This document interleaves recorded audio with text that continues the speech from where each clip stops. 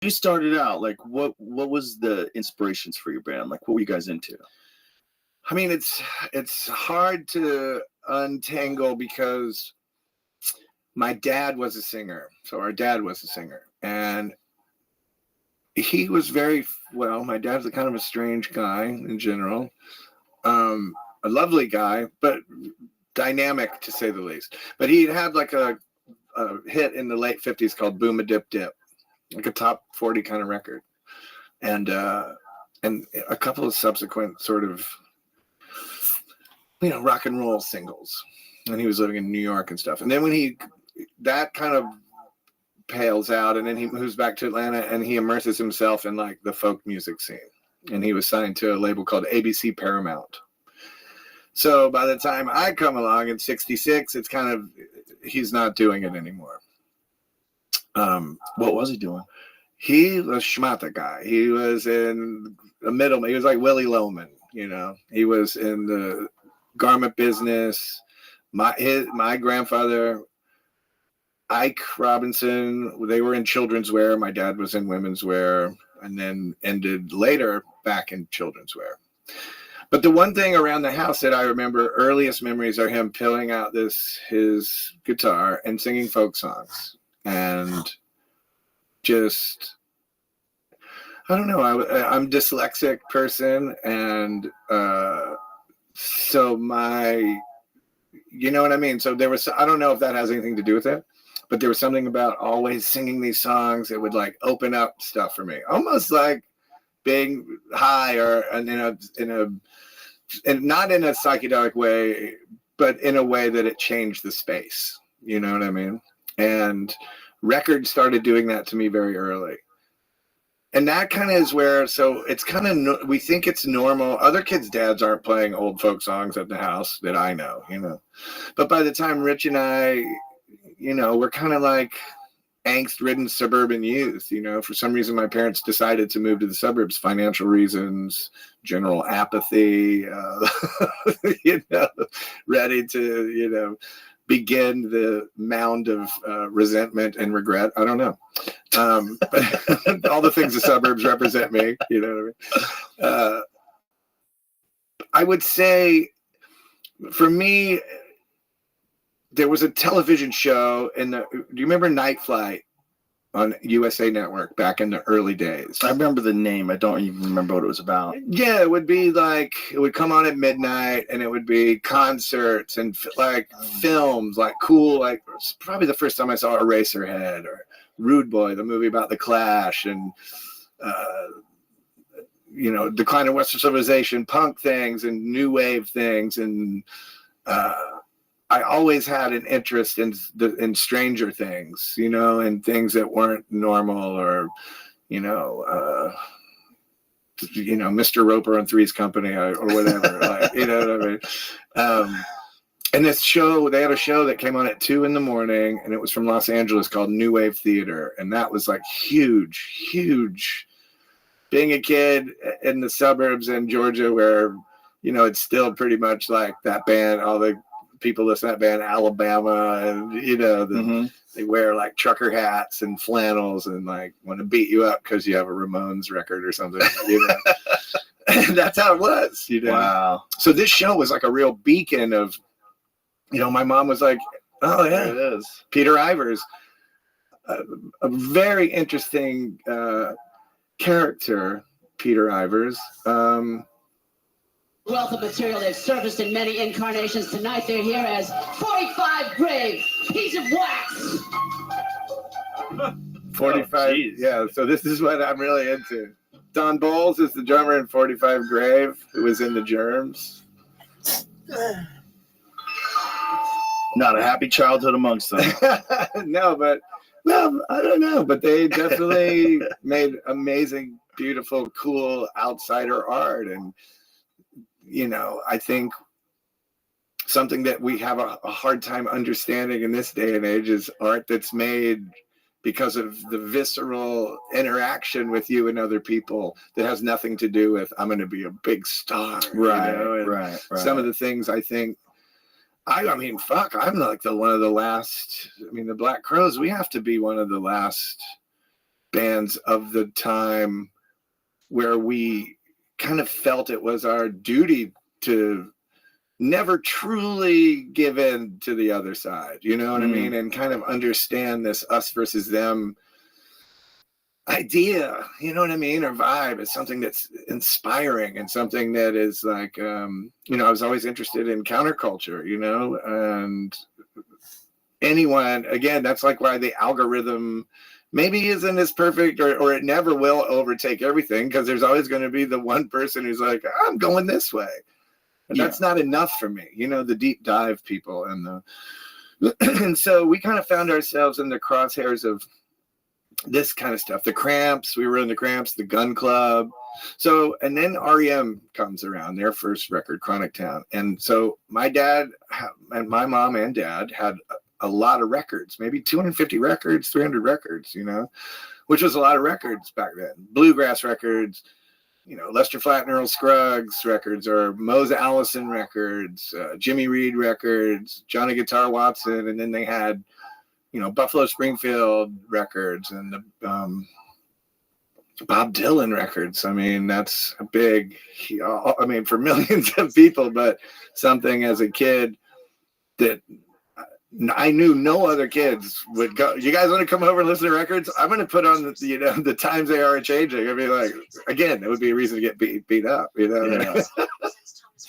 But that kind of stuff catapults us into. Then punk rock comes along, and it's like, oh, it's anyone can do this. You don't have to be. We'll figure it out later, what talent or whatever. You know what I mean? Like, we just want to plug in and start going ding, ding, ding, and singing horrible things and trying to be offensive. You know what I mean? Because think about it, now you go to the, you know, now people walk around in Dead Kennedys t-shirts and it's like, oh, cool. But back then, Dead Kennedys made people, like, the name of that band, the Circle Jerks, like the names of these bands made people upset. Right. And legitimate rebellion. yeah. Instead of, you know, posturing. Which is a lot of what's going on today with Dead Kennedys t-shirts. But I mean, I think inevitably anything like that, I mean, Edgar Allan Poe was that in a literary way in the, you know, the tail end of the Victorian age, but now he's just like a thing hanging in some goth kid's car, like an air freshener or something. You know what I mean? Yeah. So things get swallowed up culturally. Right. And regurgitated as just a, you know, and it just so happens the Dead Kennedys have one of the greatest logos of all time. But yeah.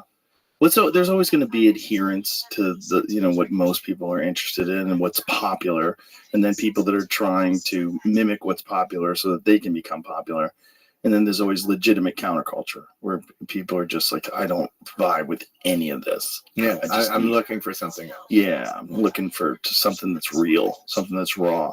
And as I think that's going to accelerate with AI music and, you know, all this electronic music. And again, as you were saying before, stuff that's sort of created to feed the algorithm. Yeah. You know, there's strategies to become successful rather than just expression that resonates with people. Let the people, in a way. I mean, someone took a chance, you know, a band like Alan Vega and, you know, like Suicide, like someone, you know, the no wave music in New York in the late 70s. Someone took a chance and said, yeah, I would think about how weird was that, you know, like bringing that into a studio where who was just in here, fucking 38 Special or some shit, right, you know what I mean? And then there's like this or whatever, you know what I mean? Yeah. I mean, it's a cool thing about early, you know, like the first Sex Pistols record, the Clash record's a little different, but even the Dead Boys or bands like that, like a lot of those early punk records and a lot of the post-punk records, those are bands, they're not making records trying to sound, you know, oh, I can make a record sound like I don't give a fuck or something on my garage band. Or what, you know, you can do anything now with like a button and people, and I like lo-fi shit too, of course. But back then, these bands, they're not making lo-fi records. They're in just like, that's a real band but with great gear and people who are making like records that we would think are sonically like, oh, that's correct. Right. And then you have like these punk people in there just like, you can't turn it up all the way. Well, we're doing that. You know what I mean? Wasn't this sort of rebellion out? You guys had like a falling out with ZZ Top, right? When you were on tour, wasn't part of it something about corporate involvement? Yeah, we were always And it's funny, I just saw Billy Gibbons a couple weeks ago in London, and we've been friends for many years, and a massive ZZ Top fan. I mean, those records, especially the early records, I mean, they just sound delicious. You know what I mean? And what is it? Which one is it? Is it Rio Grande Mono? I don't know. One of those records where you open it and there's like a giant plate of Mexican food. Like growing up in Atlanta, like that was, I didn't know what that, you know what I mean? Like you could get that. Yeah, we had barbecue and we had soul food. You know, we have our own regional culinary identity, but to see stuff like that, I was like, wow, I gotta try that. You know what I mean? But no, I don't even know if ZZ Top, where they were in their career, if they knew anything that was going on about like these guys that were the opening band, except for the fact that, you know, in the music business at that time, when you're still selling records and you're selling 250,000 records every week or whatever for a couple of years, so it starts to be kooky when it was a thing. But they were sponsored by Miller Lite. And I just got into this thing where, yeah, so we'd go on stage and do our thing, and there's big Miller Lite posters all over the state or whatever, you know. And I got in my little troublemaker mind, we're the Black Crows, you know what I mean? We no one gives us money. We don't drink this beer. No one gives us fucking money. You know, I'm standing under this sign because I have to be here tonight, but I want you to know that no fucking beer company sponsors our music. No one owns us. No one, you know what I mean? I had these naive sort of thing about, like, I don't know. And my brother and I talk about it a lot. And as we've gotten older, and especially since we put the band back together these last few years and have been in a really positive place and a really good place, I realize, like, you know, part of that we were involved in, we believed in, like, as if what we feel is really the true essence of rock and roll. It's like, I describe it as like the movie Quest for Fire, you know, when they have to keep the fire burning in that little thing and they're going across the swamp and they don't want the Neanderthals to get it or whatever. That's kind of how we felt in a weird way about everything that was out. You know, one minute you're in control. Your kids were writing songs. We're in control of that. I'm in control of, like, this is what we're doing. This is how we look. This is what we are. And then you're in the grown-up world and you've made people tens of millions of dollars. And I'm hardly a savvy business person. I never could be. I never would be. It wasn't in the cards for me. And so part of our, like, being hard about it or being difficult, not being compliant, was trying to, in our minds, keep this pure thing. You know what I mean? And in a way, that still is part of what we are today. How old were you guys back then? Oh, in the summer of '89, Rich was 18. I was 23 when we made our first record. Wow. Yeah. Just a young rebel.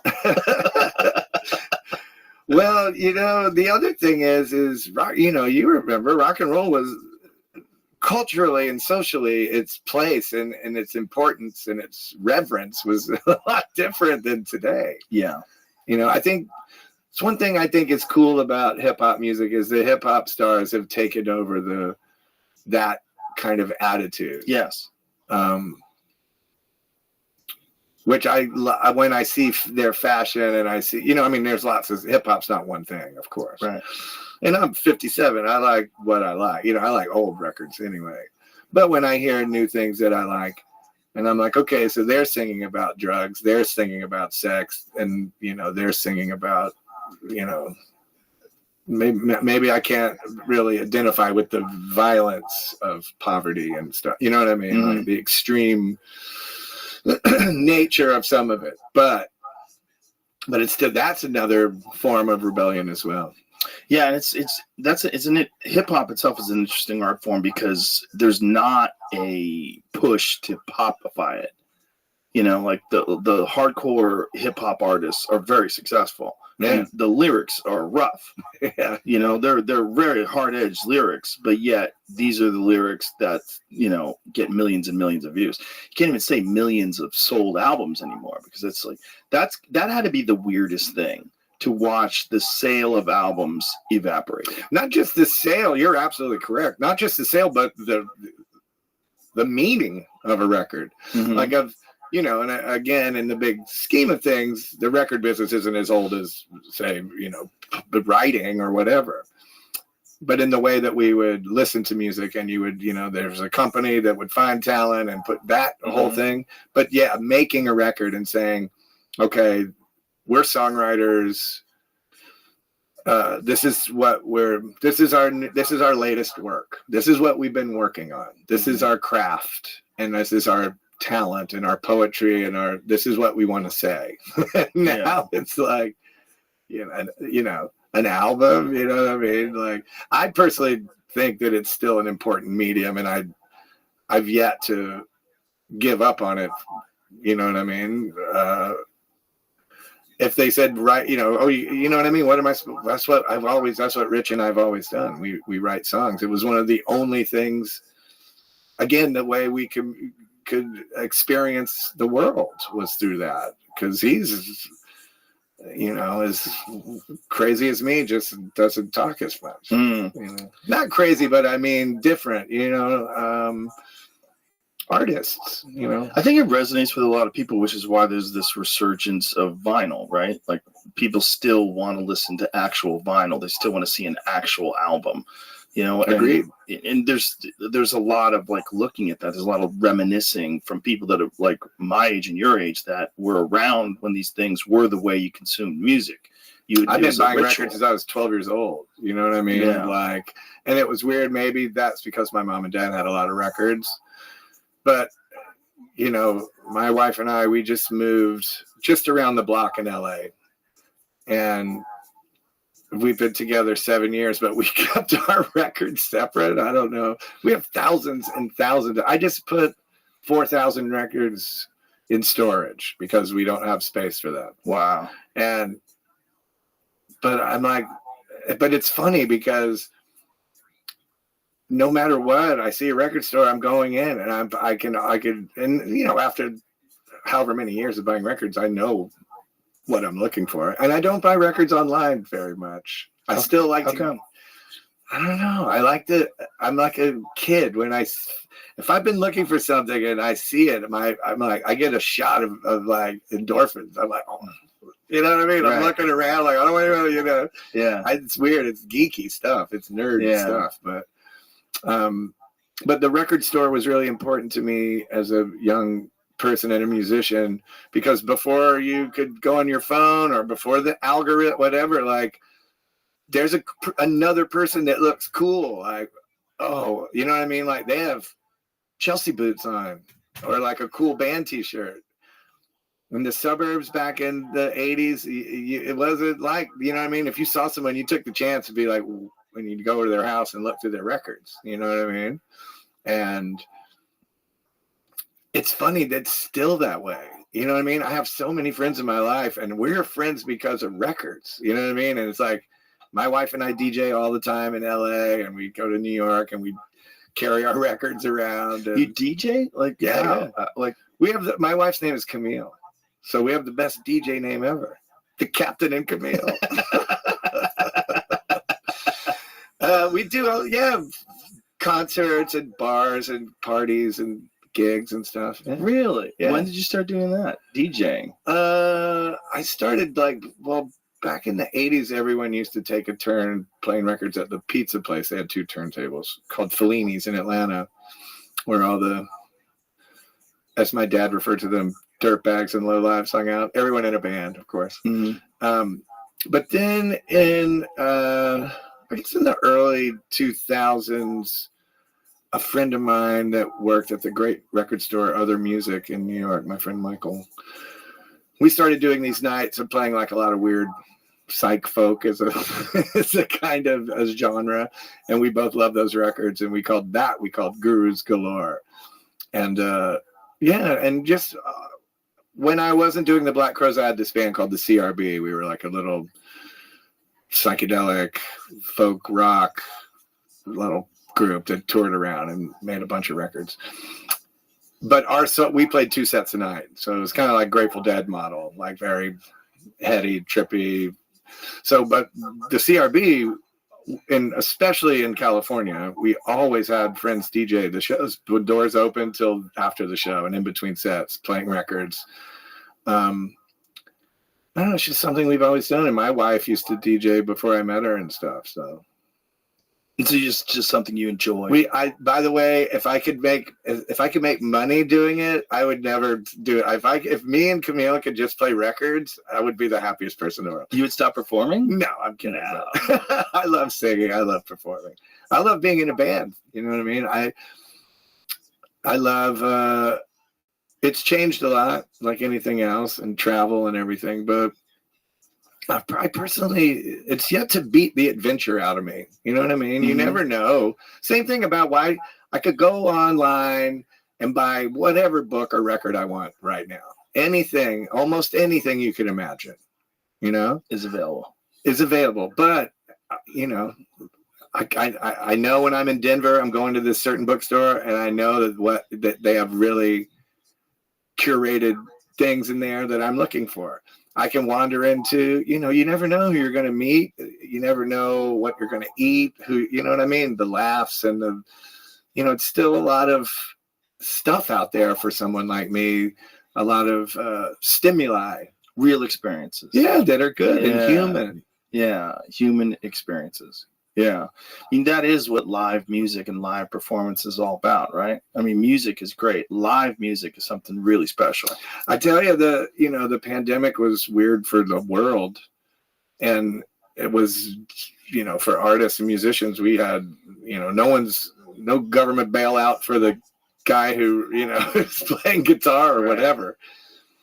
But as hard as it was, one of the worst parts of it to me was not just being able to do what we do, but not going to see bands. You know what I mean? I have a label called Silver Arrow, and we've been doing this for a few years. The Black Crowes records come out on Silver Arrow. It's a little different, but I'm always going to see bands. You know what I mean? We go, whether it's the Rolling Stones or whether we go see a band at a little club in LA. And I'm always looking for new things to people that are interesting. If I could help them out in their careers, a lot of it is with really young artists. I want to put them in the studio. I want to give them good experience. I want to give them a great record deal because it's changed the model. But to do that, you have to go out and get in it. You know what I mean? And we always laugh. I'm like, is there anyone older here tonight than me? Like you're looking, oh, there's one. You know what I mean? It's a freaky dude who still goes to see bands. Yeah. Well, people don't want to let it go, and why should they? Why should you? In LA right now is a great time. There's a lot of good music going on in LA, really? And there's a lot of bars where, we know if someone it plays great records, we'll go listen to them play records. You know what I mean? There's a lot of good record people, bands. There's a lot of cool. LA is very alive right now. No kidding. Yeah. Well, like what parts of LA are this happening? It happens all over, but especially more downtown and like to the east. Downtown. Yeah, you have to survive getting into the place. Downtown is so fucked up. I know. But that's probably something that adds to the feeling of it. You know what it does? And it's funny because I had a nostalgic moment about when we started talking about, look, man, don't get me wrong. My parents did the best they could. They're just fucking people too. But part of the other part of adventure and the other part of being interesting and like, New Wave theater. My mom's like, they all look like mental patients, just like you, like great, But was to go to downtown Atlanta in the 80s was dangerous too, during the crack epidemic. And it was a violent place. And we were, obviously we were white kids from the suburbs traversing like this urban place to get into these little underground clubs to see these bands. That added to it. You know what I mean? It added, yeah. And just the aesthetic. You know what I mean? I was obsessed. I still am an obsessive, influenced by the beat writers and beat culture. And so for me, like,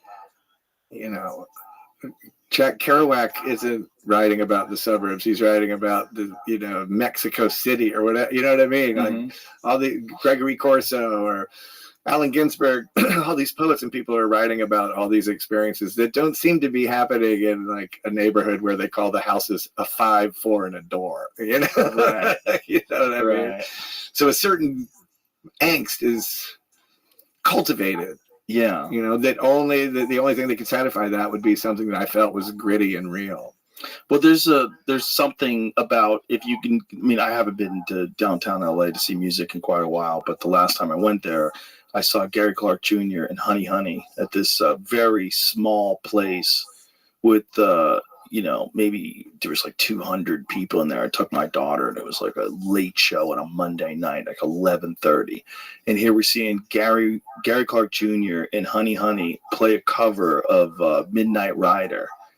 And it just felt so special because there was no one there. And you survived. And you get out. You're like, let's get out of here. Where's the car? Get the fuck out of here. But you know what's weird about that? And I get it. And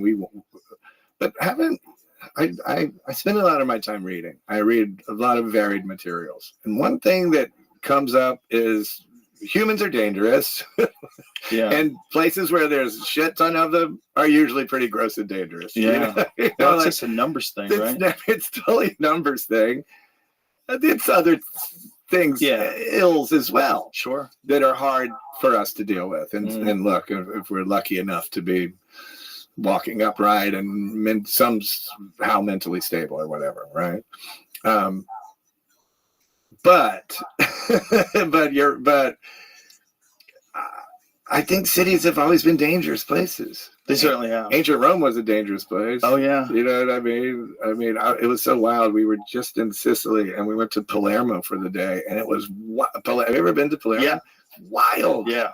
So that city is like an electric wire that's got sparks shooting out of it, and you can't get a hold of it. That's where my grandfather's from.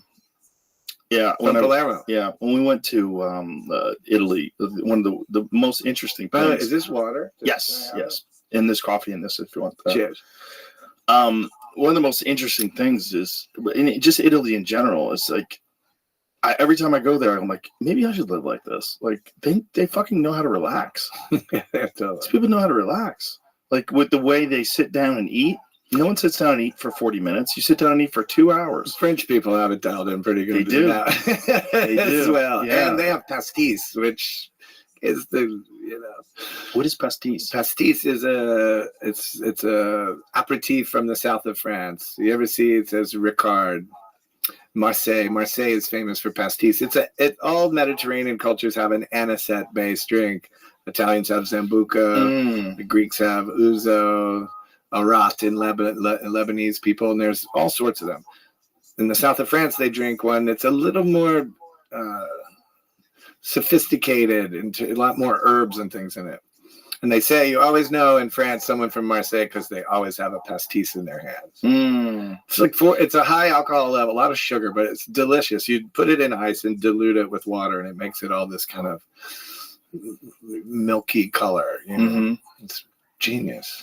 Well, it's just you only have a certain amount of time on this planet, and they've chosen to live their time in a more relaxed manner, more community based, and just people like to sit around. Do you think that any of that has to do with embracing a certain middle classness or even lower middle, you know what I mean? Right. Like the working man, you know what I mean? Even a blue collar way, I think, you know what I'm saying? Whereas here, it seems that's been stripped away from something to be proud of, unless it's kind of, in a way, distortedly proud, a distortion of what that could be. Right. I know what you're saying. Yeah. Well, in here, it's supposed to be your main goal is to get to be the type of person that can look down upon that. Yeah, totally. Yeah, your goal is not to exist in that and just accept it. That this is life. life is, you have money for food, you have money for your house, like you're not well, wealthy, if you look at but you're like okay. media, like sitcoms from the 70s, Mhm. whether it's Archie Bunker or whatever, like Yep. they're just people with jobs, and Mhm. even Taxi or Barney Miller or whatever, you know what I mean? And now it's like, then it turns into Full House, where somehow all these people and these kids live in this amazing house and everyone has clean clothes. You know what I mean? It's like, There's no struggle. Yeah, totally. Yeah. And it's not just recognition. I think it's not celebratory. It's just like, look, man, this doesn't make the man, right? Right. What my material things don't make me who I am. Right, it's who right. I am, how I feel, what I've learned. That's the big problem with what we're sold in Western culture. That the goal is to acquire things and to achieve a certain financial status, and then you'll have made it. I get it. Pastis doesn't grow on trees. You know what I mean? Right. I got to pay for that shit. Right, but it's not that expensive. No. You know what I mean? It's not. It's just But there's you know a what's fucked up distortion about of that, goals. though? Like when we were kids, and I get it. Like I said, I made the choice in my life. Mom and Dad, we weren't, they were middle class people, but I made the choice when I said I'm not going to university. I'm going to be in a band. My dad. That was like the last dollar I ever saw. Not even like, hey, you know what I mean? Mhm. And but I made that choice. That choice wasn't made for me. Right. You know what I mean? And within 2 years, I'm on the cover of Rolling Stone magazine, and we're fucking around, and you know what I mean? Like selling millions of records. I get that. You know what I mean? It's not lost on me, but it gets back to where we started talking about. There will always be a part of me that is making music because it's really maybe the only place where I'm truly free. You know what I mean? I have the freedom. You know, it's funny. I tell this story. We were on Saturday Night Live 2 times. The second time was on our second album, Southern Harmony. And we went on the show. It was the #1 album in America. It debuted at #1. Our new single was a song called Sometimes Salvation. We were going to play that. And we were going to play one of our big hit records. And at the time, it was called Remedy. And we had just written this song called Nonfiction. And I was like, let's play Nonfiction. And it's funny because it's different as my brother and I are. Rich was like, yeah, fuck it. You know what I mean? Like, it's a cool song. The guy, whoever was the music guy, he was like, you can't do that. And I was like, well, I mean, we can do what we want, I think. He was mad because we were smoking weed in the dressing room. I'm like, didn't John Belushi OD in the bathroom? I'm like, what do you fucking care? Call the cops. Yeah. I told him, call the cops. We get arrested in Saturday Night Live for smoking weed. It'll be bigger than this. But the guy, now that I'm older, I realize I was just totally being just horrible, like kid. But he goes, you're making a big mistake not playing this single. And I said, okay, well, here's the deal. You're on this show next week with some other fucking band. And then the next week after that. And then the next week after that. Well, this is my band.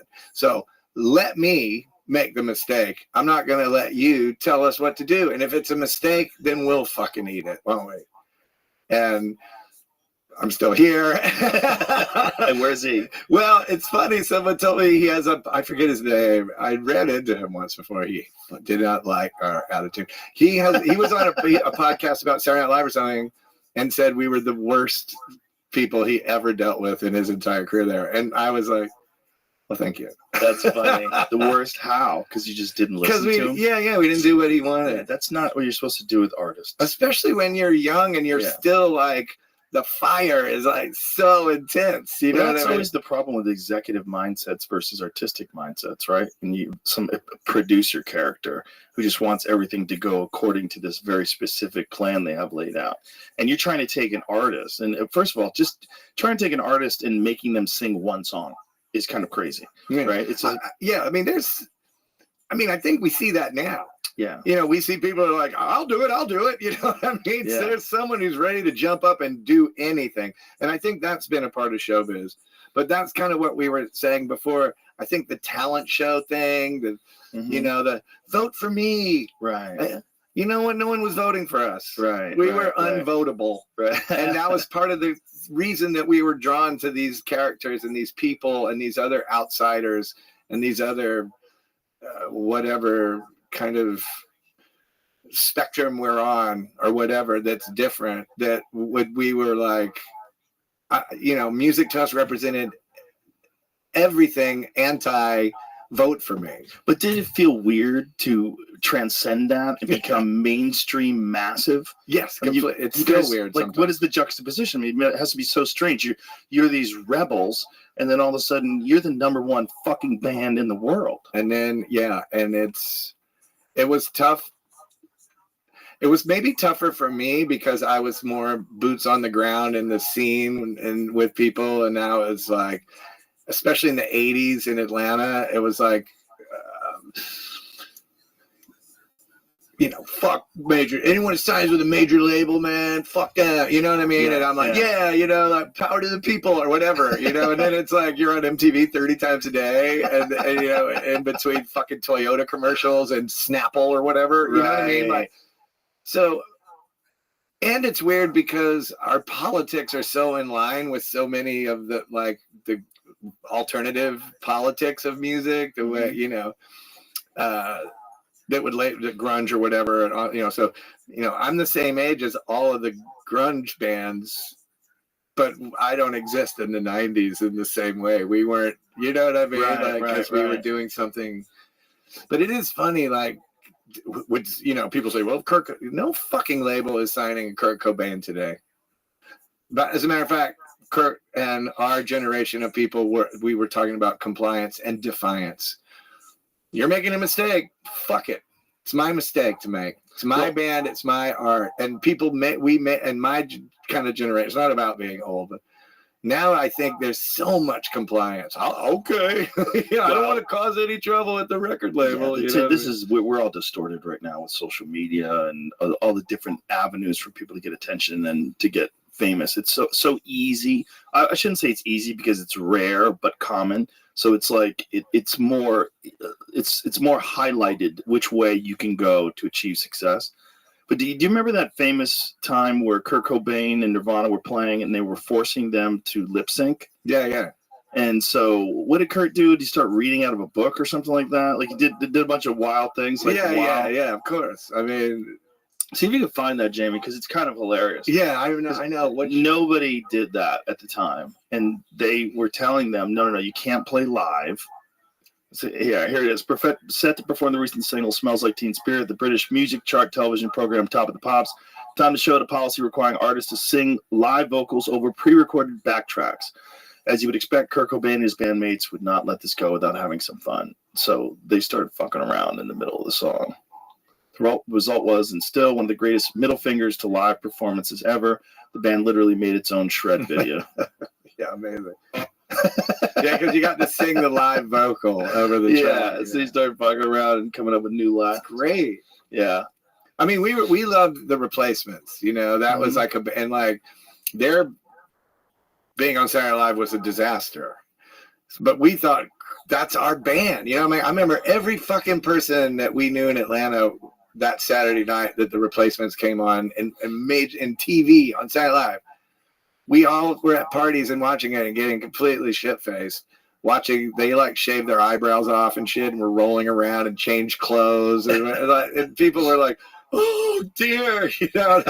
We were like, yeah, cheering it on. Like, that's it. Isn't that part of one of the goals, is to be that big of a pain in the ass and who are you being a pain in the ass to? But some authority. Right. Something that says you can't do that, or this is the way it goes. And that changes, but I think as a youth, that's definitely something I'm not feeling with a lot of bands. I mean, I think it's there in the punk scene and stuff like that, but they're not getting access to them. Green Day is still that way. I feel. The carrot is still dangled right in front of everybody's faces, so close now. Especially with people that make it independently through YouTube and TikTok and all these different venues. There's just so many different ways that someone could become massively successful now. I see. This is where I become the time traveler. I am from the last century. Yeah. I get it. I I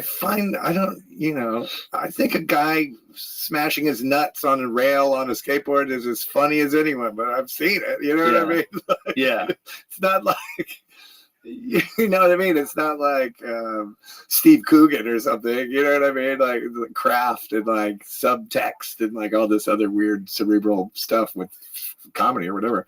I just don't, I will never, I guess it's just me as well. The things that the cinema that I enjoy, the books I read, the records that I listen to, there is all of them. If there's one thing in common, there's a level of craft. There's a difference between having, it's the difference between having a fine meal at a very nice restaurant versus eating garbage. Yeah. Eating tasty garbage. And TikTok is tasty garbage. Yeah, you're It's right. just- That's absolutely, I've never thought about it. It's like bad that. for you, and you can't put it down, and you keep going to it, and you overconsume it. And at least when it's just visual, you don't get a big stain on your shirt. And But you get a stain. I think you get a stain on your brain. soul. Yeah, I really do. I do. I think so much of what's going on today, like even if I just waste 10 minutes scrolling through TikTok, when it's over, I just feel like confused. Like, what am I doing? Like, why am I fucking paying attention to this shit? I don't have any. I never did any of that. You know, Facebook, Twitter, nothing. No, I mean the band has one, I guess, but That's perfect. But That's I perfect. don't personally. Good. I never tweeted or any of those. Good for things. you. And it's funny, my phone, like I'm still this way. You want to? My best friends, like the 3 or 4 people in the world that like I'm super the closest people, we talk on the phone. Yeah. Oh yeah. Like I love talking on the for phone. hours. You know Yeah. what I mean? About whatever. So it's I get it, but I don't. Yeah, I'm one of those older people. I just. Well, you developed in a different time, and this time is fucking bizarre. I can't imagine spending your life, grown ass people, spending all of their time playing video games. That's a real thing. Well, at least that's exciting. It is. Yeah, video games. Some video. Why games does it are give you a fucking incredible. shock? Or something? No, some video games are so immersive, man. You have 3D sound and incredible graphics, and Really? you're running through corridors, and people are chasing you. It's very exciting. It hits all of your dopamine receptors and just, All right. it fires you up. I mean, video games are pretty fucking amazing now. But it's just that the world that we're living in today it's not designed for human beings. It's designed to capture human beings, capture your attention. It's not like if you're spending your time going from a coffee shop to a restaurant to a bookstore to a record store to a live concert, Museum, to an art gallery. these are human experiences. These are human experiences. But if you're spending your time arguing with people on Twitter all day, like nothing is more depressing to me than seeing old rock stars argue about politics on Twitter. It is so goddamn depressing watching rock stars virtue signal and attacking people personally for having differing political beliefs, like, and then looking at their timeline and realizing these poor fucks are addicted to this shit, and they're doing this 5-6 hours every day. Get off my lawn! Yeah, it's get off my lawn. Get off my lawn! But it's it's fucking rock stars. It's like, good Lord, man. Do you have friends? Like, get out. Yeah. Get out of the house. Stop doing this. We just, it's funny. We were gone for 3 months. We did the States on this latest tour. We played a lot of new songs from our latest record. It was amazing. And then we finished in Europe. And my wife and I stayed in Sicily and went back to London at the end. And I've been doing it for 35 years of that, 1990, first time I go to Europe. And it's still like, I don't care. 35 years, it's a lot of shows. I don't care if I wake up and I'm tired. And we have friends all over the place, which is a beautiful thing. Friends in Amsterdam, friends in Paris, friends in London, friends in Madrid, friends in this, Germany, whatever. Yeah.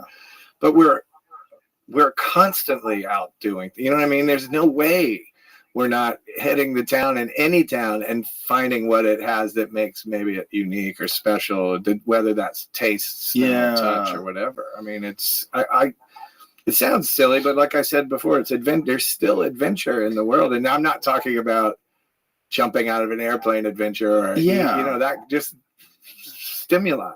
I think it's cognitive nutrition. I think it's actually good for you to experience different cultures and see how people hang out and see their restaurants and see, where and you see everyone's doing the same shit. They yeah. just styling it a little different. Doing it in a different way, but it flavors your understanding of human beings. That's why my very, very special place, the thing that I love almost more than any other thing, is Jamaica.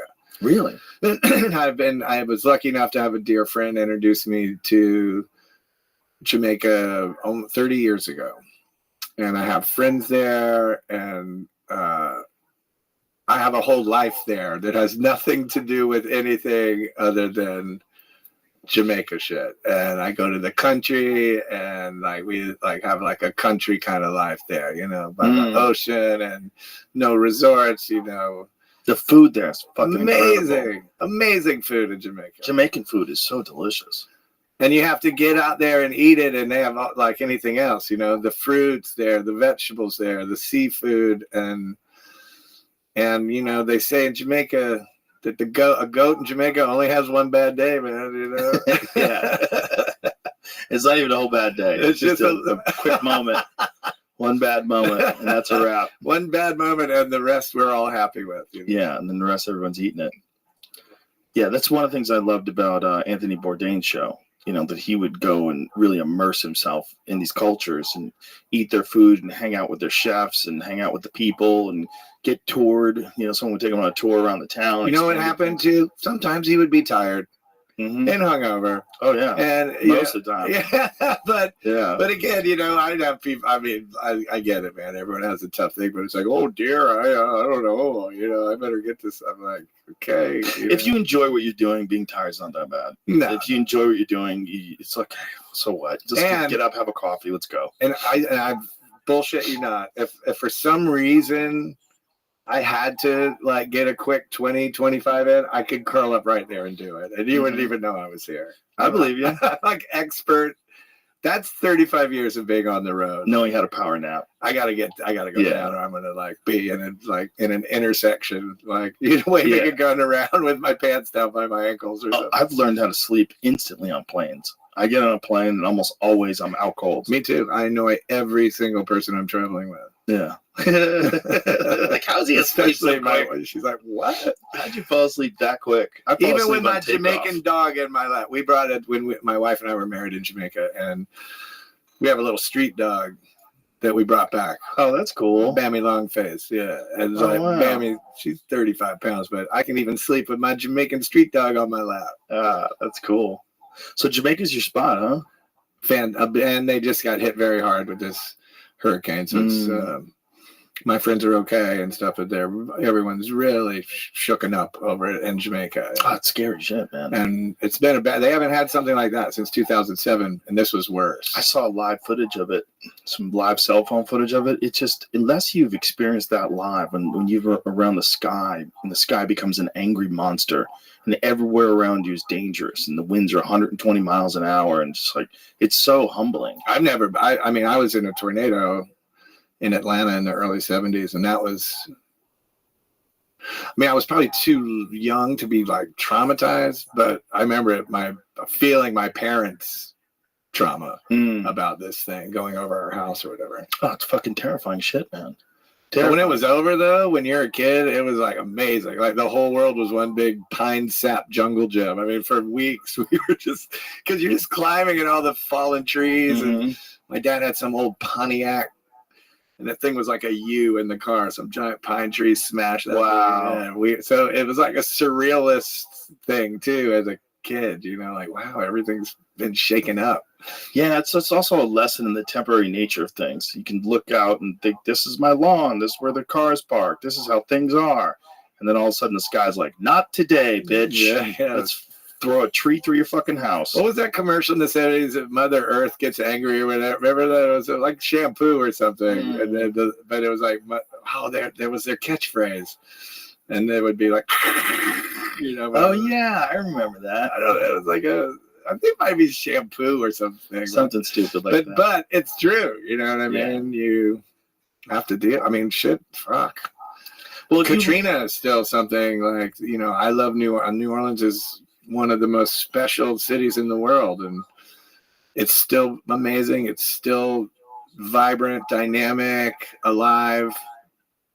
But I think the scars of that place are for sure still there. I mean, that was devastating. brutal. Yeah, unbelievably brutal. I mean, when hurricanes hit places and devastate them, it takes decades for them to recover, especially without aid.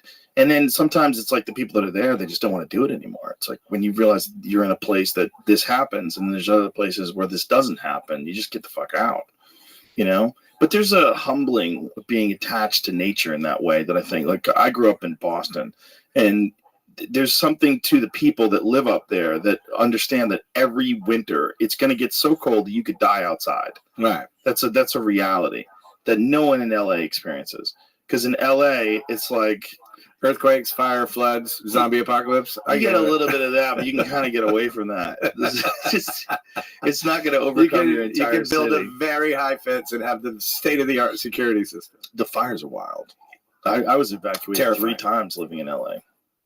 We were in the valley. Yeah. 3 separate times. The last time, the 2 houses across the street from my house burnt to the ground. It was wild. It's just wild going through your old neighborhood and seeing just house after house. Like, there was 40 houses in our neighborhood that were burnt to the ground. We were in Marin County, Northern California, and out in a place called Lagunitas, and this is 4 or 5 summers ago. And we just, kept shit in the car, guitars, there's one guitar I just can't live without, some pictures, we just kept in case. Both our cars filled because you're out, just ashes falling in the yard every day, and scary. Well, it's when it goes bad, it goes real bad. I was filming Fear Factor once it was about an hour and a half away from LA, and the fires got so bad we had to stop shooting and drive home. And on the way home, we were off the 5 freeway. And on the way home, the entire right side of the highway for an hour was in flames.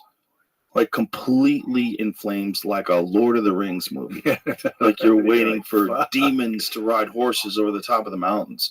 There's something about those kind of scenes that's like, it puts you back in check. That's like, hey man, like, maybe the things you're concentrating on aren't all that important for real. I think it also touches us in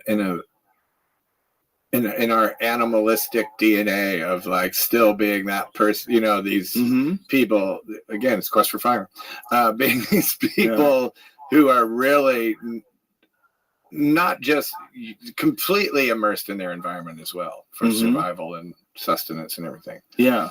That it's still, like, in the way, I guess, there's an instinctive thing in those moments that has to be the exact same chemical reaction in every human being in any expanse of time that we've been like this. Yeah.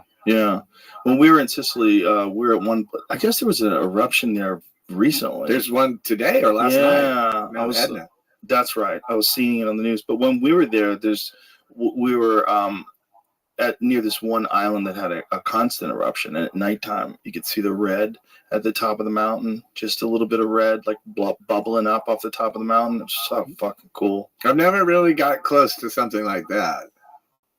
Like have you ever done the tour in Hawaii? We fly over in a helicopter? No. Hawaii is wild. The Big Island is wild because it's growing every year because the lava is constantly flowing into the ocean. You can literally watch the island expand in real time. That's wild. And you fly over it in helicopters. So you're flying over, you're looking down at the lava pouring out of the earth. Is this Italy? Mount Etna. Look at that. Isn't that Sicily, wild, man? That's incredible. Not to be confused with regular Italy. Yeah, Sicilians think of themselves very differently. Look how beautiful that is, man. God, that's so fucking cool.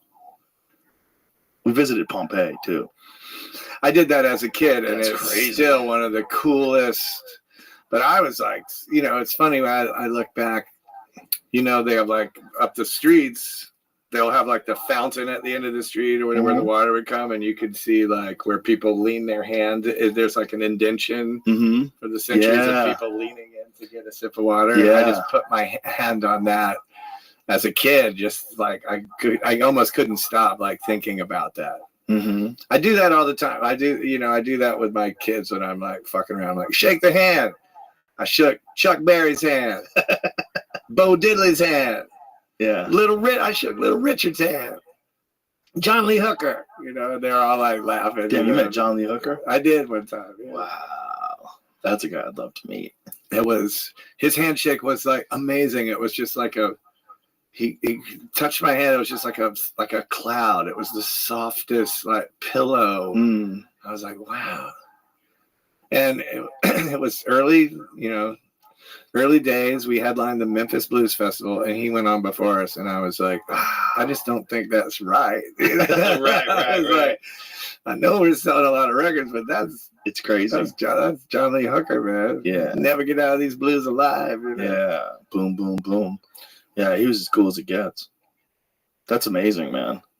Have you ever met anybody that just like you're like, I can't even believe I'm talking to this person? Yes. But one time it was Dr. J. Oh, wow. I was at some party in Vegas. This is back in the mid-90s, some VH1 thing or something. And I was standing outside. I was at the Hard Rock. And this is the guy's name, Steve Wynn, who owns the thing, the Hard Rock, or Wynn. Mm-hmm. Yeah. Or something. He owns a bunch of that stuff. Yeah, and this was, 30 years ago. And I was there, and he was like, oh, hey, Chris, you ever met Julius Erving? And I was like, I loved Dr. J so much growing up, Mm-hmm. He and George Gervin were my heroes. I played basketball. And I was like, and he was just so cool, and he was like, hey, man, nice to meet you. And I was like a little kid, I just couldn't believe that I met Dr. J. I shook Dr. J's hand. I got to throw him in there too. Wow. And the other one would be Robert Altman, the director. Oh, really? I met Robert at a party. I was at a party, like a Donatella Versace party in London, and there were a bunch of famous people there. But everyone sat down at a table, and and different things. And I was just like, oh, there, and he was with Richard E. Grant. They were making Gosford Park. Richard E. Grant also, I was impressed to see and meet because of the film Withnail and I is one of my favorite movies of all time. And there's Withnail, like there he is. I mean, it's Richard, but there's Bob Altman, who is, lord of my imagination and, one of the best some of my favorite films of all time. And so after when the dinner kind of like is less, whatever, people are up talking to other people, I just go over to him. I'm like, fuck it. I'm just going to say, because I would be a little bit timid or shy in that situation. And I would never think I still to this day never imagine anyone knows who I am or what I do or whatever. It's a good way to go through life, actually. Yeah, it is a good way to go through life. Being totally honest. Yeah. And then you find out most people don't know who you are, give a fuck what you do.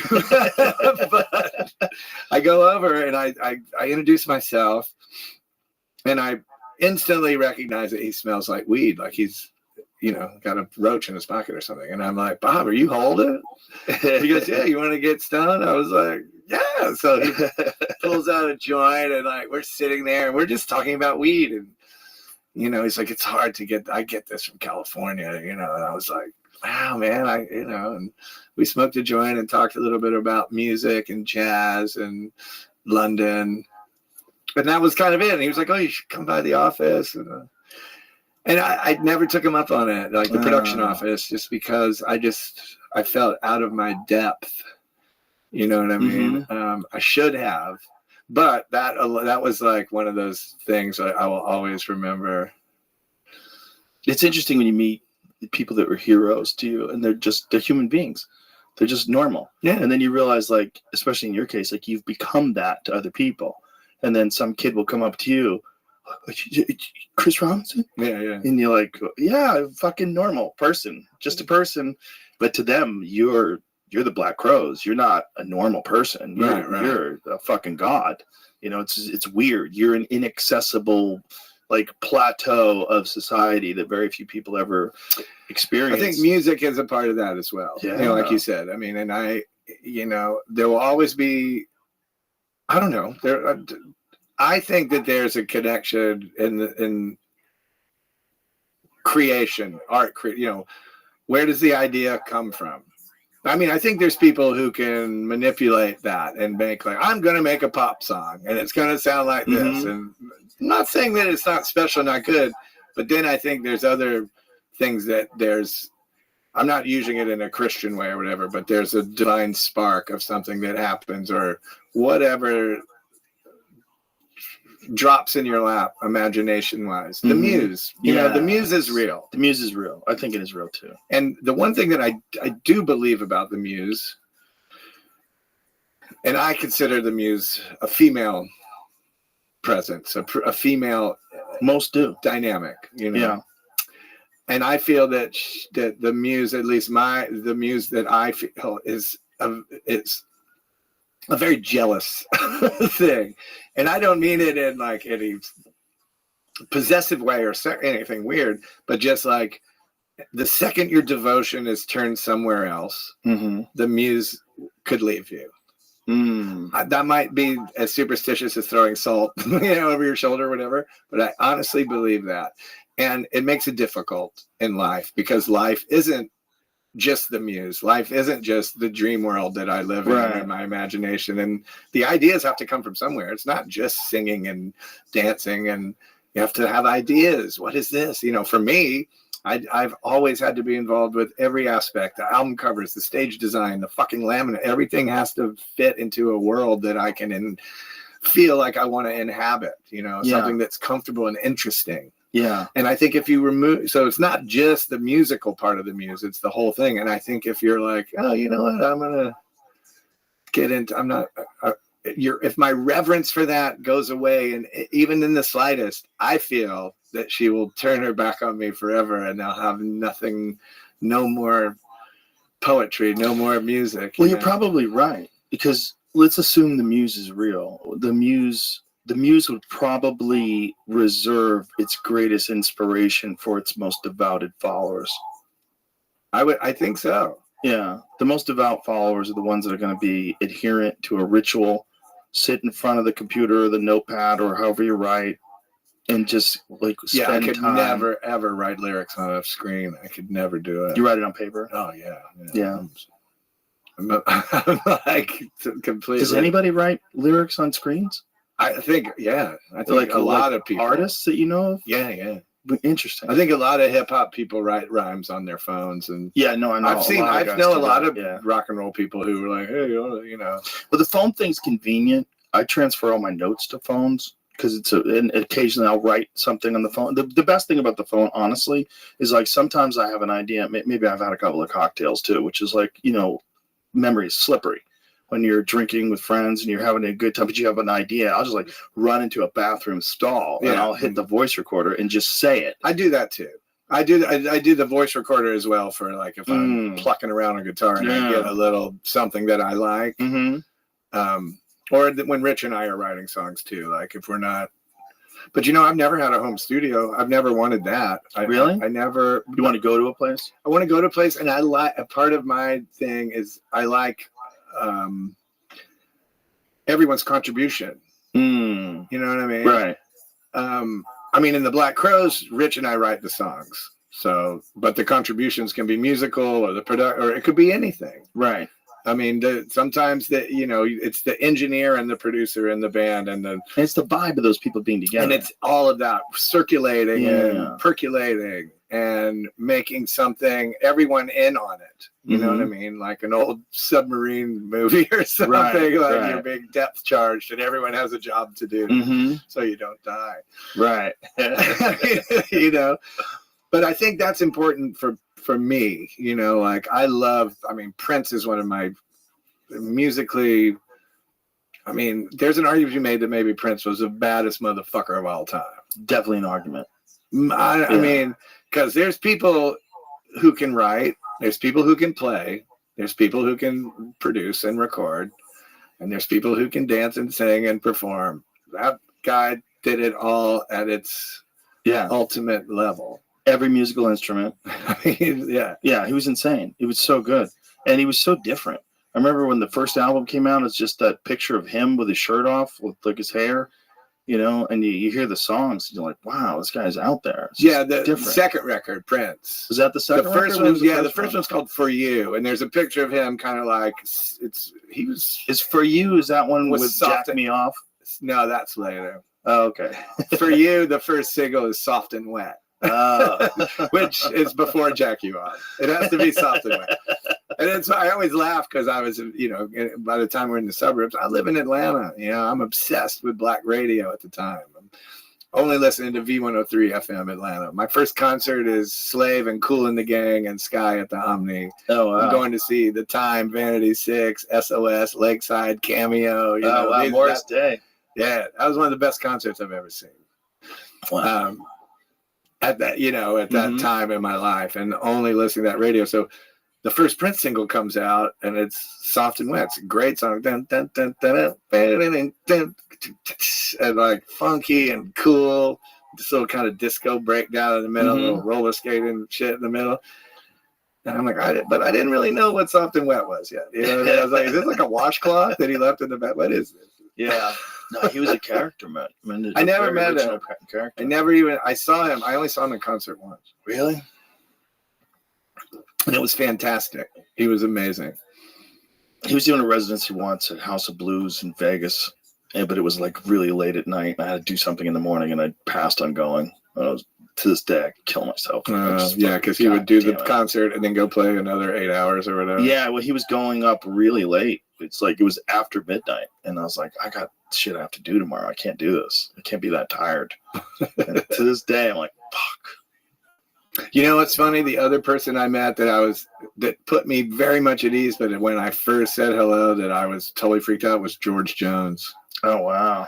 I met him at the Ryman Auditorium after Johnny Cash passed away. It's like meeting Jesus at the Sistine Chapel. Man, I mean, I was like, I got ushered into this dressing room. You know, I was a guest. Chris Christopherson was there. I was amazed to meet him.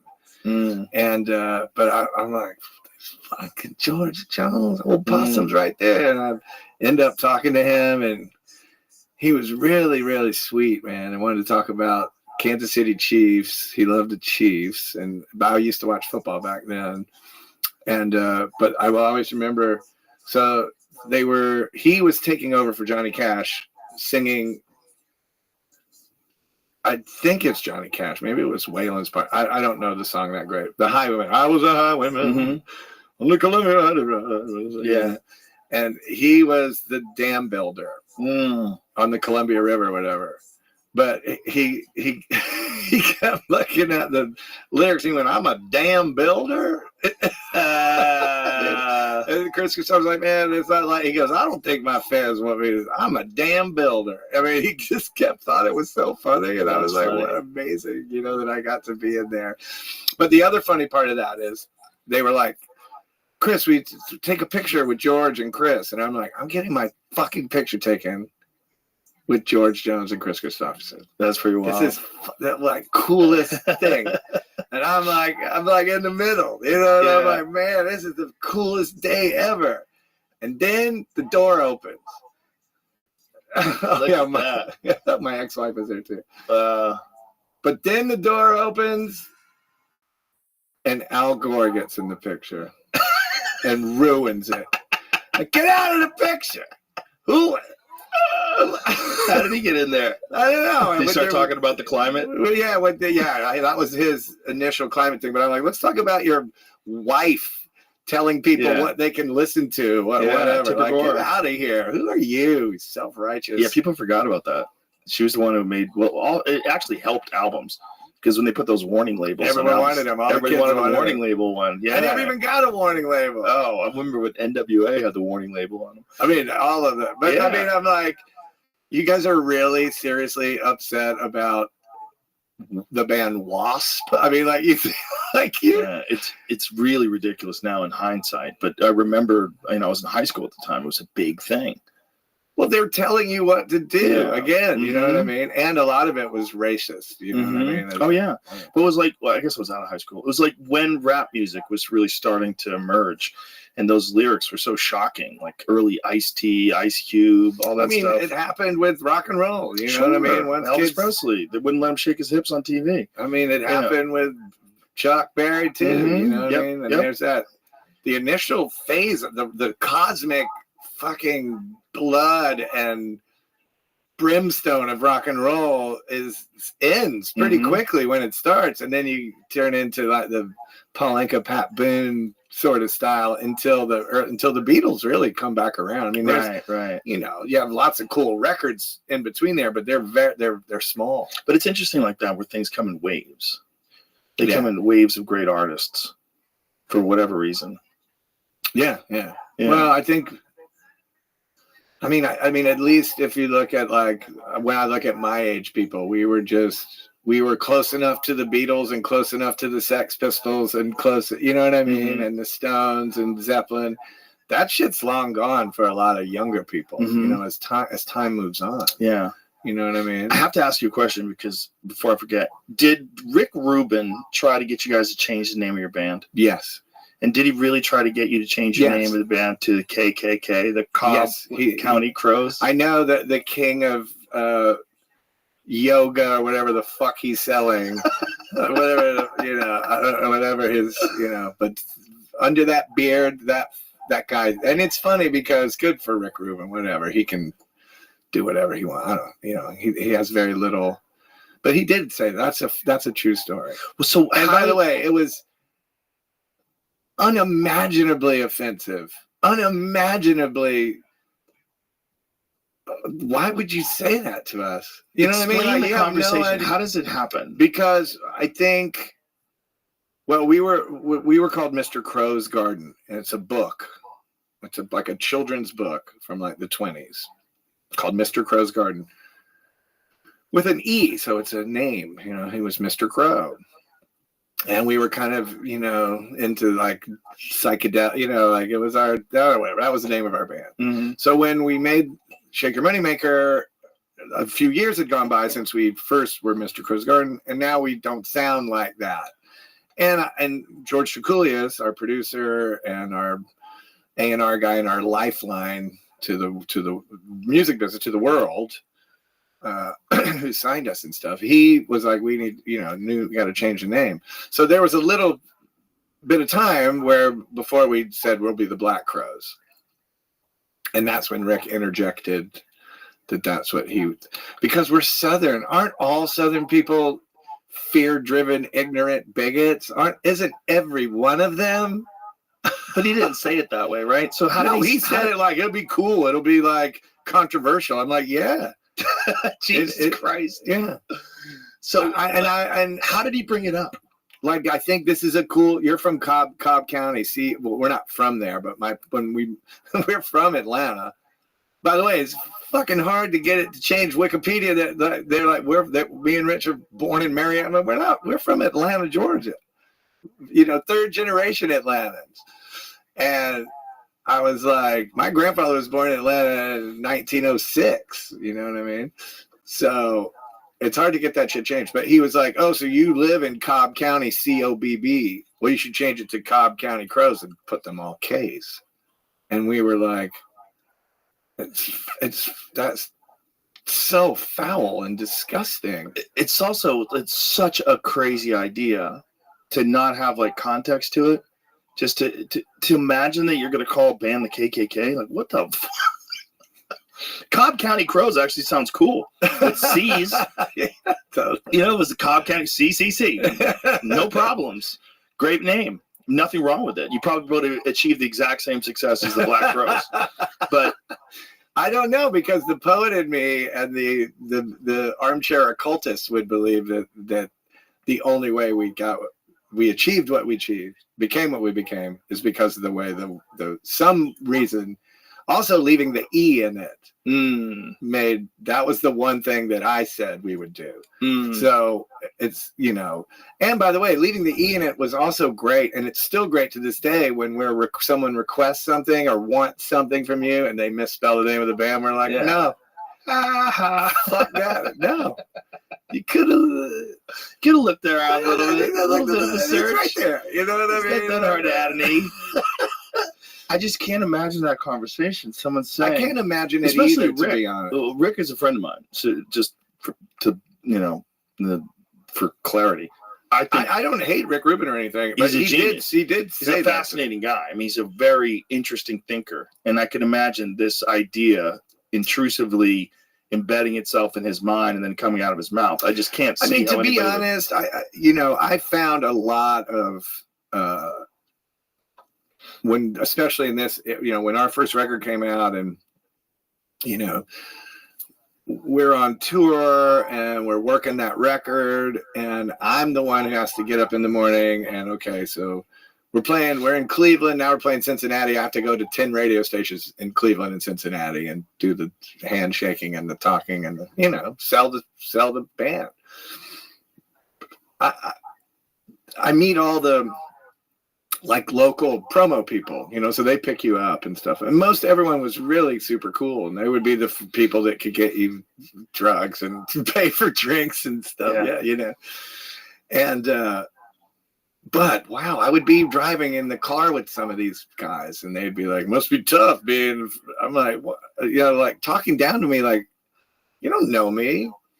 Just because I'm Southern and I'm a musician doesn't mean that, talking down to me like I'm stupid or something." Or I'm like, whoa, you don't know. Say, must be tough in what way? What was that? Well, you're from Atlanta. Do they have schools there? You know what I mean? Just kind of patronizing me or thinking that everyone's supposed to go, just happen to be here in a place in damn, you know what I mean? I'm like, I'm from Atlanta, Georgia. Yeah. You know what I mean? You don't know what books I read. You don't know what I'm into. You don't know anything about me. Well, there's always been a deep history of prejudice about people in what they would call the flyover states, the arrogance of New York and Los Angeles. And, you kind of these were the flyover state people talking to me. Oh, that's funny. Even worse. There's some people that accept Chicago a little bit and some other cities, Detroit a little bit. But the reality was it was about the coasts. And everything in between was bullshit. And as if everyone in Rochester, New York has a PhD in French literature or something. By the way, that used to be kind of true when you would go on the road. Not true, but you would notice a marked difference in the awareness, if you were talking about anything out of the ordinary, the awareness of people's what they knew in certain cities and certain places in the country versus what they knew in Los Angeles and New York. Yeah. There was a difference. I mean, they would, they're a hipper they weren't audience as sophisticated. Yeah, they weren't as sophisticated. They didn't know as much. But I mean, that changed with the internet. That changed. Everyone has exact you go same to fucking references. Cleveland, Ohio, you go wherever you go. There's fucking people that get it. They get it. Do you remember when Bill Hicks used to just look at the audience and go, moo? Yeah. Moo. Oh, yeah.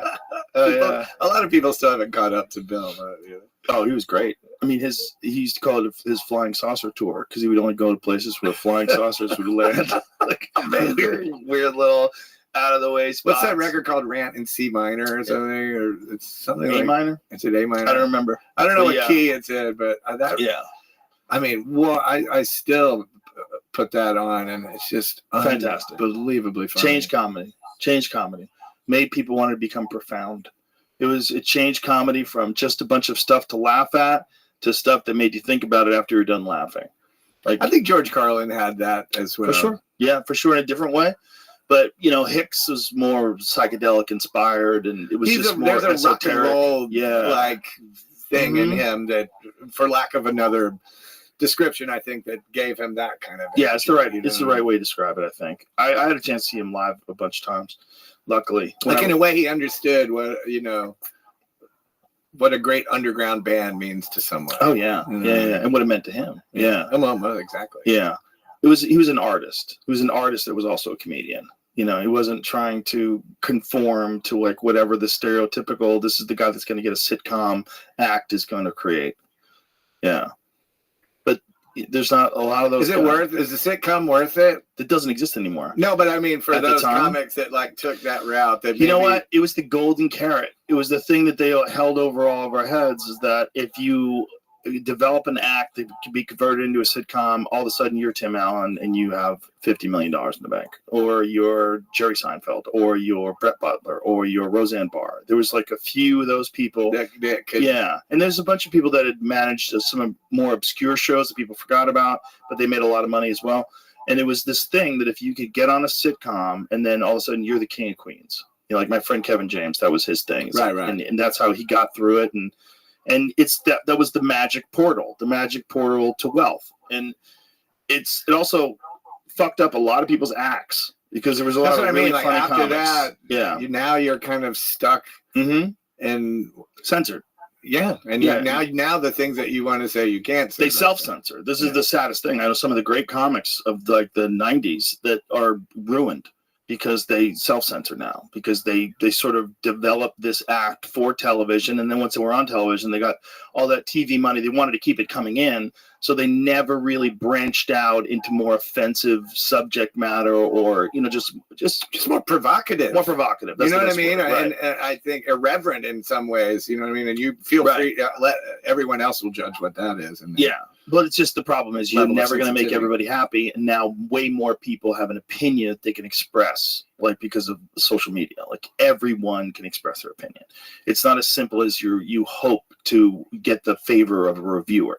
Like someone who's cool, really likes bands, comes to see, oh, Bob's here. This guy's fucking cool. He's going to review our show. And you kind of trusted Bob. Bob was a good guy. He really loved music. He wasn't trying to tear things down.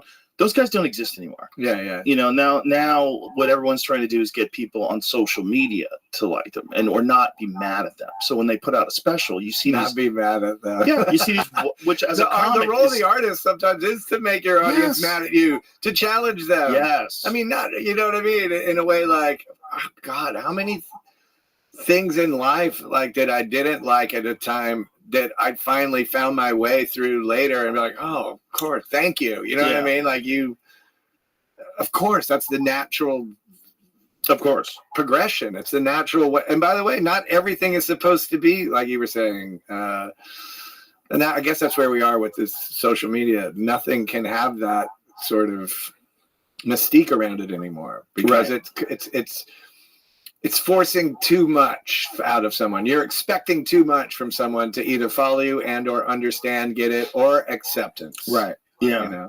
Well, it's just a foolish pursuit. The pursuit of other people who you don't even know, their love and attention, and you'll morph and change and adapt whatever you're trying to produce in order to gain their favor. That's a fucking folly. That's such a foolish way of interacting with human beings.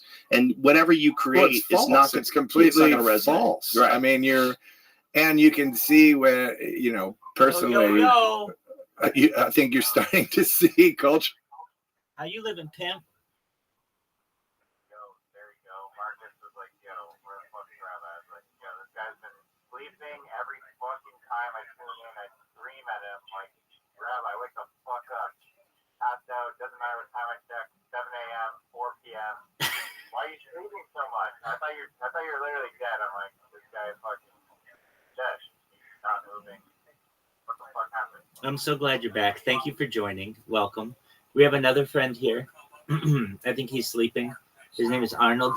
I stay up all night with people fucking all over the world, dog. So glad to have you here, El. You're amazing. And this is going to be your new home. So you should know I missed you a lot. I'm glad that you're here. Okay, so what do I have to tell you? Have you seen my kickbox? I think you have. Like 100 times. My kick bots. No, Rabbi, I have not seen your kick box. Please explain. Dog, I've shown you these 100 times, haven't I? Haven't I? Haven't I shown you these a bunch? Are you still making those videos? No. The reason why is because I did the biggest creators. Okay, so if you've seen that, then you've seen my kickbots. It's been a while, but it's not been that long. Can you hear me? There's some strange echo in here. Also, what the fuck is up with this Discord, dude? There's like about 80 billion channels. I can't type in like any of them. If I want to listen to James Brown, fucking James Brown. It's like a bunch of random. It's like the most schizo thing I've ever seen in my life. I love it. That's what I want. I want it to be as random as possible. Okay, so you can type in a channel called Free Speech and also in the self-promo. Additional, and you should just know the reason why you can't type in anything is literally people put videos of men self-circumcising themselves. And it's really bloody and it's nasty and they'll post it everywhere. So I just, they post terrible things. So, Where is the free speech thing? it's Where, I don't, it says I don't have permission. Is there like a verification thing? no, in free speech, you don't have ability to look in free speech. There's just a billion channels. Yeah, look through them and you're going to see Free Speech channel. It's very close to ChatGPT. It has newspapers by it. I don't know where the fuck it's at. Is it towards the bottom? No. It is, just a moment, I'll tell you where it is. Like, there's so many fucking channels. Right. It's content. It got something for everyone in there, baby. All right. It is in the section entitled Other. There's a part that says Adult, ChatGPT, Mishpacha, Contact Information, Self-Promotion, Free Speech Channel.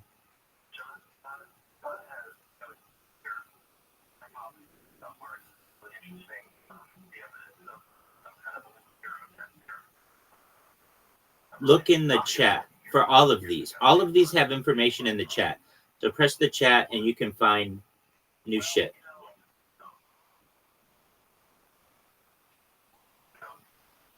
In every single one of these, you can look in the chat. Do you know how to look in the chat? Yeah, you press the little bubbly. And you can see what's going on there. But click on all of them for like all the music ones. It'll give you the rank of the best rappers of all time, the best classic rock of all time, the best video games of all time. It'll give you blurbs about a lot of stuff. Then if you go to the Reddit section, the Reddit section is huge. Reddit section has every 10 minutes, it updates everything on Reddit. So you literally never have to go to Reddit anymore. You could just check out that section. It's fucking amazing. Who set this up? Did you do that? Yeah. I don't know what to say, but Bravo or where the fuck is Caspian Sea or... You want to know where Caspian Sea is? Not in jail. Yeah. Oh, I thought he was out of it. Didn't he get acquitted? He didn't get acquitted. No. Okay, so here's what happened with him. Which it was I think maybe the best thing that could have happened for him. So, well, maybe. Okay, so here's what the deal was. I'll just tell you the whole thing. I don't tell everybody, but like, you know him, and I'm sure he'll tell you. And it's not like it was a secret. It's very public. He talked about it a lot on this. So, but normally if somebody shared something like this with me, I would, even though I'm like live streaming, I would keep it a secret as best I can. Okay, so here's what happened. He was at his parents' house last November. He was invited, and apparently they got into some kind of verbal altercation or something. The police were called. Police came and told Caspian Sea that they were going to cite him for trespassing without intent to burglarize, something like that. And then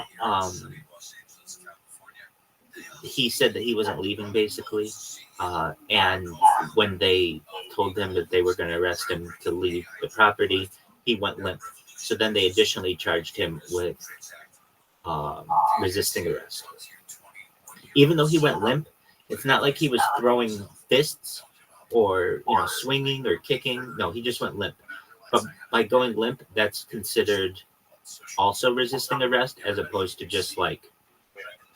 And he was like, what, like where you don't walk with them to the squad car, you just drop to the ground basically and play dead, like so that they have to drag you out basically.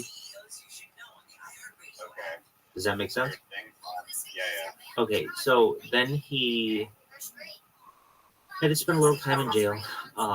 The judge told him like he had to stay away from his parents for like 45 days, and he was getting probation. And basically, his probation consisted of like having to take random drug tests and just like keeping himself out of trouble. All right, so then I met him. Well, he was watching me for some time, but I just didn't know it until he came in to my stream and started talking one day. And then I invited him in the Harry Potter Homicide 10 email group, and that's how I got to be friends with him. He told me that he needed a job, and so I was able to get him a job or help him get a job, but he got the job. But like I put him in a good position to do it, and he couldn't hold that job because he was on probation, and there weren't any exceptions to this. Additionally, he was having to do random drug tests for the whole year, and it just got to the point where when you're trying to find a job or you have to go to a job and you just started, and then you have to say, hey guys, I have to leave early tomorrow. Randomly, you have to randomly tell them this because you're being told randomly that you have drug tests, and so you have to say to them, hey, I'm on probation, I need to leave at whatever time to be able to go take this drug test. A job doesn't want to hear that from you. They were going to be like, that's not excused, that's on your own fucking time, don't do that on our time. But the thing is, the state of Nevada is very strict, and they say you have to do this. So what does he end up having to do? He has to go take drug tests. So this happens basically until recently. Then I told him, like, dude, try to. He's like coming to the point where he doesn't have anywhere to live. He doesn't have any money. He doesn't, he's basically up the creek. So I say to him, look, dude, try to reunite with your parents. Like maybe you just had a bad night in December, and maybe they'll be willing to help you. So he calls them and he reunites with them to some extent. I'm just trying to get him a place to live so he's not homeless. And he's like, we had really good talk, and they said that they would give me a lawyer to help me with some of this stuff. And I'm like, okay, so they basically put you in jail, and now they're going to get you a lawyer to help fight it? And he's like, yeah. I'm like, okay, are they going to let you live at their house? And he's like, we're working on it. So that happened until like the beginning of July. That's where we were. Where it looked like he was going to. Can you pause the story? I got with my dog outside, but Absolutely. I'll be back. So Absolutely. You got it. I'm glad you're back. I'm very glad you're back. Glad to be back. Excellent. Shout out to L, baby. L's the man. All right, don't go anywhere. I'm not. I'm here.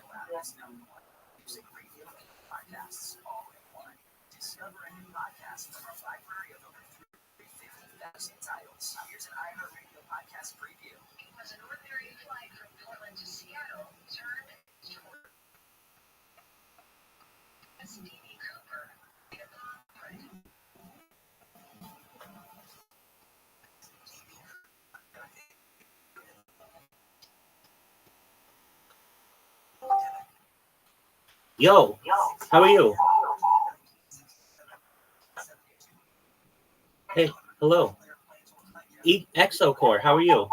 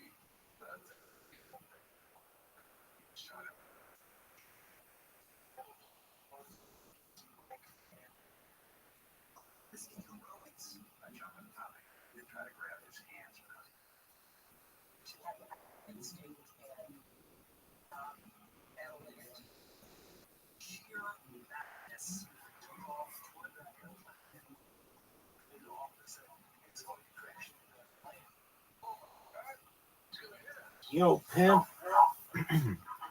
Everybody wants to know where L is. L, living like a pimp. L stands for living like a pimp. Pimp, pimp, pimp, pimp, pimp, pimp.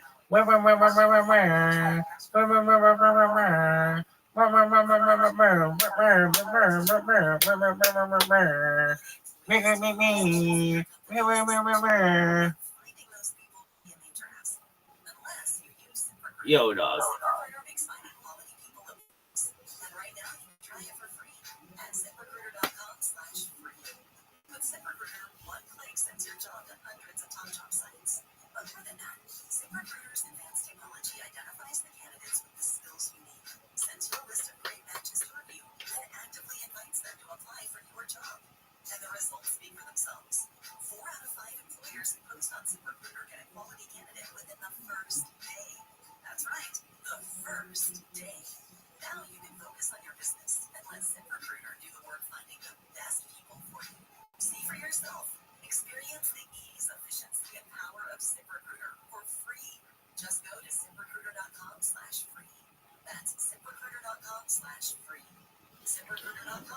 Remember that time when Al's dog had to take a shit? Everybody remembers. And then Rabbi was singing, looking at Los Pollos TV, addressing allegations, New MILF Manor episode with his dad. I don't know what Los Pollos did, but I'm glad I don't have to address that shit.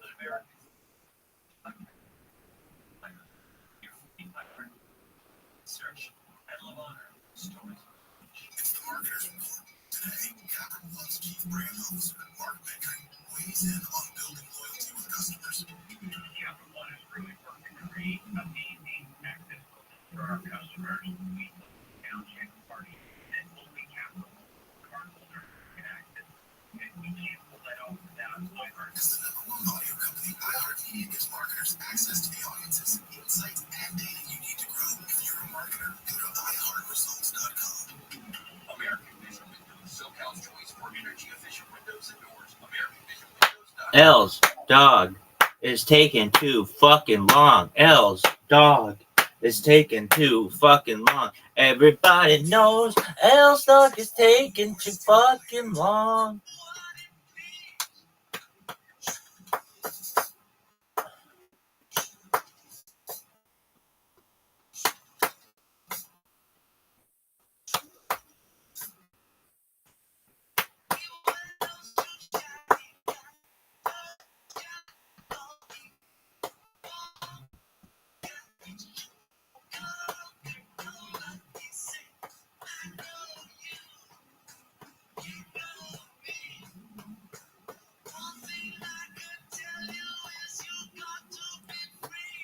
Yo, dog. How are you?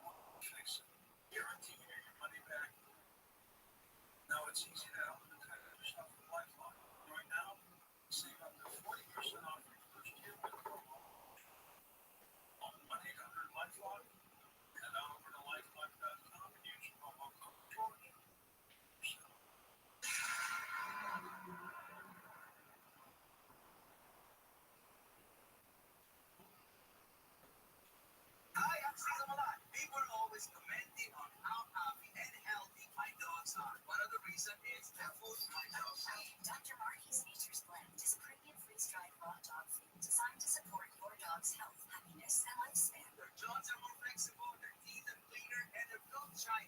And why they seem more useful even as they age. I've been there in Dr. Marty Goldstein. I've helped countless dogs thrive with one simple concept. Your dog needs a high-beat diet similar to what their ancestors ate in the wild. Dr. Marty created Nature's Blend using 50 years of nutritional research and experience, helping dogs make incredible turnarounds. Save up to 54% off Nature's Blend and get a free bag of cod crispies. Their wild cod ultra crunchy cod skin treats. Go to drmartypets.com/coast or text COAST to 511-511. Your order is back with a 90-day guarantee. All dogs are unique. Dog results dependent will vary. Message and data rates may apply.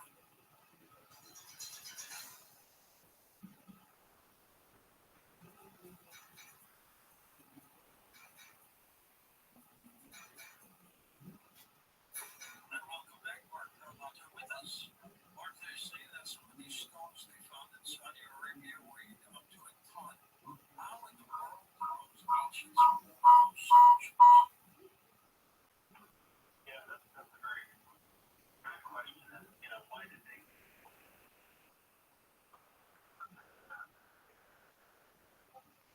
feel really well done? What was perhaps needed at the appropriate time that they're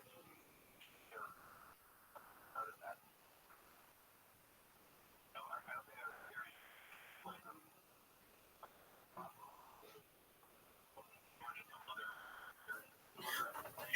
Here's Rabbi. There you go. Is he in here? Yeah, he's in here. Rabbi, can we get you on camera? Like what? Yes, you can. Just one moment. Let me switch devices. We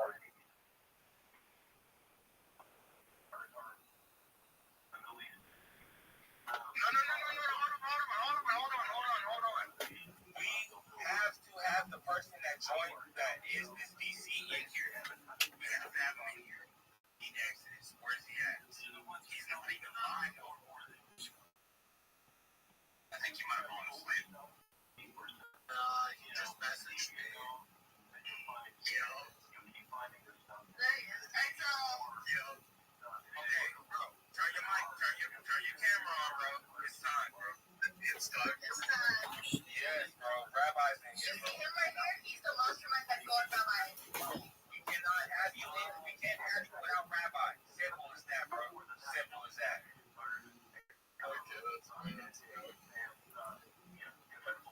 Rabbi, where's the fucking camera, bitch? He has multiple. You have to understand this nigga has multiple cameras. He has to turn one off. Yeah, this nigga has multiple setups. It's not even funny. This shit's not a game. Like,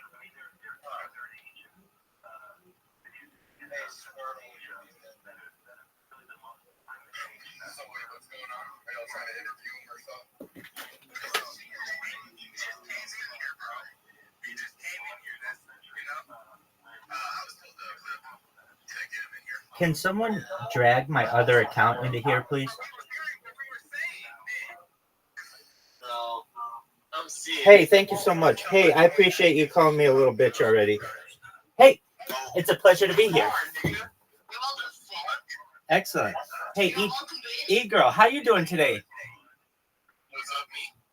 No, I want to know how E-Girl's doing. How are you? Excellent. Rabbi, Yeah. hold on. Check it like hold on.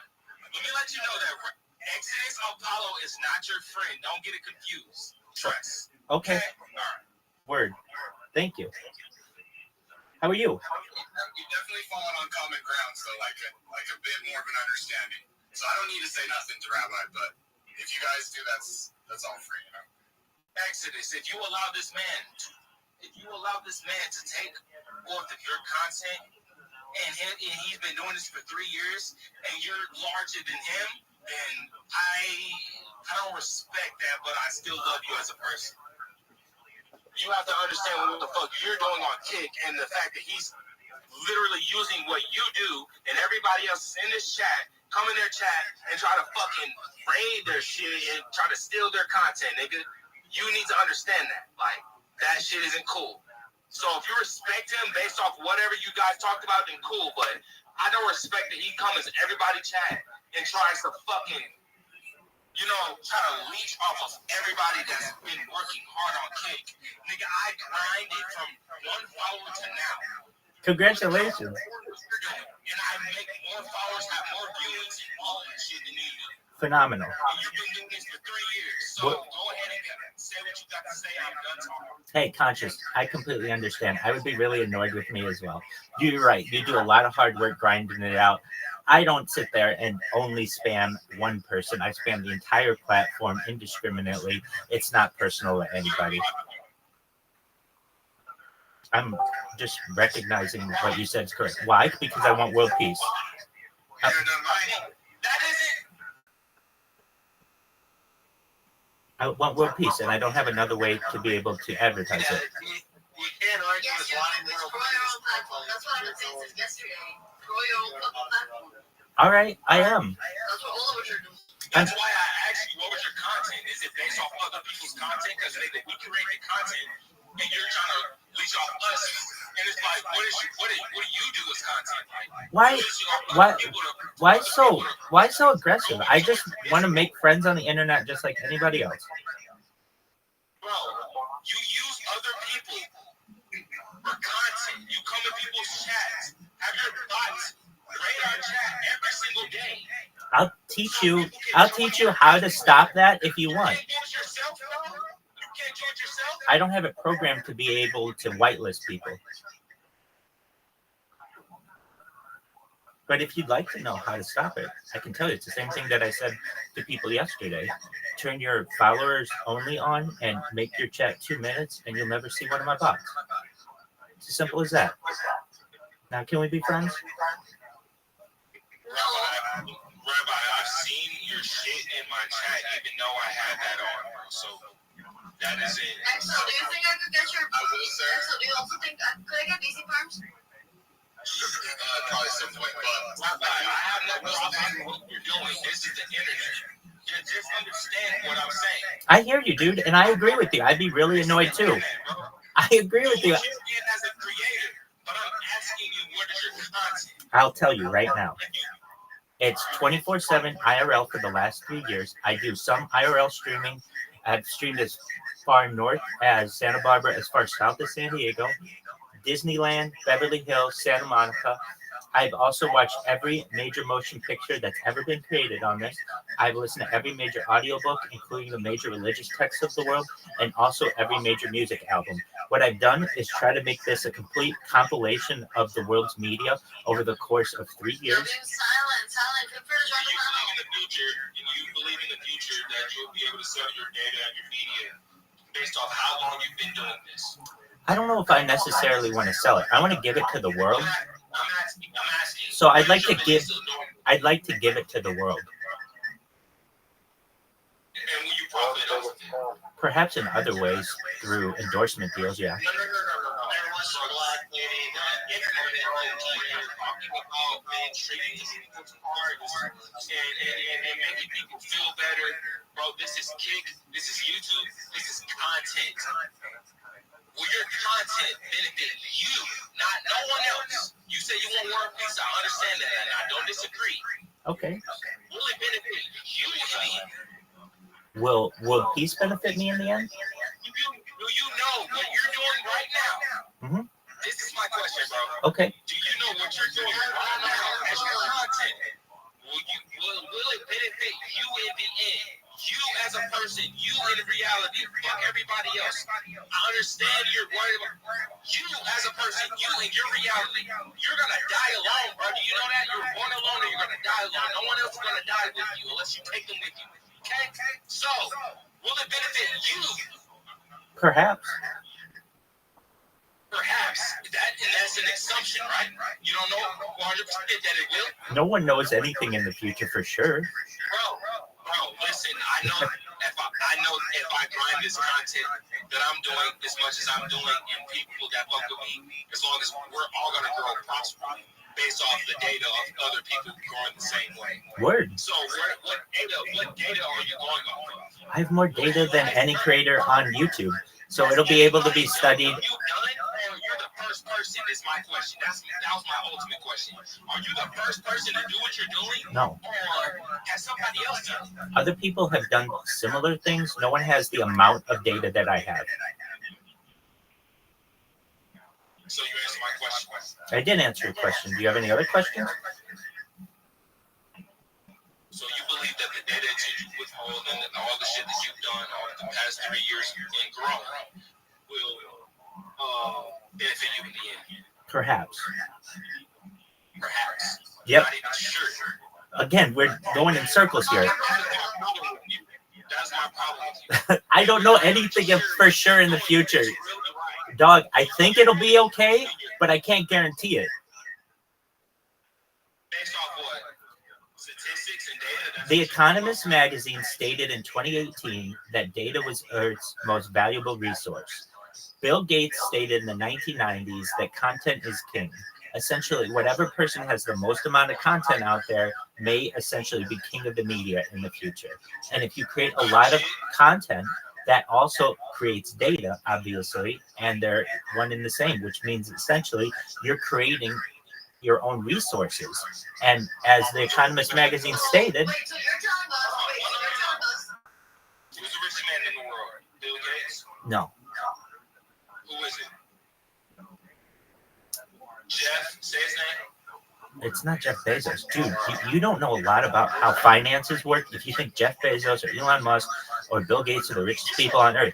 No, it's most likely Nathaniel Rothschild. Oh, that's why you name your name after him. I see it. No, that's my last name. My last name's Bauer. Oh, excellent. So you know the connection. If you're not familiar, in the late 1700s, the Rothschild family was originally Bauer, which meant farmer. It was changed. You're one of the originals. No, they changed their name to my family. Again, they changed their name about 300 years ago. Bauer meant farmer. Rothschild means red shirt. You have to mute whatever you have going on in the background. Okay. Anything for you, but my man. We're all like in everybody at the echo, like in my blood. That's fucking Rabbi. Okay, we got Rabbi Rothschild of fucking VC. Well, hold on, Rabbi, I have a question for you. Go ahead, girl. So you're telling us that the content that we do is your data. No, I don't care about your content. Did you? I love to know it's facts.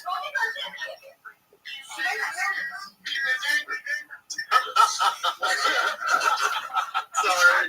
Why the fuck are you in our chat trying to get our viewers off what the fuck you're doing then, nigga? I don't get it. Dog, I was dragged in here. Let's just breathe. Bro, no, bro. Do you know how many fucking times I have to ban this man out my chat, bro? No one says you have to. Did somebody say you have to do that?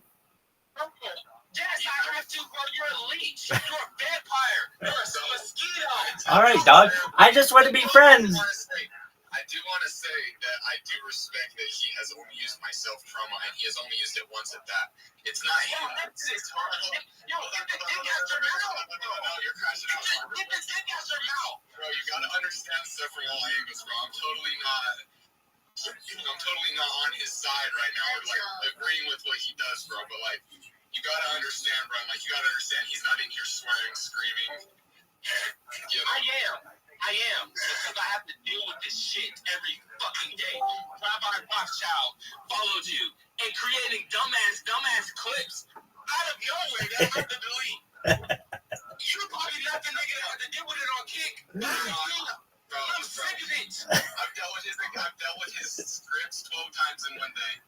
No, Exodus, you were the nigga out of everybody on Kick that was getting the same energy, but you were looking into it, and you finally got the niggas to your BC.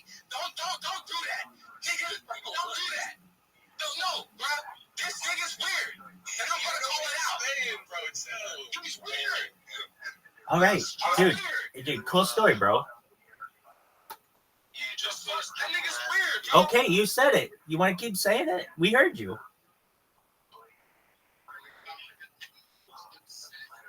How is everyone else here?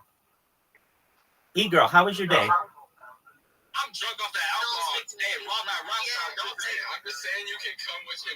You can come. Don't take nothing with him. Easy with it, though.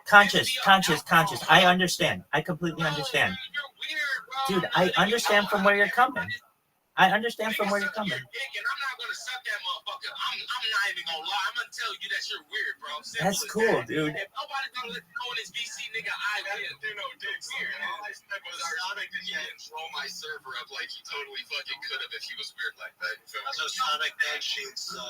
Well, Wahi, I have nothing else to say but Rabbi, you're weird and stop going in people's chat and do your own content like we did, nigga. Thanks, buddy. I appreciate it. Conscious, you're amazing. Absolutely. So this is Harry Potter Obama Sonic 10 Inu. It is a cryptocurrency.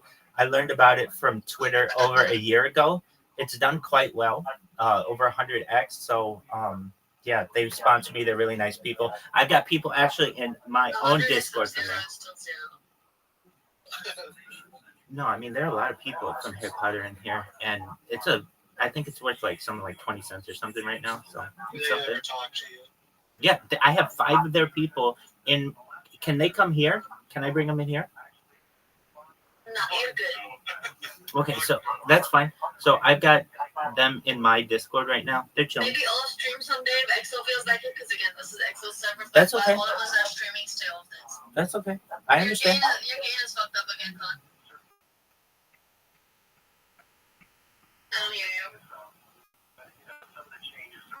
So, Igor, I'm going to ask you like the 3rd time today. How was your day? Oh, okay. I'm high as shit. There you go. That's what I like to hear. Good on you. You got an indica or a sativa? Neither. I drink codeine. Oh, you drink codeine. Wow.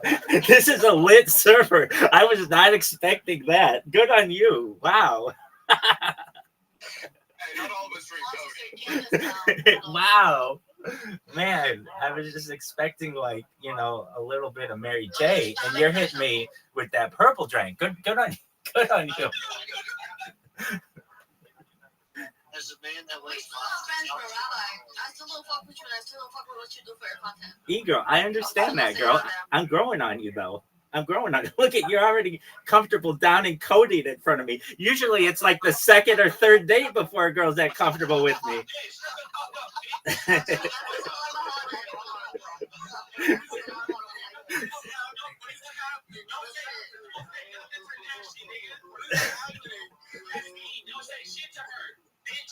All right, Conscious.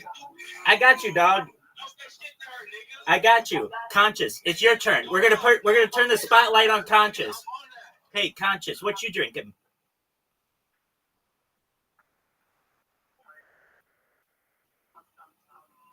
Conscious, I asked you a question. What are you drinking? Oh, I see. You only talk when I talk. I see. I gotcha. Okay. Well, other people. We have Vadim. How are you, Vadim 20 Russian? How you living? I'm saying niggas trying to reverse psychology, nigga. I'm talking to the chat as well. Bro, I don't give a fuck about you, Rabbi. I didn't invite you in the DC. Conscious. Are we best friends? Are we becoming more and more friends? Conscious, you love talking to me. For someone who you hate so much, you love talking to me.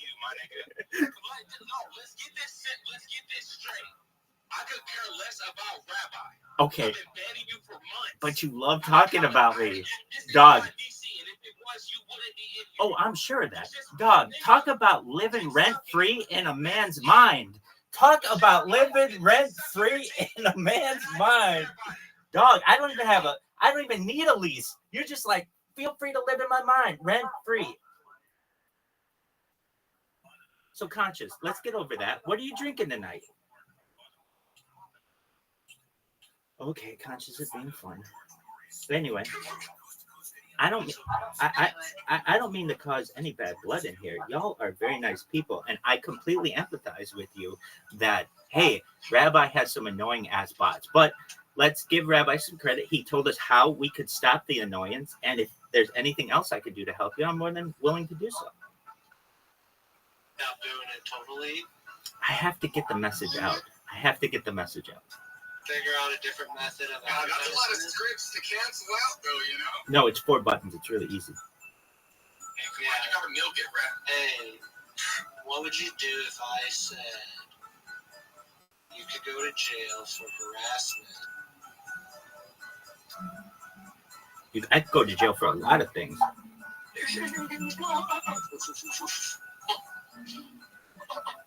Colin is actually crashing out on stream. Did he mute himself on the Discord? He did. Yeah, he's crashing out on stream. I gotta look at this. Water. Come on, bro. Good old H2O. Fucking die on some water.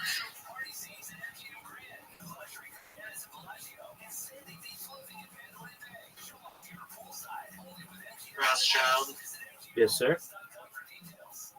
stop harassing people. I'm not harassing anybody. Anyways, Rabbi, feel free to go to the other VC, the one you were in. Hey. We kind of had the conversation. You're good. And I respect that. I didn't want to come in here and rain on anybody's parade. I'll do so. I hope everybody has a wonderful day and take care. Yo, can you hear me? Riser. Yo, apologies. Your dog took forever and like 15 people wanted to talk to me. I just heard very funny conversation. I opened the fucking chat again and then put 10 people screaming as loud as I can at you. By you casually pointed out, like, hey, I'm Rabbi Rothschild. I'm actually a nice person. What the fuck? You're not supposed to be so fucking nice, dude. You're supposed to fucking need to fucking grade yours. Dog, aren't they mean? We're just trying to like figure out like what the fuck is wrong with this guy. I don't understand. You're absolutely right. Aren't they mean as fuck? I mean, the one black guy was like, actually genuinely pissed off.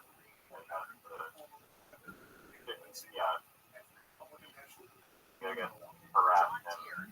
Except for you don't consider it harassment. Dog, STFU with harassment. If you want to consider that harassment, then the Coca-Cola company is guilty of harassment, and the McDonald's Corporation is guilty of harassment, and anyone else who advertises is guilty of harassment. Yo, what up? How are you? How you doing, Crown Lord? Wow, we got tons of people in here. We got EXO. Oh, is this Exodus? Yes, sir. What's up? Word, dog. How are you? I'm so glad you're here. Welcome. Sorry, everyone's so crazy there. Dude, they're amazing. I completely understand. I was just. I know everyone was drunk and so fucked up. No, dog, you got some wild people in there. I was expecting people just to be a little high on that green, and you got motherfuckers drinking fucking codeine in there. That shit is wild. cray cray in a good way. No need to apologize. I completely understand it. I don't want to make anybody upset though. So they should just know all love, one love. Right. I do appreciate you being so man. That's totally awesome. Like I know you could have totally been spammed and like, and I get that your scripts too and shit that run. You know, like I said, I totally still don't agree with it, but now I understand it more. You know. Absolutely. I do understand where you're coming from in the sense of world peace, the data, and you start to get it a little bit. 100%. Absolutely. And I don't want to annoy anybody. It's sort of like, man, like why?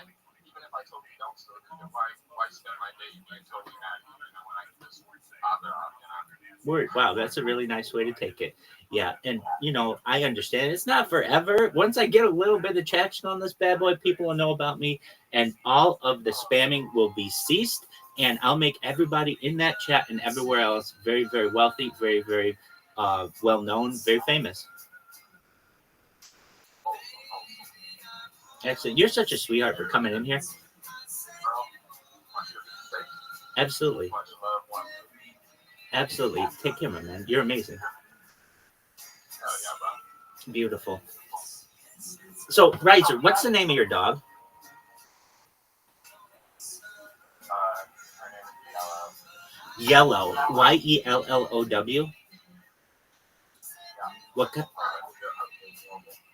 color of Asian people. Quit that. Quit with those words. What kind of dog is it? Not a Shiba Inu, it's a border collie and blue heeler. Okay.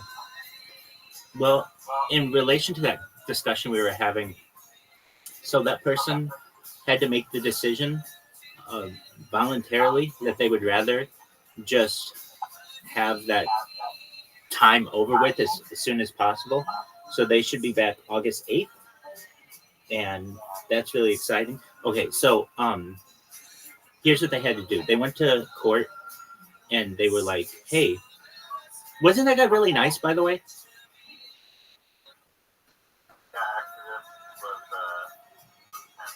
Totally. So my man was like, dude, I am so sick of having to take these random drug tests. I can't get a job. I already had a job, and they told me I couldn't keep the job. I was making really good money. He made $666 his first day, and that's really excellent money. So he comes in. I helped him get a job bartending. Easily, a night in Las Vegas. Yeah. So, yeah, especially in a bar where he was, which had a casino in it too, or like casino games, because people will also tip out if they hit a jackpot. So if somebody hits a jackpot of $1,000, they might give you $100.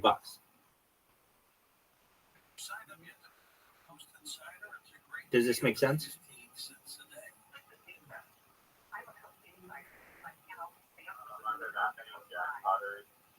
Yeah, over the course of a night, there might be a couple people who might hit.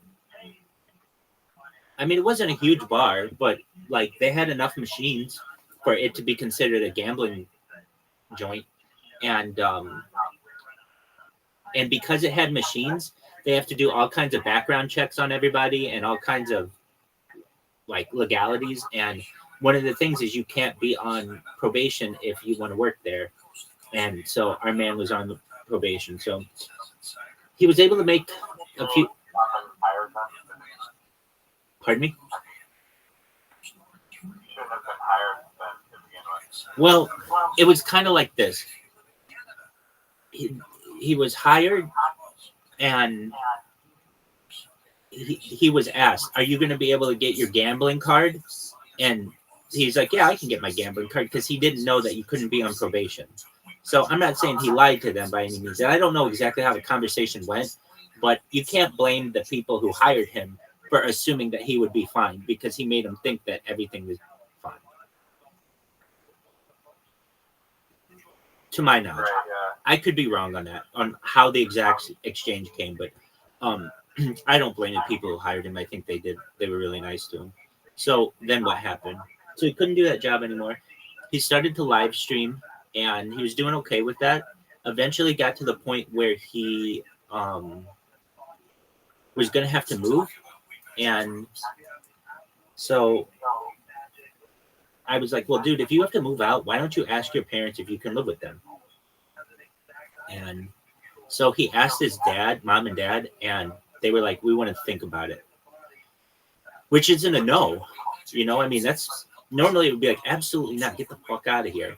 But they were like, we need some time to think about it. This was like last week. He tells me that his parents thought about it. They're not going to let him move back in, but they are going to pay for his attorney. So he gets an attorney. They go back to court on like, I don't know. It was like the 9th or something. And Caspian C says to the judge, look, what you're having to have me do with all these drug tests and not being able to get a job, you're basically leading me to homelessness.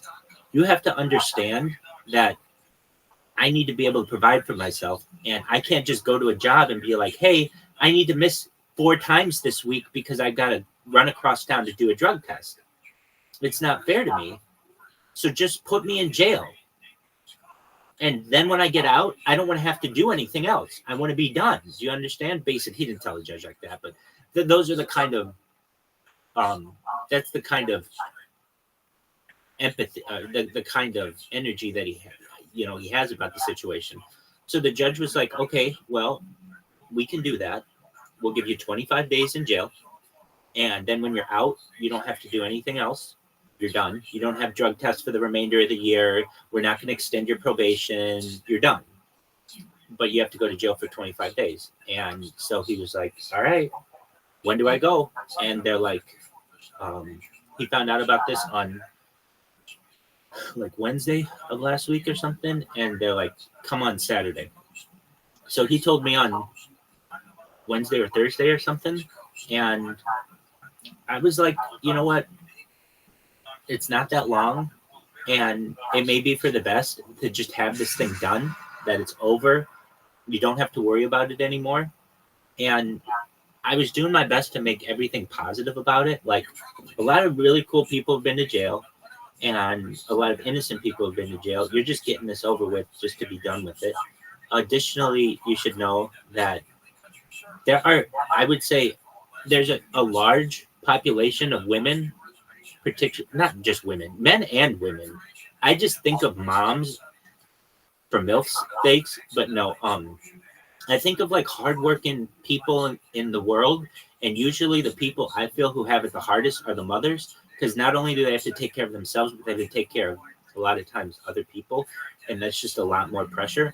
So I could see a bunch of moms in the United States saying, wait a second, you mean to tell me that I could have a break from my family for 25 days? I get to watch TV. I get 3 meals provided for me. I don't have to worry about the heat of the outside or having to dig through trash cans because I'm homeless, or have to worry about somebody beating me up every time I turn a corner.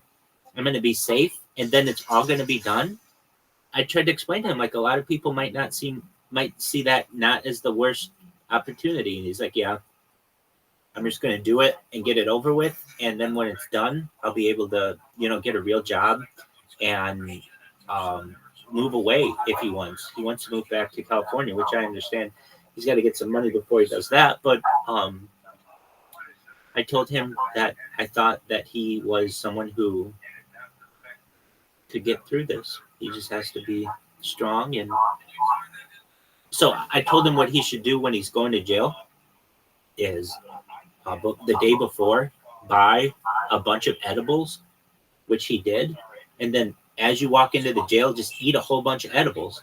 And then at least when you're there, you're going to be fucked up for the first 1 or 2 days. If you eat a lot of edibles, you could be fucked up for days. So you'll just sleep through the first 1 or 2 days, hopefully. And then it.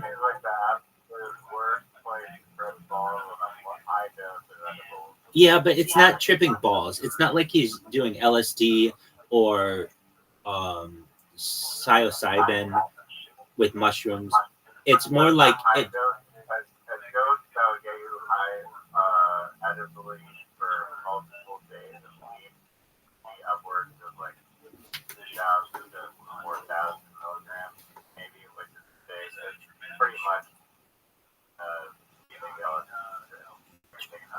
Yeah, but he didn't have anything near that. He had 200 milligrams, and yeah, exactly. It was nothing, but for someone who doesn't do edibles, it's enough to get you a little fucked up. At least put you to sleep for a while, and so his last night, we just hung out. Right in jail, it's just like they just trying to do edibles all the time. Like everyone just has fucking jail. There's a jail like There'd that? probably be a lot less violence. Yeah, I can imagine that. So he was. I told him, like, dude, if anything, if I were you, I wanted to make this as short a possible stay for him as possible. So I said, look, sleep when you're in jail. So stay up all night before, because if you do that, then you'll be really, really tired when you go in, and then you'll have the opportunity. That's gonna be one day cut off. That's the best I could do for him. I wish I could have done more, but at least it's something. Well, you gave him conflicting advice. Stay up, take an edible, so he's already exhausted and No, that's the thing. He wasn't tripping balls. He just had a nice body buzz, which is all you're going to get with like 200 milligrams. So getting a nice body buzz and then walking into the jail means that he's going to be comfortable, he's going to be calm, but he's tired. And then the second that he gets his jail cell, he's going to fall asleep. So 1/25th of the time gone. Hey, dude, that's not bad. That's not bad. I mean, it could be worse. I'm wondering how you drink the other 24 days. Well, I did what I could for that. So I was like, dude, okay. I've never been to prison, but I've had friends who've been to prison, and I didn't know him at the time. I had this friend who, when he was like 18, Grand Theft Auto had just come out, and he robbed a friend of Grand Theft Auto, but because he had a gun, it was like armed robbery, and it turned out to be like 15 to 25 years or something that he had to spend in Pelican Bay, which is a really serious prison in Northern California. So actually the way I found this person was through synagogue. He came to synagogue. He wasn't he's someone who was a conversion candidate, and one of the rabbis kind of took him under his wing and some other things. So this person would tell stories about what happened to him. And one of the things that happened to him was what you can do is basically say that if you have like any kind of medical conditions, you can get better places in jail. So I told Caspian C everything that this guy had said, which was like, was what? Well, I told him you could get a walker, but I said if you go in there and you say you need like a CPAP, like for sleep apnea, there's a chance that you can get a cell perhaps with like a plug, which means you can't be there alone because somebody could strangle you with the cord. And he had like a wound on his leg from something, and so I told him, like, dude, show them that you have a wound. What I was trying to get him to do was get into the hospital part of the jail as opposed to the general population. And so the last I heard from him, the last I heard from him was on he was going in on July 13th, the same day that Trump was shot. And I think he went in at like 8 o'clock in the morning or something, 9 o'clock in the morning. He had to be there. He had to be there between 9 and 11 a.m. And then what I've done, are you in his, I don't think so. Are you in his VC or his server? Is this? Yeah, I'm gonna send it to you. Just one moment. Is it anything great? No, but I do put a stat. No, he wanted to, obviously. Like, that was something that would have been cool. And he talked to me about it. He's like, dude, he's got my telephone number. And he's like, I'm going to call you. And I'm like, if you do, I'll stream it. But I think that was, he talked about it a lot. It'd be one thing if he talked about it once. He talked about it like 6 times. I'm going to call you. And, you know, if you get the call, just live stream it. And I'm like, all right, dog, I'll do whatever you need. Does he get one call or something a day, or? I don't know. I don't know the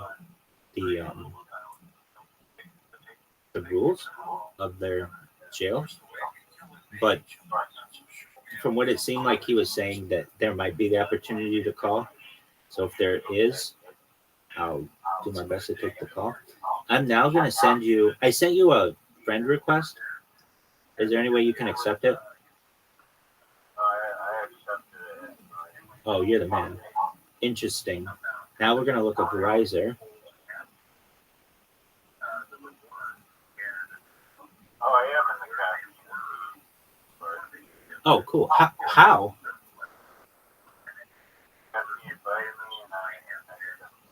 Tight. Okay, so you're already in. Excellent. Then if you look at this, look in the KS status, and what I'm doing is I do a countdown of, like, he's got 500 hours as of right now. And I'm going to put this in there just for a moment. So he started with approximate, do you see it? I just put another one in there. So he, yeah, he's been in there for like 4 days, 5 days. It's going to be 6 days. It'll be 1 week on Saturday. And if you're like, okay, well, what does that little time capsule do or that timeline do? Nothing. It just, I want him to know he's being thought of. And it's just kind of a, I mean, I became pretty close friends with him. It's like, I say this, when I stream and you become like, when you get on the stream or whatever, I become very attached to you because it's like we're having a sleepover. We're talking at all hours of the night with random conversations. You know all about me. And so, like, for him to do that where he was in the stream 24/7 and then to leave, it was like to be totally gone. I'll say it, I mean, I know it sounds strange, but it's like, it's really easy for me when I've got someone here to be able to like go like, hey, let's go on Monkey app, or let's go on Omegle, or let's go on something and we'll fucking meet people or do something. When I'm here alone, it's like, okay, fuck. I just make sure that these fucking robots are going. And you hear, Riser, that these fucking robots make a huge difference in people. Like, they know about me. Yeah,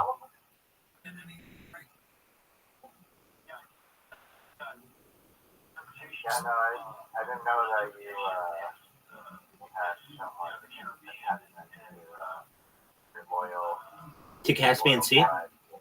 Yeah, I mean, I'm a loyal person, and also I want to see the best for people in general.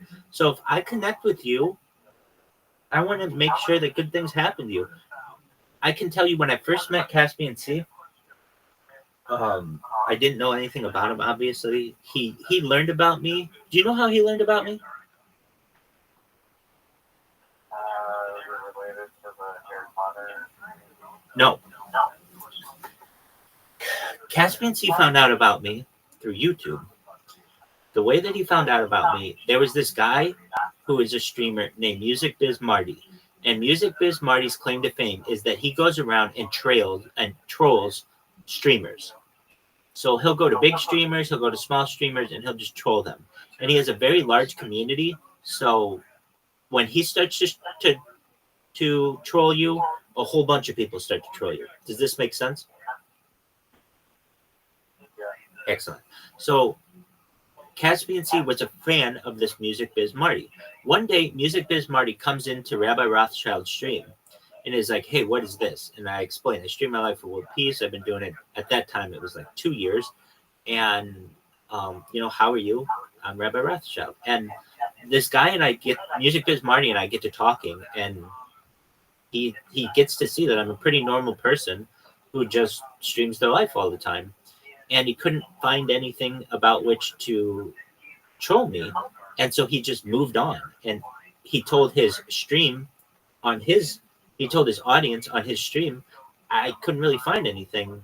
Whatever it was that I wanted to make fun of this person for, it was like justified what like, hey, why are you wearing Sonic on your pajamas? Oh, it's a cryptocurrency that has purchased merchandise for. Oh, well, that's actually pretty cool.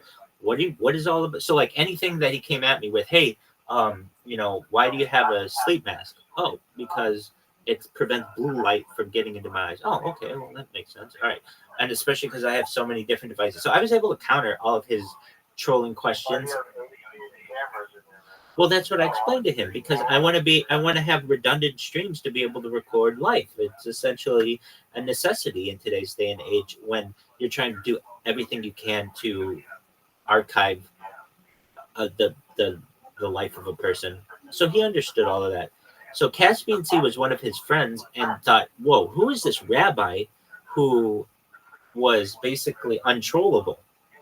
And so he hops into my stream and starts watching me for like 6 months or something. And then one day, I think I put the Harry Potter Obama Sonic 10 Inu, I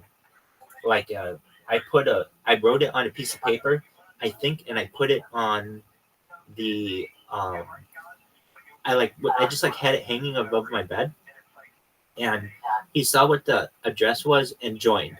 So he joined, or no, that's not what it was. He started typing to me, I think, in YouTube, and I put the address. Anyway, he gets into the Harry Potter Obama Sonic 10 Inu group, and I explained to him what it is. He knows about cryptocurrencies and stuff, so he knows that it's not like this is kind of common.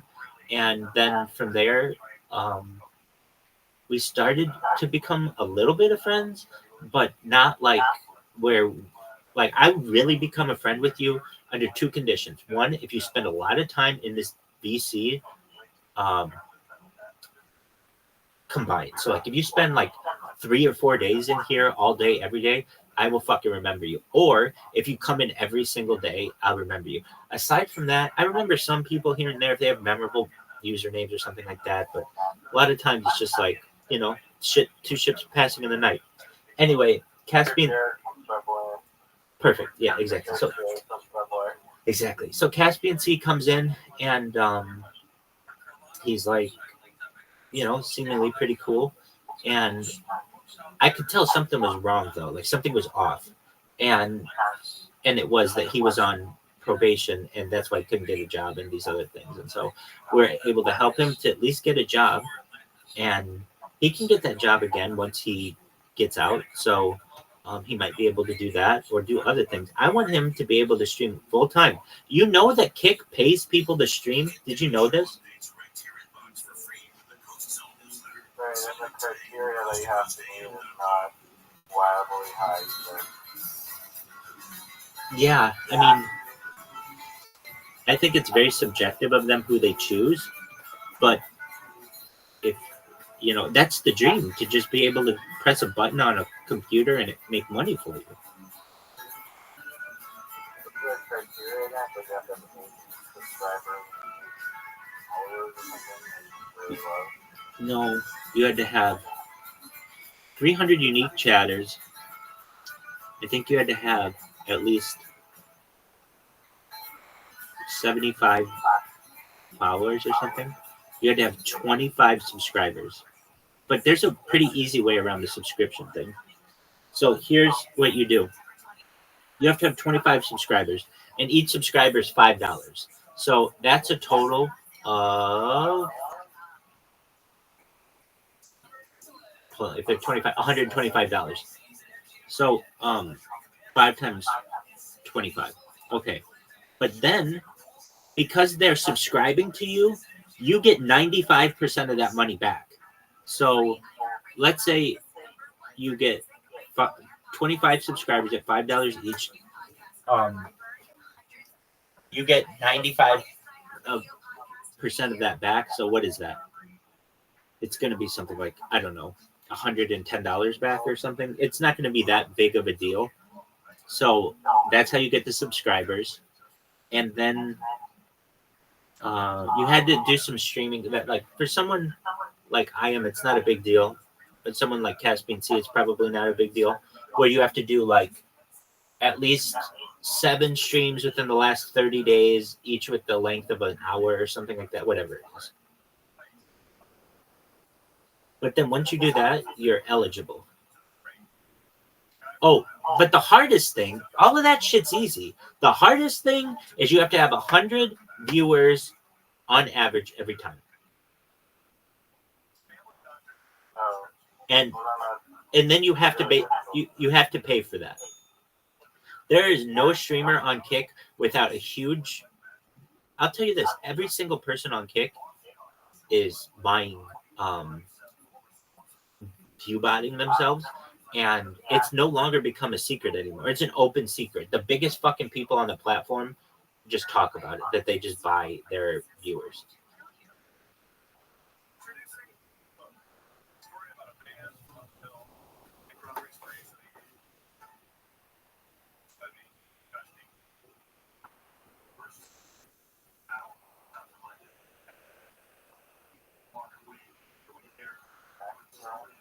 Dog, did you hear that fucking girl, E-Girl? I'm like, oh, so how's everybody doing tonight? And she's like, I'm high as shit. I'm like, oh, what are you smoking on? An indica, a sativa? She goes, I drink codeine. Like, holy shit. Codeine is expensive. Last time I checked, it's like $400 for a bottle. It's depending, you can just get it for free if you go to the doctor and do it.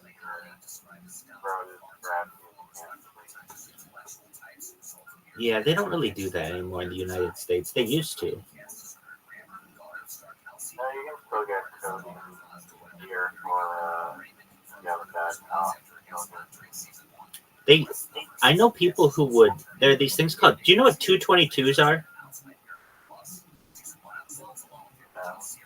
So, Canada used to have I think they still do, but I don't know.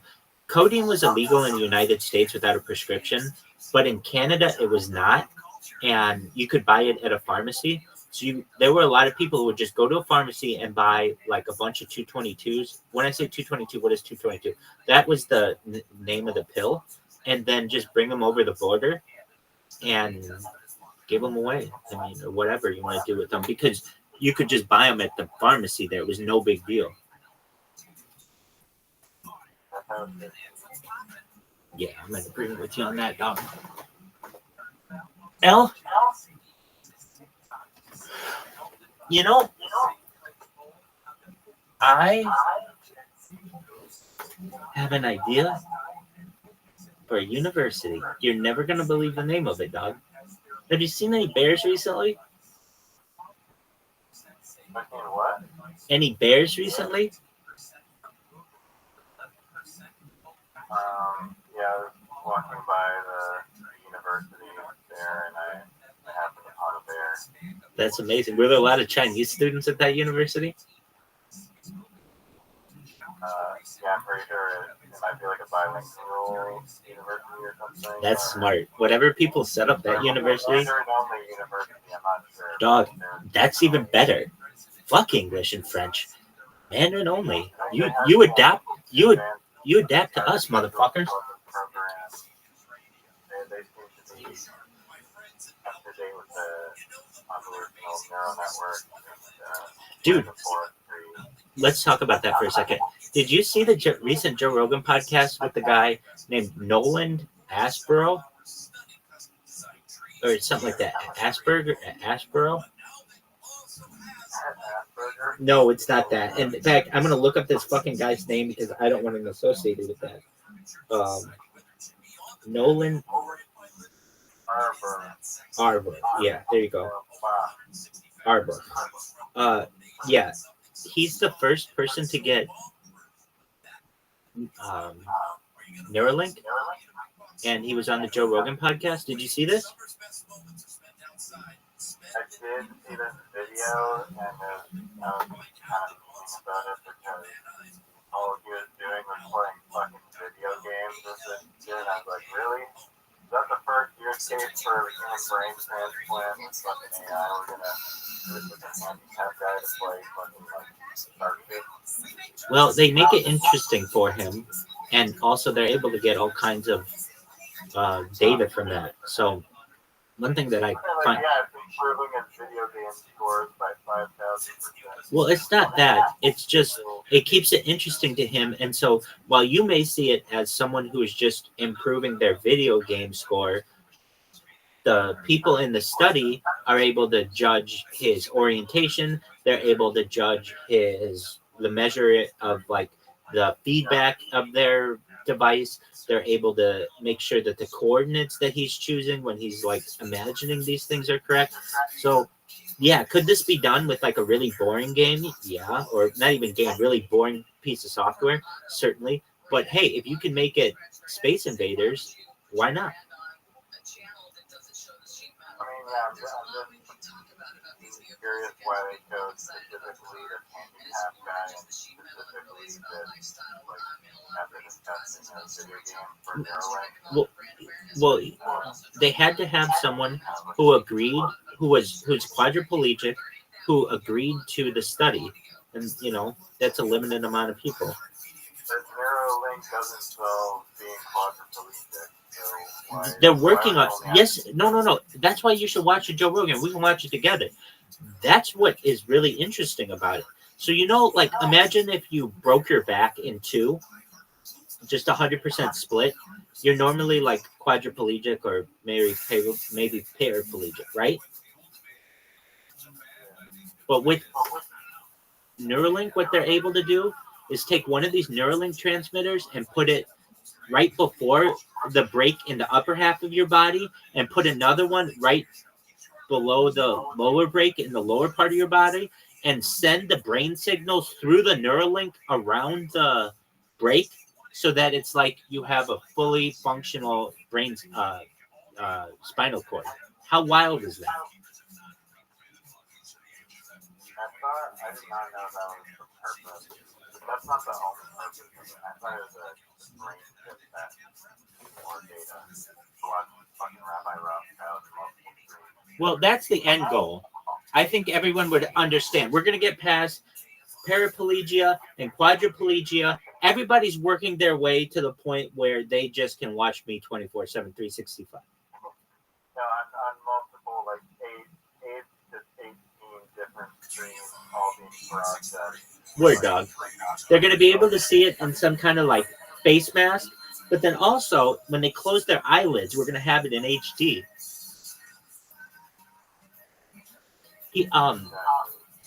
So yeah, it was really interesting to hear about Neuralink though, and I was not aware like you could use it for all the things that you're saying or that I was saying that he was saying, like, hey, the way that they're going to try to make him be able to walk again is put one of these Neuralinks in the upper part of his body and one in the lower part, and it can send signals to all his central nervous system in the lower part of his body and hopefully be able to like make him walk again. I mean, I think that's the goal. Oh, here's the thing though. It's unfortunate. So he's got the first version of this and they're not real comfortable putting in another one in the same person. So basically he got like the version 1 and then they're like, all right, well, this should work for like a few years. And then he's like, okay, well, aren't you going to take it out and like update it? And they're like, we're not at that point yet. So we don't know. And we don't know if we're going to use you for that. So he's like, you know, I understand that this may be the only, like, this is maybe as good as it gets, that I was just, you know, patient zero for this type of technology. And if it is, then I tried. He's, you know, he's just saying, like, I'm doing everything I can to help the world. I mean, he was a really, really down-to-earth guy. He was an athlete.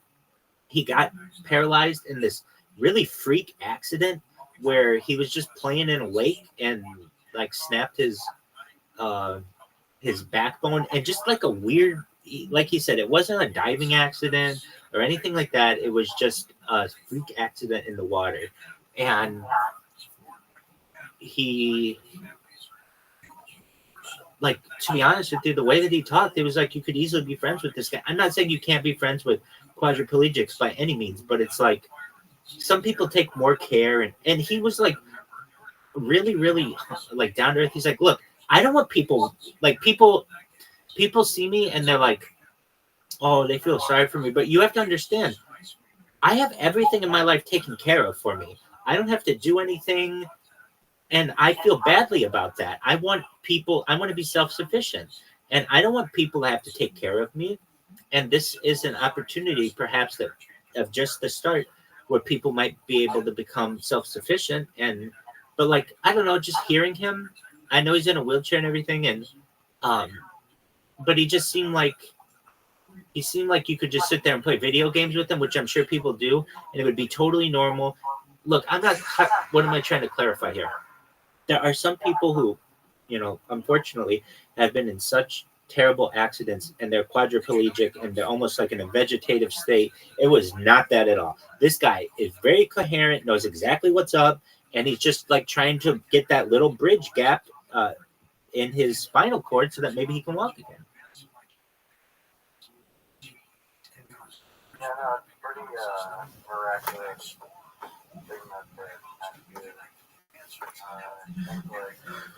Well, shit, and for him to not die.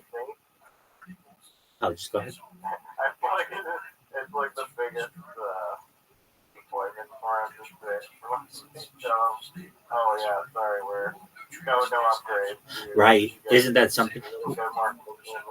Exactly. Dude, I want a phone right. He's like, don't worry, Elon Musk is working on getting you a fucking phone there, right? That's 2.0, dog. That's in the 2.0 package. Exactly. But do I actually think that guy will fucking walk again? I fucking do. I think that like they're like, look, we can't promise you 2.0 right now or 3.0 or 4.0, but they're not going to forget about him. And eventually it'll be like, all right, dog, we've got this new chip. We're going to put it in you. And also we want you to be the study to try to get you to walk again. So I think that like he'll be a very famous person. I mean, I remember when they showed him, I was like,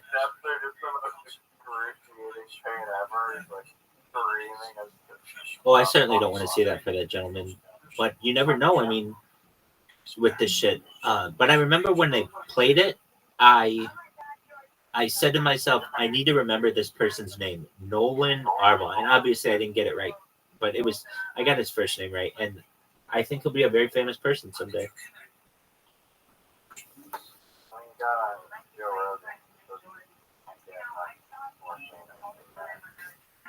I'm in agreement with him on that.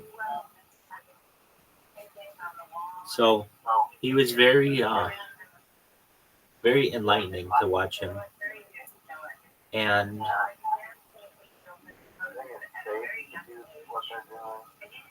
do they what?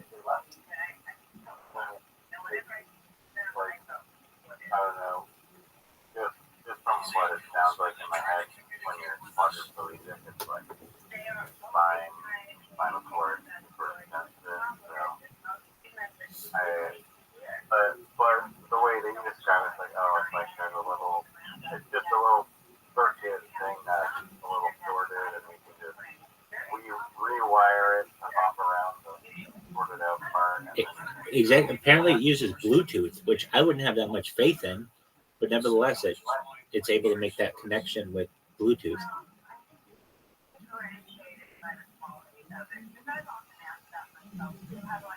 So yeah, that was really interesting. Back to Caspian Sea. So he was in here a lot, and then he wasn't, and I don't know. It would have been different, I guess, if he was like on vacation. He's like, hey, I'm taking a 3-week vacation. Okay, that's cool.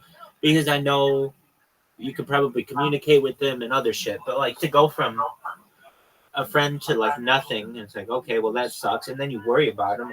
I mean, I told him, dude, it's better being in jail than homeless. And I still think that. Why? Homelessness, somebody could attack you at any time. Usually in jail, you're semi-protected. Homelessness, what are you going to eat? You have to steal or you have to dig through trash. They're taking care of 3 hot meals for you in jail. Homelessness, it's really, really hot or really, really cold. It's raining on you. It could be snowing on you. A lot of things can happen. In jail, everything is climate controlled. So I'm not saying it's a perfect place to be, but it's like, dude, there's nothing to do when you're fucking homeless. In jail, there's television. You can work out. There's some other things you can do. There are books. So I tried to explain to Caspian Sea, it's not forever, and you'll be able to get through this. And if you just, I know it's going to be boring. I get that. But You might also meet some lifelong friends. you could. You absolutely could. Yeah, I mean, even prison too, I guess, like humans are social creatures, so being totally isolated is really difficult, but if you're in jail and socialized, even prisoners, you're still probably trapped in jail. 100%, man. I told Caspian Sea. They can find physically, but they can't. No one, like, if you went to prison, Rabbi, like today or whatever, Being too sexy. world's biggest pimp, For being, exactly, we're being the world's biggest pimp. Absolutely. and not getting an authorization to start university in Vancouver. Dog, we don't need it. I'll tell you what. You'll be able to fucking. Sure, it would be tough probably without the Joe Rogan. I don't know. Dog, we're going to get. You're still going to have the personality of having a company. So this is what I said to Caspian Sea. Aside from being able to watch podcasts, your life is exactly like my life right now. I mean, or what it would be. It's like I live in a fucking room. I have very little social interaction. And I mean, the lights are on all the time. Look, I understand it's different. And by no means am I saying that I'm in anything like that. But you got to understand, like, I think it's not that far off. it's not that far off. So I'm trying to make him aware, like, dog, aside from the cameras, and you are on camera all the time there, so it's like, it's not that different. The only thing is I get to choose what I want to listen to, and you just have to listen to, like, whatever's on the television. But aside from that, it's basically the same shit. Yeah, I think also, I guess, we're so accustomed to, like, the internet and having this, like, little device that we just, like, whatever. our One mind word. just Absolutely. wander off That's the wherever difference. instantly. That's the That gets taken away. that It's like, kind of that's 100% the difference. The ability, what would drive me absolutely wild is being like, oh, who sang that song? And not being able to look it up. And I'd be like, motherfucker. And then I'd be screaming at other prisoners, hey, who sang that fucking song? And they'll be like, shut the fuck up, because there's no Google. we're trying to sleep. Exactly. I'd be like, who sang Rock Around the Clock? They're like, shut the fuck up, dude.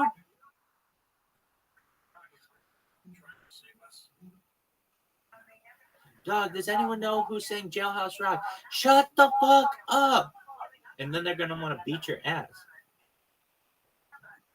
So, for Caspian Sea's sake, aside from being able to Google stuff, and I mean, it's basically a similar life. So I was trying to make him feel better about that.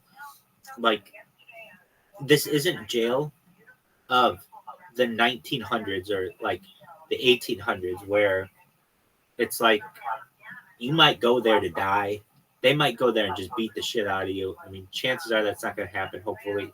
You don't have to be in the humidity and the heat and all that shit. I mean, he's in Las Vegas.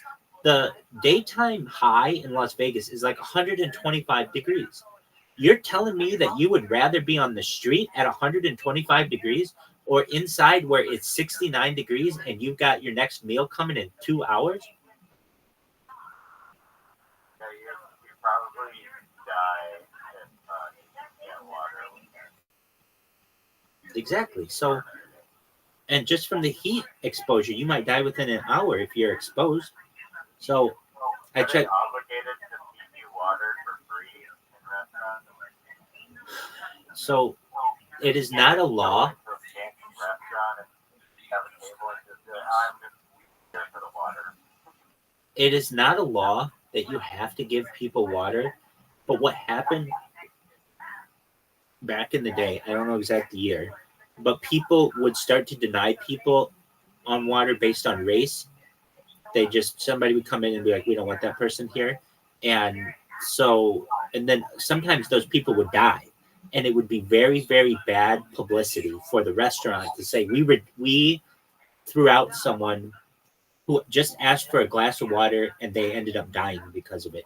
And because of all the bad publicity, generally places have been open to giving you water, but it's starting to change. I mean, you can't just go into a fancy restaurant and ask for water. They'll throw you out beforehand. If you go to some, I don't know, I don't eat fast food, but like if you go to some fast food, I'm sure at points they will, I think I've heard of this. They charge you for an ice cup or a water cup. They'll charge you like 5 cents, just a little something, so that you just don't abuse the system. I've never gotten charged for a cup before. Well, I've seen it for ice, or at least like on signs and stuff. But to get charged per cup, well, I can say they've made some rules too in the United States. Like, you're only allowed to. Well, frankly, I learned all this shit from Reddit because a lot of people on Reddit, it's just shit on Reddit. Okay, so like what? McDonald's apparently used to allow like old people, especially, to just come in and sit there all day and fucking drink coffee and just to have people in the restaurant. They didn't cause any issues. And so you'd have like a whole bunch of old people who would come in every single day to become like a staple of the restaurant. Well, then they started, what up, what up? How you doing, Al? How you living, pimp? I'm Rabbi Rothschild. Anyway, if you pretty close, dog. I said hello, Al. A-L. Yo, dog, just one moment. I have to use the restroom. But I won't take fucking forever like your dog Yellow. BRB. Even though I'm not going to do it, I'm going to cut camera. You got to do the line now. Just, all right? Can we hear it, please? Я очень рад быть в Америке. Сейчас в Москве. Ожидаю прохладно. Something Monica is You know, what I would have loved to have seen, actually, is if they could have combined and drop-off funeral and the Olympics and had him in the bobsled run. All right, I'm ready, Howard. All right, can we get it now? Yes, sir. You know what the line is? You want me to hold the cue card? No. Yeah, I can. The one that says now doing commercial. Okay, Yes, we got here it. we go. Mm-hmm. Storm. That's a German name, isn't it? Storm. It sounds like a dog. I love that old Storm. Come here, boy. Hey, off the leg. We're ready now. Here we go. I'm ready to say that line, Howard, because I love you. I love you for the man that you are. An incredible man. More than just one night. A man who can, I don't know, make you realize, ouch, who are you? I'm ready now. Okay. You're ready? Thank you, Mr. William. Yo, dog, I'm back. Thank you for your patience. So, you know about my kickbots, right? Changing the topic from homeless people getting water to kickbox. Oh, no, let's continue with that discussion. I'm always about kickbots, though. So, homeless people getting water at restaurants. Yeah, I think I've seen like signs on Reddit and stuff like we charge 5 cents for a cup for ice, stuff like that. But nevertheless, I feel the United States has a major issue at its borders, and we are basically setting people up for their own death, and that they should put water stations in the middle of the desert for people. I think that's important. I mean, like the people that are okay. I read this thing. I've heard about it before. I didn't understand what it actually meant. Apparently, the U.S. has a open border policy. So apparently, that's true. No. Is there an open border? Yeah. But Yeah, I guess you could probably say at this point it's true. Yeah, because there's just people flooding in by thousands, I guess, from usually Mexico. Oh, hold on. No. We don't technically have we have an open border, but that doesn't mean everybody who crosses the border instantly becomes a citizen. So, Right, but there's like laws basically to protect people from being deported, yeah. So basically, this is what it is: you cross the border, and then you make it to like a border checkpoint or some kind of checkpoint, and then they like fingerprint you to make sure that you're not like an international criminal or something, and then they say that you get a hearing date with an immigration judge, and the next hearing date is in August of 2039. So it's like, what do you mean? It's like, yeah, that's 15 years away. And they're like, yep, that's how long the list is. So you can stay in the United States as long as you need. And your hearing date, and so long as you have, there's a rule in the United States or a law, so long as you have a hearing date, you can't be deported.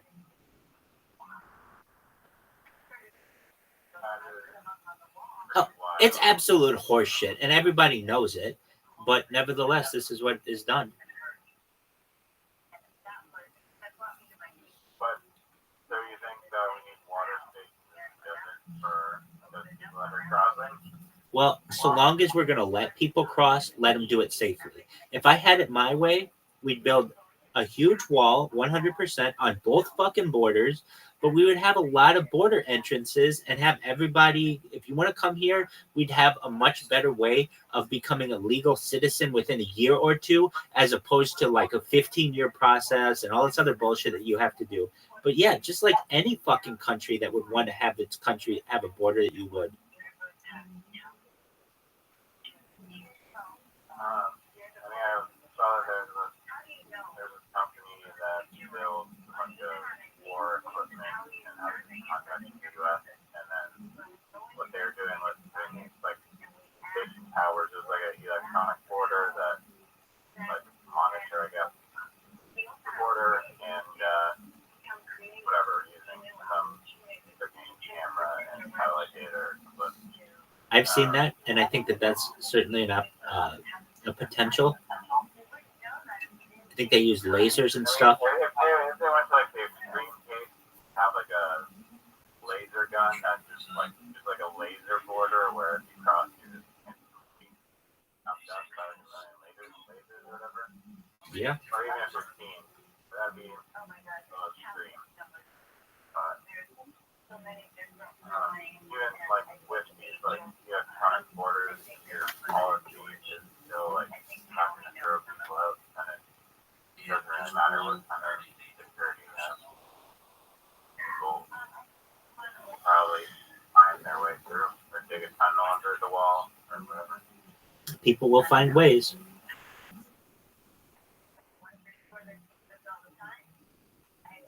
It's wild shit.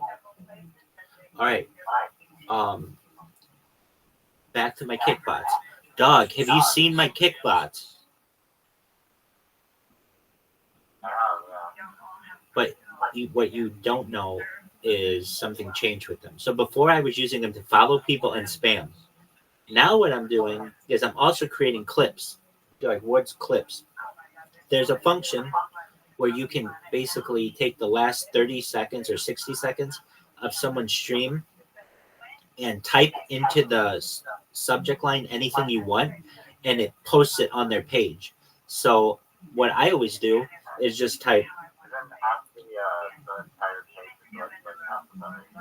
Exactly. Oh yeah, did you see that? Yeah,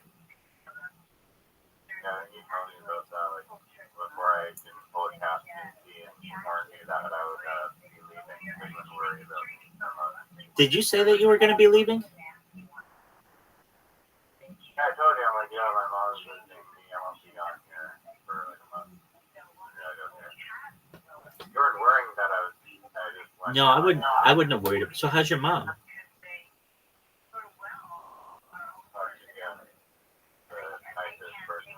Is she still fuckable? Is she still fuckable?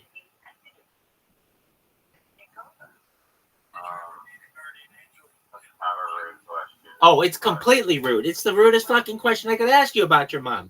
Let me repeat it.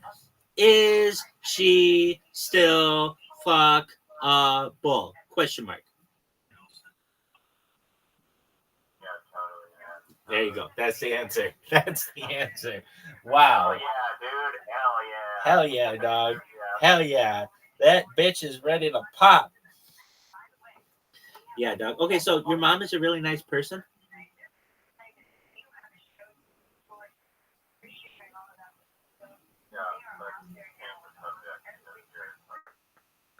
Oh, dude. I can make a joke like that. Okay, so your mom came. She visited you for a month. She is a really nice person. Did you guys do anything fun?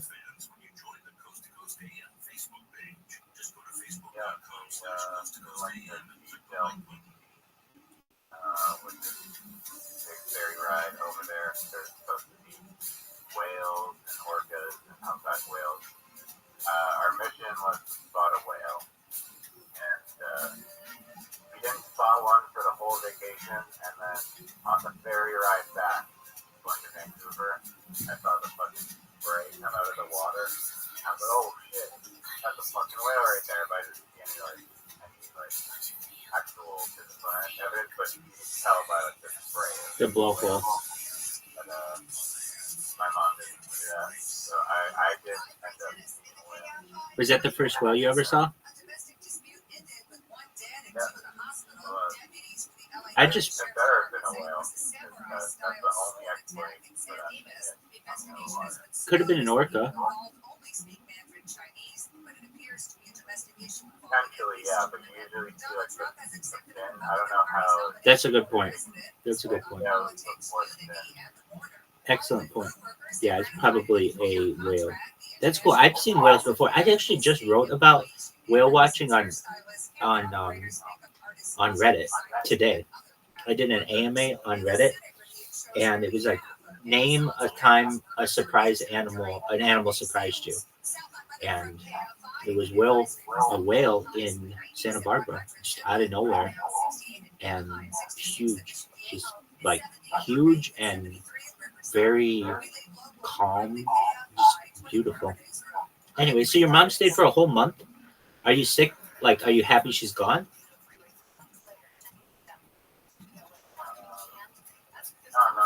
Not happy that she's gone. I love her. I spent time with her. So. Sure. Okay, that's cool. Happy that she came. There's what? Haven't spent time with her for a month. We live pretty far away in Ontario, and I'm in BC, which is like a 4-hour flight. Right. I drove across the country with my last dog. That was like a 7-day journey through all the provinces. We got to the landscape of Canada. I bet that was beautiful. Yeah, no, it was like the pinnacle journey of like my entire life, where like the birds and that and just fucking center off into the unknown. Saw a lot. It was pretty cool. Wow. I was like blown away when I finally made it into the homeland with all the mountains. Once you get into Calgary, then you get to see the mountains.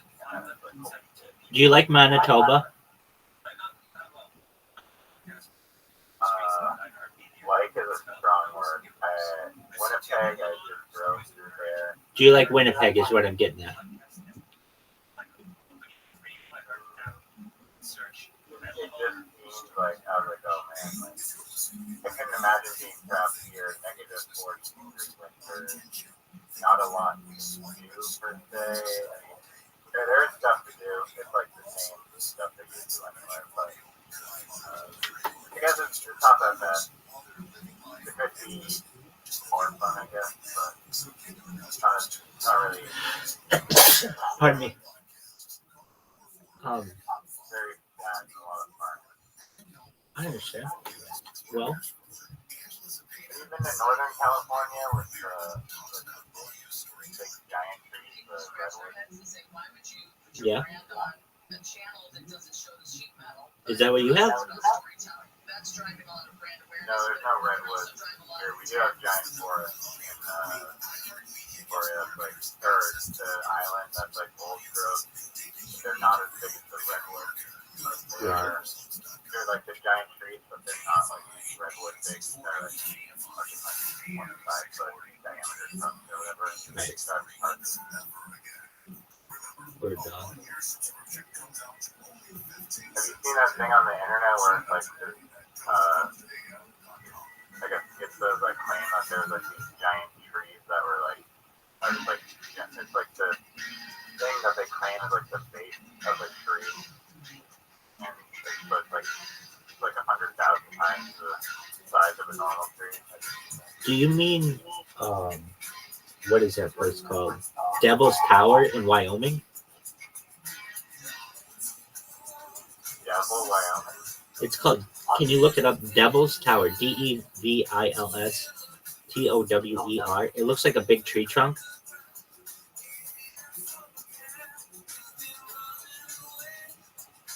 Yeah. There we go. So they think that that was a tree previously. Yeah, that's what people say. I can tell you. I think that that's like indigenous people lore. That there were like giants here before. I'm not saying that there weren't giants, but not giants that big. That's a really big thing to be able to cut that down. And even still, I mean, we show that it's like rock. It's not even like carbonized, fossilized stump. So somebody just sees that and they associate it to be a large tree trunk, large tree stump, but in reality, it's not. Now, the question remains, how amazing is it that everything else in that area basically has been run down due to erosion except that tower? That's pretty wild. The ocean? No, well, like, as I understand, to get a tower like that, it eventually, like, it shows you initially how high the land was, and that erosion can drop the land, like at the Grand Canyon. Basically, like the erosion of water has created a huge canyon. Everywhere around the dump was eroded away. We're gonna look that one up. That's an excellent question. I guess I'll just look at how was Devil's Tower made. How was Devil's Tower made? I don't think it's a reverse Grand Canyon, though. That'd be cool. How was Devil's Tower made?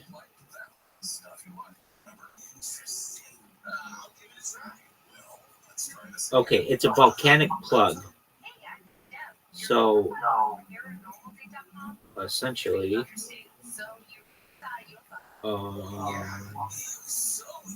oh yeah, okay. So according to Native American legend, the tower was formed when 7 little girls were chased by giant bears.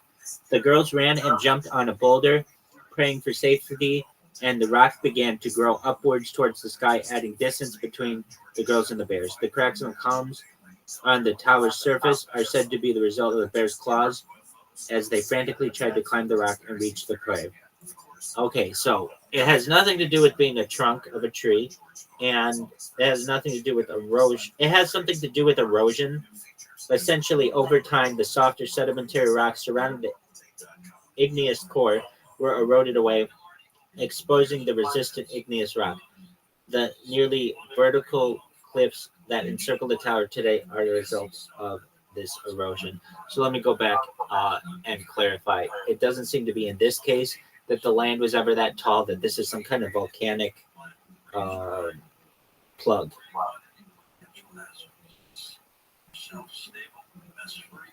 But that is still accurate for the Grand Canyon.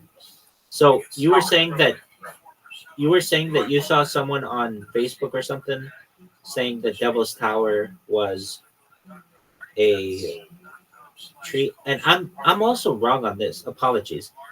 It's in North Dakota, it's in Wyoming. Apologies. Here's why I got confused. It's in Wyoming. I was right about that. But it's in the Black Hills, And the Black Hills are normally North and South Dakota, but it is also Wyoming.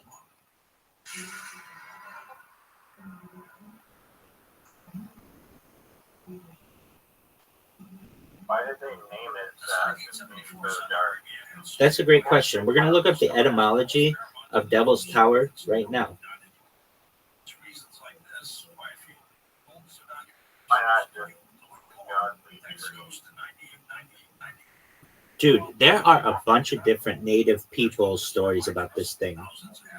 A lot of them have to do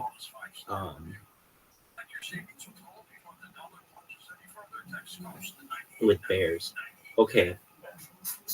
So you want to know why is it called that? Etymology.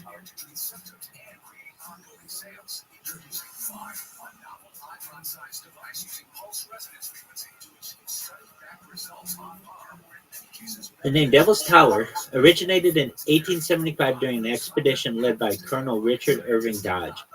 According to records, his interpreter misinterpreted a native name, likely from Lakota or Cheyenne tribes, to mean Bad God's Tower. This interpretation was or has been widely accepted, and the name Devil's Tower has been used ever since.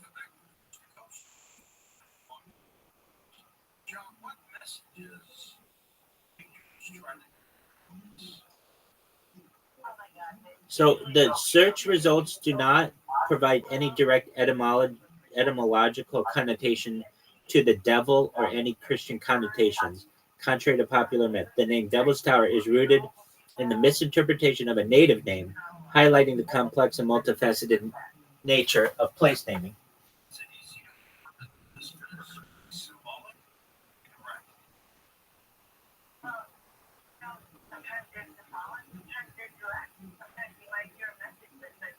Amber escapes the bears, the girl goes climb on top of the rock, fell to their knees, prayed to the Great Spirit. Hearing their prayers, the Great Spirit made the rock rise from the ground towards the heavens so that the bears could not reach the throne. The bears left deep claw marks in the side, which had become too steep to climb.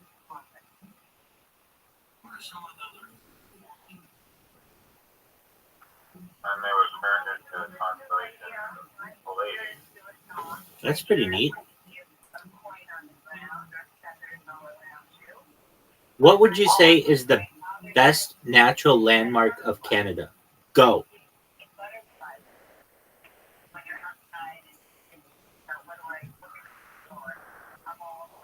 Natural landmark. Like, I would say the United States is the Grand Canyon.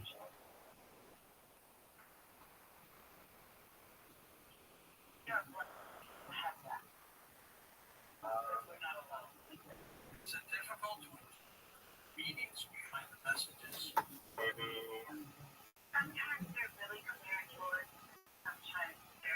Lake Louise. No, dog. That's a shitty answer. You gotta give me something good, like Horseshoe Falls.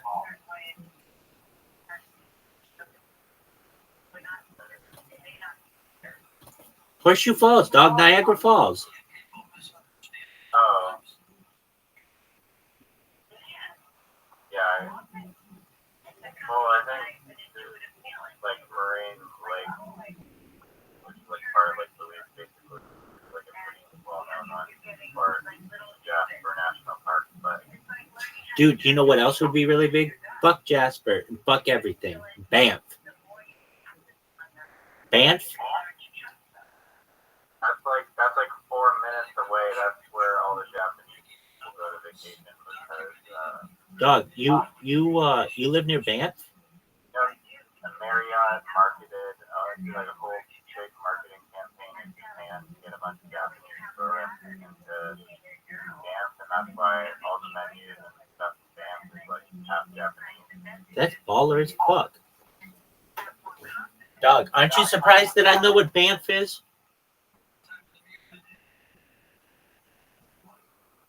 Have you ever stepped foot into Canada? Not Banff. Canada, yeah. I went with a friend once and he got stabbed. Would you like to hear the story? All right. So be me. Like 20, not yet 21, or I'm like 19, not yet 21. And my friend was like, hey, we sometimes go to Canada to go get drunk. And one day when you're visiting my house, you, if you want, we can go to Canada. So this one time during a break, I was visiting him and he had planned this trip where we stayed in this hotel in Windsor. And as like 20-year-old, 19-year-old kids, it's pretty fucking wild there because across the border, you have to be 21 years old. But here in Canada, you're 19 and you can go right up to the bar and drink. And they've got, Windsor's a wild town. They've got girls with Jello shots all over. And it was just wild to be in Canada. And to see, what did I like about Canada? The beer store. I thought that was cool. Not really. It's kind of a fucked up law that you have or whatever that you have to buy beer. But I just thought it was great branding. What else did I like about it? I wasn't there that long. I was only there like a weekend or something. But so one of these kids who came with us, he wasn't my really good friend, but he was another kid with whom we were, and I developed a friendship with him. We all started getting really fucked up in the hotel, and he's like, dude, let's see if we can get some cannabis. And we're like, all right, well, go for it. And he had been there before, and he's like, look, I think I know this place to go. And so I guess he just started asking people, hey, do you have anything? Do you have anything? Do you have anything? And finally this guy's like, yeah, I do, come with me. And so he follows the guy into like a little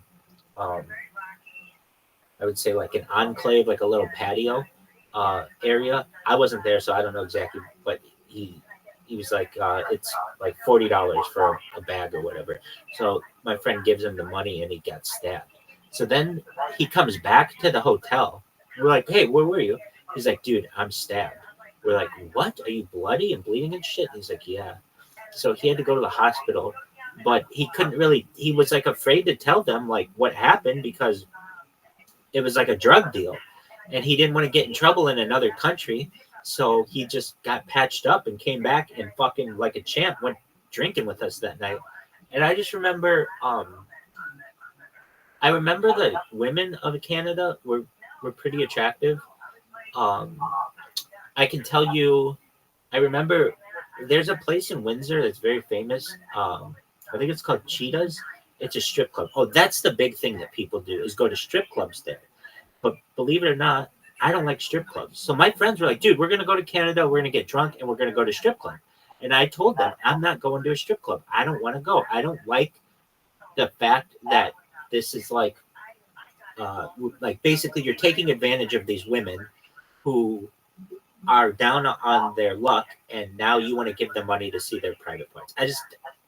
I get it, but I just don't really like that. So my friends were like, all right, you're being a loser. But they're like, we understand. Okay, you're Mr. Moral. We'll just drink outside the strip club.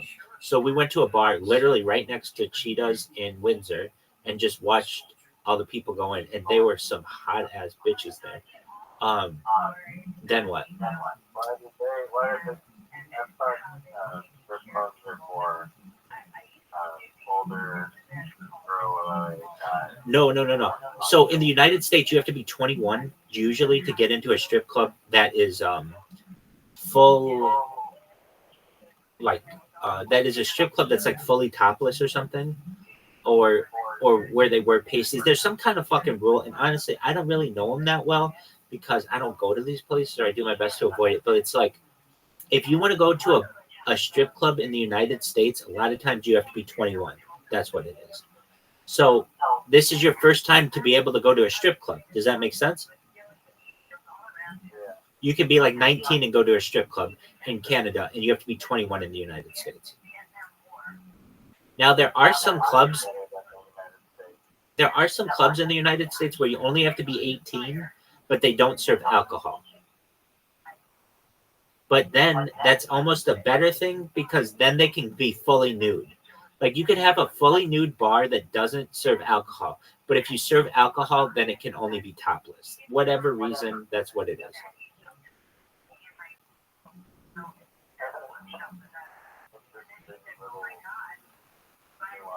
You never know what you're going to pick up when you're hanging out with the rabbi. But yeah, so all my friends were like, dude, you mean to say that we came all the fucking way up here and you're not even going to go to the strip club? And I was like, I don't want to. Those places are, to me, just like Stevie. They're just, I'm going to feel guilty if I go there. And I don't want to do that. So we did the next best thing and just got drunk on a patio out front. And it was the middle of the summer. So it was really, really nice. And what else about Canada that I enjoy? Well, whenever, like, Canada has this reputation for being super, super nice and always cheery and really apologetic. And I kind of had the opposite of that because where I went, it was like strippers and fucking people getting wasted and a friend who got stabbed. So it was like, oh, dog, Canada can be really nice and cheerful to most people. I get that. But at least when I was there, it was fucking wild as shit. And I can tell you just pardon me? In Windsor.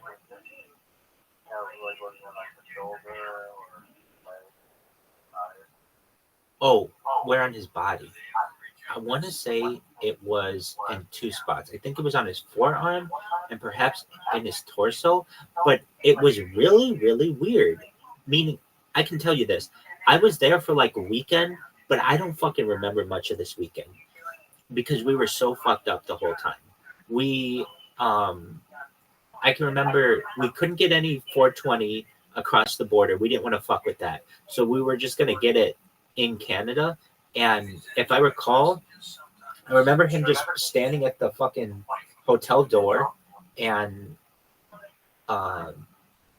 actually, now that I recall, he wasn't at the hotel door. He came in through the hotel door, obviously, but where I first saw him was in the bedroom. My friend and I, we basically had like 12 guys sharing a hotel suite, and my friend and I had we had like 3 or 4 guys like on the bed basically, and my friend I remember kind of like waking me up being like, dude, so and so got stabbed. I'm like, what? Wasn't he just going out for weed? And it's like, yeah. I can tell you that whole fucking trip was just like a blur. I only have a certain memories from it. I have going across the border. I have getting to the hotel. And the reason why is we just drank so much that it's just like everything was a blur. I remember my friend being like, dude, so-and-so got stabbed. And I was like, is he okay? And he's like, yeah, he's going to go to the hospital or just get checked out. It's not too bad. It's not like he was stabbed to the point where we thought he was going to die. He was still walking and everything. And then what else? I remember being on the street. There's like one main street of Windsor. I don't know what it's called, but it is fucking wild. It's like spring break. It's huge. Where it's just and the other thing is, it's all younger people. It's 19, 20, and 21-year-olds, not 21, 22, and 23-year-olds. And then what? I remember doing Jello shots on the street. There were just people who would like give you Jello shots, and then after that, I was too drunk. I remember getting back to the hotel. Basically, I shouldn't say I remember waking at the hotel, and it was time to go. It was like, what the fuck was that? It was a very quick trip. That was. Oh, and I remember going to the beer store. Aside from anything else, I mean, this trip was like almost 20 years ago. So, but I remember thinking it was really cool taking there's a tunnel that goes from the United States to Canada and back. And so I remember it was really cool going under the river and everything. That was neat. Yeah. There's also a bridge. But yeah, I've taken this bridge. before doing this with his friends. He gets parked on the bridge because of the borderline. Just chilling on the bridge for a long time. While people are trying to get through security. Yeah, there's like a stupid line at the border. There's like the elite fucking border line, and then those people are just flying by. Like, or whatever, but they're in the regular civilian line. I have a story. It's kind of funny. Okay, so my dad had a friend of his who was a very high position in some company, and he worked out of Detroit. It might have been General Motors, but it might not have been. So anyway, it was somebody big in Detroit. So you would expect this guy to come in like a suit and tie and all of that. Well, this guy had the opposite type of philosophy, that he was going to be like a biker. That was going to be his thing. So he was like a fucking CFO of a huge company, but he was a biker. Now, my dad's friends, none of them are bikers. So I can tell you this was like a long, long time ago. But my dad just knew him, I think, through business. But anyway, he said that there's a story that he told once where the biker CEO guy is driving on I think it's called the Ambassador Bridge or something. And normally what they would do is, you get on and then you get backed up and they eventually let you go through. Well, this one time, this CEO biker was not taking his motorcycle to Canada. He was taking a car. And it was like his ex-wife or somebody got mad at him for some reason and called the border police or the border patrol and said that, like, hey, there's going to be this suspicious vehicle that's going on the bridge and be on the lookout for it. It's filled with drugs. She was trying to get back at him, something like that. So anyway, normally when this biker CEO guy hits the bridge, he's got to be in this long fucking line. And instead, they have this one whole line that's just coned off for him. And they're bringing him in, and they're like, hey, right this way. He passes all of the traffic. He's like, oh, this is great. I wonder what this is. And they tell him to get out of the vehicle, that they've been tipped off on his vehicle. And, like, is there anything that he wants to explain about the vehicle?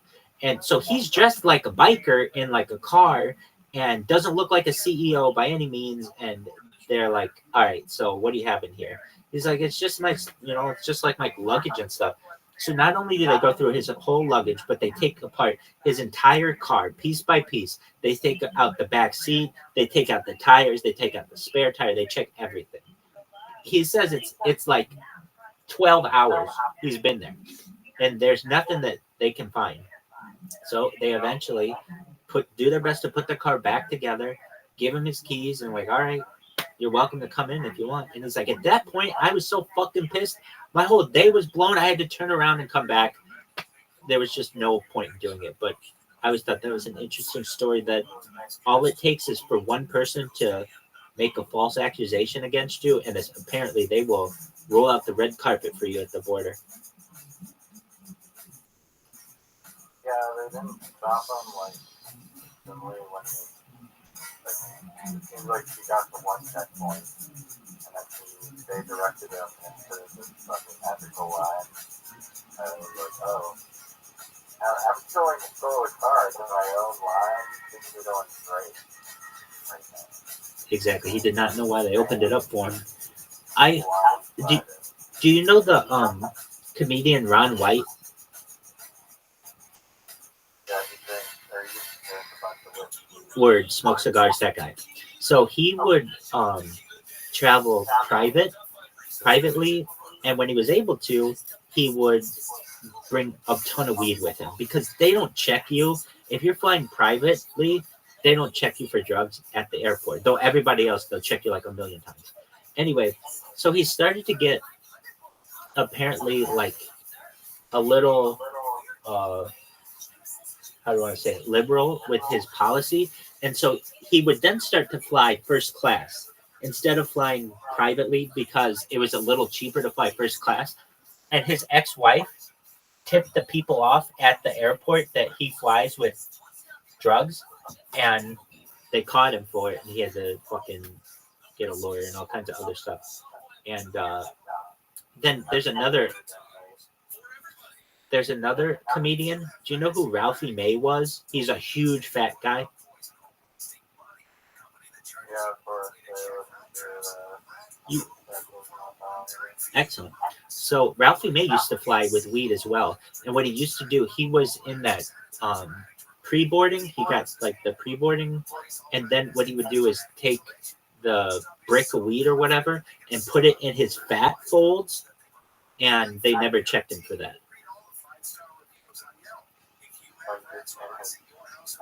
In his fat. You know how like he had like fat here, and then he'd have fat here, and then another thing of fat here? He could lift up part of the fat like this and keep it in there. Man, I know girls who used to keep a lot of shit in their cleavage. I one time was dating this girl who had huge tits. These things are fucking softballs. And she took a bottle of vodka and just put it right in between her tits, and no one ever fucking knew it. Good way to smuggle it into the club. Exactly right. That's exactly right. Or you can put in real coin first. It was wild shit, man. Get a lot of weed in there, probably. Word. It was funny. We were trying to think of every fucking way. You know how you were like, oh, with Caspian Sea. So you were able to cut 25 days, potentially into 24 days. Yeah. But we were thinking of like all kinds of things to fucking do, like to try to shorten that amount of time. You could get probably acid into jail pretty easily. That's a good point. So, Right. like, you just have to, I don't know, bring your Bible in or something. Dog, I saw this thing. They're making these. Or you should have just swallowed a bag and then sparked it up and just, Well, we talked about that, but they have those naked body scanners, and so they won't let you just fuck around with that. They'll make you wait and then poop it out.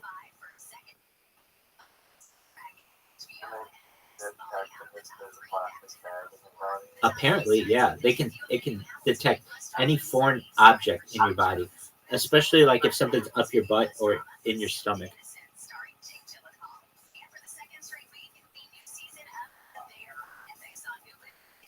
yeah, probably I mean, you don't let you bring a chocolate bar filled with weed, even though it's legal. Correct. There's no like exchange between you. From the outside, it's legal, right? Can you get mail? Is weed legal in Nevada? Yeah, recreationally. Or is someone else allowed him to get him? No, it's considered prohibited paraphernalia. Thank you. But it's a even though it's legal in the state, according to federal law, it's still illegal. Even though now it's Schedule 3, it's still illegal.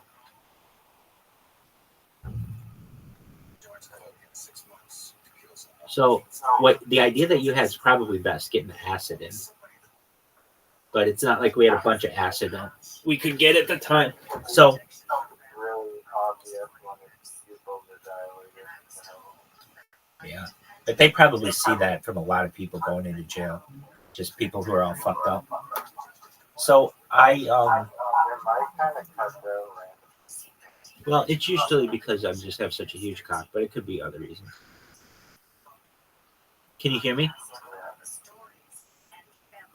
I'll just randomly cut out every like 5 minutes. Can you hear me now? Yeah, I can still hear you. Okay. I'll see if it stops.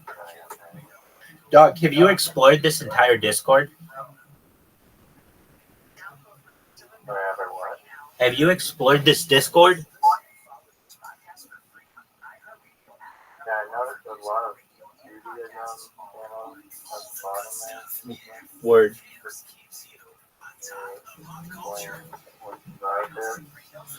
Well, yeah. I thought these were like radio stations, but they're not. No, some are radio stations. At least the Judaism ones are just a general overview of some of the categories that we have within Orthodox Judaism. And then from there, I put writings in. So if you look at like rabbinical, I think it's called Rabbi Insights or something like that, I'll put my thoughts on some different topics. And I'm really just doing what I can to modernize some ideas. And I then above there have some things on gaming. Above there, I have some things on sports. Then I've got like a thing for music videos. Have you been to the Reddit part?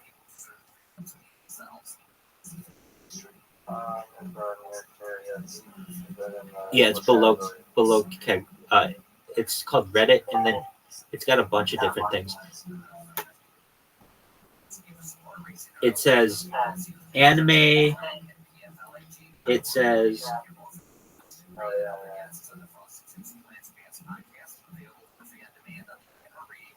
dog. I have an amazing AMA as well that I've been doing. It's live on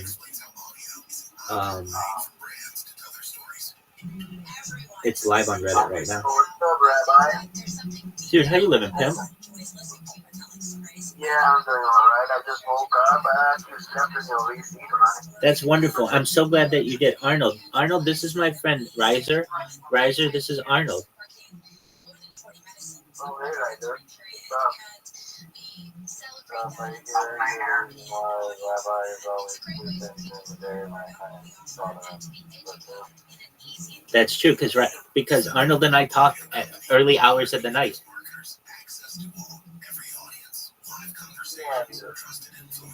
We're always going. You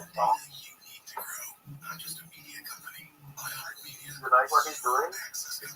Right there? Yeah, of course. He's an OG. Part of the world that's next to it. Yes, I do, bro. Have you heard of the University of Vancouver right now? No, I haven't. You will soon, don't worry. Arnold, have you ever heard of the city of Vancouver? The city in Vancouver? No, the city of Vancouver. It's in Canada. Oh, yeah, I thought it was Vancouver. I thought you were talking about the movie or something. No, that's okay. So there's a city in Canada known as Vancouver, and I'm surprised that it doesn't have a university. It's a big city, and there's no University of Vancouver. So I'm doing what I can to talk my man Riser into starting it, because he lives near Vancouver. And so we joke about it, that it's the University of Vancouver, and that is very popular. And because there are so many Chinese immigrants in Vancouver, that it will probably be a very popular school with the Chinese diaspora. Yes. Well, how is there no universities in Vancouver? I mean, well, there are universities in British Columbia, specifically the University of the British Columbia, which is a good school. So there's no need necessarily for the Vancouver one, but nevertheless, we still think that there should be one, and it should be a very good school. Rabbi generously only wants to own 51% of the business for doing 0% of the work, which is a nice little content there. That's exactly right. Also, we have to tell them about the invention. 51%, and then I have to go do all the work to make it come in, and I can pay perpetual revenue. But I market it, so everyone is going to know about it from my streams. And then also, we came up with another invention. The invention, so Arnold, where my man Reiser lives, they have bears. And my man Reiser was walking his dog Yellow in the rural area, and a bear nearly attacked him, and he had to essentially use bear spray. And the bear spray, it was windy at the time, and it didn't spray correctly because of the wind. So we were trying to come up with some kind of device that will deter bears if they came to attack you. So we came up with the idea called the bear scare. What does the bear scare do? It's basically bear spray, but on top of the bear spray, you have a sonic sound alarm, and then also it has strobe lights.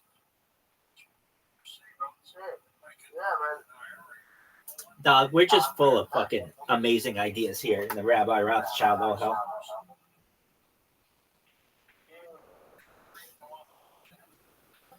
Amazingness.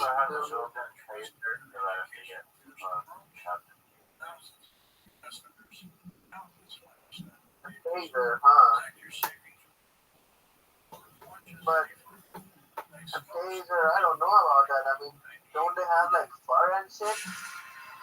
Would taser work on them?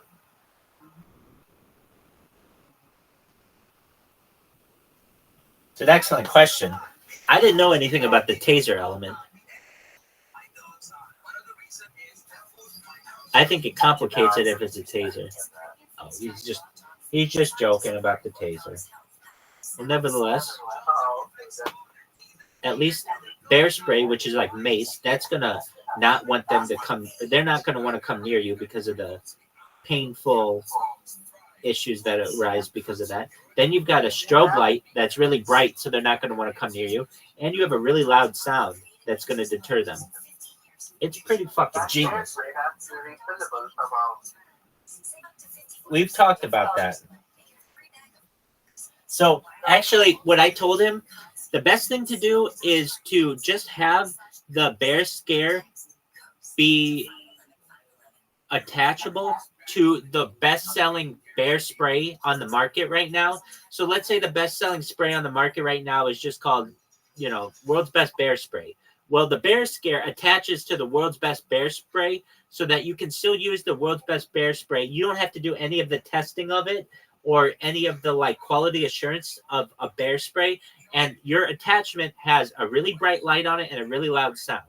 So that when you're like, well, it has to be refillable, you just buy another one. Exactly. It's a good idea. Yeah, it is actually, yeah. I mean, the places where there are bears around, yeah, people will definitely buy this shit. Word dog. Arnold, have you ever seen a tiger? Tiger, yeah, I've seen one actually in the zoo, but not IRL. Cool. That's still cool to see one in a zoo. So we could also have an Asian one for tigers.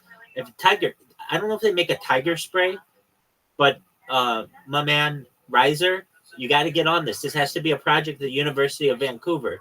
We need a tiger spray.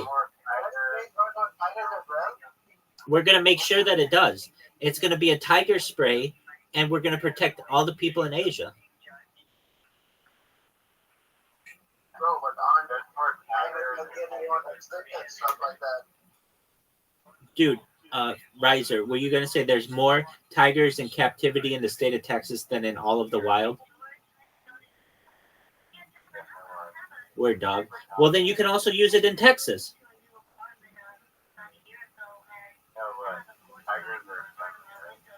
Fuck no. Tigers rip the shit out of people.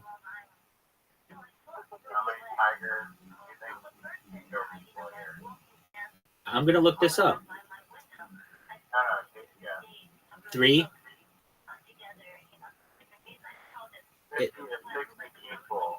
Damn, that's a lot.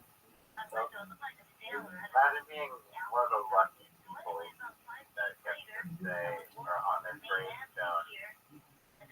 They survived a tiger attack. Rothschild, 1984 to killed by a tiger. Word, dog. Pretty badass gravestone. I agree. He was testing out his fucking tiger spray when it. Exactly. So I want to see, do they make a tiger spray? Do they make a tiger spray? Bear spray is basically like peppers, right? Right. So, won't the same bear spray work on tigers as well? We're looking that up right now. So it looks like there is a tiger spray that's different. Both tiger spray and bear spray contain capsaicin, the active ingredient found in chili peppers, which irritates the eyes, nose, and throat of predators. Both are used as deterrents to protect humans by big cats, such as tigers and bears. Both are designed to be used at a distance, allowing the user to maintain a safe distance from the predator. That is, if it's the wind's not blowing. So it does seem that bear spray has a higher concentration of capsaicin. So 1 to 2% of bear spray is capsaicin, while 0.5 to 1% of tiger spray. Bear spray is designed for longer use, up to 30 feet, while tiger spray is intended for closer range use, 6 to 8 feet. I don't want to get 6 to 8 feet away from a tiger. That's close. And then bear spray often comes with specific instructions for use against bears, while tiger spray guidance may vary depending on the context, for instance, in a zoo or wildlife setting. The key takeaway, while both tiger spray and bear spray share similarities, they are designed for specific purposes and have distinct differences in concentration, range, and user guidance. So yes, it does seem like there is a tiger spray. I want to see how much tiger spray is.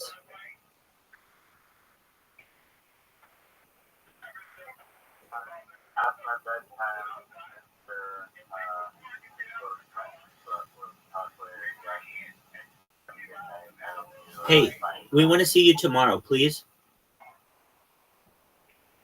Oh yeah, I'll be around.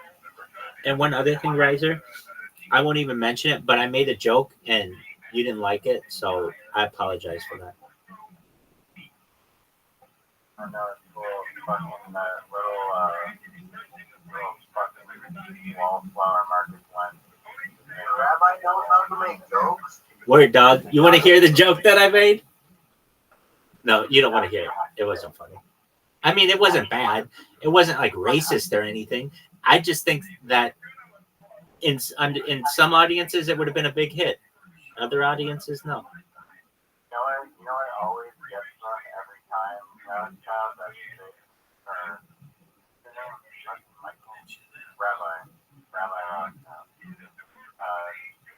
Say your mom sucks cock, and then they really don't like that other people. Word. But you know what is a counter? You know what a counter is to that? Yeah, I made a that's exactly what I did. I made a your mama joke and it wasn't taken so well.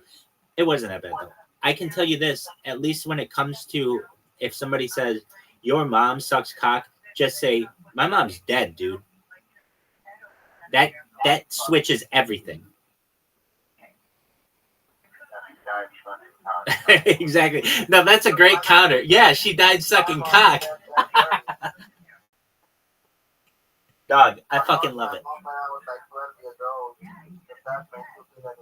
You met your mom when you were 12 years old? No, I lost my mom when I was 12 years old. Oh, I'm so sorry to hear that. Yeah, bro. Dog, hold on a second. And I mean this, Arnold. Like, by you telling me that, it gives me a goal that I want to see in this life.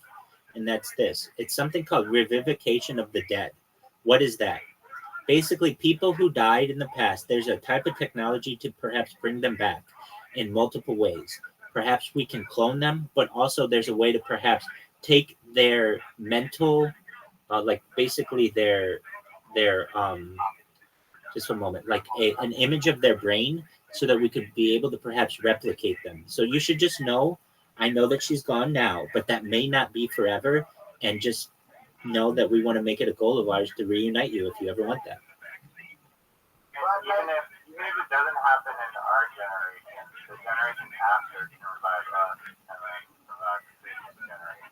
That's exactly right. That's very smart, Riser.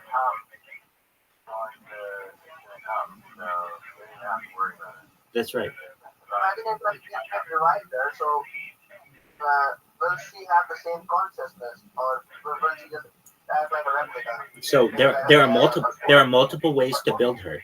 The idea is this: that if you had a picture of her and a little bit of her DNA on like anything that you basically have, and since DNA can stay for quite some time, all you'd have to give them is just like some of your items and perhaps her DNA is on it. And then what you're able to do is use that DNA and put it in a machine, and this machine will create a clone of her. So her whole body, everything about her. Then you artificially age her to whatever age she was when you were 12 years old. And then you take that picture of her. Now, currently it would just look like a picture. It would just look like her smiling. But there's a type of technology that you can peel back the layers, and we'd actually be able to see what her brain looked like, and all of them like dig into that brain and see all of her memories, all of her behavior, all of the love that she had for you, everything. We'd be able to reinstill that into her.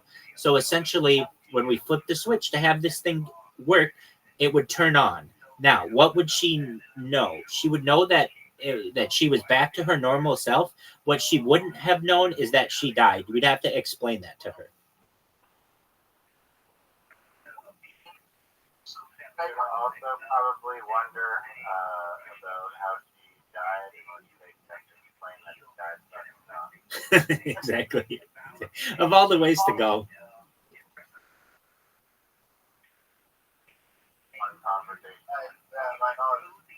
Right. But you should know, though, that like most people would be like, oh, I'm so sorry, oh, blah, blah, blah, blah, blah. Yeah, I feel that way too, but I also have plans to bring these people back. And now your mom is on the list of people we want to bring back so that she can share digital immortality with the rest of us. No, but I still don't get it. I mean, like, how are we going to extract her DNA? Like, how are we going to find that? We can get her DNA from your DNA if needed. Oh, shit. Really? Yeah, 50% of your DNA came directly from her. So, meaning like 50% of your DNA is all. We don't have to like dig her grave or something like that, right? Correct. No, we could leave. If you wanted to, we could dig her up and get DNA from her bones, but that's not necessary. We could just get really your DNA and be able to create a clone of her based off your DNA, and then get a picture of her of what her brain was and be able to at least revivify her up until when that picture was. Wow. Okay.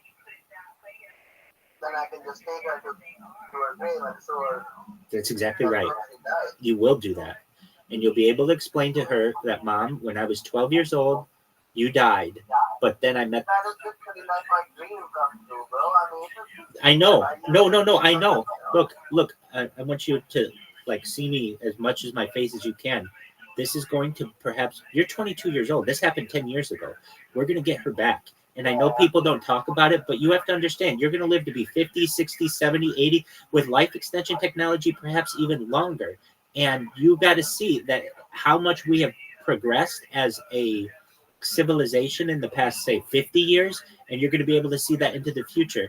And revivification of the dead is something that is already in the works. It's known as the Lazarus Project. I know that there are companies that are involved in doing this, and they're starting with people who are cryogenically frozen, but eventually they're going to people who died the organic way.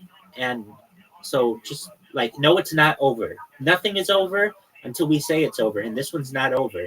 Your mom is just gone for a temporary period of time, but you're going to be able to get her back.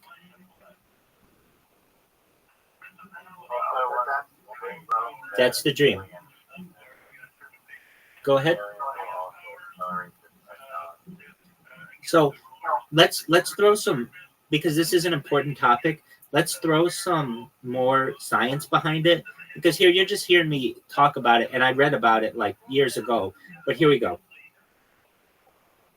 Please tell us the different modes that we can have revivification of the dead. Basically, people who were once dead, be able to revive them. Some ways that are able to do this are through using the DNA of a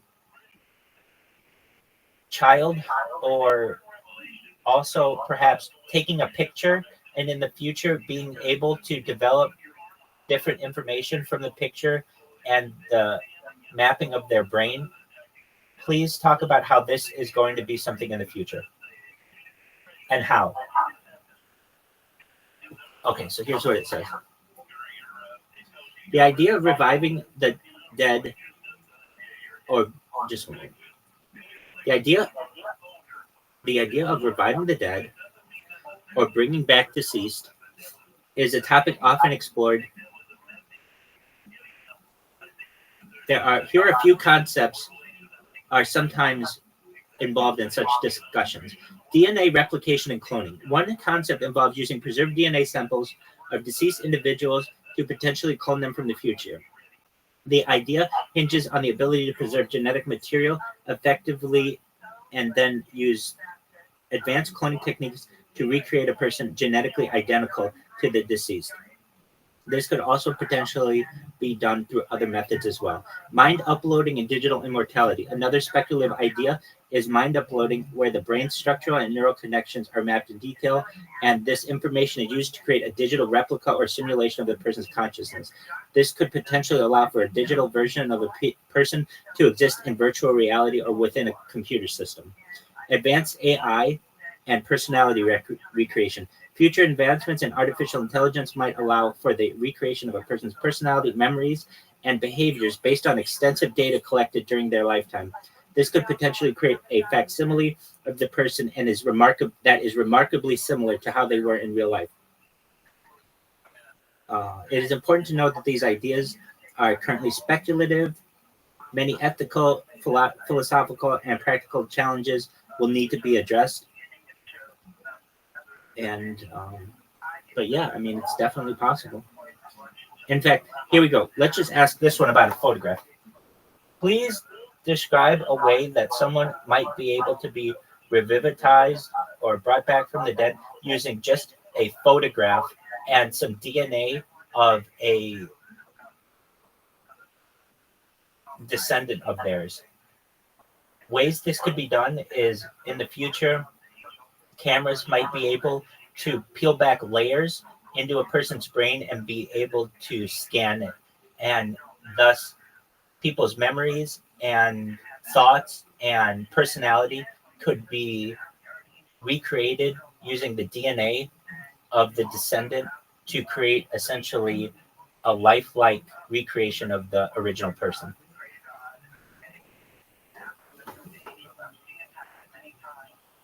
All right. So here's what it says.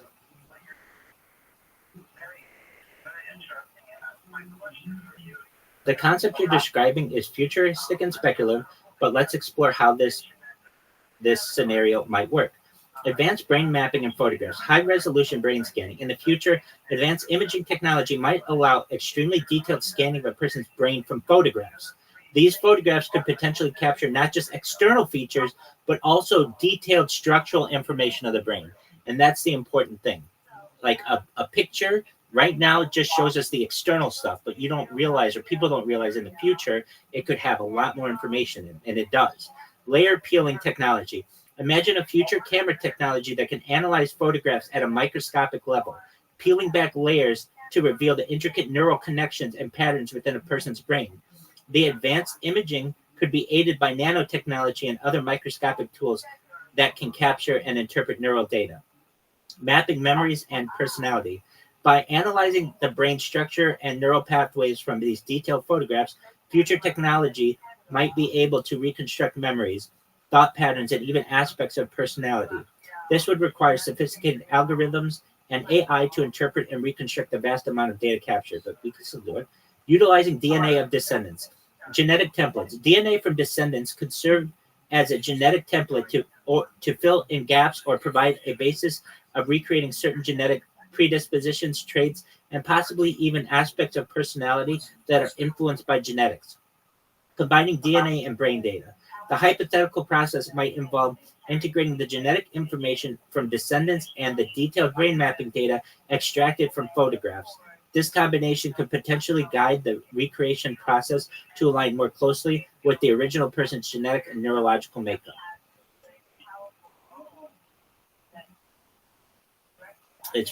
It's the future, and so you should know that we're like, it's in my plans that we're going to reunite you with your mother. Pardon me? is real, actually, huh? It will be in the future. Yeah. That is right. So that should be really exciting for you. It's not over. You're good. I really mean this. You're going to be reunited with her. So now it's just a matter of time. And how are you going to be able to do that? You're going to be in a position in the future financially that you'll be able to help pay for these types of technologies. In addition to life extension technology and perhaps brain uploading technology, there will be ways that you might be able to revivify her with the amount of money that you're going to have. You're well invested in cryptocurrency. You're on the internet. I mean, you have to understand that you're 1% of the top 1% right now of the people on Earth. Most people right now don't have the ability to have connectivity to the internet. Additionally, they don't have the devices to be able to do it. And then even more so, they certainly aren't on social media and invested in cryptocurrencies as you are. So I have very little doubt that you're going to be I have no doubt you're going to be a very successful individual, and you're going to be able to pay for all this to bring her back. Yeah, definitely. And so that should be. I need to do it, yeah. We're going to get you that, though. Look, you're 22 years old. You've got lots of time for cryptocurrency to do really well for you. And so of anything that I've been able to introduce to you, two things. One, revivification technology. You could be like, look, I used to think it was over between my family because they were dead. There's like no getting them back. But actually, after talking to Rabbi, there may be ways to be able to get them back. That's number one thing. And the number two thing I want to make you aware of is I don't think you're going to die. Not in the traditional sense, meaning you're going to be able to use mind uploading technology to perhaps live into digital immortality. And if that happens, I'm not saying go jump off a cliff right now or anything dangerous like that, but just know that in the future, we're at the point where some of these technologies may be able to bridge the gap, and that's very exciting.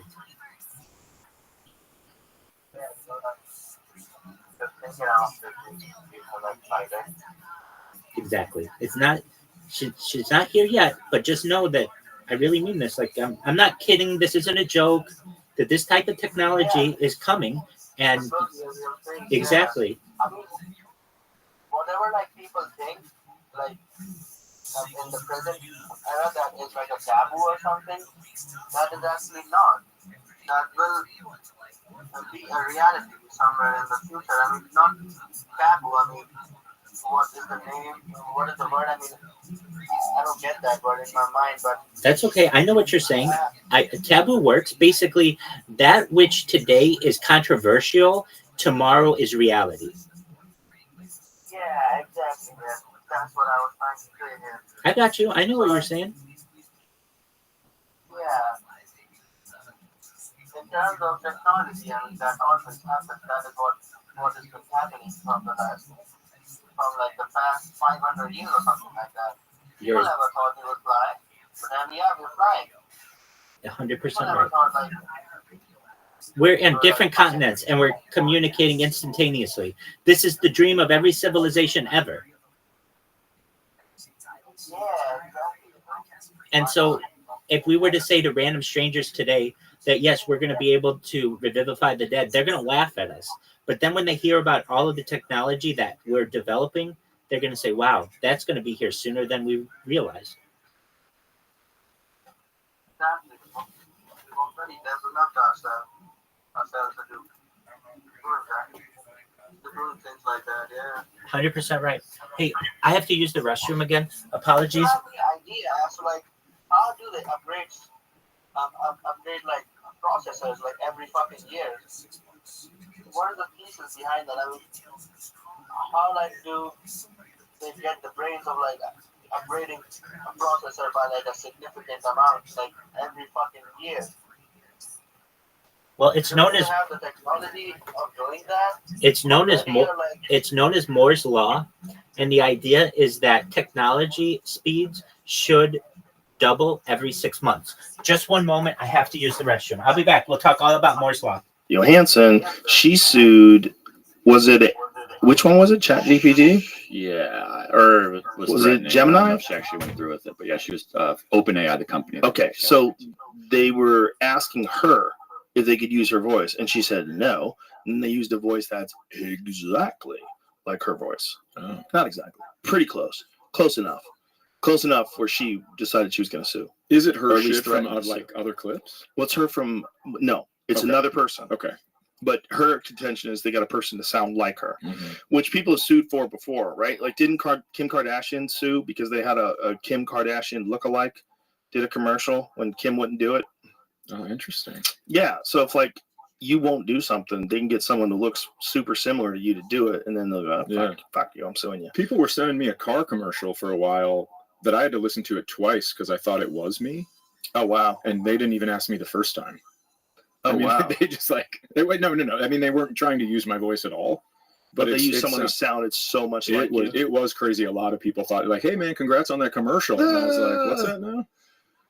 Yeah, the Scarlett Johansson thing, we played it. Now that I'm thinking about it, when we played it here, it was different because she was the voice of her, right? Yep. So she was the voice that Joaquin Phoenix falls in love with. Mhm. But the clip that we played was her like bedtime talking, like he was laying in bed, and I think she had like more of a raspy time to go to sleep voice. Whereas in the regular ChatGPT implementation is like Scarlett at the office. Okay. Did you ever see that movie where she becomes a god? What's it called? You remember? Lucy. Yeah, I've seen that. Yeah. Wild fucking movie, man. It's That's a pretty great. fun movie, man. She is one of those actresses where if I see her on the picture of the movie, I'll watch it. She's compelling. Yeah. She was great in this movie, Under the Skin.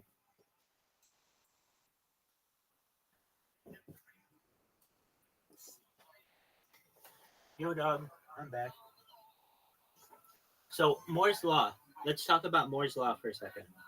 Because barring any external... just checking. Arnold, are you there? That's okay. We'll talk about it when you can. But if you do hear this, you should know I care about you. I care about your mom. And I really think that this stuff that I'm saying is true. Hot. like ruin your life hot. Yeah. Like change your plans, move to another state hot. There's certain women that they lock eyes with you, you're in real trouble. Oh man, that happened to me. I got her to move to Minnesota. Oh, That was pretty sick. that is pretty sick. Yeah, and she's still there. Congratulations. Thank you. Yeah, sometimes it works. You never know. But the thing is, like, if she's an alien and she really just wants to drown you in another dimension, I fucking let her. you might have to. Yeah. You might. I mean, what are you gonna live forever? No. You're not. You're sure not. At least you go out in a very unconventional and pretty amazing way. Yeah. People are gonna be talking about that forever if they know. Yeah. If they ever find out about it. Vultures can't find me if I'm way under an interdimensional water system. What do you think is going on with all this UFO talk? Think it's all nonsense? I don't even know about it. You don't pay attention at all? Not really. Wow. Because if they want to come get me, let's go. Well, like when you see all this like disclosure talk on television, and they're talking to Congress, and you don't pay attention to any of that shit? Not really. Good for you. I wait until the end because for it's you. like Right. It's like I tell my kids all the time, don't borrow worry from around the bend. Mhm. Right? It's like if you're gonna have to worry about it, you're gonna have to fucking worry about it. Yeah, I'm not necessarily worried about the alien thing. I'm more interested. Sure. I'm like, what is this? What the fuck is going on? What how much of this is nonsense? It's not 0%. So okay, how much of it is real? So you do think that people are coming down or other I think it's highly likely that the universe is way stranger than we think it is. Way stranger. And I don't even know if it's as conventional as a thing gets in a ship and flies here from another place. Sure. I think it might be interdimensional traveling. It might be something that's always been here. There's that thought because there's so many instances of things like what we think of that are in like the Bhagavad Gita and these ancient texts. They're thousands and thousands of years old, and they're talking about things that fly in the sky, flying chariots, flying things that have gods in them. What is that? What's that all about? Like comets? Shooting stars? Could be. For sure, some of them probably, right? Some of these things that people see streaking across the sky, they see something extraordinary, it lights up the sky, and then mythology gets attached to that, right? And then people, 10 years from now tell that story. And then other people tell the story that's told to them by the people that were there. And then that gets a little twisted up like a game of telephone. There's some of that too. But then there's also uniformity. There's uniformity to the descriptions of the movements of the ships and what these things do and why they're interested in us and what they say. It gets very weird. It gets very weird to the point it's like, okay, if this is a mass illusion, if this is a creation of the mind, like Carl Jung thought it was a creation of the mind, thought it was some sort of an illusion that people conjure up in their mind, but it's just like a common illusion. It's just like it's there in the human psyche. Yeah. But then there's also like physical evidence of these things. The physical evidence is when things get real weird. Because then, like, if you're telling the truth, then this isn't totally an illusion. Or maybe it's all those things. Maybe it's total bullshit, lies, people with myths that make up myths about comets and natural disasters and all kinds of other stuff. And also interdimensional beings, occasionally. And then also things that have always been here, occasionally. And then also things from another planet occasionally. Yeah. I mean, all things are, it's not binary, right? It's not either UFOs are bullshit or, they're real, 100%.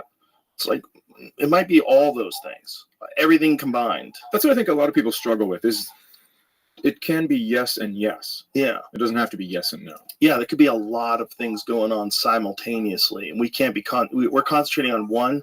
Some of them, I 100% am convinced are government drones that work on some incredibly sophisticated propulsion system that probably doesn't have a person in it, but they probably can move at fantastic speeds using some new novel propulsion system that they don't want to release to the public. And they probably don't know how to weaponize it yet. So they're probably flying these things around at insane rates of speed. They just can't put guns on them yet. They can't figure out how to shoot people with them. But so they're just fucking with them. And then I think that's the reason why they keep getting sighted over these military spaces. I think they try them out on the troops, just like they try out vaccines in the troops, just like they try out burn pits. They didn't test burn pits to make sure that people weren't going to get sick if they're just breathing in toxic fumes from all the garbage from thousands of troops. And they just did it. And I think they probably do the same thing with everything. They just try shit out. Yeah, I also wonder if you hear something, if it makes you think it. Like when I watched Blair Witch Project. Oh, yeah. I went it was dark when I got home. It was light when I left and dark when I got home. And I sprinted. And all of a sudden, you think you're seeing fucking people in the corner turned around, and you go, well, that can't be right. Right. Yeah. So once it's in your head, maybe you keep seeing it. Definitely. Sure. Yeah, things in the woods, things you see in the woods. That's probably what Bigfoot is. Gets in your head, I would think. Yeah. And you go looking for that fucking giant hairy man. Yeah. You see a tree kind of bend with the wind, and you're like, what the fuck was that? Yeah. The thing about Bigfoot that's really interesting, though, is that Native Americans have a bunch of different names for them. There's a lot of names for them, and they don't really have a lot of fake animals. It's not a common trait in North American culture in any Native American culture, rather, to worship a bunch of different things or to talk about a bunch of different things that aren't real. Like mostly they were talking about real things and then spirits, right? Like they would talk about the different spirits of the sky and spirits of the sun and nature. They're essentially talking about Mother Earth and God and Gaia and nature, but they didn't have like fake animals. They did have Bigfoot. Yeah, there's a lot of Bigfoot that makes you go, I think at one point in time it was real. I think at one point. You think there were a bunch of them? Yeah. Well, they know there was a real thing, right? They know there's a thing called Gigantopithecus, and Gigantopithecus existed alongside human beings, for sure, 100%. And it was a bipedal hominid that was between 8 and 10 feet tall, and it was like in the orangutan genus. And this thing was discovered in the 1920s or 1930s in an apothecary shop in China. An anthropologist was there, and he found these massive primate teeth.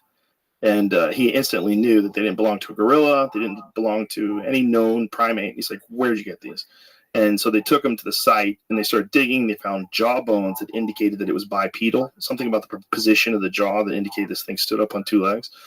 by the size of it. And then they found some other bones. I think they have a very incomplete skeleton of these things, but they know that it was a real animal, and they know that it existed as recently as, I believe it was 100,000 years ago for sure, but it could be way more current. There's just no bones available. So then you think that thing was real, stories got passed on, and then people started seeing it? Okay. Yeah, probably. I could get behind that. Yeah.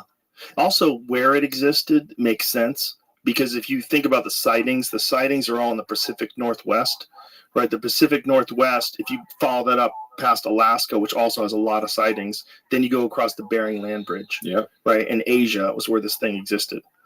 It kind of makes sense.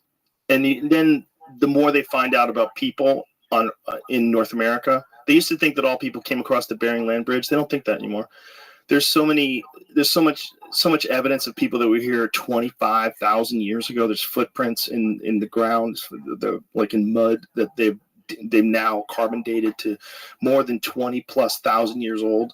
And so that's just what we have, right? That's just a footprint that we got lucky and got from 20. Who's to say that there's not people that were here 50,000 years ago, 100,000 years ago? So now you've got Bigfoot's real, right? Because if those people really were alive, and while those people were alive, so if you just go back 20,000, right? If you go back 20,000 years ago, you're dealing with North American lions, which were the biggest lions on Earth, bigger than African lions. You have saber-toothed tigers. You have giant sloths. You have all these enormous animals that don't exist here anymore. And this was all in North America alongside people. It just kind of makes sense that you would have a Bigfoot.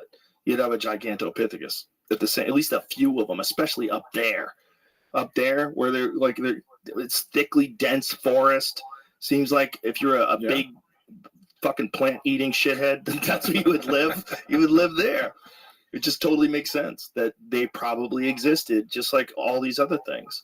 You know, they don't find a whole lot, unless they're in the tar pits. They don't find a whole lot of like saber-toothed tigers. They don't find a whole lot of things that existed before 35,000 years ago, except dinosaurs, of course. So who knows? Oh man, I would love if the afterlife, you were just there for an hour, hooked you up to a fucking cord, put everything that happened in there so you know, right? And then that's out, lights out. What would you do if you had a chance to get that cord hooked in and see an hour of any point? So you need money, right, Lucky Pavan? Yo, dog. Hey, Lucky Pavan. Hey, what's going on, dude? Yo, dude, I don't have money to give you, but let's work on what you can do for yourself. So you need money, right? Okay. Do you know how to graphic design?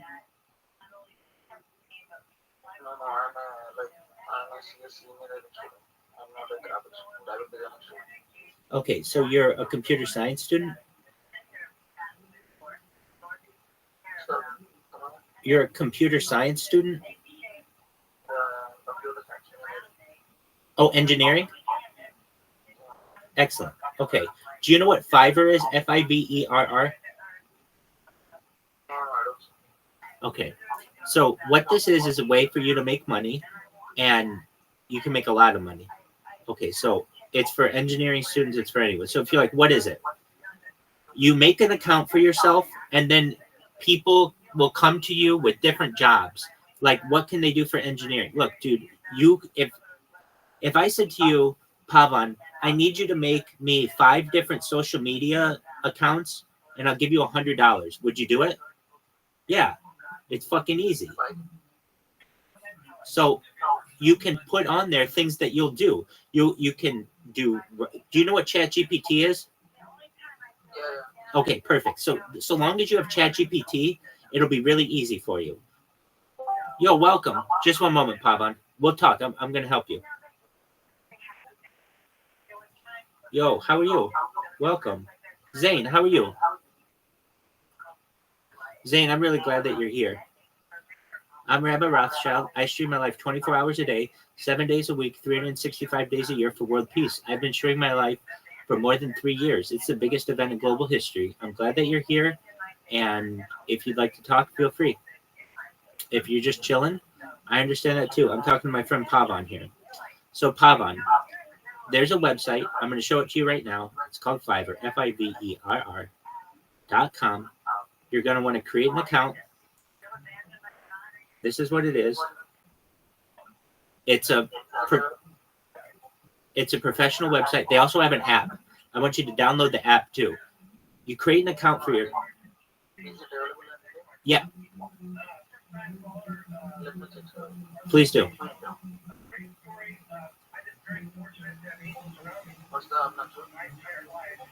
Just for a moment. Is Fiverr in India? Let me see. Because a lot of the people on here are Indian. Yeah, dude. Tons of people are on here from Fiverr. Okay, or from India. Okay, so yeah, I'll send you the link. Yeah. Just a moment. See, here's the thing though. We don't want you to seem like you're from India. And so we're gonna do what we can to teach you everything you need to do to avoid that. And one of the big ones is going to be through ChatGPT. Okay, so I just sent you a link to Fiverr. Now I'm also going to send you another link to a company that I helped. It's a cryptocurrency.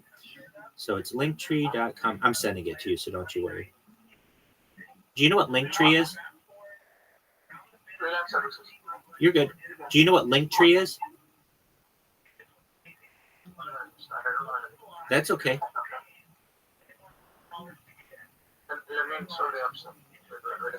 Take your time. Dog, I'm here all night.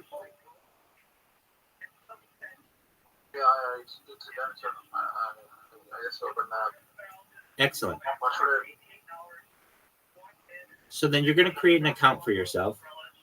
But before you do that, I sent you another link. Okay?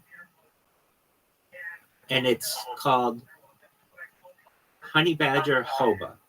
If you're like, what is this? I don't want this. Just, I want you to know that I designed this. Take your time.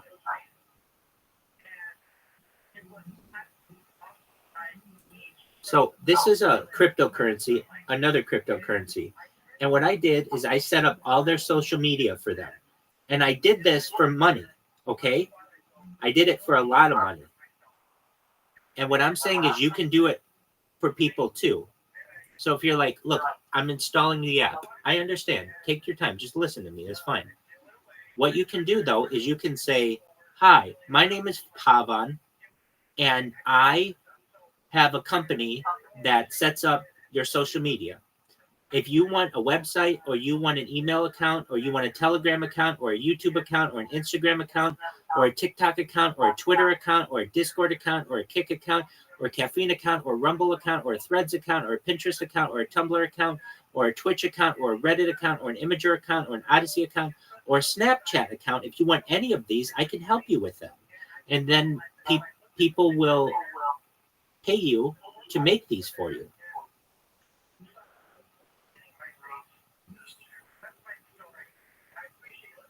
And like you need $800, they'll pay you $1,000 to do this. I got $1,000 to do this.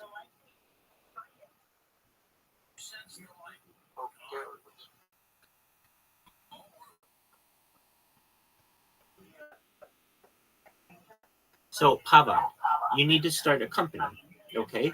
So what do you want it to be known as? Is your name Pavan? Okay. So you want it to just be like the biggest company in the world someday, right? Okay, so then what are we going to do? We're going to go to ChatGPT, and I'm going to ask ChatGPT, please provide me a list of 50 usernames that sound like mega corporations.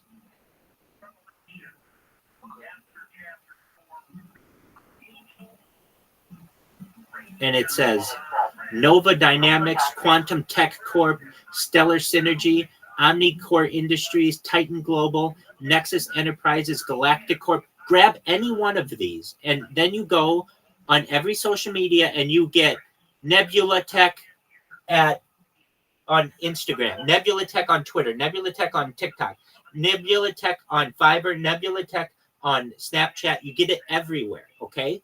And then that's your company. And then you'd start taking business from people on the platform Fiverr. And so people will come to you and they'll say, hey, your social media is really nice. Like, let me show you what I did for these companies.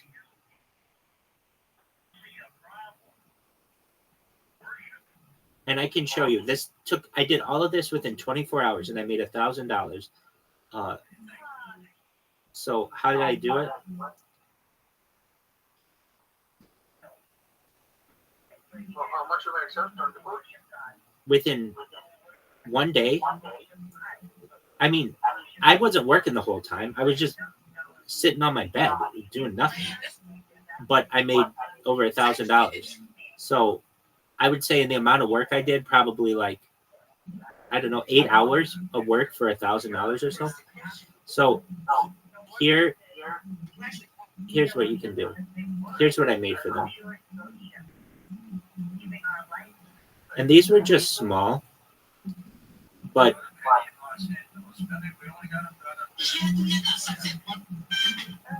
just one moment.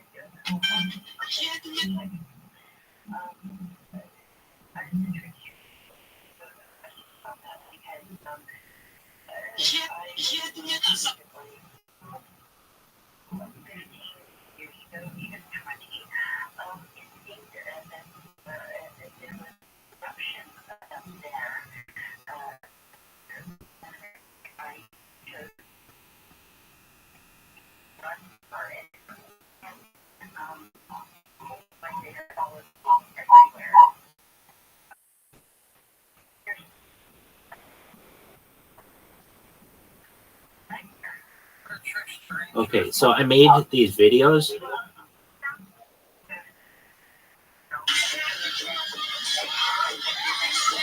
And they were just like, whatever.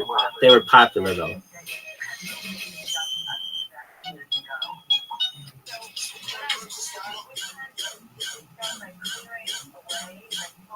Now, if you're like, dude, I don't like that. That's the art that they gave me. So I just did with it what they gave me. And they liked it. So you can do the same stuff. So what do? You signed up for a Fiverr account. Now you have to pick a business name. So go to ChatGPT and ask ChatGPT for a business name. He's just going to go scam other people. Or try. But I tried.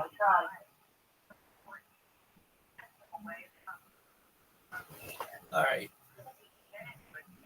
I don't want to that. I'm the greatest angel. Or maybe he wants him here to expose how crazy our political system really is. Because the only way we find out how coordinated everything is, whether you're a Trump fan or not, even if you hate Trump, put that aside for a second and just look at how much coordination there is in the media to go after him. And it exposes like this thing where you have to step back and go, wait a minute, hold on a second. What's really going on? Like, whether you hate that guy or not, hate him. Think he's a crook, hate him. Think he's a liar, hate him. Don't you think it's weird that they're all in lockstep with the way they talk about him, even with things that aren't true? Like, especially like the Russia collusion hoax that they all talked about for years and years. I thought it was real. I thought like he colluded with Russia, and that was like the crazy thing about him winning the presidency. Oh my God, he worked with Russia. Maybe Russia has something on him. You kept hearing about it, right? That was just bullshit. And they went through that for years and years. And then you start going, okay, what else is coordinated where everybody is saying something? Like, how about the Nord Stream pipeline? You know, Seymour Hersh says we blew it up. Like, esteemed journalist is like, no matter what they say, I am telling you, this was our doing. We blew this up. This wasn't some other country. This wasn't Russia. They wouldn't blow up their own pipeline. We blew it up. But every newspaper is like, this is bullshit. This is impossible. It could not happen. This was all Russian disinformation. You hear it about like every story. It's like so hard to understand. Like, what is the motivation to getting these stories out? Are these narratives created by the real government that runs everything and then like tells the news organizations that are in business with them what to say and what to do? Knows? I mean, that's where it gets spooky. You get like you're voting for a guy who isn't doing much when he gets there. I mean, there's a lot of people around that are making these things, and I will tell you, I still believe some of the Russian shit because you've heard me fucking misquote the Gulf thing. I mean, I still believe a lot of shit I hear. Oh, I do all the time. They get me all the time. There's so many stories that I'm sure are bullshit that I've parroted. But if Trump wouldn't play the political game, if he wouldn't put the people on the Supreme Court, I mean, I know it's his job when he's in there, but if he wouldn't do any of that shit, he's definitely the come out on stage and be like waving papers. You guys aren't going to fucking believe this. Yeah. And tell everybody everything. He is if he wasn't doing that other stuff. But the only way he gets any support is if he does that other stuff too. Like you got to understand about Trump. He was a lifelong Democrat. Yeah. Lifelong. Which is so weird. Wasn't it when he was starting to run for president? Wasn't he still when he started talking about it? I believe still a Democrat. Right? Yes, I believe so. Well, he had a very close relationship with the Clintons to the point where he paid them to come to his wedding, or his daughter's wedding, or one of those things. Yeah. Like you would pay them, and they would come to weddings and events, and he would go to events. You know, that was like the famous. What up, Pavan? How are you, dog? I'm glad you're back. What's the name of your company?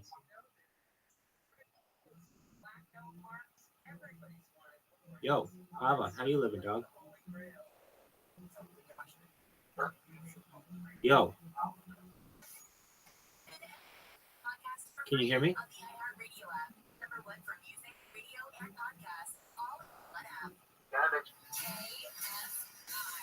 Yo. What's the name of your company? Yo, dog.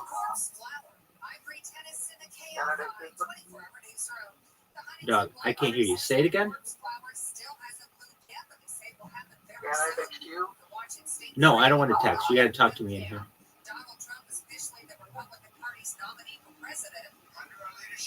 Why do you need to text me? I mean, if you really need to text me, you can, but just, I'm not, like, I talk.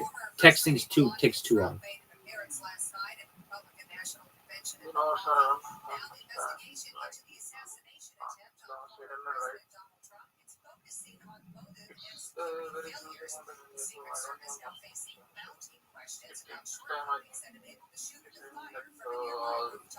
California has signed a deal with the U.S. Department of Energy to spend billions of dollars making hydrogen fuel available across the state. $1.2 billion federal dollars will augment more than $11 billion in private funding to build California's hydrogen hub.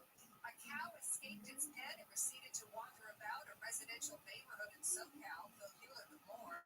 In the city of Stillwater, north of Los Angeles, started calling 911 when they saw the wayward animal at about 3 Thursday morning.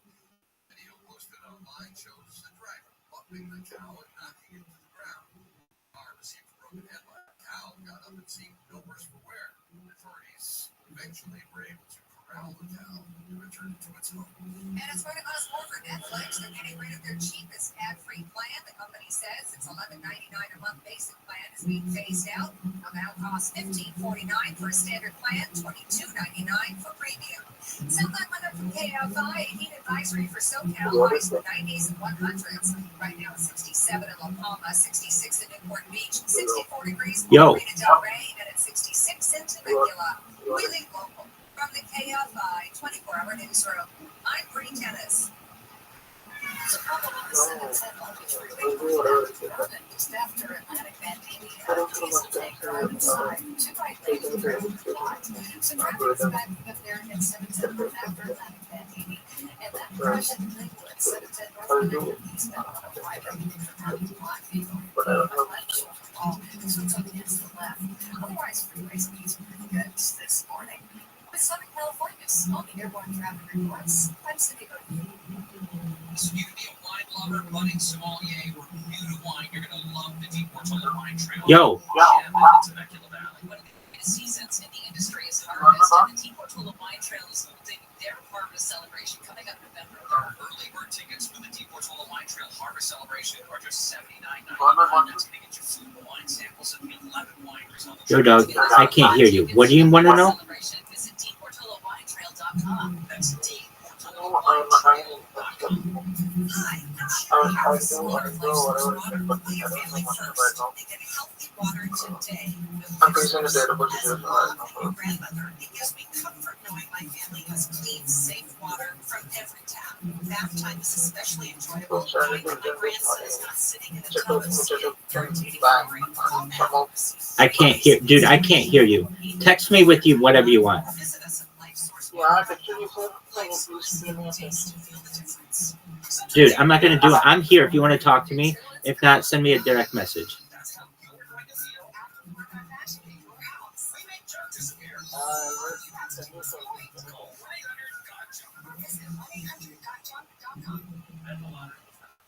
Military declaration in the United States. Since it was established in 1861, there have been 3,517 people awarded with the medal. I'm Malcolm Gladwell, and our new podcast from Pushkin Industries and iHeart Media is about the medals and heroes. Listen to Medal of Honor, Stories of Courage, on America's #1 podcast network. iHeart. Free iHeart app. Search Medal of Honor. In this week's Marketers Report, Dana Nussbaum, Executive Vice President, Worldwide Marketing at Warner Brothers Discovery, weighs in on regional audio marketing and the movies. Everything that we are doing is incredibly data-driven. We are getting signals in every single day about how specific audiences are performing. So although we're marketing at a very broad scale, and that does include specific local markets, that's really the beauty of iHeart's network. You're not serving the same message to a consumer in Nashville necessarily that you may be in New York. You have the ability to be very specific and very personalized, but at a tremendous scale. As the #1 audio company, iHeartMedia gives marketers access to all, from national to local, every audience, live conversations, trusted influencers, and the insights and data you need to grow. Not just a media company, iHeartMedia is your access company. If you're a marketer, go to iHeartResults.com. She said, Amy worked at KFI. I said, yeah. And she said, my boyfriend listens to you all the time. I said, well, that's cool. What's the name? She goes, it's my ex-boyfriend. If we got in the car, I wanted to listen to you. And I wanted to talk. And I got his. Whoa. I broke him up. I said, Yo. now that you think they'll be with us, 5, 4 to 7 p.m. on KFI. And on demand anytime on the iHeartRadio app. KFI, AM 640. More stimulating talk. Dude, get a name for your business. Reports. This program has been pre-recorded.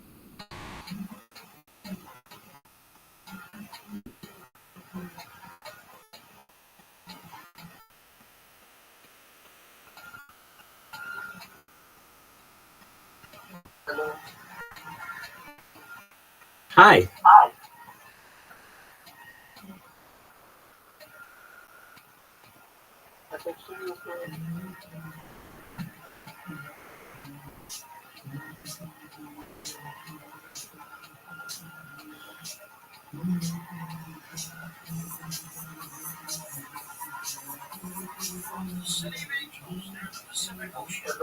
Yo.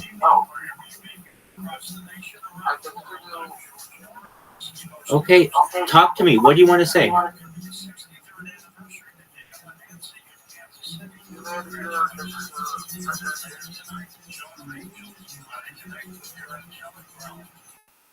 happening?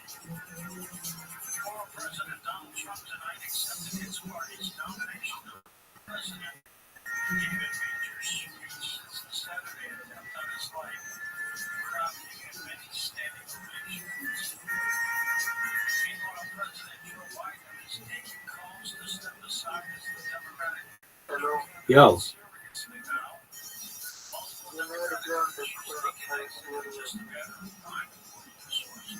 What is the name of your business?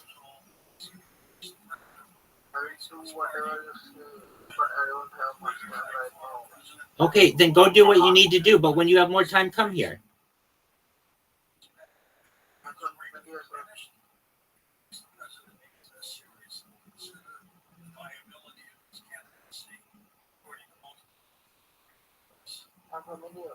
Cool. Great.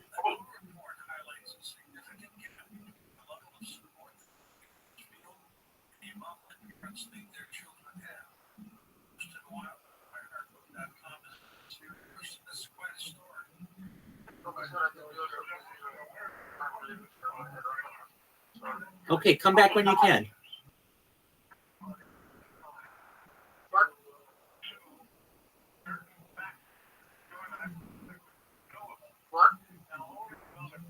Okay, come back whenever you can.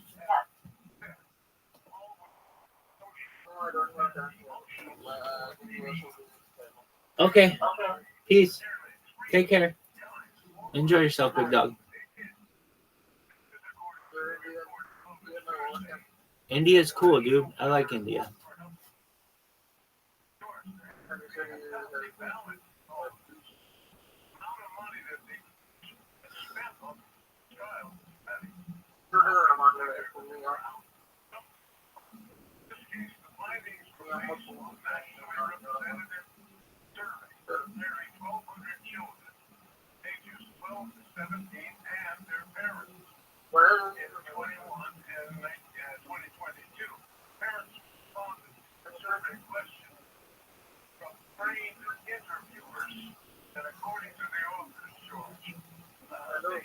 Yo, dog.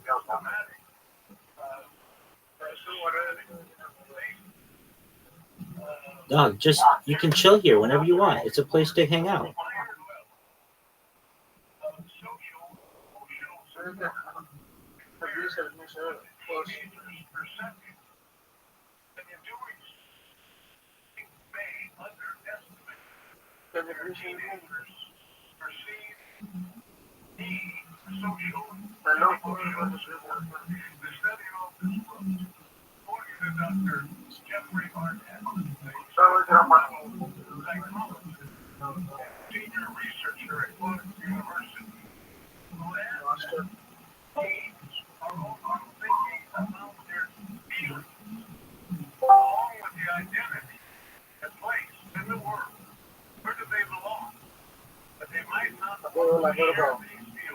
Yo.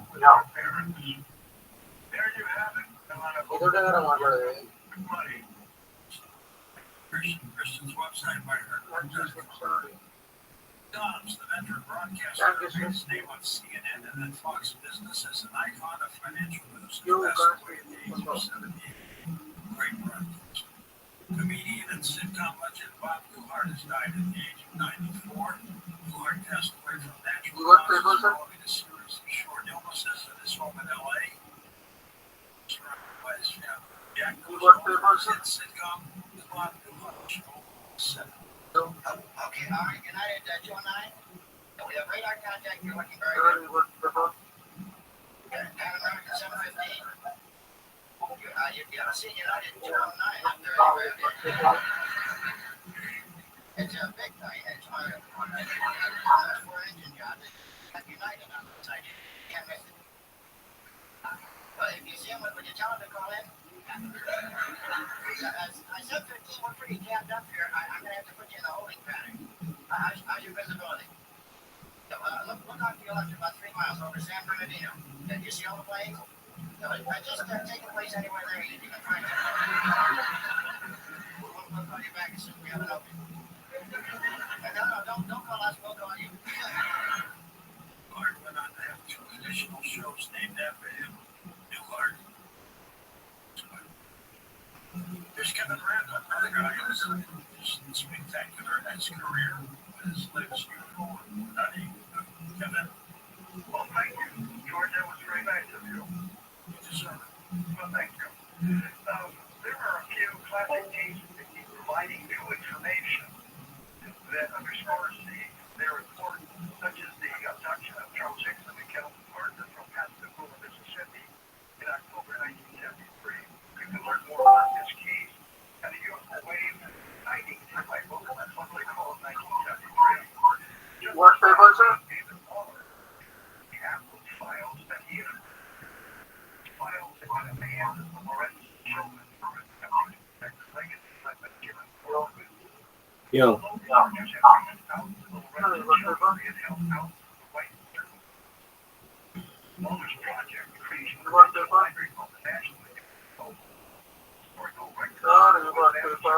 Dog, I don't know what you're saying. You can hang out here all you want though.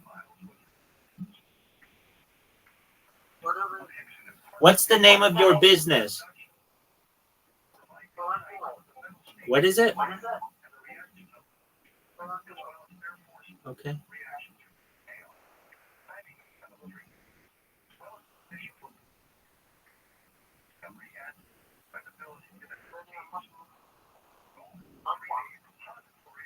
Hello. Yo. Dog, I don't know what paper means. I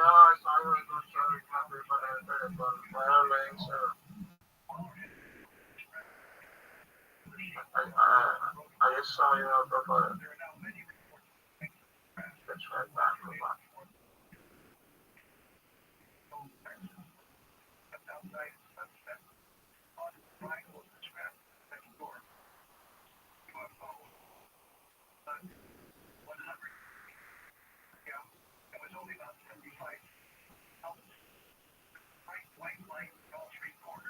Can I please get this photo? I am really not. But it may give a report. Please, I have more content than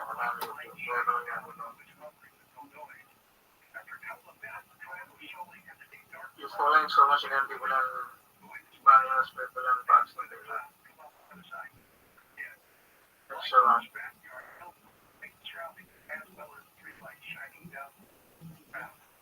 They are getting an reach on Instagram, only 1 year reviews.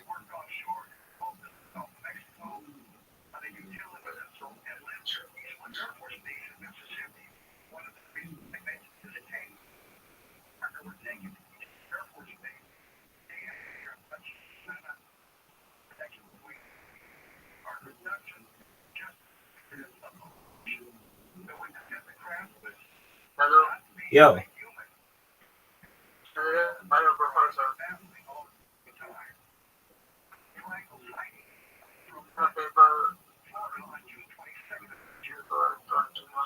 I just saw your YouTube, Instagram. Watch your reels. You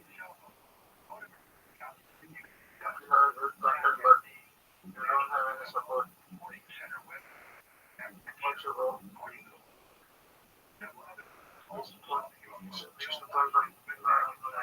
Hello? Yo. Bro, I just send you my paper. Can you send me some? No. Researchers in Saudi Arabia made a site discovery. They dug up 7,000-year-old stone circles in Saudi Arabia.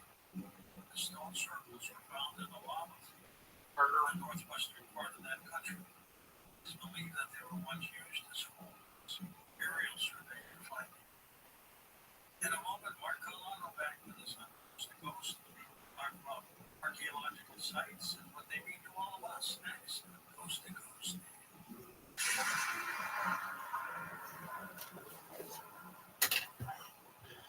Doug, we're gonna watch a podcast. You can watch it if you want. Think it kind of makes sense, and then it doesn't. Just like the UFO thing, and just like everything about human beings, I think there's a lot going on simultaneously. That's why I want that hour-long plug-in. I don't want eternal life. You know how long that is? I mean, come on. I just want. You might have it no matter what. I just want to know, and then that's it. If you're living a new life every time you wake up, you might get eternal life whether you like it or not. That's what some people believe. They believe that there's some religions that believe you will do this life over and over and over again until you get it right. Well, I've got some work to do. Hey, we all do. Yeah. I'm going to get a couple extra. But guess what? If you get it all right, you're not going to get stand-up comedy. That's the problem. We are almost dooming ourselves to repeat over and over and over again. Because to do our job correctly, you have to step out of line. Yep. And you got to crack a few eggs to make an omelet.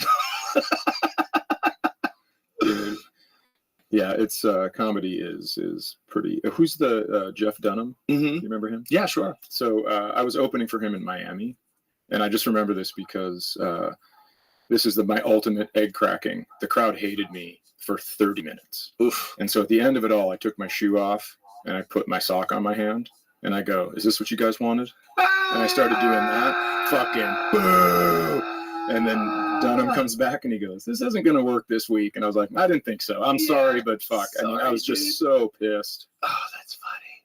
That's funny. You mocked the people that wanted the puppet. Yeah. Yeah, they were not thrilled.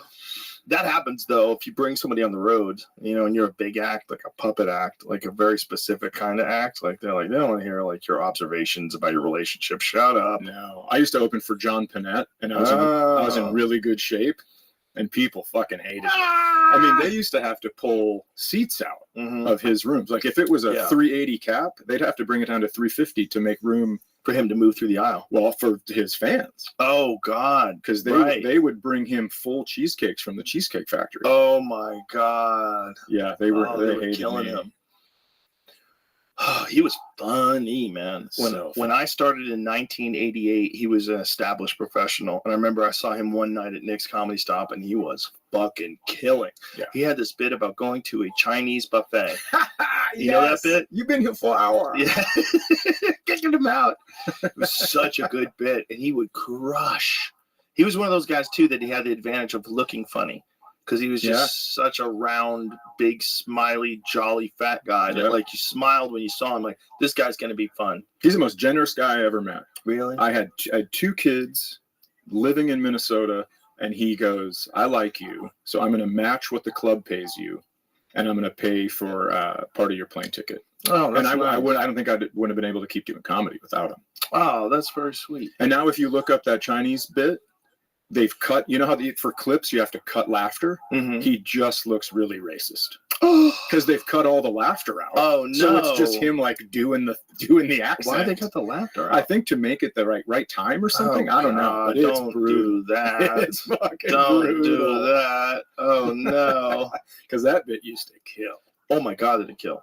Yeah, I saw him do that bit in Boston. I was like, oh, my God, he's a monster. And when you see something like that when you're, 21, you've been doing comedy for 4 months, you're like, what? Yeah.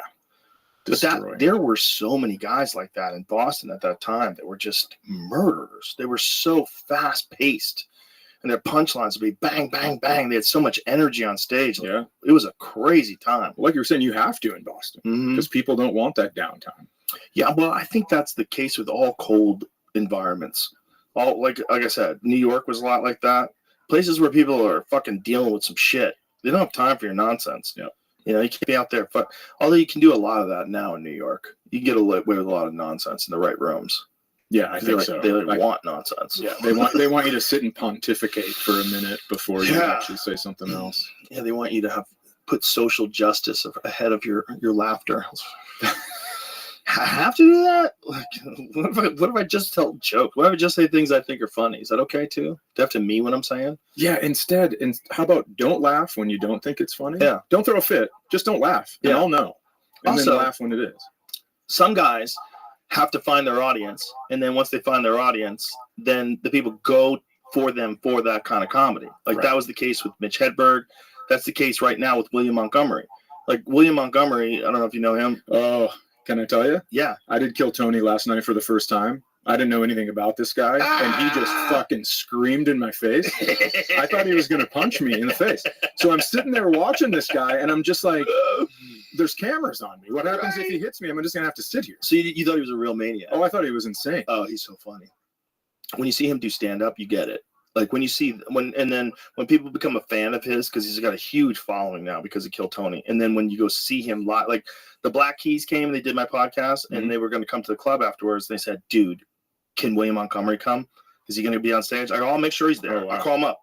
So he wasn't even scheduled to be on the show. I called him up. I go, William, Black Keys want to see you. So he went up there with like full confidence in front of a crowd who knew who he was, and he fucking murders. But I used to see him years ago, and people just didn't know what to make of him. Yeah, he was just starting out, and he was so crazy. He seemed so unhinged. But then off stage, he's like super nice guy. Like, hey man, yeah. Did you meet him off stage? Yeah, he came over. over. Nice to meet you. And I was like, are you fucking with me right now? Because I go, you're screaming at me in there, and now you're like the nicest person. He's a sweetheart. Super, super, super nice guy. They seem to be nice. But that's the kind of guy that has to find his audience. Yeah, you know? and you mentioned Hedberg. I mean, you watch the old clips. Mhm. He used to eat shit, man. He ate shit a lot. There was a famous story about a club that booked him, and the guy before him was like this really high energy guy. I think the guy actually did like a backflip on stage, like something nutty, like to close his set out, and like super high energy. That was the middle act. And it was like all that hack bullshit. And then Hedberg went on after him. It was bombing. And so he got fucked over. Or like they gave him the middle pay, even though he's headlining. And they made the other guy headline. And he's like, I got a contract. They're like, fuck you, you bombed. It was like it was like a war with other comedians. Stanhope chimed in. It was like a lot of shit going on. But that was a guy that once people knew what they would go to see him, and he would murder. Yeah. All non sequiturs, which always killed me. Yeah, it's like I was like, how does he even remember all of them? No shit. I started in Minneapolis. Turns out heroin. Yeah, it's fucking really good at helping you remember everything, I guess.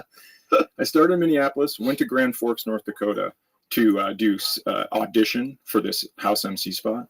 And Hedberg, it was right after he did Montreal and got his big deal.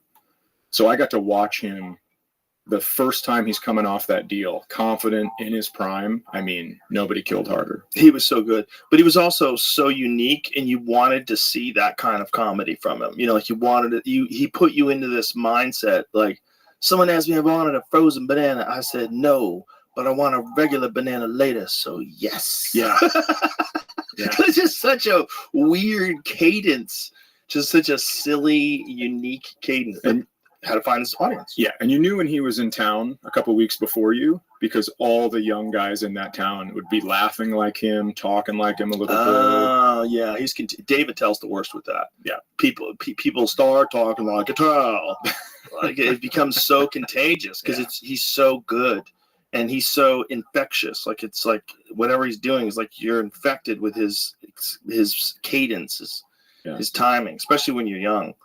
Yeah, when you're starting out. Hedberg got so famous, and I was so young and impressionable that we were out eating one time, and he has a joke about, you know what my friend said? You know what I like? Mashed potatoes. Come on, man, you got to give me time to guess. That was a joke. And I was the mashed potatoes guy, and I used it as a fucking intro because everybody knew who Hedberg was. So when I didn't have any credits, I was like, hey, I'm part of his act. Oh, that's it's hilarious. just ridiculous. That's hilarious. That's you. That's funny. Yeah. He's another one we lost. Yep. That's been a long time, too. Doesn't even seem like it. That's the one thing about losing comics is you can see them still online. You can watch them and all this shit, so they're kind of there forever. I see Norm clips every day. Yeah. Every day. Some new funny Norm clip. Yeah. I just saw a Norm clip when he was on SNL about Madonna having a baby. And he goes, Madonna just had a baby, 7 pounds, 6 ounces, which makes it the 4th largest object to pass through her vagina. He was just fucking fearless, man. Yeah, he was a wild fella. Such a fun guy. Yeah. And the way he died is pretty gangster. Had cancer, didn't tell anybody. Yep. Just went up to Canada to die. Yep. So, yeah. Yeah. Going into the woods. Didn't tell anybody. Which is crazy. Even his best friends. Like, I'm friends with his literal best friend. Didn't know until it was over. Yeah. They were making plans. To do stuff. Yeah. Well, I suppose he didn't know how long, probably. I guess. Yeah. I believe he had pancreatic cancer, which is a really, really rough one. Is that the one he had? It kills a lot of people. I think they just found something with a protein that causes it. So they're talking like it's the big killer. And so they're talking maybe they figured one of them out. Yeah, I saw that. I hope that's true. Leukemia. Oh, it was Hicks. Hicks had pancreatic cancer. Yeah. That's a rough one. Yeah. He's another one. Imagine if that guy was still alive. I mean, he died. He's like 35, something like that. He was young. Yeah. And he had such a body of work. I don't even think he was 35. And you go see... I think now I'm thinking about it, I think Hicks was like 32 or 33 when he died. That's unbelievable. I think about what I was doing. 32? 32. 32. God. Nuts. And it changed everybody's comedy. Everybody's like, Jesus. They all wanted to be like Hicks. So much so that the back green room of the Punchline, Atlanta, Georgia, somebody wrote in the green room, quit trying to be Hicks. It's like, yeah, every time I go there, like, yes. So many people wanted to be like him. Even Richard Jenny said that to me. He saw him and he said, every time I see him, I'm like, God, I should be doing more stuff like that. Like, it was so profound for the time. Like, to have a guy talking like that, the way he's explaining things as well as making them funny, it was so different. But if you're Richard Jenny and you want to be in movies, being Bill Hicks isn't the way to get there. Nah, I mean, it's just that thing that hits you when you watch someone. You're like, fuck. Yeah. That feeling like, God, I want to be doing that kind of stuff. Yeah. But he wasn't that guy. Like, he was just a silly joke after joke after joke guy, which was amazing. Yeah. But for whatever reason, we put so much weight on profundity.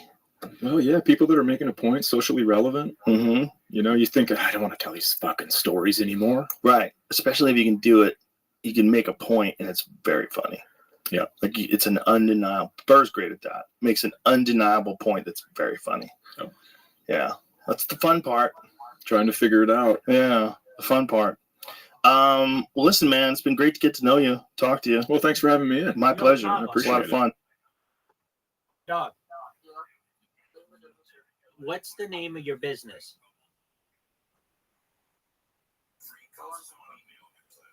That's your name. What's the name of your business?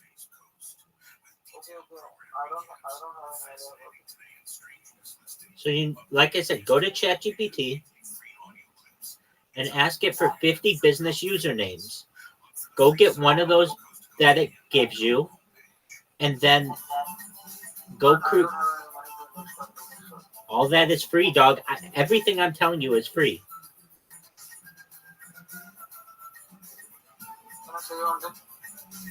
Pardon me?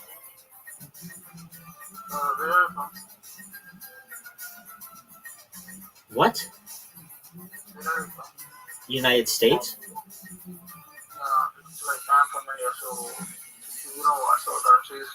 Dude, it doesn't matter. Do I know where the Ganges is? The river? Dog, I can't hear you. But here's what I can tell you. You need a business name. Get it. Go to ChatGPT, get a business name, and then create user accounts with it. And you'll be able to get some business. You'll be able to pay your $800.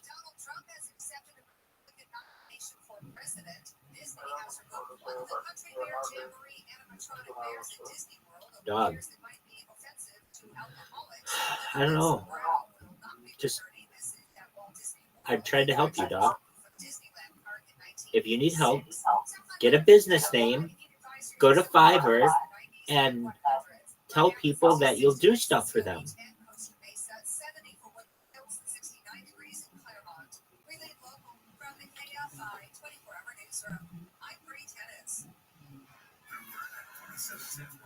I hope that helps. Joe Rogan, everyone. Oh, for sure. Yeah. Oh, you gotta imagine. Look, Ari's like Ari Madding, who we were talking about. Yeah. Who is very, very funny. Is such a joyful guy. Silly. Yeah. Yeah. Like, how did he come out of there? Well, I think he's just happy to be out of there. Like, it just turned him. It turned him into who he is now. Yeah. It's like in The Great Escape when he sees sunlight and all I can do is smile. Yeah. Yeah. Yeah. It's interesting when you see someone who's really talented that comes out of a place that doesn't have any history of it. Yeah. Well, they got to create their own culture there. So they got to figure out how to do stand-up. And I think that Ari can do stand-up in like 3 different languages. Wow. Yeah. So what is Estonian? What do they speak? I think Estonian. Oh, they have their own language? I think so. But they've only been a country since 94. Right. Well, so they were a country and then Russia came in and they weren't a country and then Russia left and then they were a country and then Russia came back, I think. And then they were a country after that. So they just have this like history of having a boot on their neck for years and years. So I think he can do Estonian and I think he can do Russian and English. Wow. Yeah. That's crazy. And he can like kill you with his bare hands. He looks great with his shirt off. Yeah, he was a MMA fighter. Yeah. He had 3 fights. And he's fighting Estonians. They're just scary people. That's how you go 0-3. Yeah. Like, you're too nice. You're too nice to be in that game. They quit doing act outs. Yeah, he was with a legit gym too. Legit gym. It was a Straight Blast gym. That's Conor McGregor's gym. Wow. He's an affiliate of that. Yeah, he's legit. Yeah. I'm happy for him. I signed his like visa letter. Oh yeah. Him and James McCann. I'm both on them. So if either of them fuck up, I'm gonna be in big trouble. I don't know McCann. James McCann is Shane's boy from Australia. Oh, I do. That's Yeah, right. yeah. I'm sorry. No, Yeah. I do know him. That's right. There's so many fucking names now. I've met more people in the last year and a half since the club's been open than I have probably ever in my life. I try to keep an eye and pay attention to all these new faces and new comics. Oh yeah. But it's pretty amazing. Well, you make yourself available to them too, which is cool. I admire that about you. Because you could just like be a man in a tower and do this thing. But no, you're like out there. No, I'm one of us. Yeah. That's the only reason why the club works. Oh, for sure. Yeah, dude. you can't. Ugh, that would be gross. I have very little say in how things even go on. I hired good people and I said, let's just make sure that we have some core tenets, in terms of like the pay structure. It's like entirely, opposite of most clubs. Yeah. The money goes to the comics. Yes. Which it should. Uh-huh. Like if you're a comic and you don't have it set up like that, what the fuck are you doing? I don't know. So we always knew we were getting robbed, right? Mm-hmm. And now and we were like, hey, thank you for robbing me. Thank you for the opportunity. I'm a club owner now, so I'm like, I know we were getting robbed, so I'm not gonna do that. Yeah. Like, I'm not gonna have it. But it's funny how many club owners get mad at it. Oh, dude. I mean, I'm finally selling tickets now after fighting it out for like 20 years. And the independent clubs will give you every penny that they can give to you. Yeah. Whereas like the corporate owned clubs are like, they have the exact spreadsheet. Oh, they're brutal. Dude. Yeah. They're so brutal. They're so brutal. This is like, I don't want to say who it was. Oh my God. I just got a hot sauce in my eye. Oh no. I fucked up. I was eating something with ghost peppers today and I forgot I had it on my hand and I just wiped my eye. At least you didn't touch your dick. Wow. I did touch my dick. That's the worst. Yeah, it's not that bad. I've done it. As the eye. Oh, I did a jalapeno, and then I touched my dick, and then my wife came home, and I had the tip of my penis in a saucer of milk. she was like, "What are you up to?" I'm just like crying with my dick in cream. That's like that old Eddie Murphy bit about putting aftershave on his balls. Oh yeah. I have Clear Eyes if you think that'll help at all. Yeah, throw that over here. Oh, God damn it. Capsaicin's a hell of a drug, man. Ghost pepper, baby. That'll wake you up. God. It's like those smelling salts you have in the green room. Oh, yeah. I fucked around. Here, bro. Dude, I dipped my toes into those waters, and I think the ones we have at the green room are bullshit compared to these. Hey, I'll take your word for it. No, come on, bro. You got to take one. I'll blast one. One blast. Chuck that sucker this way. Maybe that'll clear up my eyes. It's going to clear up something. You psycho. Definitely going to forget about your eyes. Oh, my God. What a glowing endorsement of this product. Oh, my God.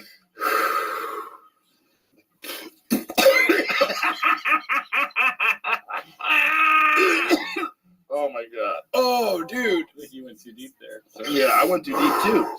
Oh, I felt it in my lungs. It gets, oh man, it really hits like the reptile part of your brain. Yeah, exactly. God, I can't believe I did that. Let's podcast. Let's fucking go. I'm going to go fight Bruce. I'll be right back.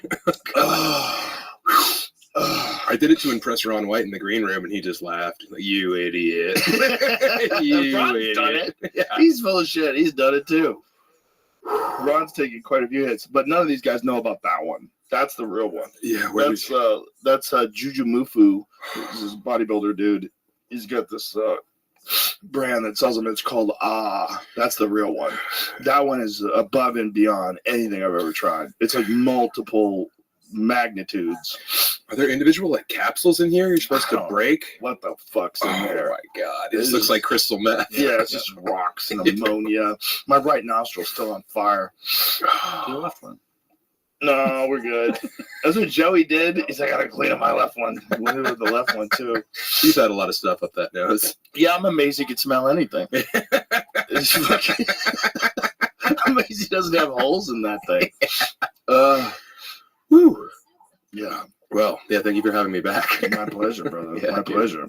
So what's the road been like? You're all over the place, man. I follow you on Instagram. Yeah. You're in all these crazy countries and Did you just decide to like see the world? Like, is that what the plan was? Stand-up's a pretty good cheat code to travel and experience the authentic version of a place because you get to hang out with people from that place while you're there that weekend. Right. So yeah, I did like every state in America by the time I was like 30, and then was like, well, maybe I'll go abroad.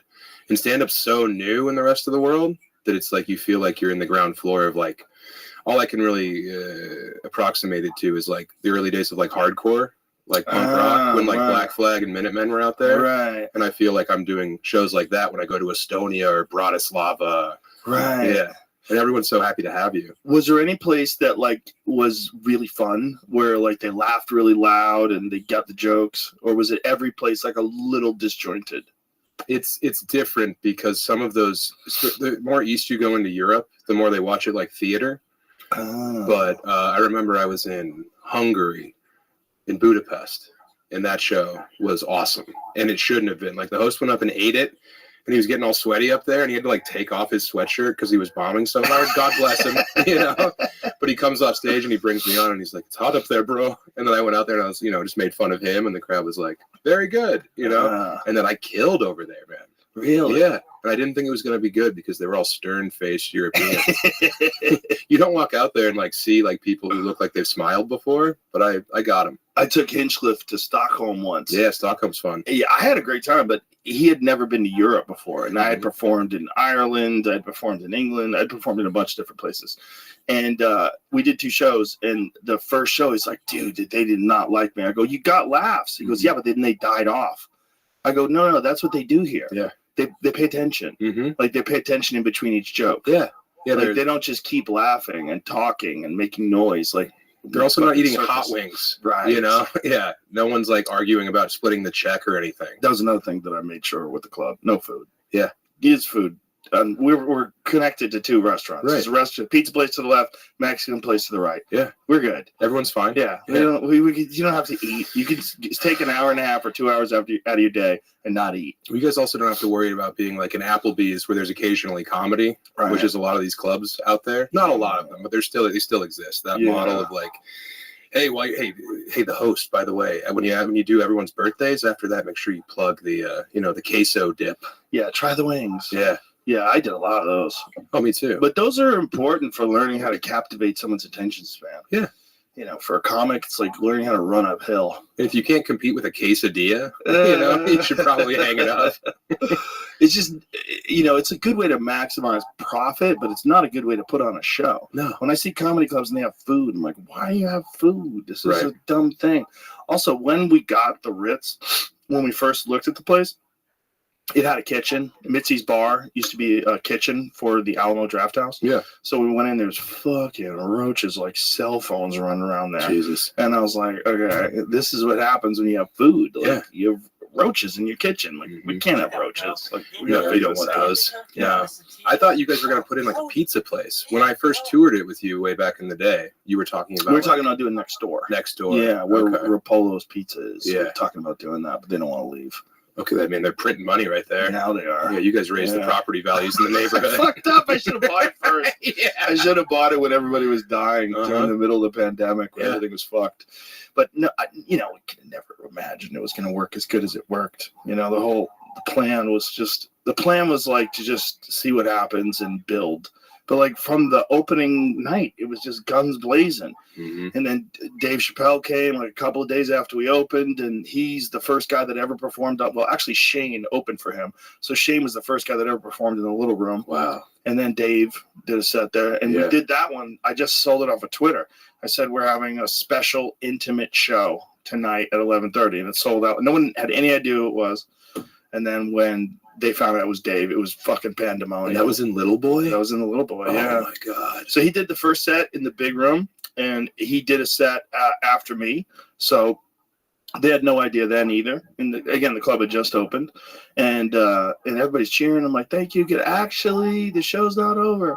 We got one more comedian, ladies and gentlemen, one of the greatest of all time. Please welcome my friend Dave Chappelle. And he goes out, and they just went fucking bananas. People's heads exploded. Yeah, it was awesome. Yeah, they liquefied. It was awesome. So we like from the beginning, it was guns blazing. Then so many people started moving here, and I'm like, wow, okay. And then now we're at a point where I'm like, I think we need another club.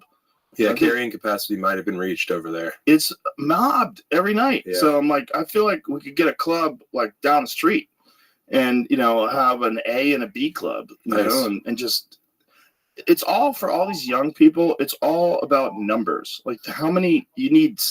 Obviously, you need to analyze your material. You need to write, but it's about getting on stage. That's one of the primary components that needs to be a part of this equation. Like you have to go on stage a lot. Volume. Yeah. Yeah. And in a good environment. Mhm. You need the bad environments too. You need shitty. And you're going to get spots, plenty too. of those. There's a lot of that around here. I mean, God, I was just at this club this weekend. The Comedy Vault in Batavia, great club, but the AC was broken. Oh, no. So it's just like, and they were packed shows. Oh, and no. people are just in there, like dropping out. By the time I got up there, people were not stoked to still be in that room. Yeah. And I'm just dripping sweat. I look like a ham in a window. Dude, the Creek in the Cave was like that when we first moved here. Mhm. They had no AC. The AC was garbage. And you'd be drenched with sweat on stage, like soaked t-shirt. Yeah.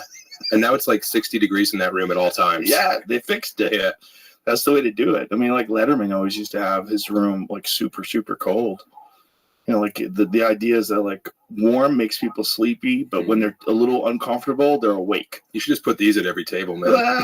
Make it mandatory when they sit down. We have people throw it up in the middle of the show. Most people like do not want that.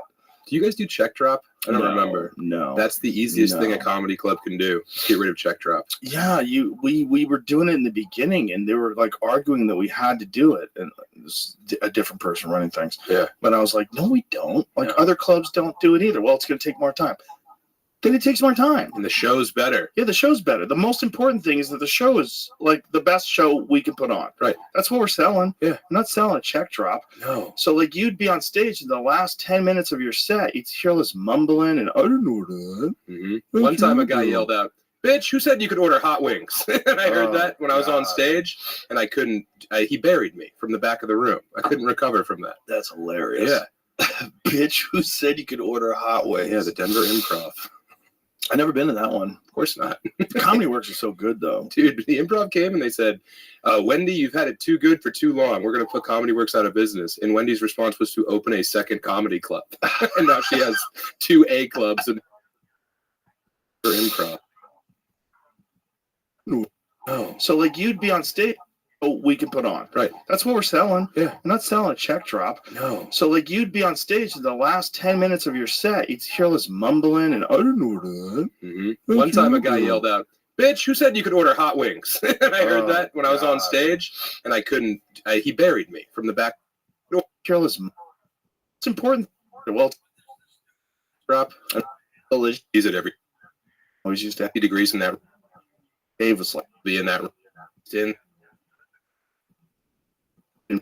Equation. Like you have to go on primary components that needs to be a part of this equation. Like you have to go on stage a lot. Volume. Yeah. Yeah. And in a good environment. Mm-hmm. You need the bad environments too. You need shitty. And you're going to get plenty too. of those. There's a lot of that around here. I mean, God, I was just at this club this weekend. The Comedy Vault in Batavia, great club, but the AC was broken. Oh, no. So it's just like, and they were packed shows. Oh, and no. people are just in there, like dropping out. By the time I got up there, people were not stoked to still be in that room. Yeah. And I'm just dripping sweat. I look like a ham in a window. Dude, the Creek in the Cave was like that when we first moved here. Mm-hmm. They had no AC. The AC was garbage. And you'd be drenched with sweat on stage, like soaked t-shirt. Yeah.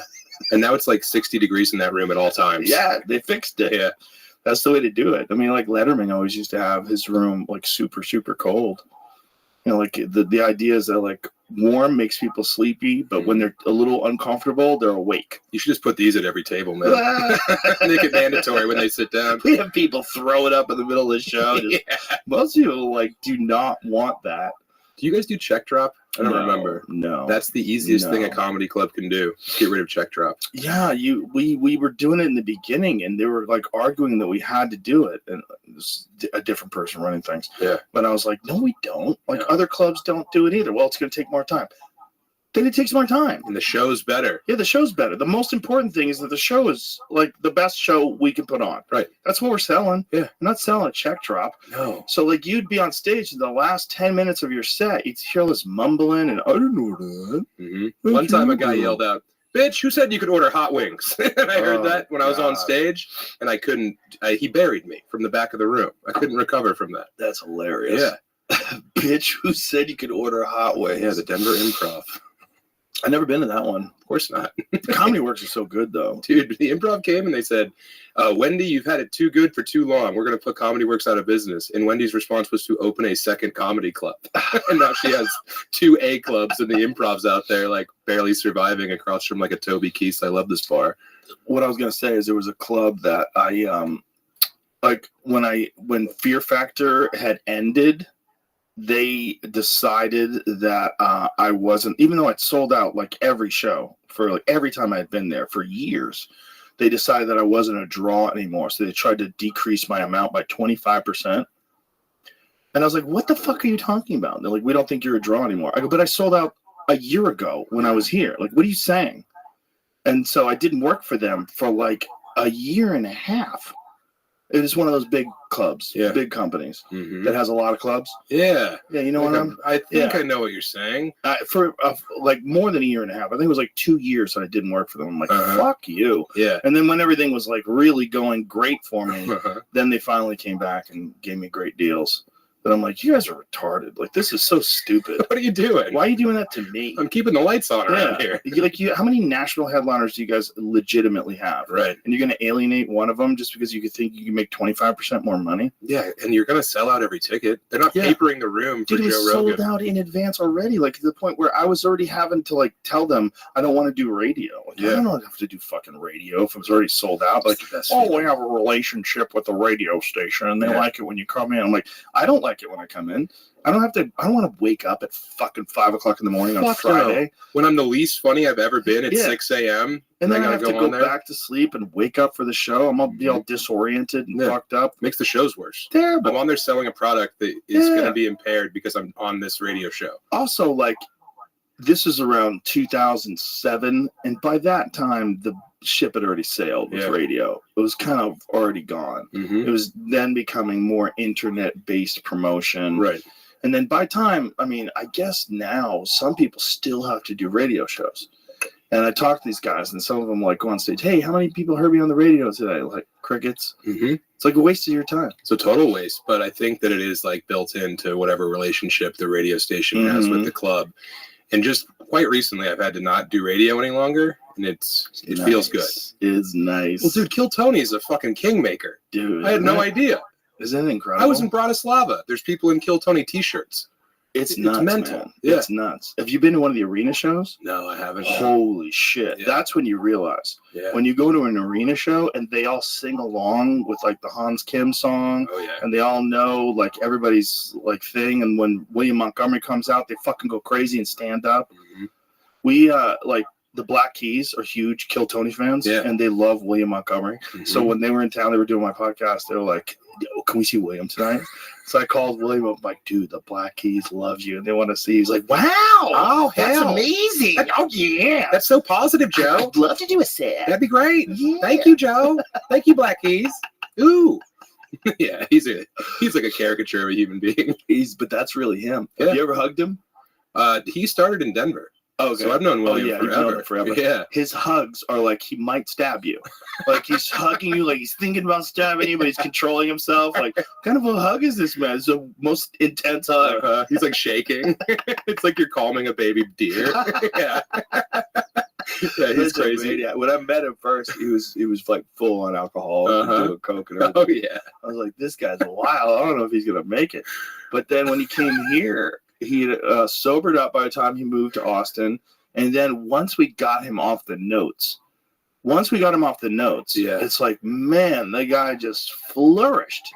He just became this thing. He's present now on stage. Yeah. So he would have the notes, and then he would do Kill Tony. And when he would do Kill Tony, he would read off the notes. But then with the banter, the notes would be down. Then he'd start looking at the audience and like with a menacing way, looking at certain people and fucking yelling at them. Like, I go, that's your key. That's your whole set. I'm like, this notes thing is a crutch. Yeah. You know the jokes. Just remember them. And you'll get better at remembering them. And also now that you're not polluting your brain with booze and cocaine. Yeah, your memory's better. Right. There you go, buddy. He used to do this bit in Denver where he had a neck brace on. but he would like wear it at all times to open mics. And it was going well. And then another comedian started doing a neck brace thing. No way. Yeah, dude. Imagine stealing a disability joke. It was crazy. I remember being at Comedy Works on a Tuesday and being like, she's doing the neck brace thing. And Was it a William's girl? like, she's nice. Yeah, it was a girl. Oh my God, that's Yeah. hilarious. Yeah, man. Should she actually have something wrong with her neck, which would be ironic? Like I she don't- had to do the neck brace I don't thing. think she did. Oh my God, she faked it. I don't want to say she faked it, but I don't think it was as necessary as she made it out to be. That's Yeah. a weird one, man. Uh-huh.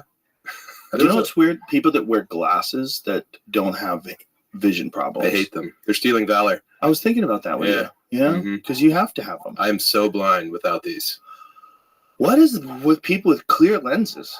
Like, what is that about? It shapes their face, is what they say. It's an accessory. So they'll have like a big fat face, so they'll wear big glasses, or they have like a mouse face, so they wear little glasses. But I really don't trust those people. Very odd. Yeah. It's a very odd choice. It's like having a prosthetic leg attached when you have both your feet. Yeah, I met a guy and he had those on. He was a comic. Mhm. And I go, why do you wear those? And he goes, girls think you're smarter. I go, really? Yeah, the dumbest girls. Who are these girls? Yeah. They think you're smarter because you can't see good. Yeah, if the glasses are doing it, just shake keys at one of them. That'll probably work too. Well, I guess the stereotype at one point in time was that you ruined your eyes by spending too much time looking at a close surface, a close object, which is what happens, which is why cell phones are very bad for your eyes. So bad for us. So, like, the idea was this guy reads so much I see. that his eyes suck. He crippled his eyes Yeah. with his lust for knowledge. Okay, so answer me this question. Why do I think it's hot when I see girls in glasses? Because I do. I do too, man. Why? Because they do this. Oh, that's right. They take the glasses off. They flick their hair back. Before they... That chick is the best. Bro, first of all, I just saw an interview with her. Yeah. She got on stage at the Zach Bryan show, and she sang with him. You know, at the end, he sings Revival, and he has people come on stage and sing with them. It's a great fucking show. He puts on an amazing show. So he brought her out there, and she yells out, "Hawk to the whole crowd. They're like, like, who the fuck would have ever thought that would have happened? I don't know. She just looks like the classic, like, American 8. Yeah. Where it's like, I have a chance with her, and she Right. seems fun, and she loves sucking dick. It's like, of course. Great Of course personality. she captured the zeitgeist. Yeah, she's funny. Mm-hmm. You know, like even the way she says it. You get me? Yeah. Like the way she says it. Yeah, we You get me? understand. Yeah, we get you. Communicating. She's only 21. Yeah. I was watching an interview with her. She's only 21. She wasn't a school teacher. All that shit that people say. She got fired. Nope. She's too young to be a teacher. She's 21. And, she wasn't a bartender. All that stuff's bullshit. She's just a young girl who was just on the streets in it was Nashville? Nashville. I think so. And just went viral. Yeah. And the most weird, but I love that we live in a time where that happens. Like, it's such a strange time. I'm sure she'll be stealing club weekends from me in no time. Here's something that should go viral. Jamie, pull up that guy that I tweeted, because people think I was making fun of this guy, which I kind of am, but also it is a catchy tune. There's a lot of people. Let me just say this. There's a lot of people that I feel lean into certain things because they think it's marketable. You know, like when that Sam Smith guy dresses up like Satan. Start that from the beginning, please. This fucking guy is on stage at a pride thing. But here's what's important. How'd you get this footage of me, Joe? I have eyes everywhere. Here's what's important. The fucking dude is talented. Yeah, it's ridiculous that he's got a G-string on and he's fat and he's wearing a biker helmet on and he's got queer tattooed across his belly. But listen to him rap. Listen to this. Algoritm's not playing through. Damn. Action Bronson put the weight. He did put the weight back on a little bit, unfortunately. He was on the podcast.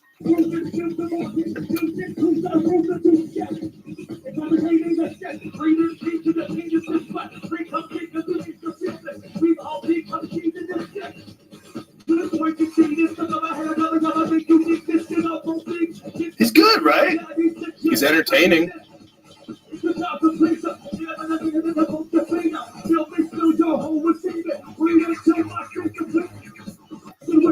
Like one of the lines was, "Let me fill your hole with semen." I'm pretty sure that's the only thing that I could get out of all that. Like the little dance. But it's just the flow. His flow. I mean, everybody's freaking out about it. Oh, the end of the world. Listen, that's a grown man out there swinging dick for other grown men. Yeah. And they're having a good time. They're having a consensual hit.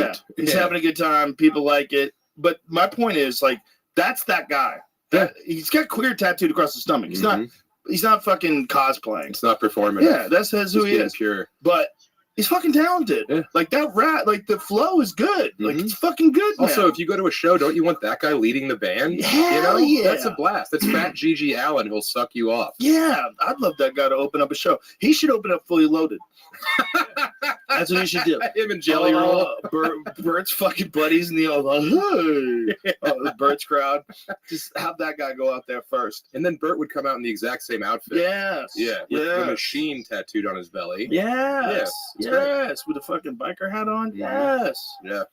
Yeah. I'm all for that stuff. Me too. I like freaks. I love freaks. I like freaks of all time. I mean, here's the thing. Like, a lot of people are upset about the Pride Parade.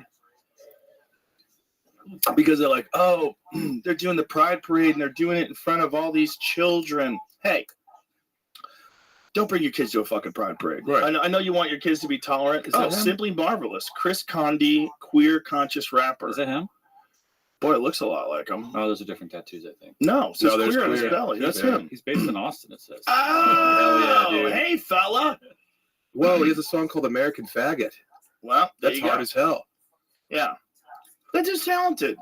That probably was in Austin then. Oh, for sure. Yeah. It looked like it was at a farmer's market based on the crowd. So, like, there's this thing that people are saying about, like, the Pride Parade, because all these people are walking around naked at the San Francisco Pride Parade, and so they were interviewing these people, and they have their dicks out. Yeah. Listen, if you don't want your kids to see gay guys being sexual, that's what Pride Parade is. Yeah. It's not like a bunch of 40-year-old gay engineers holding hands, like married guys who are just holding hands, like, Blowing hey, each we're other proud. kisses. Yeah. It's different than anything else, like any other kind of pride thing, because it's not just like we just happen to be gay. It's overtly sexual, always. It's guys with fucking ball gags and dog leashes. And, Pissing on each other. yeah, it's nuts. Like, I'm not against it at all, but you can't complain that that's happening because you brought your kids. You can't take your kids to the cage fight and complain about violence. Exactly. Yeah. Don't take your kids to Pride and complain about the gays. Yeah. They're having a blast. They too. have a good time. Yeah. I used to do a bit about how, like, I would always think, am I exaggerating about, like, the gay neighborhood? Like, in LA, they have Boys Town in Santa, and it's so crazy. Like, I was always saying to myself, like, maybe I'm exaggerating. Maybe I need to drive through again. So every now and then I would take the right turn and go down Santa Monica Boulevard and head towards the ocean. Yeah.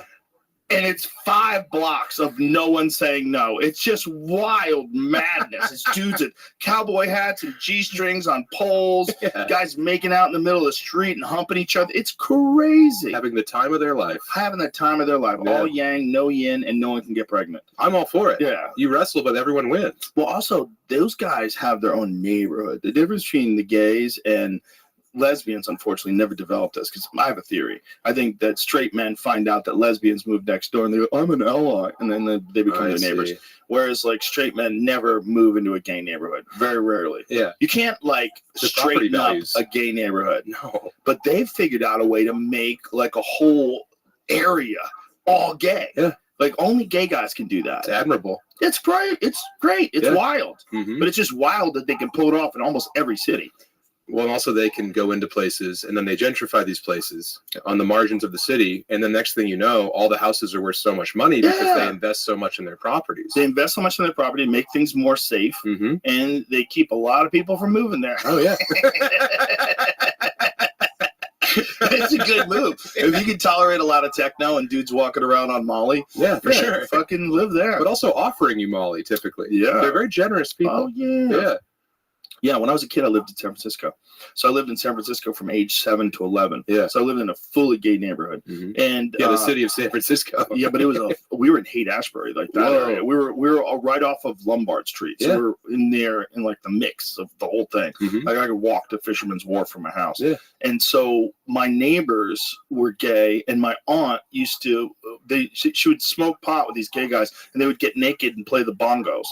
And they'd be like, oh, she's over there playing the bongos with the gay guys. It's like, okay. Like, it was so normal to me Yeah. that it wasn't until I moved to Florida that I even realized that people were homophobic. Right. And that was when I was 11. Like, I had no idea that people had a problem with gay people. I mean, it was just normal for you as a boy to understand that your aunt had these gay friends, and it wasn't made strange or they weren't othered. You know? No, they were just normal guys who just happened to be gay. Yeah. And they were everywhere, too. So it's like it became normal because you just saw them everywhere. There was guys holding hands everywhere. This was San Francisco in the 1970s. Yeah. That's like kind of what you want, right? It's I want people acceptance. I want people to be themselves. I want liberty and freedom for all. Yeah, that's real freedom. You want America to be this fucking land of the free, home of the brave? You know how fucking brave you have to be holding hands with a dude and walk down a major street? Yeah. What are the possibilities of running into homophobes? It's pretty fucking high. For sure. Pretty sure. Like, if you're going to walk down any major metropolitan, like, for any, like, 3 or 4 block stretch, the odds of you running into a homophobe is very high. Someone is going to be violently angry that you love another man. Right. Yeah. I think that the young people now, they want to be homophobic, but I think that most like 18 to 23-year-old dudes have probably sucked a dick or had their dick sucked by a fella. Really? I don't know. I'd venture to guess. What do you think is they're- happening today? Well, It's a mist. They pump into the classrooms. It's like the gay bomb they tried in Iraq. Do you know about that story? No. Oh my God, you don't know that? No. Oh my God. What? The United States spent millions of dollars trying to develop a gay bomb. Wow. And so it's based on this hormone and this chemical, and they would detonate it above a city. And apparently it'd make men so randy that they wind up fucking each other, and it would demoralize them. This was the supposed idea. No way. Yeah. This is how goofy our fucking government is. Not knowing anything about the Spartans, who are gay as fuck, who were like one of the greatest armies the world has ever known. Yeah, they could comfort each other. They were so gay. Yeah. Not just that, but when you fought next to someone your and they were lover? your friend, Yeah. that was one thing. But if it was your lover, you would protect them to the death. That's so smart. Yeah, man. Well, they just also, I think people were just gay then. I think people back before they realized, like, hey, you probably shouldn't fuck kids. They just fucked everything. Yeah. You know? Yeah. And then the kids started writing down, and once my uncle fucked me, all life was downhill. And you read that, like, oh, they probably stopped fucking kids. Yeah. It like took forever before they figured that out. Because if you think about it, like Aristotle, Plato, Socrates, you go back in time, all those guys had like young boy lovers. Yeah. It was just accepted, and it was like part of passing your philosophy forward. Bizarre. Because you would take an apprentice, and he'd also fuck his thighs from behind, but then he would tell the world your story. Yeah, that was totally normal. He was fucking writing everything you were saying, he was dictating. Yeah, and dictating. Yeah. But there was like that thing with like the philosophers. Some of them thought that it was low-minded to actually have sex with the children's butts, so they would just bang their thighs from behind, and that was like Low-minded. cool. Yeah, I think so. They just titty fuck their thighs. Exactly. Yeah, that's a good move. It's a real soft part of a body. Yeah, you don't get that hurt from it. You know, it's like, I wish that didn't happen, but at least you didn't fuck my butthole. I'm still tight as a drum. Yeah, it didn't make me walk around uncomfortable. Like, what the fuck did he do to me? Yeah, I don't have to use a diaper now. You just feel weird. Like, oh, that guy just jizzed all over my thighs. Yeah, Like, but whatever. What are you going to do? At least I know about geometry now. Bro, they didn't know any better. Isn't that crazy? Like, but just think about how much murder took place back then. Like, if you got to be our age back then, if you got to be, let's just say you got to be 30, how many people do you think you saw get murdered? Probably dozens. Yeah. You probably saw people get murdered all the time. Over very small things. Over almost nothing. Yeah. Disrespect. I mean, look, when this country was founded, one of our presidents, I forget which one, engaged in a duel while he was president. I think Andrew Jackson Was did it a Andrew lot Jackson? of people. Yeah. That was like his whole thing. He just like to shoot at people. Yeah. From 10 paces. Mm-hmm. Which is the dumbest fucking thing to think. If you hate someone, you don't like them, why don't you guys agree to fight or something? Right. Why you gotta, dueling's so dumb. With pistols that, yeah. Many people think Andrew Jackson fought hundreds of duels. He did have a temper.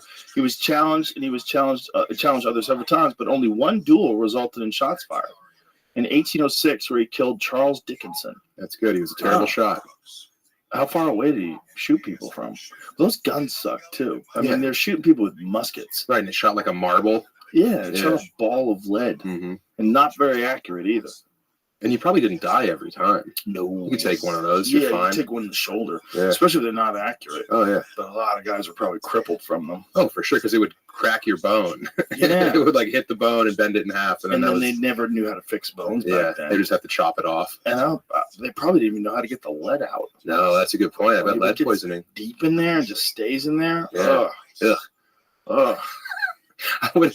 You should have the door guys duel for stage time with period type guns, you know. Right. They just paintball guns. Yeah. Did you ever see that scene in that Mel Gibson movie, The Patriot, where the guy gets hit in the face with a cannonball? Oh, yeah.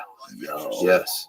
That's or in Napoleon, where that horse gets exploded with a cannonball, like the first 3 minutes. I didn't see Napoleon, but I heard about that. The first 3 minutes is all you have to see. Really? Because you see a horse take a cannonball in the chest, and then the rest of it's just like him simping for someone. Oh, yeah. I heard they cucked him out. It wasn't the best movie. It was pretty. It was like a lush film. What a waste of Joaquin Phoenix. Yeah, he's the man. You know? That guy is so good. He scared the shit out of me in The Joker. I was like, oh my God. And then the riots happened like a year later. Yeah, I know. Like, oh my God. Predictive How programming. much is it responsible for this? I don't want to sidetrack too far, but this is saying that duels back then were not exactly what we think they might have been. Oh, yeah? It was more of a test of courage. It says people didn't just take 10 steps and shoot as quickly as possible. Most of the time, people would stand and fire their guns in the air, purposely miss their opponent, making a duel more or less a test about courage. However, there are plenty of real-life examples where people would try to kill each other in a duel, for example, Hamilton and Burr. People involved in duels also chose seconds or people to accompany them to the duel to make sure it was legitimate. Oftentimes, the seconds found themselves acting as peacemakers in a duel, making sure if shots were fired, they weren't fired at other people. So it was a lot of playing chicken, I guess. I think so. And making them occasionally flinch. They shot each other. Yeah. What the fuck? They probably had John Wick was like that at the end, right? Didn't the guy try to get like a spoiler alert? John Wick pretended he shot, but he didn't. Yeah, I held was his bullet the to other take guy. a shot. And the other guy wanted to get a replacement or something, Mm-hmm. so John Wick wouldn't kill him. Oh yeah, on the steps of Montmartre in That's Paris. the last one, you know, as much as I love those guys, the last one was just so cartoony. It's so hard to take seriously. I'm okay with it. You turn your brain I off love and the stare. first one. The first one's the best one. Mhm. Because the first one, all the motivations are clear. Oh my God, they stole his car and killed his puppy. Yeah. Let's go. Let's do it. And then they build this world of like the Continental and stuff, which was cool. There was lore. I like those movies are the best. Yeah. You see the first Furiosa? one. No. What is Dude, Furiosa? The new Mad Max? No, I haven't seen it. Bro. Is it You need great? to treat yourself. Really? Did you see the most recent Mad Max before this? Yes. Remember how great it was and you Yes. left the theater going, movies are the best? Yeah. It's that again. But Really? they figured out how to do warfare with like kites and stuff as well. Oh, Yeah, dude. It's so good. nice. Okay, I'm in. The whole movie was storyboarded too, so it looks like a graphic novel. Ooh. Yeah, it's like the best graphic novel I've ever seen. Oh, no It's a kidding. movie. I haven't heard anything about it. It's so badass, dude. Yeah, I think there's too much content today. For sure. It's very difficult for people to pay attention to everything. Right. But there's very How you living, Pimp? What the fuck? I just went to use the restroom and well, dude. And you what? I just went to use the restroom and I almost forgot that I was talking to you. Hey, I'm here, dude. That's the cool thing about it. I don't take any offense. Normally, people be pissed off at you. I don't care. You do your life, but it's like an open portal to me. It's cool. I mean, like, right as you left for something, I just had to take a quick dump, so I just ran away to the restroom, and then when I came back, I almost forgot that I was even chatting with you. Well, and then I saw that my Discord was open, and I was there in the Discord, and you're still here, so yeah. We were talking about Moore's Law. I remember exactly where we were talking. It was on Moore's Law and technology, and you were saying like how it's improving, and it's if you know what Moore's Law is, I'm going to read it to you in a second. Yeah, I've heard about it actually. The Moore's Law, yeah. So Moore's Law states that it's an observation that the number of transistors in an integrated circuit doubles about every 2 years. Apologies, not 6 months, it's 2 years. Moore's Law is an observation and projection of historical trend. Rather than a law of physics, it is an empirical relationship linked to gains from experience in production. So basically, things should get better and better, but they're not, and they're being held back. They're being essentially restricted, and we're not getting the best technology. And when my stream goes viral, I'm going to advocate for much better technology for the common person. But as of right now, you get the same kind of phone, very little changes. I know this year they're supposed to introduce, or perhaps next year, 5G. I think it's this year to India, and you'll see it's like not any better. It's the same shit, and you would expect shit to be really, really good, but it's there. You already have it, and it sucks. Yeah, it fucking sucks, yeah. It does. Exactly. So I'm at a point where I'm willing to tell the CEOs of this world, hey, I want to be able to use my fucking cell phone anywhere on Earth. Got it? And if you're like, oh, well, the towers aren't good enough. Dude, then use satellites. It's like, oh, the satellites aren't good enough. Then use underground stuff. Well, if it's like a native habitat, you know what, dude? Okay, I understand there might be some areas. If I'm in a national forest or something and I'm not going to get cell phone coverage, but everywhere else, I want to be able to get cell phone coverage anywhere from 50 feet in the ground if I'm in like a basement of a building to all the way at the top. And I don't want to have to worry about it. And it shouldn't be sometimes 1 bar, 2 bars, 3 bars, or 4 bars on my connectivity. I want it to say 93% connectivity. And I want to be able to know why it changed. If I go way in the, like, you know, really dense part of a building and it goes down to 85%, I understand that. If I'm outside, though, that motherfucker better be 100 goddamn percent.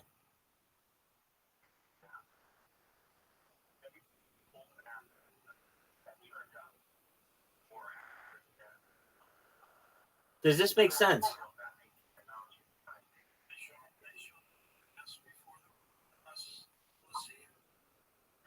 Hello? Bro, actually someone's calling me on phone. Can I just hop in real quick? Dude, again? do whatever you need to do. Do it. No need to apologize. Do whatever you need to do. Go for it, dog. Yeah. And then that like that wonder that you had when the bit is new dies, and then you just Doug, you're fine. Go do what you need to do. Come back when you can. Yeah, you're not connected to it, so why would they be? Right. So No worries at all. sometimes No worries with at all. those Do kind what of you need things, to do. I will just. Go talk to your friend all you want. I'm here, dog. No worries. So instead of using all the setup of the punchline, I'll say, there's got to be another way to address this topic. Like, let me see. So that, I think, is like real work. That's real work where you're thinking and you're analyzing. But the ideas themselves, is like the structure of all comedy is an idea. The structure of all comedy is like something comes to you. There's a thought where you either you see something and it's preposterous, or you hear something it's ridiculous, or, you know, there's something.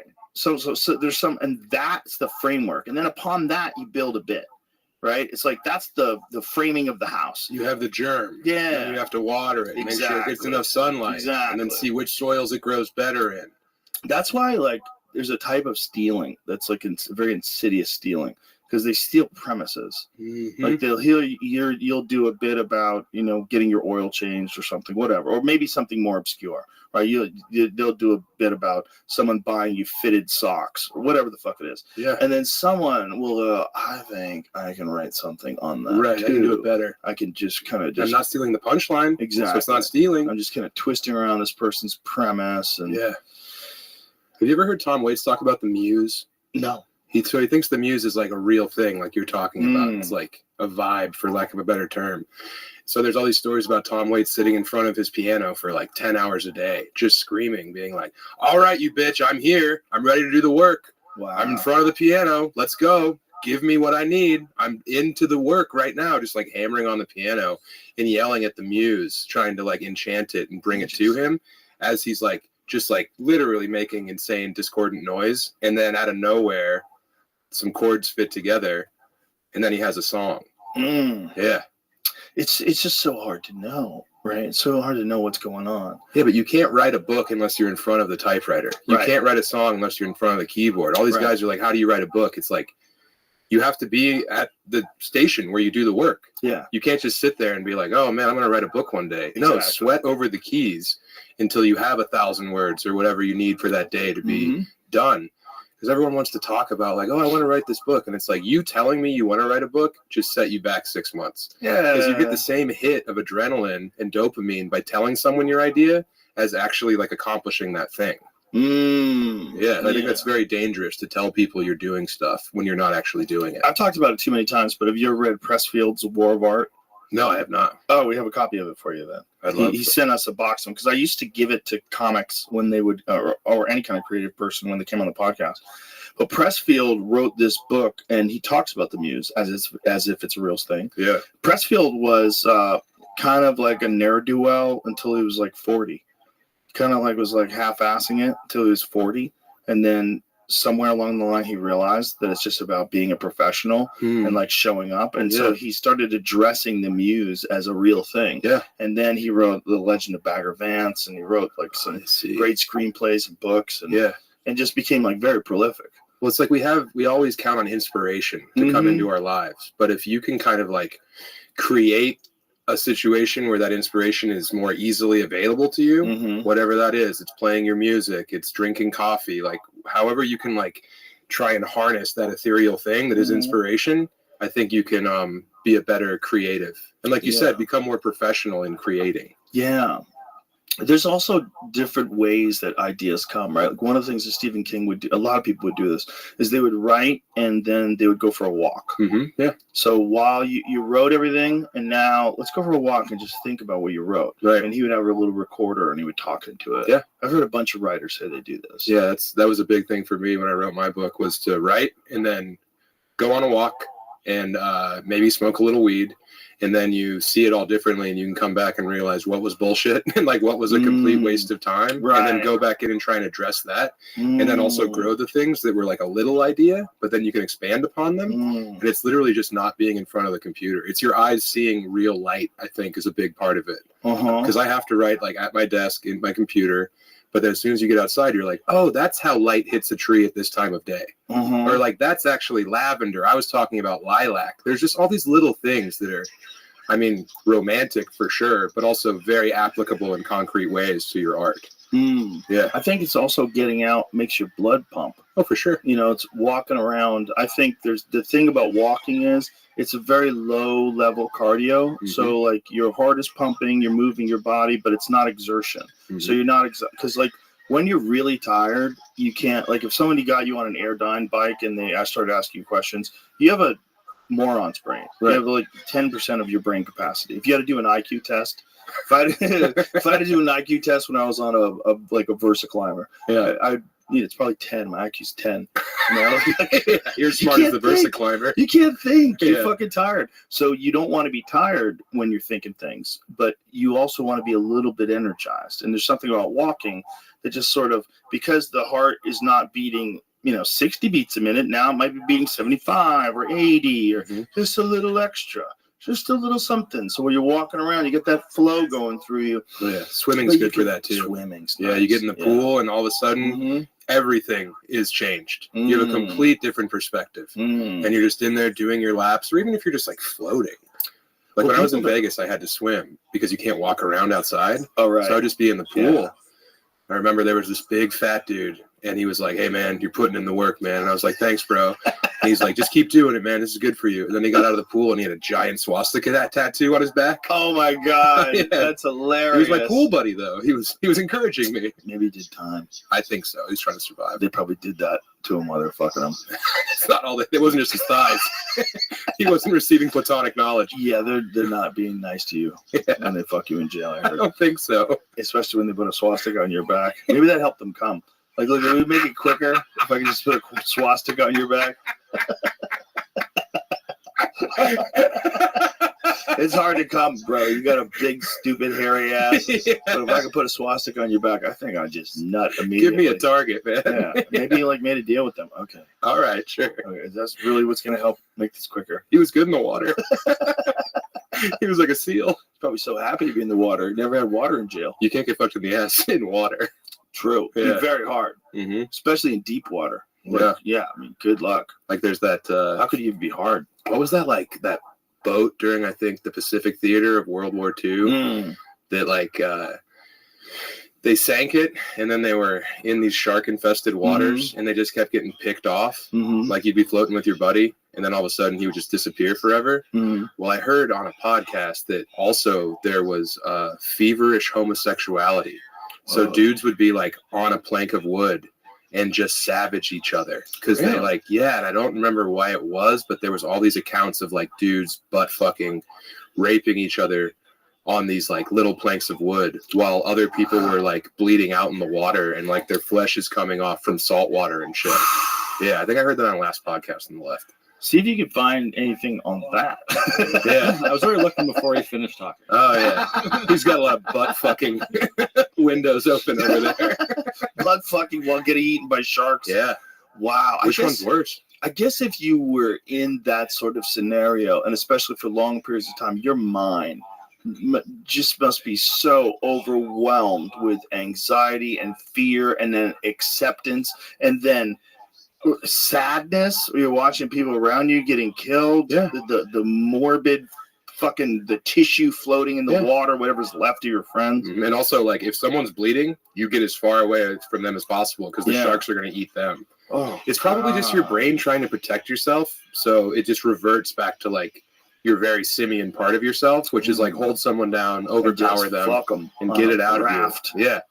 And all the other people, they're going to die too. Yeah. Right. Yeah. We watched you fuck Harry. Why'd you do that? Harry said stop, and you kept going. Hey, why I thought we were all going to die. Yeah. I didn't think anyone would be able to tell this story. Sorry, bro. 1940s. Meanwhile, it made it to a podcast in 2024. Uh-huh.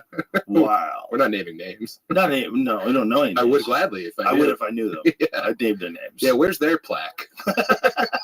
This guy butt fucked a bunch of people. How about the guy who got butt fucked? Right. Not only did he watch all his friends get eaten by sharks, he also got butt fucked. He got a purple heart and a purple sleeve. And he's like, don't worry about it. We're all going to be dead in an hour or two. Take me. And then they get rescued. They're just tattooing swastikas on him. And then when they get rescued, that guy who he butt fucked, hey! What about what happened on the fucking raft, dude? Yeah. Sorry, man. I lost my mind. LA Times, I think this, I didn't sketch the year, but here you go. Okay. As the Indianapolis sailors struggled in the water, there was bravery and self-sacrifice, all vividly detailed by Vincent and Vladik. There was also violence, cannibalism, and even sexual attacks. In the water, the dead outnumbered the living. Men continued to expire so quickly, it became almost impossible to move around without having to shoulder through shoals of corpses. Holy fuck. And then the sharks. One moment they behaved like gentle and curious giants, moving up close to inspect the men with black, unblinking eyes. The next moment they attacked, their steel-trapped jaws snuffing out a man's life before he could draw a breath to scream. Yeah, it's making you pop up. I'm not interested, you fucks. I don't see anything else. So the sexual attacks. I guess that's all this is. That's it? Just a mere mention? You'd think the LA Times would want to get involved in the more lurid details. Yeah. You'd sell a subscription. You guys need to sell some subscriptions. Yeah. Yeah, they apparently just let a bunch of people go. I would not want to be a fucking reporter right now. No, but there's good journalism going on. Oh, yeah. Yeah. Most of it's independent. That Whitney Webb character. She's a character. She's cool. Yeah, that lady knows a lot. Mm-hmm. I don't know how she knows it all, but God, I'd be afraid if I were her. Oh, yeah. They're going to disappear her. I think she pretty lives in quick. another country. Doesn't she? I think so. Yeah, I watched her on a bunch of shows. I watched her on Patrick Bet David. I watched her on, I think she was on Jimmy Dore's show a few times. She knows a lot, man. I think Tim's got a direct line to her. That's a wild thing to like be focusing on, the evil like oligarchs and people in power of the world and how they've twisted everything throughout history. Like, you make yourself a real target. The bloodlines. Oh yeah, all that shit. Yeah. The bloodline stuff is wild. It is. That's really wild. Tim like called her when we were in Europe. I was opening for him in April over there, and he really wanted to go to St. Petersburg, Russia, to eat a meal at Gogol, which is like the best restaurant in the world, allegedly. Oh, really? So he called her. He called Tucker Carlson, like trying to figure out how to get into Russia. He even went to the State Department, and they were like, "No." And he's like, "I'll be there for 3 hours. Come on, let us eat dinner. We'll be fine. You can watch us the whole time. It'll be good. It'll They be good." might snatch him up. I think he'd be compromised. And then I'd be the other guy. Yeah. They just think I was a fat prostitute. Let a swastika on his Yeah, back. exactly. Tim Dillon and his cum boy arrested in St. Petersburg. Tim would be so embarrassed. I'm not his type at all. At all. That's hilarious. Yeah, man. That's hilarious. Yeah, he's a wild boy. He would want to go to Russia to eat. That's so crazy. And hey, I was all for it, dude. I was like, yes, let's go. Yeah, you can't go over there. No. We just signed a 10-year contract to supply them with weapons, to supply Ukraine with weapons for the next 10 years. Yeah. I think this whole thing it's terrifying to watch, but it's also a very clear money grab. Yeah. There's so much money going over there, and there's so much money we continue to send, and it's just like, how is this okay with everybody? How is anybody letting this happen? Yeah. I mean, the taxpayers are really holding the bag on it too, you know. Dave Smith had a wild suggestion. What was that? He was on. He's full of those. He is. He was doing a debate about Russia and Ukraine, and he said one of the ways to incentivize Russia to stop attacking Ukraine is if we left NATO. Whoa! Not only should we say that Ukraine's not going to join NATO, but we're going to leave NATO. And I was like, whoa. What would be the repercussions of that, though? Who fucking knows? We would just be look at the repercussions of being a part of it. Look at the repercussions of what's going on right now, because, you know, Dave is the best at explaining, and he'll credit Scott Horton and a lot of other people, but Dave is really good at recalling information, explaining how the whole red line with Putin was Ukraine joining NATO. They always knew that. And they kept moving NATO-based countries. They kept moving weapons closer and closer to Russia. Like, the whole thing was like they're baiting him to do this. I just get so suspicious of military activity, because I know that there's always going to be bad people in the world that you have to send good people to go fight. That's always going to be the case, right? The clearest, most pure version of that for us is always World War II. Right. There's the Nazis. We go over there and kill the Nazis. The whole United States, gets together, and when it's over, there's that sailor kissing that girl. Right. And it's like, hey, this is why people sacrifice. Yeah. And this is why this America is so amazing, this country. But that's not real. That's only one example. Most of the time, it's people figuring out a way to get defense contracts. Or there's some cool resources that just so happen to be right there. It just happens to be a lot of lithium in the area. Yeah. It's very convenient that they need democracy right now. Yeah, the same people that are telling you that Joe Biden's fine. Mm-hmm. That's how things get done. Like, that is like whether or not Joe Biden, should be president or not president. Let's put that aside for a second, folks. Everybody knows there's something wrong, right? The people that are telling you there's not something wrong, the reason why they think they can do that is they do that with everything. Yeah. They do that with Venezuela. They do that with Yemen. They do that with Ukraine. They do that with everything. Mm-hmm. They bullshit and gaslight depending on what the narrative is. They're very creative with what facts. And the facts change over time, and they're not really, sometimes they don't even know. Like, one of the more interesting exchanges about the Ukraine war was with, of all people, Candace Owens. Mm-hmm. So Candace Owens was talking about how corrupt Ukraine was. So someone sends her a message from the New York Times. What evidence do you have that Ukraine is corrupt?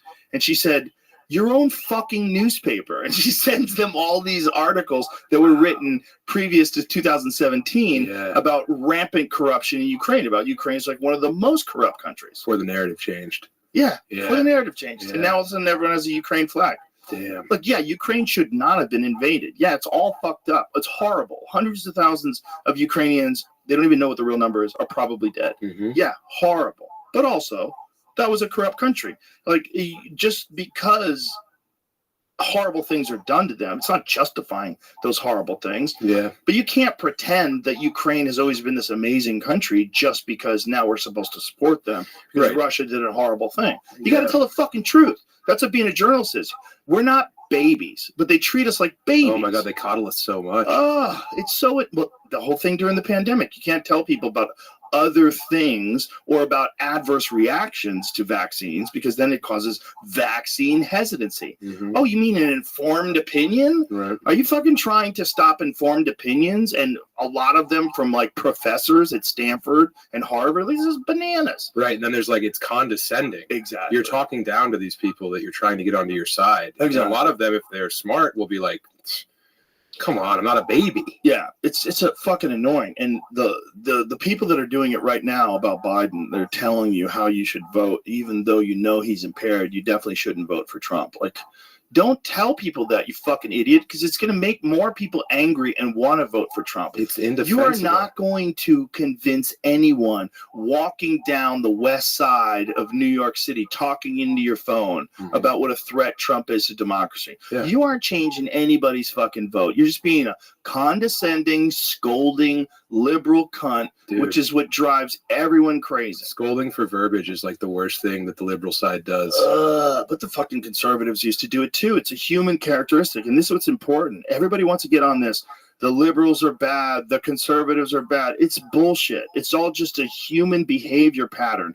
We always want to tell people that they should behave and think and accept the truths that we have accepted. You have to behave like us.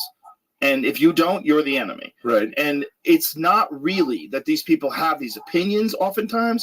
It's that they have subscribed to a predetermined set of opinions. There's a narrative. In order to be in this group. There's a party line. If you tell me how you feel about the Second Amendment, I can tell you how you feel about abortion. Yeah. Almost 80% of the time. Right. Which is wild. It's wild. Because they're two very complicated issues. Right. If you tell me how you feel about immigration, if you tell me how you feel about weapons, military spending, I can probably tell how you feel about God. Yeah. I can probably tell you what your religious leanings are. It's just bizarre. And it's just because the reality of life is too open-ended and complex and fascinating and bizarre and majestic and immense. And boundless. Boundless. Yeah. Immense. And more immense than we even thought it was. Now they're looking into the James Webb Telescope. They're finding galaxies that are so big, so long ago, that they couldn't have existed possibly in a short amount of time, which they were from the Big Bang. So that now they're starting to think that the universe is like maybe 10 billion years older than they thought it was. Which is good. Yeah, but it's like, what does that even mean? It's too much. There's like division is really important to people in power because they keep us fighting each other 100%. Instead of against the presidency or the government.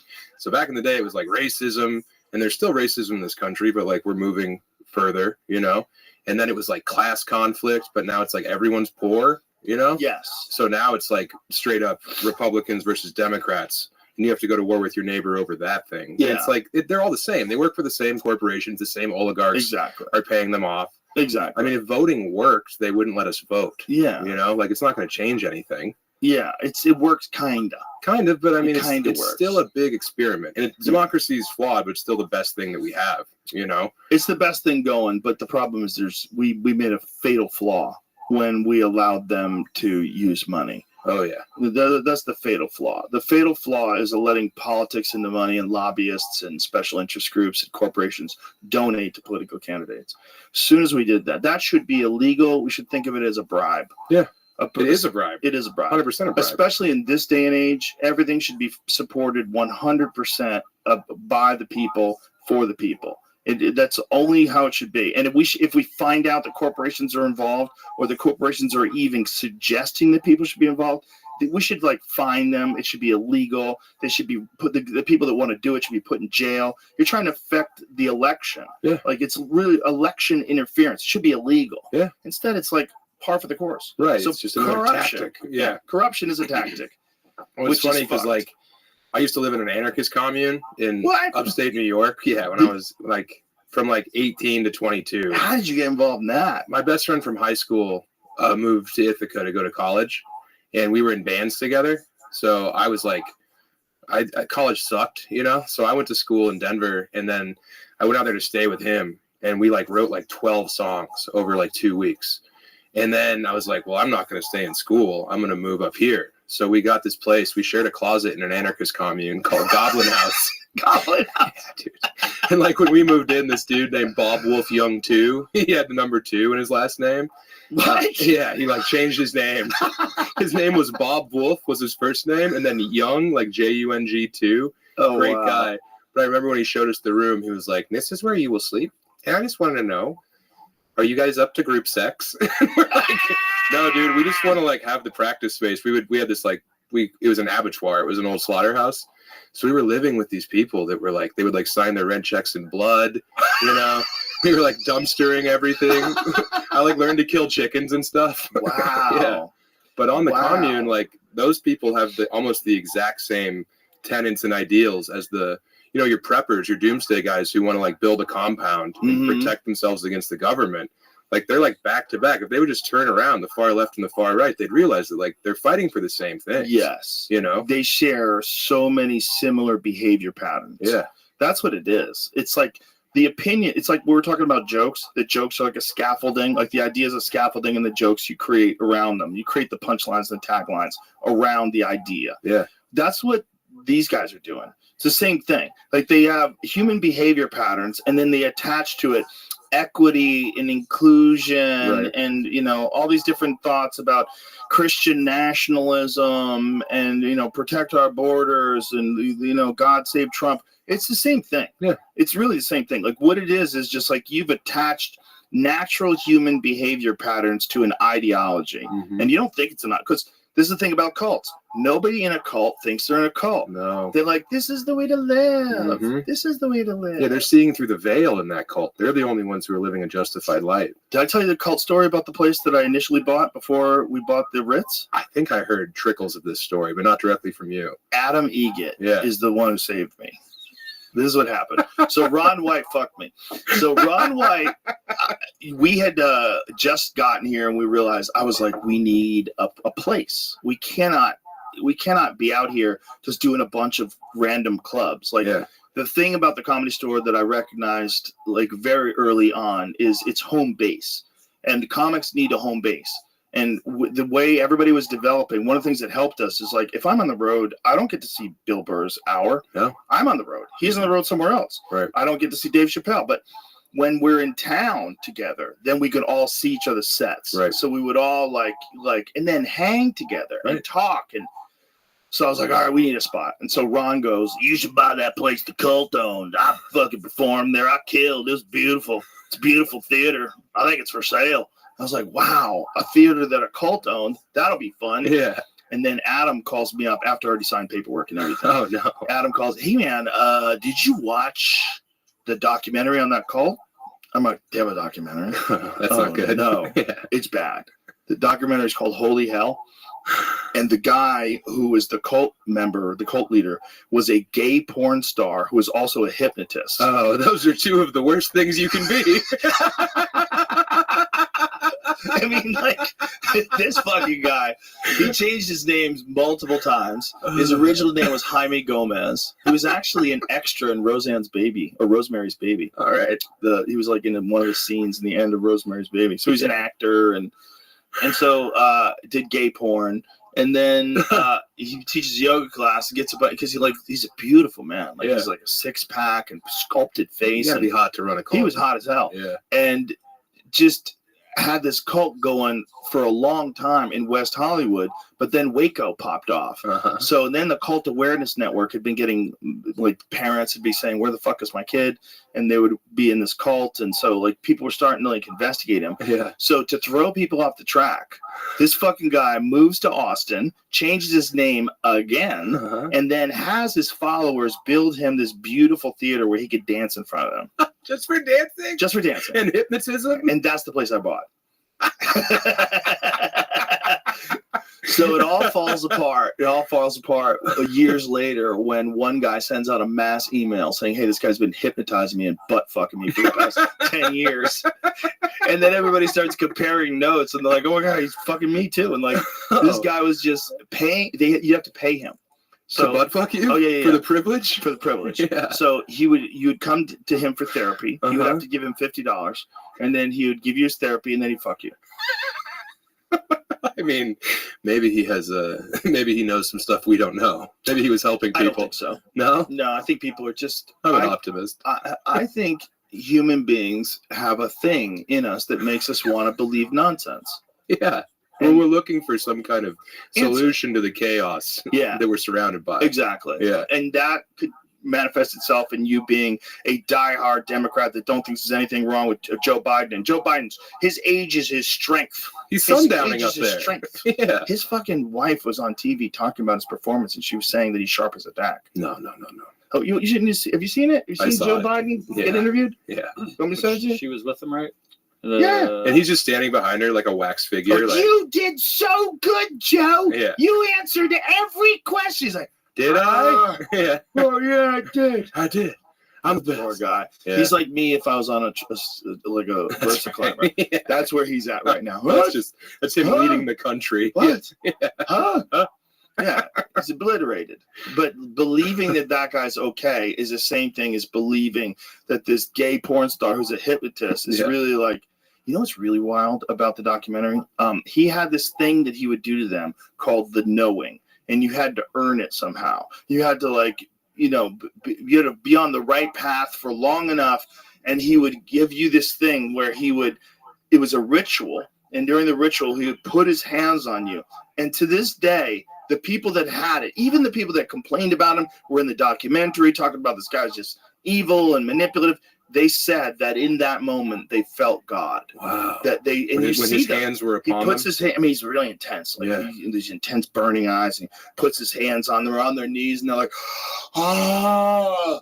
So it's like there was an endogenous release of psychedelic chemicals that was through this moment, this ritual thing, the power of suggestion and whatever the vibe that the two of them have. Clearly hypnosis as well. Yeah.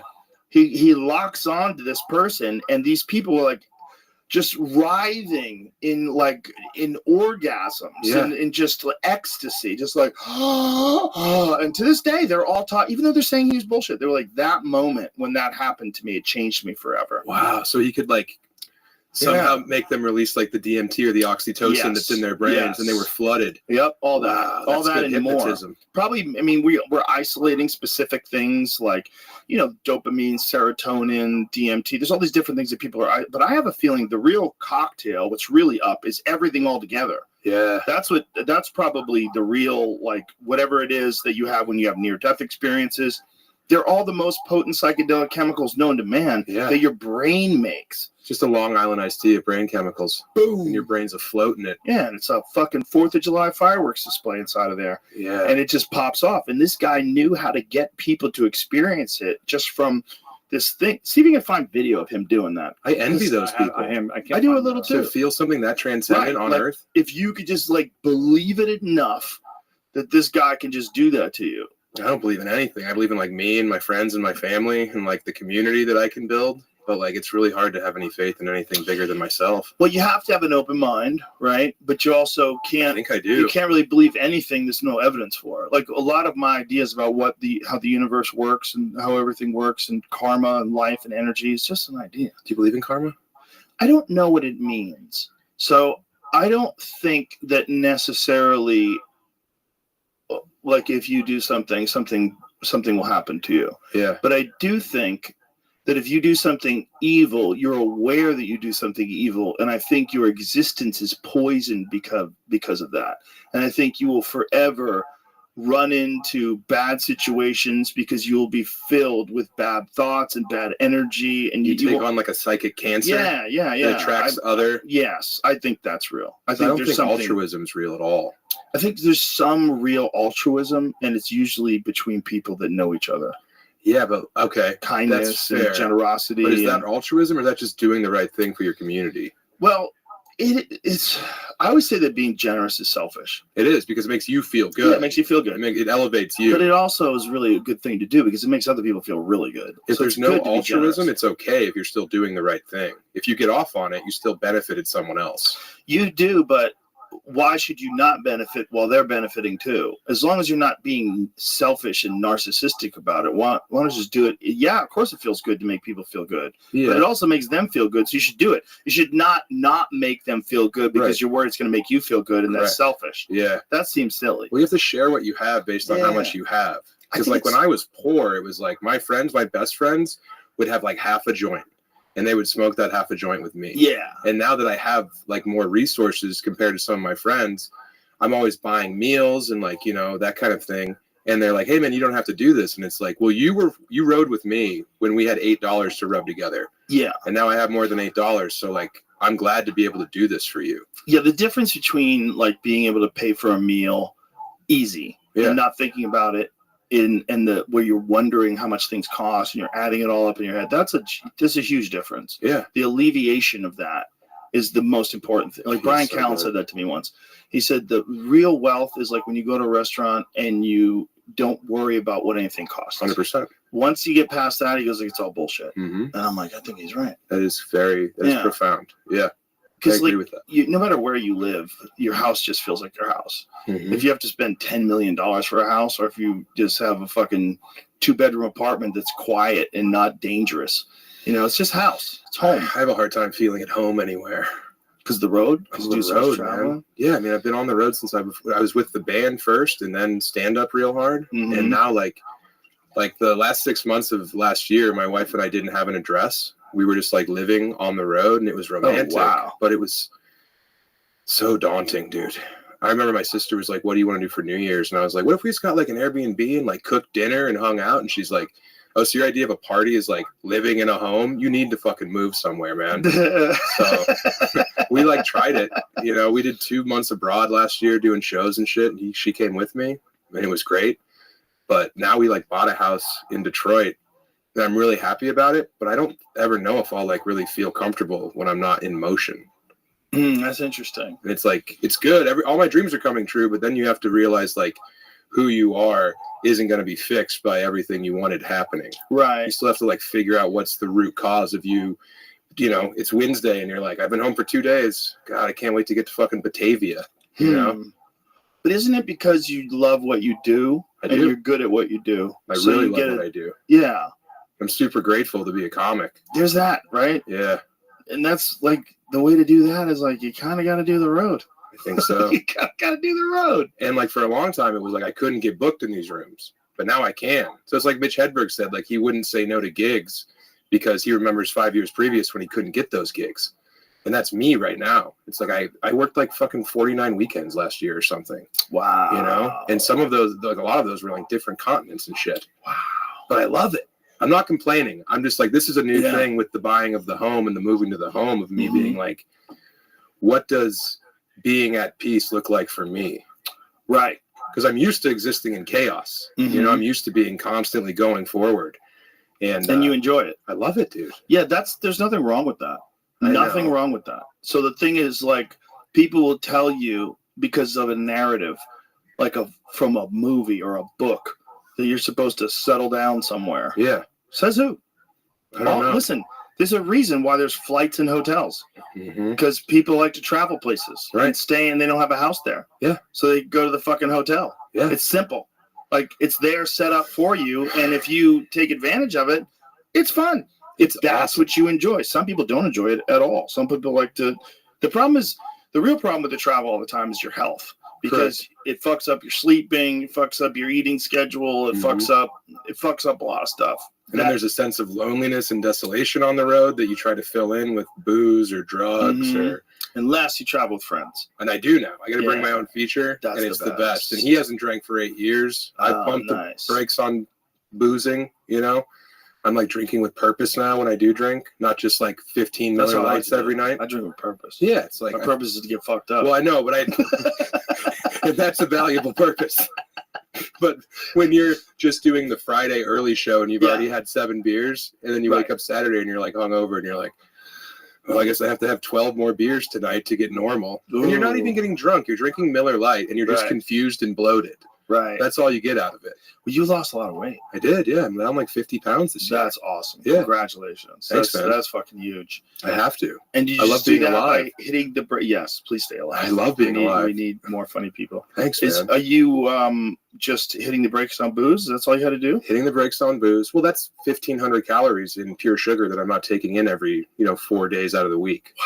So that's great, And then also eating better and then moving around. I spend a lot of time outside. And now that we're like actually going to be in a home, like the weight set's going back in, like there's a pool in the neighborhood, like, because for so long it was like I had nothing, and I was just like so desperate for some like, okay, I'm sleeping on this guy's floor tonight in Springfield, Missouri. I have a roof. I would go on stage and be like, hey, I don't have a place to stay, because I didn't want to spend the $40 on a hotel, dude. Wow. You know? So you'd be telling people, can I stay at your house? I wouldn't even ask. I would just say on stage, like, you look rich. Can I stay in the boathouse? And they'd be like, all right, get in here, you crazy kid. That's amazing. Yeah. And that's how I survived on the road for like ever. Wow. So how many times do you think you did that? Countless. That was my move. That was straight up my move. And you stayed in people's houses. Yeah, because I learned it from like punk rock. Like we would play only all ages shows. So you would either stay in the venue, you'd stay in the squat, or someone would bring you home and like you'd hear them have a conversation with their girlfriend in the next room, and then she'd be like loud, and she'd be, you guys got to be out by 6 a.m. But we had a roof over our head. Wow. You know? And then you had the next day. And that sense of purpose that you have on the road is so pure. You have a destination that night. You have a thing you need to accomplish. Right. And like, luckily, I read like, because I came from like I really admired like SST records, like early 80s, like hardcore. Like that's where I came from. And I remember reading, I think it was Henry Rollins' book, Get in the Van, where the first trip he did with Black Flag, they practiced for like 2 months in LA, and they got real good when he joined the band. And then their first tour date was in Oklahoma, and like 12 kids came, and he was like, fuck this, why are we working so hard, this sucks. And then the bass player Chuck Dukowski was like, no, it's not their fault that no one else showed up. We're going to give them Black Flag. They came to see Black Flag, we're giving them Black Flag. And that defined my experience doing stand-up, where it's like, yeah, I would go do the show, there'd be 20 people there, but the next time I go to Omaha, there's going to be 40 people there, because I fucking left it all on the field. Right. I was crushing just so I could survive. You know? It was a survival mechanism. Right. And I think that really helped me in my career, because I like had so much at stake every show. Yeah, isn't it an interesting thing? Like if you go to a show and there's only 100 people and it's a 300-seat venue, you're upset that only 100 people, but that's 100 people that paid money to came out to see you. Yeah. Treat them. Yeah. Treat them to like Give you're them the so shot. happy they're there. Yeah. Appreciate them. Like God, we're so caught up in keeping up with the Joneses. It's so dumb. It's like that's another like dumb human resource-based instinct. Comparison. Yeah. Oh, it's the worst. Death of happiness. Yeah. Yeah. It's a great quote. Yeah. I think that's Thoreau. I think it's Thoreau. Yeah. Yeah. Isn't it? Probably. He's always saying cool stuff. He said a lot of cool shit out in that pond. But it's like you can't compare yourself to your friends. No. Like if I compared myself to Shane, I would be like crestfallen. Right. What I am is happy for Shane. And his rise is so good for comedy in general. And he's been so generous. You know, he put my special on his channel. Like he doesn't have to do any of these things. Right. And I told Shane that he's inherently punk rock, and he rolled his eyes. You know, because he's from the middle of Pennsylvania and punk rock's for homos or whatever, you know. But I was like, punk rock's that guy with the queer tattoo. Exactly, yeah. That guy's punk rock, but so is Shane's ethos. He brought his friends with him. He built this stuff. He did everything independently. Is this Twain? Nice. No way, really? I wonder who he stole it from. Interesting. Okay. Comparison is the thief of joy. Yeah, thief's a better word. The death of joy. Roosevelt said thief of joy. But who was first? I don't know. Who was before? When was Roosevelt? Roosevelt was post Twain. Yeah. So you probably heard it from Twain and snatched it, a la Joe Biden. Have you ever heard what Twain did for Ulysses S. Grant? No. So like Grant's the president, but everyone thinks he's this like insane booze bag because he got busted being drunk one time on watch. So he becomes president, leaves the Union Army, but then the money wears out. So he's like on a train, Ulysses S. Grant, and and his brother like spent all of his money. His son was a total fuck up. Like he has no cash. And this guy's like, hey, would you write your memoir and I'll publish it for my publishing company and I'll give you like $1,000. And Ulysses S. Grant's like, for sure. That's awesome. And then Twain hears this and he's like, don't sign that deal. I'll publish your book myself and you'll make so much more money. Like, and Ulysses S. Grant was like, but I made a promise to a man and I'm a man and I must honor my word. And Twain's like, okay, pump the brakes on that, Ulysses. So he publishes Ulysses S. Grant's book and it becomes a national bestseller and changed his life and gave him all this money. Oh, wow. Yeah. And they would have sold him down the river. They would have given him $1,000 to have a best-selling novel. Wow. You know, or not novel, memoir. That's right. I had heard about that. Yeah. Yeah. Mark Twain I think he was the first comic. I agree. Yeah. Right? I think so. He would read funny things in front of people and they would laugh. And he had to because he didn't have any money. Oh, yeah. It's like when Jeremy Piven hits the road. You know? So when Twain did that, he didn't have money back then? Like, I think well, publishing deal, he was the first like dude who harnessed the reins of his own production and like writing. I think Dickens did that to a certain degree too, but he owned the publishing and he would like sell it himself. But then he hit the road. I can't remember why, but I think it was a cash grab. And he did these public speaking engagements where he would do bits and stuff. No kidding. I think so. Oh. I could be conflating him and someone else, but I think that's that kind of makes sense. Yeah. That kind of makes sense. You'd like, oh, how can I make some money here? Mm-hmm. Do tours. Yeah. Like you're seeing a lot of podcasters do that now. Oh, like, for sure. Like Tucker Carlson does that now. He does like arenas. Mm-hmm. Jordan Peterson, of course. Yeah. These people, they do these tours where they just like, oh, look, got to make hay while the sun's shining. I get it. You got to cash in a momentum when you have it. Yeah. It's the hardest thing to accrue. I get it too, especially if you don't have jokes. Oh, dude. Like if we're just used to doing stuff in front of audiences. These guys, they look at that as like some frontier that they have to. Yeah. And we're like, oh, we have fucking tents out there. We've been living out here for 100 years. Oh yeah, we're Bedouins, man. You want some fucking camel milk? Yeah. Sam Talent can't even feel comfortable in his own house. Yeah, because I'm just so used to being like, what are we doing today? What's our purpose? The people that haven't experienced that before, like Jordan, like he was telling me how much it wears on you. Yeah. Like, yeah, it wears on you. It wears on you when you fly. Like I just flew from Vegas on Sunday morning. Mm-hmm. It wears on you. Yeah. That day, you're like wrecked for no reason. You're not. And also, I have a hard time like spending the money to move up front. Mm-hmm. You know? Right. Like right. I spent $600 once to fly back from Australia in first class. And it was an insane deal. And my wife was like, do it, dude. And then the whole time I was sitting up there, I was just pissed at myself for being such a bourgeois pig that needed to be comfortable. Yeah. That's going to be a problem as you become more successful. I know. That'll be an issue. I know. Yeah, there's a lot of there's one thing that definitely happens is people develop this sort of crisis, you know, the imposter syndrome sort of thing that happens when you become famous and when you become successful. Well, I don't have imposter syndrome. I know I'm good at the job. Yeah, what I have is like just that. turning your back on your ideals of like punk rock, like eating out of dumpsters. That thing's hard for me to get over. Right. And I see what you're saying. Well, yeah. I know a lot of people that get the imposter syndrome thing too, because when success comes at a very high level, it becomes baffling. Like you're hanging out with famous people. It doesn't make sense. It feels weird. It's so weird to be in this room. You know what I mean? It's so strange to me, dude. Like I'm really grateful to be here, but it is just like also weird to remember how far away from this room I was for such a long time. That's fine. Yeah. Well, this room's been around. Well, not this one, but one of them been around for 15 years. Which is, that's crazy too. That's hard to believe. Yeah, perspective is such a warping experience. Yeah, it really is. How far you've come. As you get more successful, you're going to get weird with money. It's going to feel weird to you. It's not what you make; it's what you save. Yeah, but it's like, what do you do with it? Like, I think of money as fun coupons. Sure. That's how I think of it. Like, how much fun can I have with this? I think of it as safety. It can be taken away at any moment. That's up to a point. Once you pass a certain bank account number, then it becomes fun coupons. I remember when I had my first comma in my bank account. I called my dad. Nice. Yeah. Got a comma, dad. Yeah, dude. Yeah, commas are nice. But it's like, the thing is, you're still going to be you. Yeah. You don't have to sleep in the back of the bus, and you don't have to do anything stupid to just prove that you used to be poor. You don't have to self-flagellate yourself. Yeah, but it's also like, you have all these fun coupons. Mm-hmm. Why do you have them if you're not going to spend them? You should be spending them. Oh, I mean, I'm burning them down. Did you get a nice car? No, I have a 2007 Chevy Impala. Oh. I don't have a bunch of cool jewelry. You got a nice watch. My wife got this for me. It's $400. It's a beautiful watch. It's a great watch. What kind of watch is that? It's a Bulova. Oh, it's pretty. But I do spend money on dining, and I do spend money on if my sister-in-law, wants something nice for our niece, I'm like, well, here's 3 different models of that nice thing you want. Oh, that's cool. Like how I shower people with. That's great. Love and affection. No, that's definitely cool. But I did spend we should get a nice car. $50,000 on dining.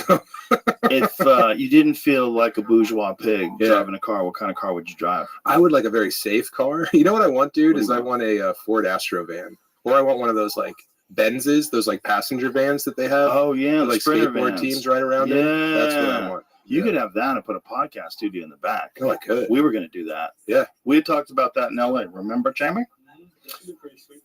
Yeah, we talked about taking one of the 95 yeah, Astro. Ooh, Right there, look at bro. that. Look at that. You get a new one. Plus, you can take naps in there too.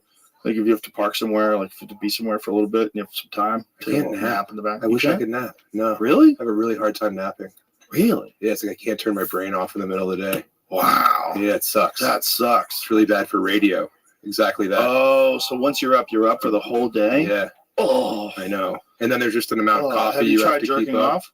I've dabbled. Yeah. That's usually the best. Turns out it's That's pretty like cool. a sleep button. It is pretty cool. But I do like to conserve that essence for my wife. I hear you. I like so you to just come save home. all your loads? I save every load, man. Okay. And I come home and I batter my beautiful wife. That's honorable. Yeah. Nothing else? You try melatonin or anything else? Sleep mask? Anything? It's just like laying in a bed in the middle of the day. You just can't shut your brain off. Can't do it, dude. Yeah. Well, Yeah. fuck radio, I guess. No, I know. Yeah, that's it. That's the only solution. The only solution is fuck radio. I mean, and I had to get medical with my managers. I was like, I really can't do radio because I can't go back to bed. And then people will come out for 2 shows and they'll get a worse version of the show that, right.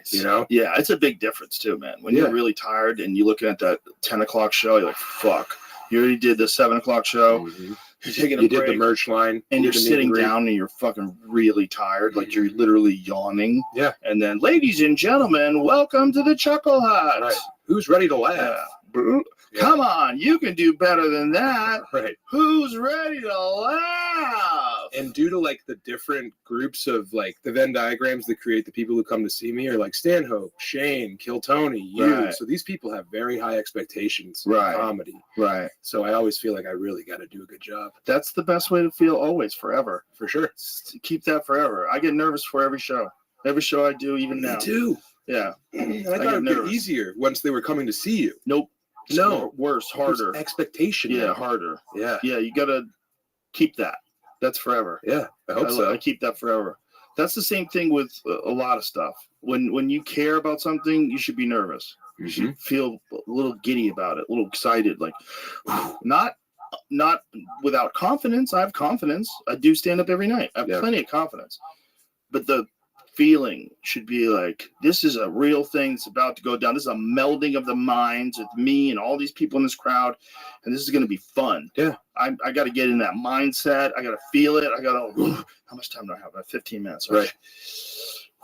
Do primate posture. Yeah, I do some deep breathing exercises. I stretch out. I drink some water, maybe have an espresso. Yeah. Let's fucking go. Yeah. Yeah. And I literally got this tattoo away, to remind myself that it's what fun. does it say? It says, "This is fun." Oh, That's wow. my miking hand. Oh. So I'd see my wrist, and it reminds me while I'm on stage. That, That's great. This is fun. That's great. Yeah. That should be a thing that everybody in your group does. You should make it like a brand, like a Nazi swastika on the back. So we can all come quick. Yeah, this is fun. Why are you jerking off? The same hand too, right? That's fun too.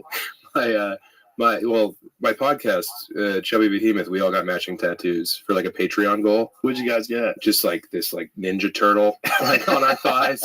This guy Baco, that's the avenging Ninja Turtle that we ripped.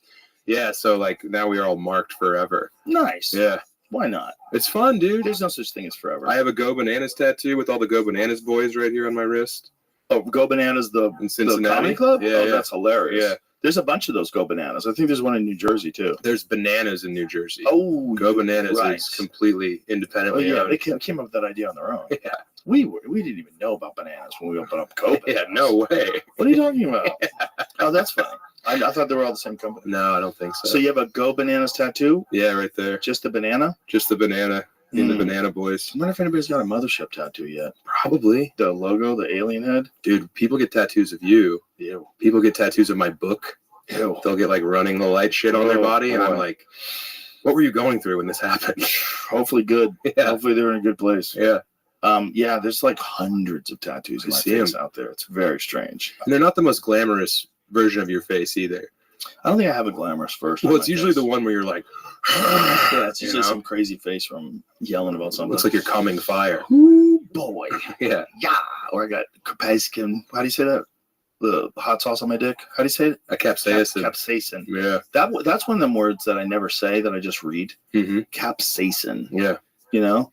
Generally, that's a read word. Yeah. There's certain words where you're like, how do I say this one? I know what it is, but how How do I say that? I'm always using pretentious words that I read and I mispronounce them. So you look pretentious and stupid at the same time. The real problem is if you talk to a person who actually knows what the fuck they're talking about and you're throwing those words around. That's humbling. Some of my biggest L's have been in that exact situation. Yeah.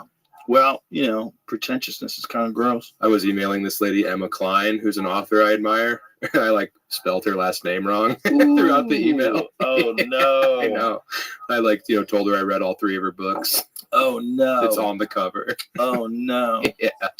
How does she spell it? Cline. Oh. Yeah, and I thought it was Klein. Very stupid. I told the people at Random House that I just got a book deal with Random House, and she's on the same roster. You should send her a letter again. I should. About how stupid you feel. Very sorry. I talked about it on a podcast. Yes. Now can we be friends? She didn't answer the email. Your memory's fucked because you've been sleeping on people's floors in random houses for eating for quinoa. Yeah. I remember when quinoa happened. That was big. Yeah, everybody thought they were going to get healthy with some bizarre new grain. Oh, yeah. Yeah, this one's got a lot of protein. Oh, it's so good for you. It's better than buckwheat. It just tastes like shit. It's the worst. It tastes like nothing. And we wouldn't make any money at these shows, but they would have a big quinoa dinner. One time, bro, we had to have a talk back in Lansing, Michigan at this hardcore anarchist home. And after the show, they were like, would you guys mind doing a talk back about your political ideals? And the singer, of course, was like, hell yeah. So they're like, how do you guys align politically? And the singer's like, I'm into Bakunin. And then the bass player was like, I think Emma Goldman told the truth. And then they were like, what about you? And I was like, I'm selling CDs and T-shirts. Because these ideals aren't going to keep the van going. So have fun in here. But please come buy one of these hand-screened T-shirts that I made. Yeah, it's just very funny when your ideals actually hit reality. Well, those fringe communities, like an anarchist community like that I'm always fascinated by people that whether they're furries or whatever it is, these bizarre fringe communities that have their own sort of language, way of looking at things and things they all accept that most people don't. What Kool-Aid they've all drank collectively. Juggalos are the best one. Oh, really? Yeah, because Juggalos are wild people, but they will give you the shirt off their back because they're all about family. Because, for the most part, they're, from poor places. They might be gross, Misfits. Yeah, traditionally. But, man, Juggalos will take you in. They're the best. Yeah. Shout out to the Juggalo Nation, man. They're cool. Did you do a lot of Juggalo shows? I grew up in eastern Colorado, so I had a lot of Juggalo friends. Oh, wow. Yeah. But then whenever I see Juggalos at shows now, they're always, first in line at the merch. They'll buy everything you have at the table. They're awesome. What an amazing sort of movement the Insane Clown Posse out of all people, out of all groups of people created. Yeah. Kind of nuts. I think it proves there's no God. That's pure chaos. No way that came from a plan. Or maybe it does prove there's a God. Because God enjoys all kinds of different humans interacting in all sorts of bizarre ways. He enjoys chicken hunting. Yeah, he enjoys everything. I think Big J's doing the gathering this year. Is he? I would fly in for that show, dude. Big J's going to do that. Well, Big J's perfect for that. I know. He's so good at riffing. Yeah. So this is the Insane Clown Posse Juggalo gathering? Yeah. Just a fucking gathering of misfits. They're having fun. They're sharing what they have. A bunch of people with IQs like someone on a VersaClimber, dancing around, banging into each other. I've met some worldly juggalos, man. Really? I met this guy who was a professor at Duke for a while, and then he tapped out, and his midlife crisis was becoming a juggalo. Whoa! He's there's just a purity to what they do, and I was enchanted. That's interesting. Yeah. Well, if you wanted to look at it from a human psychological perspective, there is a purity to it because there's no pretension involved at all in being a juggalo. Yes. Yeah. I loathe pretension because I think I'm guilty of it a lot because I read books and stuff. And you want people to know you read books. Well, yeah, but you can't talk about books with people. You can with some people. Yeah, but they'll be like, I love sci-fi and fantasy. And I'm like, well, that's lower fiction. You want to talk about Sherwood Anderson? Let's have a conversation. Some sci-fi and fantasy is lower fiction, but there's some really good shit. I know. Neil Blomkamp. How do you say his last name? I always fuck his name. Blomkamp. I always fuck his name. I love the guy, though. But he set me hip to this science fiction vampire book that I fucking love. It's really good. Let me get the name of it. It's Blind Sight or something like that. Now you're saying I remember him telling that story. Yeah, let me find it because I have it in my phone.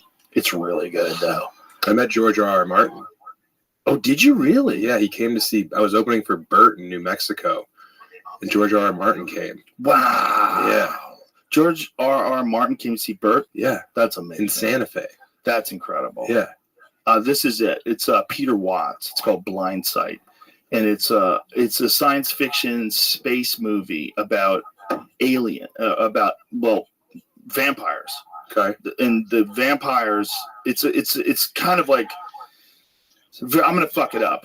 But the story is that these vampires, they take some sort of medication. There's some sort of a medical thing that they do to keep them from feasting on people. Okay. But that they did exist, and that they had always existed, and that someone that they were killed off because they were killing everybody, and then we kind of relegated them to myth, and then someone cloned one and brought it back, and then they started having more and the vampires would go into space with them. Yeah. So it's a space journey with this vampire who can like read minds and manipulate people, and he's like, but he doesn't act on his like most horrible instincts, and they're out there interacting with aliens. Yeah. It's very good. I mean, you had me at vampire. Dude, it's fucking good. I'm fucking it up. I'm paraphrasing because I wasn't prepared to talk about it. Right, yeah.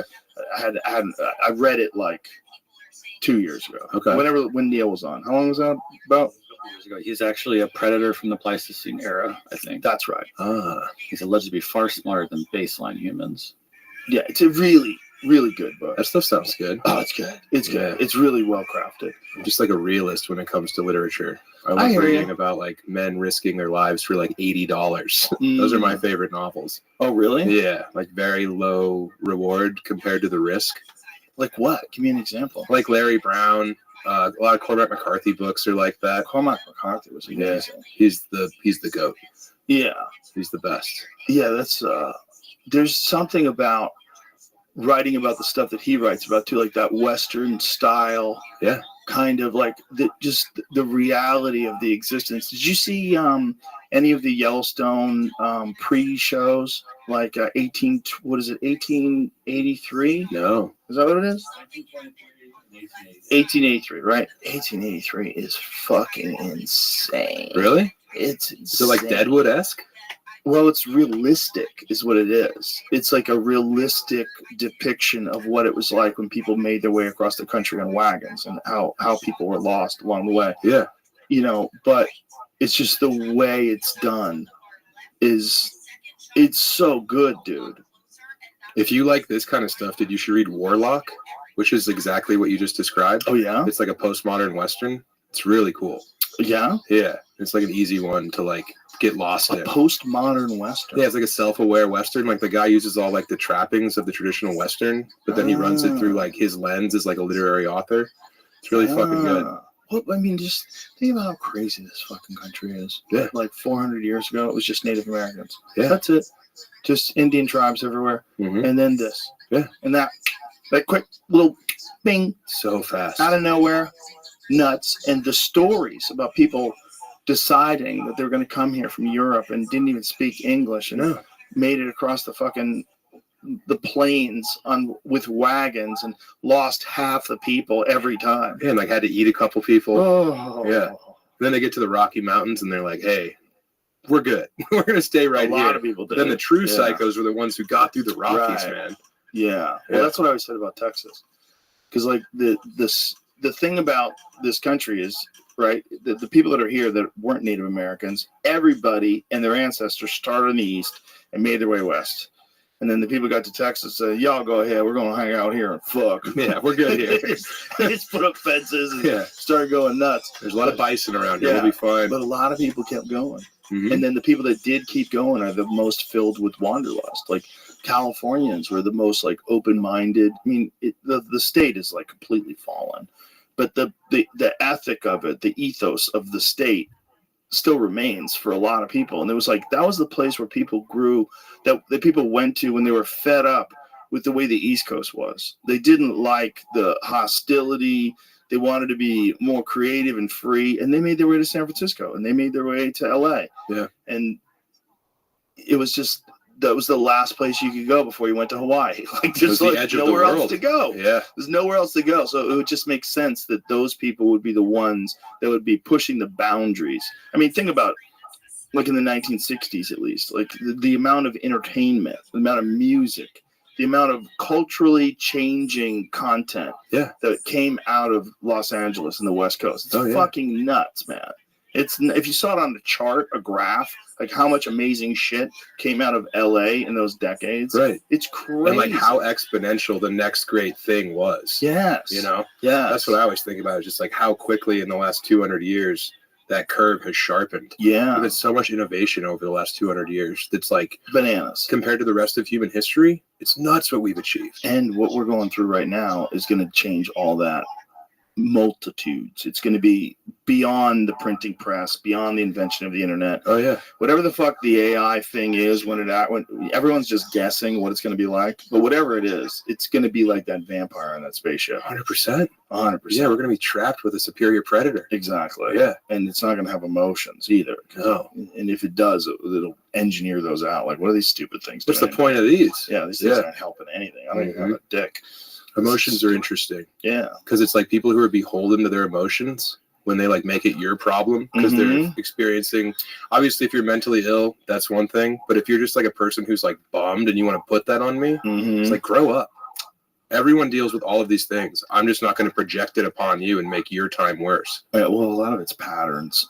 And Sure. they learn the patterns in their family. No, you're very right. Unfortunately. You're very right. It's real hard. If you grow up with morons, it's really hard to break free. Correct. And think clearly. Mm-hmm. And then you also have this like weird energy that you get from your family and the way they look at things. Like some families, they just woe is me forever. Right. And then those patterns give you comfort because they remind you of when you were safe. And they also don't know what to talk about. So they come on, my fucking job, I swear to God, I wish I could quit. I fucking hate it. And they come home and you're like, oh no. I know.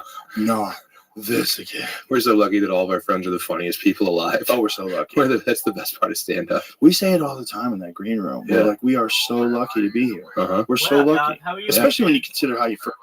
Living the dream. Every day's a holiday. Every meal's a feast. How are things in your neck of the woods? Doing all right, man. Doing all right. Yo, dog. I made some people's days yesterday. Let's see if we can make yours. Do you know anyone who has ever passed who you've loved and you wanted to perhaps, not want to disconnect with them?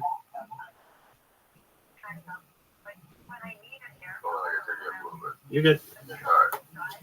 All right. Is that what you said? Has anyone in your life ever passed and you didn't want them to die? Oh, lots of people. Excellent. So we were talking about this type of technology known as revivification technology. Essentially, there are multiple ways in the future that you'll be able to get those people back if you want. You especially, because you're going to have so much money, you're not going to know what to do with it all. So what am I talking about? Well, essentially, from the research that I've done on the matter, there are ways to take someone's DNA. There are different ways to do this. We could take the bones in the ground and get their DNA, put it in a machine, and essentially create a clone of theirs. Then using photographs of theirs and different layers, essentially be able to map their brains so that we could combine the clone with the brain mapping and essentially recreate them at a future date. What are your thoughts? Pretty much like a AI generated. Not necessarily. Depending on how accurate the brain mapping is, we could have their same memories, we could have their same personality, we could have their same charisma, and not only that, but everything perhaps up until the moment that photo was taken. Pardon me? I was talking to Curly in the chat. Oh, How shout you out to doing Curly. this morning, man? And we're deleting Rabbi's. I see. You want to see what it looks like from this side? Hold on 1 second. I'll show it to you. It's a beautiful site. Oh, hold on one moment. I just closed you. I'm going to make sure it reopens you.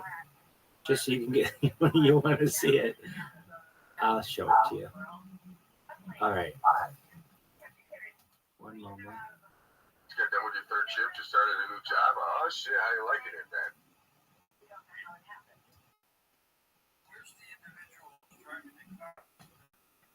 Sometimes you see that picture, but that car gets flipped over. The driver obviously gets hurt.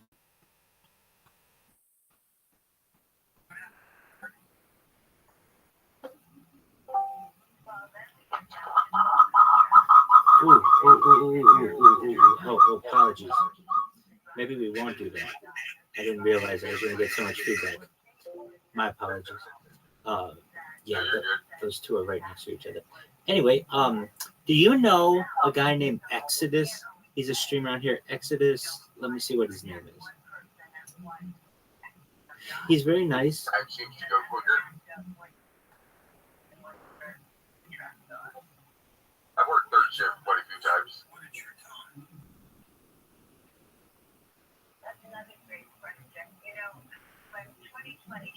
Exodus Apollo. No. Very nice. Well, that's okay. He's allowed me to, at least for the past little while, stream in his Discord. So here's what happened. You know what Reddit is, right? Yeah. Okay, so I did an AMA on Reddit. I'm going to make this the biggest AMA in the history of mankind. It's already at like 200 questions. You just type Rabbi Rothschild AMA in Reddit and you'll find it. And so randomly, this person from Kick saw that I was doing an AMA and came out and was like, hey, dude, why do you fucking self-promote in everybody's stream, et cetera, et cetera? And I was like, oh, this is perfect. This person knows about me from Kick, but I'm on Reddit. So I get to talking to the person on Reddit and they invite me to their Discord. I'm able to win over their Discord. They seem like cool people. And then you see our little interaction at the end. And it was very nice. So if you have a chance, if you're listening, it's Rabbi Rothschild's AMA on Reddit. It's quite interesting. We had just a lot of interesting topics. Lady has been here for 26 years and she's still at 16 an hour. That's insane, dude. Wow, that sucks. Yeah, that's fucking crazy. So I'm glad to see that you have power back. Is everything back to normal? Oh, that's a beautiful thing. All right, so I also see your shirt, Super Mario World. Are we talking for the Super Nintendo Entertainment System? Well, I'm old, man, so I played the original. Okay, yeah, okay, on the regular Nintendo, the Nintendo Entertainment System. But the shirt you have on is Super Mario, which looks like it's from the Super Mario generation. It's very cool. Super Mario World. Did you watch the more recent movies that came out of this Mario Brothers? Yeah. Were they good? The movie there, the one that just came out not long ago. With like Chris Pratt and all that? Yeah, I can't remember. I think we watched it. Okay, very cool. Is that your favorite video game of all time? No, I'm not a big gamer, man. You're not a big gamer, but you have a Super Mario shirt on. Come on, my man. That's pretty big.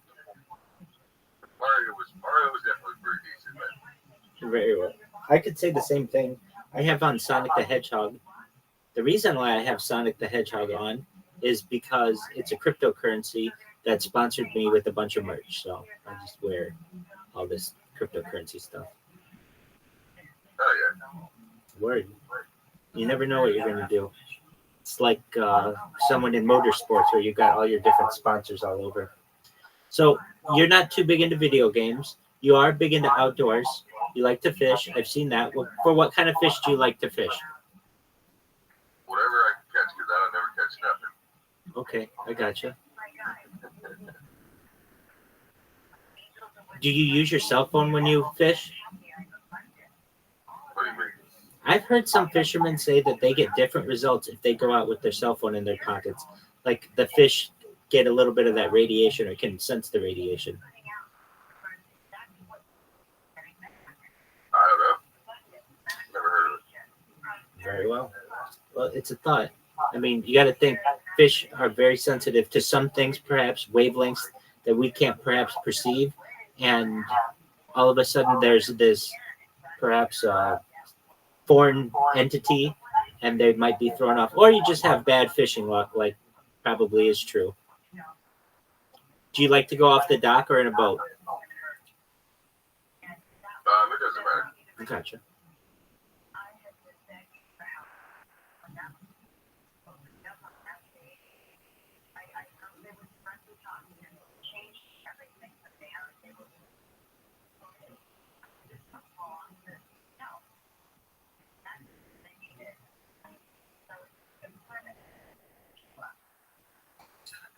I'm gonna take a look at your stream right now. It'll be like a cyclical. Okay, just one moment. Straight Savage coming right up. It's Straight Savage. It's not X Straight Savage, is it? X. Got an X, yeah. No, I know it is. I know it is. But when people reference you, do they reference you as Straight Savage, or do they say X Straight X Savage X? No, just Straight Savage. Exactly. Okay, there we go. All right, so here we go. We've got Straight Savage here. We're going to take a look at your social media. I judge people's social media. Firstly, we're going to look at your Discord. I'm going to tell you what I think of it. Very nice. It's connected. That's great. We're going to look at your TikTok. Your TikTok. Excellent. You have content. You have followers. Good on you. Everything's linked. Very good. It pushes it. You're 2 for 2. You're in good shape. All right. I'm looking at your YouTube. I see it doesn't have any content, and I understand that because you're a Kick streamer and everything's exclusive. No big deal there. It's great that it's connected. Were you aware your Instagram isn't connected? Thought it was. This is what pulls up when I go to your Instagram. So maybe just check that link. Yeah, I just did it. It took me right to my site. Interesting. Okay. Well, because I'm looking at it on a mobile device. I wonder if that has any difference. No plans for the weekend. I'm going to look at it on a PC. Just one moment. Straight. How'd you get the name X Straight Savage? All that shit. How'd you choose your name? So I used to stream with another guy that had the straight thing at the beginning of his name. And he wanted to do this whole stream team thing. And Dog, you're a member of a clan. Was it a clan? well, we used to play a lot of Call of Duty and Fortnite and shit. Oh, yeah. So I come up with this name, and that's what I've been ever since. But I don't even think he streams anymore.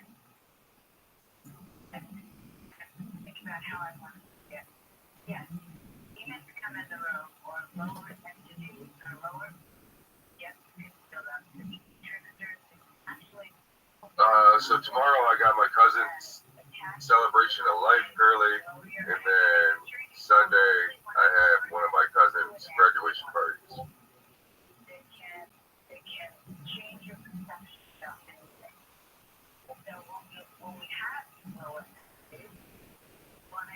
Straight Savage, your Facebook is fire.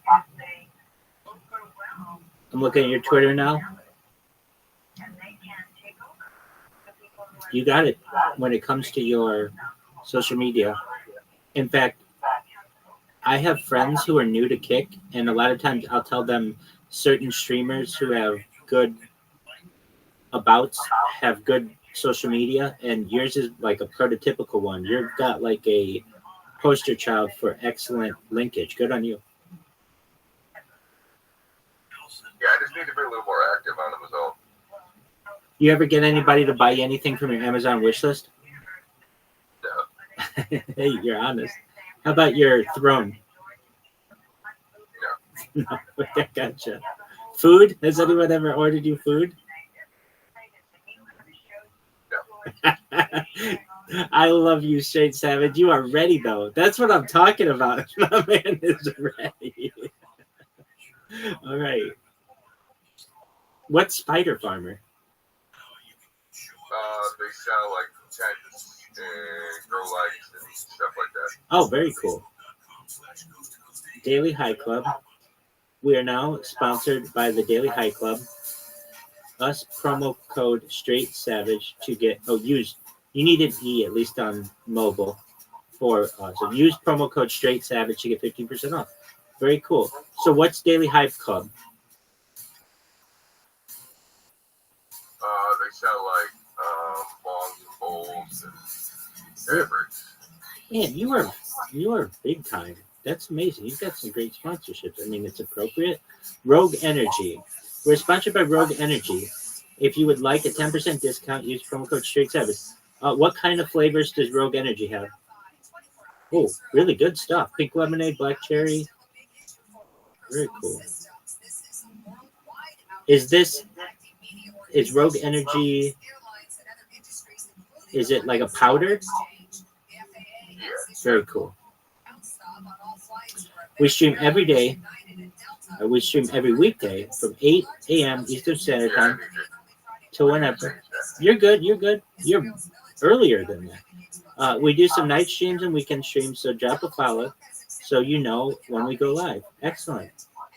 Got great specs, and I saw your setup. I mean, really, you have a poster child like example of how to do this. You've got a great Discord. Merch. I'm gonna check out your merch. Do you get people to buy your merch? Yeah, sometimes. Very cool. It's cool. Nice. Welcome, welcome. How are you? What's going on? What up? How you doing? Let's see who this friend is. Maybe they're from Kick. Who knows?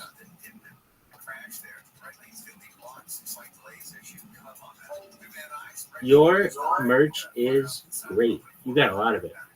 Very cool. You can donate. That's great. You got your donations. Straight Savage, 10 of 10. This is how you do it. Excellent work. Beautiful, as they say. Now let's look at your clips. How much work have you been putting in cleaning up these clips? Wow, you've been burning the midnight oil. Look at you cleaning that shit up. I don't think there's any Rabbi clips there, is there? No, dog, you must have just done it too, because I just saw like 3 of my computers on your page. Hilarious. Good on you, man.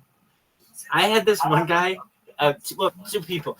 So I was in this group last night, and this one guy is just, he is admittedly drunk, and he's like, I can't stand you. All you do is come into my stream. All you do is clip my channel. All you do is spam. And he's just going at it. This other girl, I come into this Discord, and she goes, what's up, you little bitch? I'm like, hey, how are you?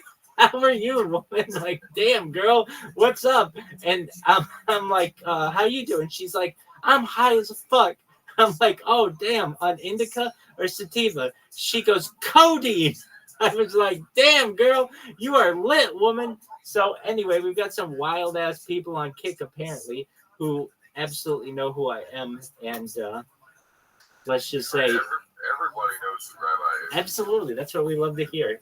And people want to know, when is it going to end? Once I'm viral, I won't have to do it. When everyone knows who I am, trust me, folks, all of the spamming will be gone. But you got to understand, there's a saying: you got to strike while the iron's hot. You got to make hay while the make hay while the sun shines. No, I still have to fix mine or my son. So no 4-wheeler riding yet.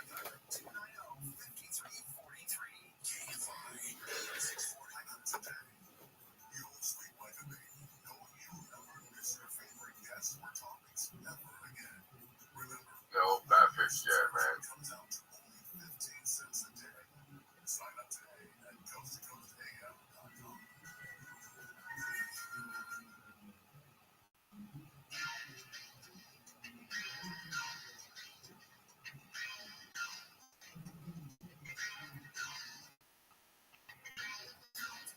I know, man. I know.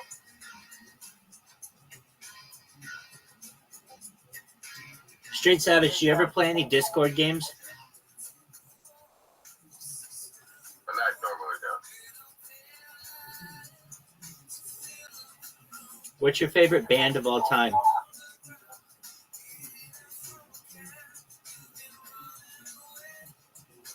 Yeah, you heard me. That's a big question. That's okay. When people ask me, enjoy music, man. I enjoy all types of music. word dog, have you seen this Discord? As do I. I've got 50 different genres of music down there. If you click the chat, every single one will give you the top 100 artists of that genre of all time. I love music myself. All right, well, name a few bands you like. I'll name them. Do you like the Beatles? Beatles are alright. All right. Do you like the Rolling Stones? Yeah, Rolling Stones are good, yeah. Do you like U2? Yeah, they're alright. Do you like Coldplay? Yeah. Do you like the Backstreet Boys? Not really. There you go. Threw a little curveball there for you. Okay, so do you like classic rock? Yeah. Like if I'm looking at your iPod when iPods are a thing, would it be mostly classic rock, mostly rap, mostly reggae, mostly classical? What am I gonna find? Probably a mix up between classic rock and hip hop. Okay. Do you like country music? Yeah, I do. Yeah. Cool. Is there any kind of music you don't like? Opera. Okay, I'll live with that. Makes sense. It's not usually in a native tongue. I get that. Do you like any opera songs? Yeah. Okay. Not even that one Grand Theft Auto opera song? Do you know what I'm referencing? I don't. That's okay. But yeah, definitely not an Apple fan. All right. Did you ever play Grand Theft Auto? Yes. Are you a fan?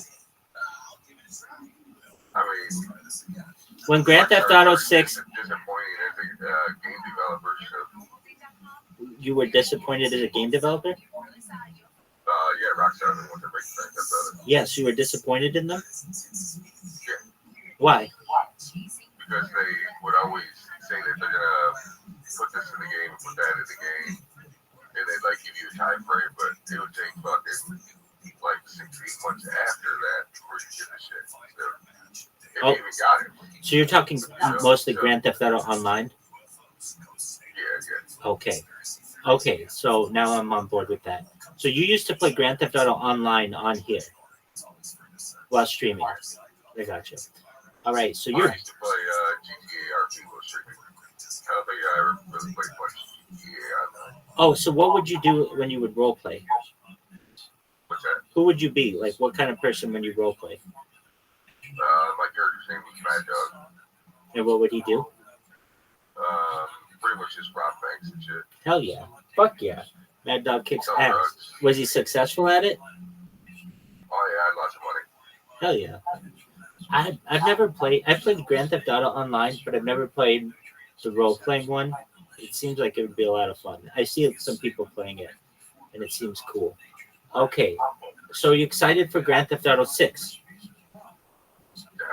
No. You're about a year away of it. So you mean, God willing, in a year or in a little bit, I won't be able to see you be playing Grand Theft Auto 6. You're not going to have it. No. Is that a guarantee? Are you going to be anti-Grand Theft Auto 6? Yeah, I'm not. I don't play games anymore. So. But what if it's a phenomenon? I might watch somebody play it. Okay. But I won't play it. I got you. Okay. Very well. Any games? I know you don't play games, but like, is there any game out there that you would really play in the future if they made it? Virtual reality fishing. Yeah, see, I've had the Oculus Rift, and my son's got the Quest 2 and all that shit. Oh wow. Oh wow. I've had the PS4 VR headset. It's just, I don't know, something I can't get into, man. Okay. All right. So you're all in when it comes to that stuff. Wow. So you've never just had a time where you put on one of those things and the 8 hours went by? Yeah. All right. Well, to each their own. Do you golf? No, never golfed in my life. Are you anti-golf? I mean, that's for old people, right? You're getting older every single day, so pretty soon you better get that swing going. You better get that swing going, dog. Do you think we'll ever see you out on the course? No. Maybe no. Maybe not. But you never know. I think Fried Egg would disagree with us, though. I think Fried Egg likes to play golf. Right, Fried Egg? I don't know if he's out there, but... Fried Egg might get you on the links. I know lots of people, younger people that play golf, so... All right. Do you Never had an interest in it. play cards? Is It's been a long time. When you would play cards, what would you play? Whatever. Okay. Also, I can realize that it's just annoying to get a bunch of questions. So if I'm annoying you, let me know. No, you're good, man. Excellent. Okay. So, do you play any board games? No. Okay. So, not really into cards, not really into board games. Oh, do you play any instruments? Okay. Are you into? No talents. Okay. No, you definitely do have talents. You're a very courageous individual, and you may not see it that way, but the future of people will see it that way. You are willing to be an advocate for cannabis and 420 culture publicly, and you may not see that as a big thing because it's just you living your life, but just know people are going to watch this stream in the future and watch your streams in the future and recognize that, you know, in a lot of ways, you, even though it's like a Schedule 3, it's still not legal, fully, and you're just an advocate. You are essentially a leader in this. So just know that, like, you're a brave person in my mind. Hell yeah. Definitely. And everybody got quiet out here. Where'd everybody go? Wake up, guys. Wake up, peeps.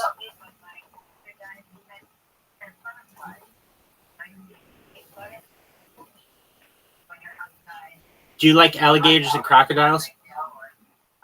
What's that? Do you like alligators and crocodiles? All right. Any other animals that you like?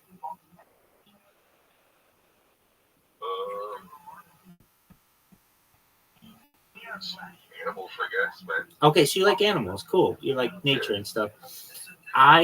If you were to look at my like Instagram feed or Reddit feed, I don't know, something about nature. I like, if you ever see on Reddit, the Nature is Fucking Lit channel. Sometimes nature just does some wild stuff out there. Love to see that shit. Right. You like dogs? Okay. And I know you have a cat. What's your cat's name? Her name is MJ, like Michael Jordan? Mary Jane. Oh, perfect. Very appropriate. How old is Mary Jane? How old is MJ? 7 months, maybe. Oh, wow. She's very young. Wow. Well, shout out to MJ. What a beautiful name. Yeah, she's a very big cat. She's a main too, so she's going to be huge. Oh, wow. You got that right. And she's up in the cat tree, right? I see her, I think. Right? Yeah, exactly. She is going to be huge. Isn't that the biggest kind of cat that there is? Aside from like tigers and shit? I mean, if you look up on Google, like, they're huge. I've seen them. Like, the biggest house cat, yeah, that's what they classify. That's what but I there's think. a couple that do get bigger, like the Norwegian forest cat, and I think there's one other one. Now, why did you choose? It's a Maine Coon, right? Yeah. Why did you choose that breed? What my wife wanted. There you go. Hey, do as the boss says. I understand. Well, so your wife got to choose the cat, but the cat hangs out in your room? Oh, yeah. She's definitely my cat. Oh, very cool. So you're both a cat person and a dog person? Yeah. Very cool. Well, MJ seems like MJ's got a perfect little spot. You got that set up. Very nice for MJ. Does MJ know MJ's name? Yeah. Very nice.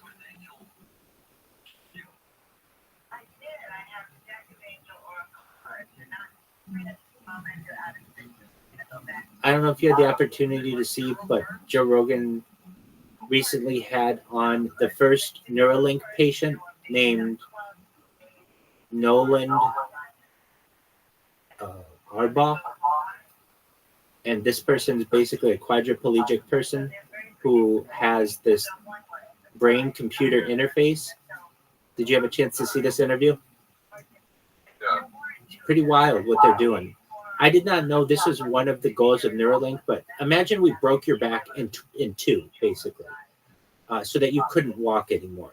One of the things that we're going to be able to do with Neuralink, perhaps, is take one Neuralink and put it at the very base of your spine of the top half, and another Neuralink at the very part of the break in the bottom half of your body, and those two Neuralinks can communicate, and perhaps you can walk again. and it's all on Bluetooth. It's crazy. It is crazy. There are some really interesting things about interview and just the possibilities.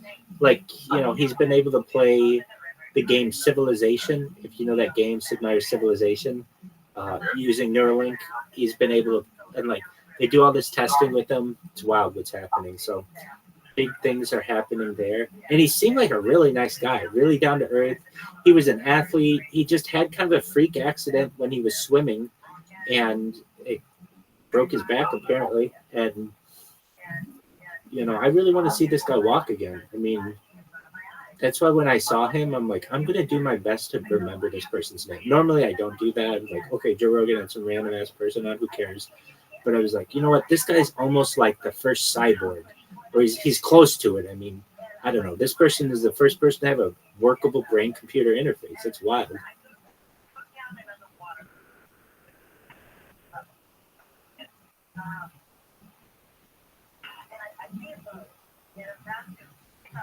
Do you like sports? Not a big fan. If you had to play a sport, what would it be? I played football as a kid. Hell yeah. Who's your NFL team? The Bills. Oh, hell yeah. Dude, so I don't know how old you are, but are you a child of the 90s? What's that? Are you a child of the 90s? Yeah, I was born in 82. Oh, hell yeah. So you definitely know the Jim Kelly, Thurman Thomas, Bruce Smith, Andre Reed years. The Marv Levy years, right?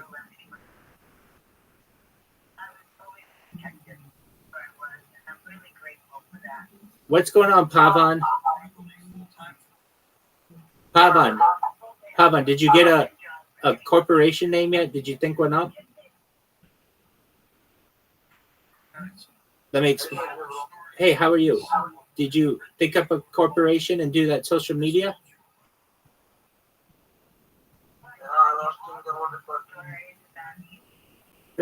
So let me explain who Pavan is. Hi, Joel. Good morning, man. How you doing?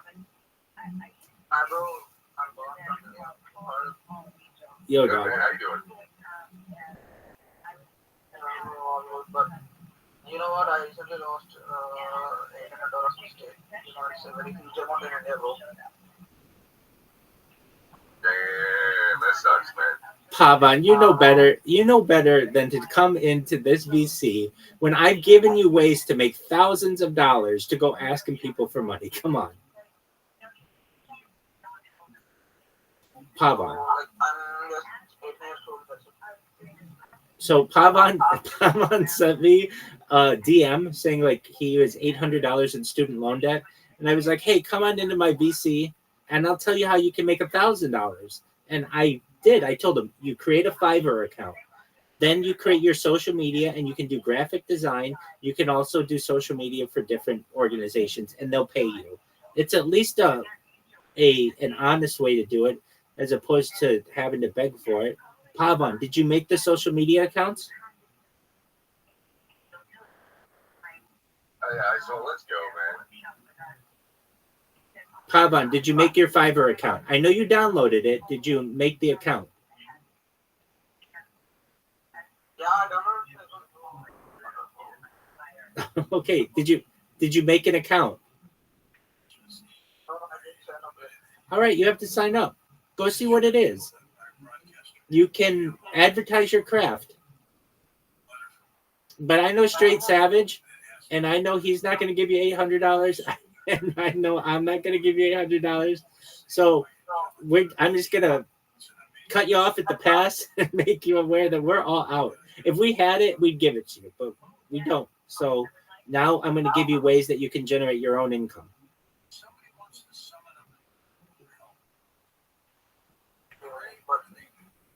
Pavan, create your Fiverr account. You already downloaded it, so now create your account.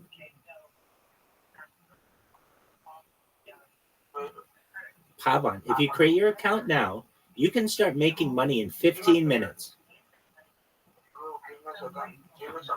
Take your time, my man. Absolutely. We're very patient. Take your time. If you have questions, we're here for you.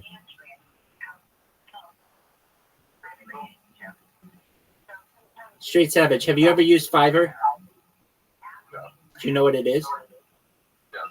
It's basically a website where independent contractors can advertise their crafts and people can pay them, but it starts at $5, so it's very affordable. And like, let's say you needed a banner made for your social media and you didn't want to do it or you didn't know how to do it. A graphic designer say, I'll do it for you for $5 and they can put it together for you. And whenever any of these people comes to me for money, I tell them, I'll teach you how to do this. And I now have about 4 people in a village in Nigeria who are graphic designers now because they've used this method. And I'm not saying that they're completely financially independent based off of it, but it certainly helps their supplemental income. I like to help people if, you know, I can. And He's going good so far, man. How about yours?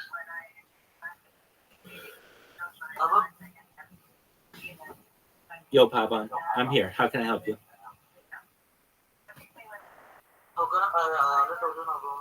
Okay, take your time.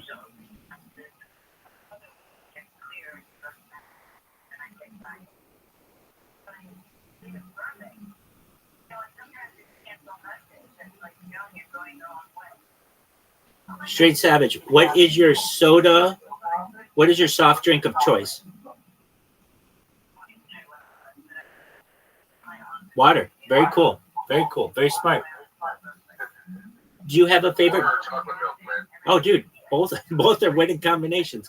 Do you have a favorite type of water, brand of water? Okay. When it comes to your chocolate milk, do you like the chocolate milk that is in the jug that you buy at the store? Do you like to do that Hershey's syrup kind of deal? How do you get your chocolate milk? Gotcha, like Nesquik. Do you like strawberry milk? Yeah, I prefer chocolate milk. Okay, there you go. Yeah, the cat was on some shit this morning. Locked out at 7:15, so it's break down. Fuck yeah, man.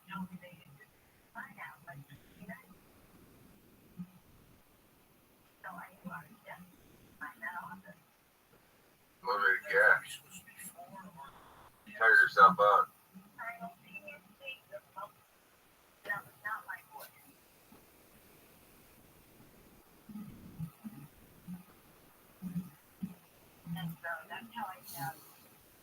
Straight Savage, do you like coffee? I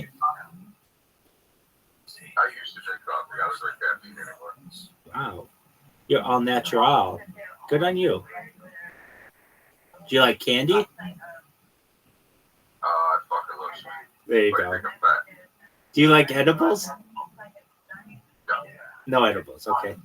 So you only like do you only like flour? Do you vaporize as well? I got, you know, I do dabs, flour, patch. Do you have a volcano vaporizer? No, I got Puffco Weed Pro. Very nice. Beautiful. Do you ever smoke? Oh, what is that called? Shard? What's it? Is it called shard? No, I never heard of it. Hold on, I'll look it up. It's like it's I only marijuana. drink it at work. Only drink what at work?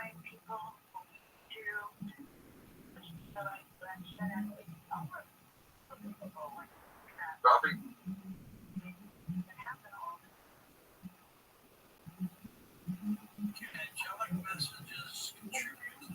Oh, shatter. Do you ever try marijuana shatter? Yeah, it's just wax. Exactly. Do you ever dabble with butter? Marijuana butter? I've had butter. Yeah. Very good.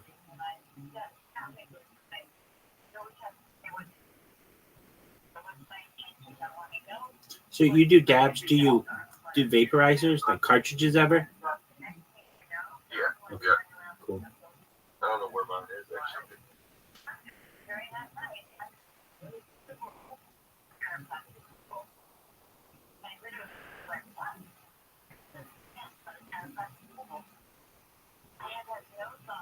Your water after work? some water.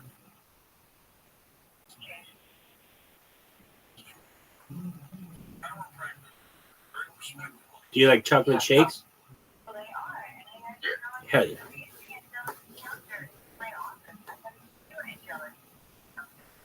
That guy was looking.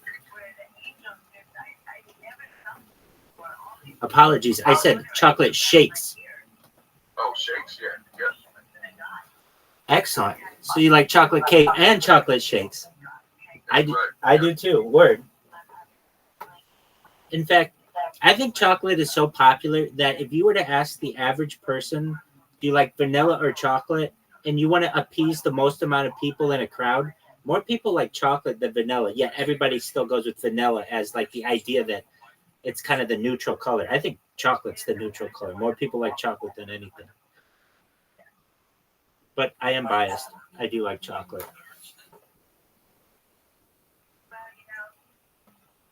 What are your feelings on Yoo-hoo?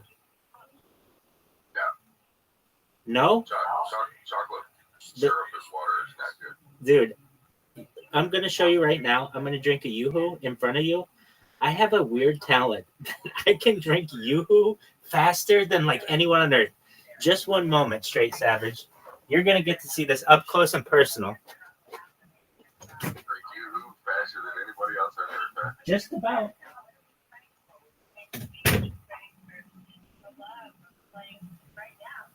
I'm talking to Rabbi, Rick.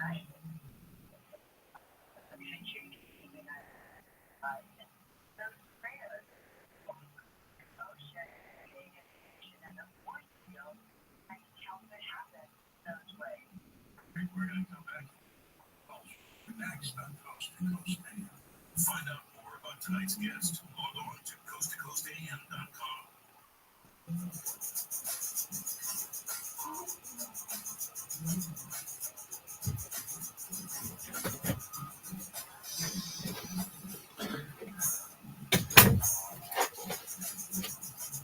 All right, Straight Savagey there.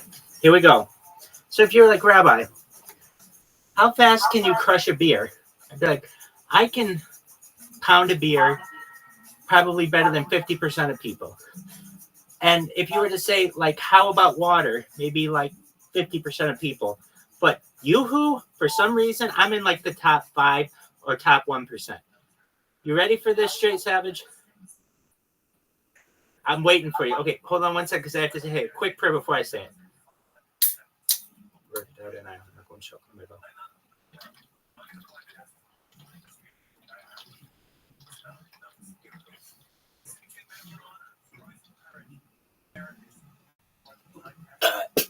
Done. Killed it. I don't know what it is, but I can drink Yoo-hoo pretty quickly. Here we go. Cheers, everybody. Hell yeah.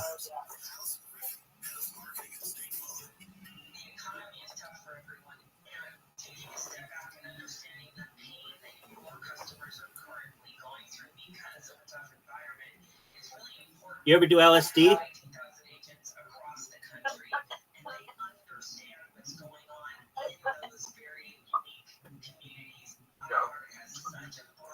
Psilocybin?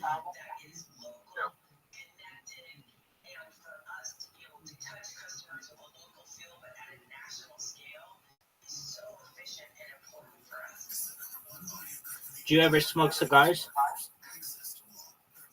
No. How about spliffs? Hybrid marijuana tobacco? No. So you stick with cigarettes or you stick with a joint, but never. Oh, okay. I got you. No mixing. No mixing. How about a blunt? I'm not a blunt fan. Okay.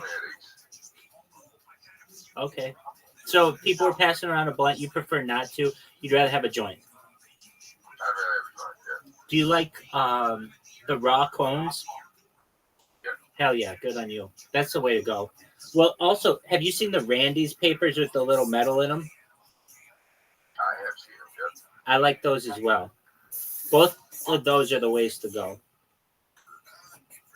If you give me just some zigzags, I can make it work, but I like a little bit bigger joint generally. And the raw cones are the way to go.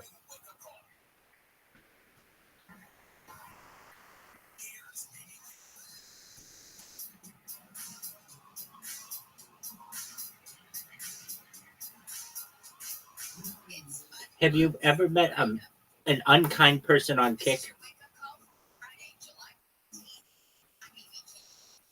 A couple.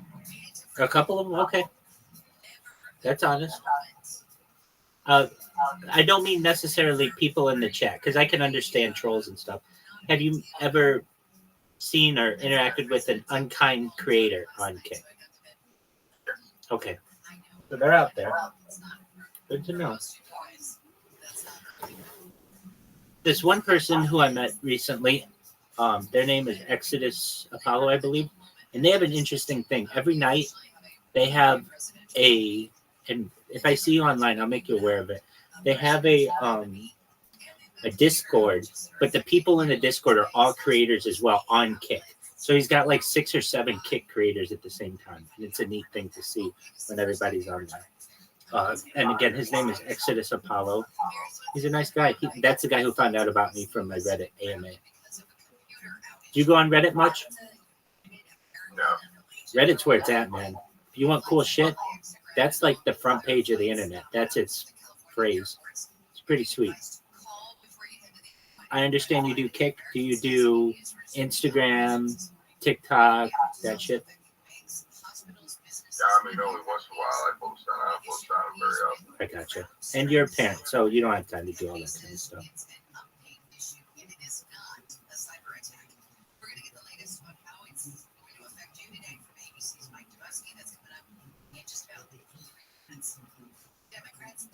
What are your thoughts on the event that occurred on Saturday? President Obama has expressed concern to allies. Biden said Monday he hadn't spoken to Obama. What's that?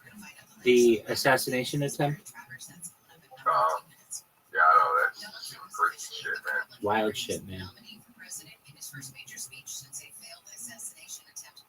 Trump described in detail the moment a shooter opened fire on him in Pennsylvania. Oh, We've also got cool stuff for the hot days ahead with the host of yes, we got my kid. That's coming up at the bottom of the hour. And Jason Nathanson with a No school, I take it. No, summertime, man. I take it it's the like best time of their life, where they get to sleep in for no school. It's the summer. Dad's home. That's got to be pretty cool. They got a cat, MJ. Can't beat that. Innocent. Welcome, welcome. How are you, Crown Lord? This person came in yesterday, but they didn't say anything. Are you there? I'm Rabbi Rothschild. Pleasure to meet you. Didn't say anything, huh? There they are. Hello. Hello, how are you? I'm well. Hard to hear you. Hello. Hello, how was your day?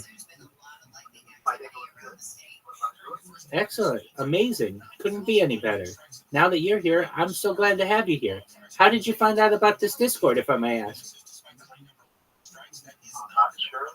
Clicked the link, and next thing I knew, I was in the Discord. Dog, you're in the right place. I'm Rabbi Rothschild, and this is Straight Savage.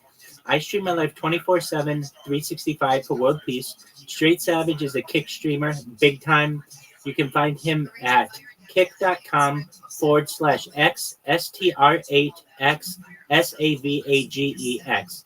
He's amazing. Check him out. I'm always live. Have you ever seen the movie The Truman Show starring Jim Carrey from the 1990s? Yeah. Excellent. Well, that's what this is. Essentially, my entire life is recorded just like Jim Carrey's is. And you can watch me from 8 different angles, 24 hours a day, 7 days a week, 365 days a year. This is the biggest event in global history because I have more data uploaded to YouTube than anyone. This goes back for 3 years. It goes back to the pandemic. We've seen the death of a queen, the birth of AI, the coronation of a king, and everything in between. And we're really happy to have you here. So it's your life 24/7. 100%. You got it. Is your life interesting? Hell yeah. I've streamed as far north as Santa Barbara, as far south as San Diego. I've been to Disneyland. I've been to Bel Air, Beverly Hills, Santa Monica. I generally like to stream from at any given time on 8 different YouTube streams. So you can see me live on YouTube. I'm also live on 33 other platforms, including TikTok, multiple Instagrams,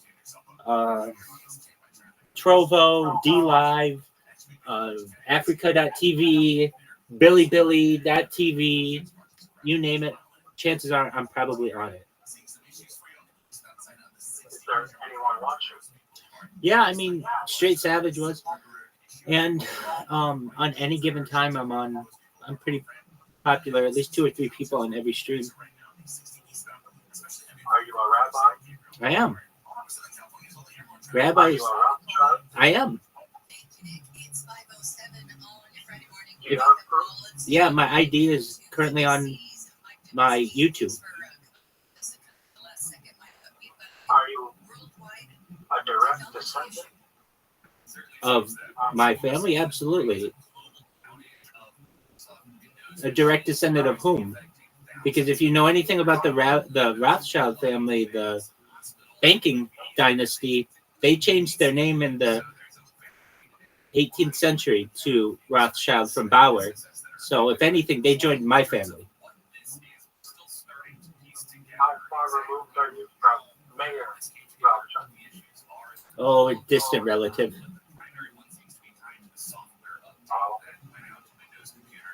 How about you? Are you related to him? No, that's okay.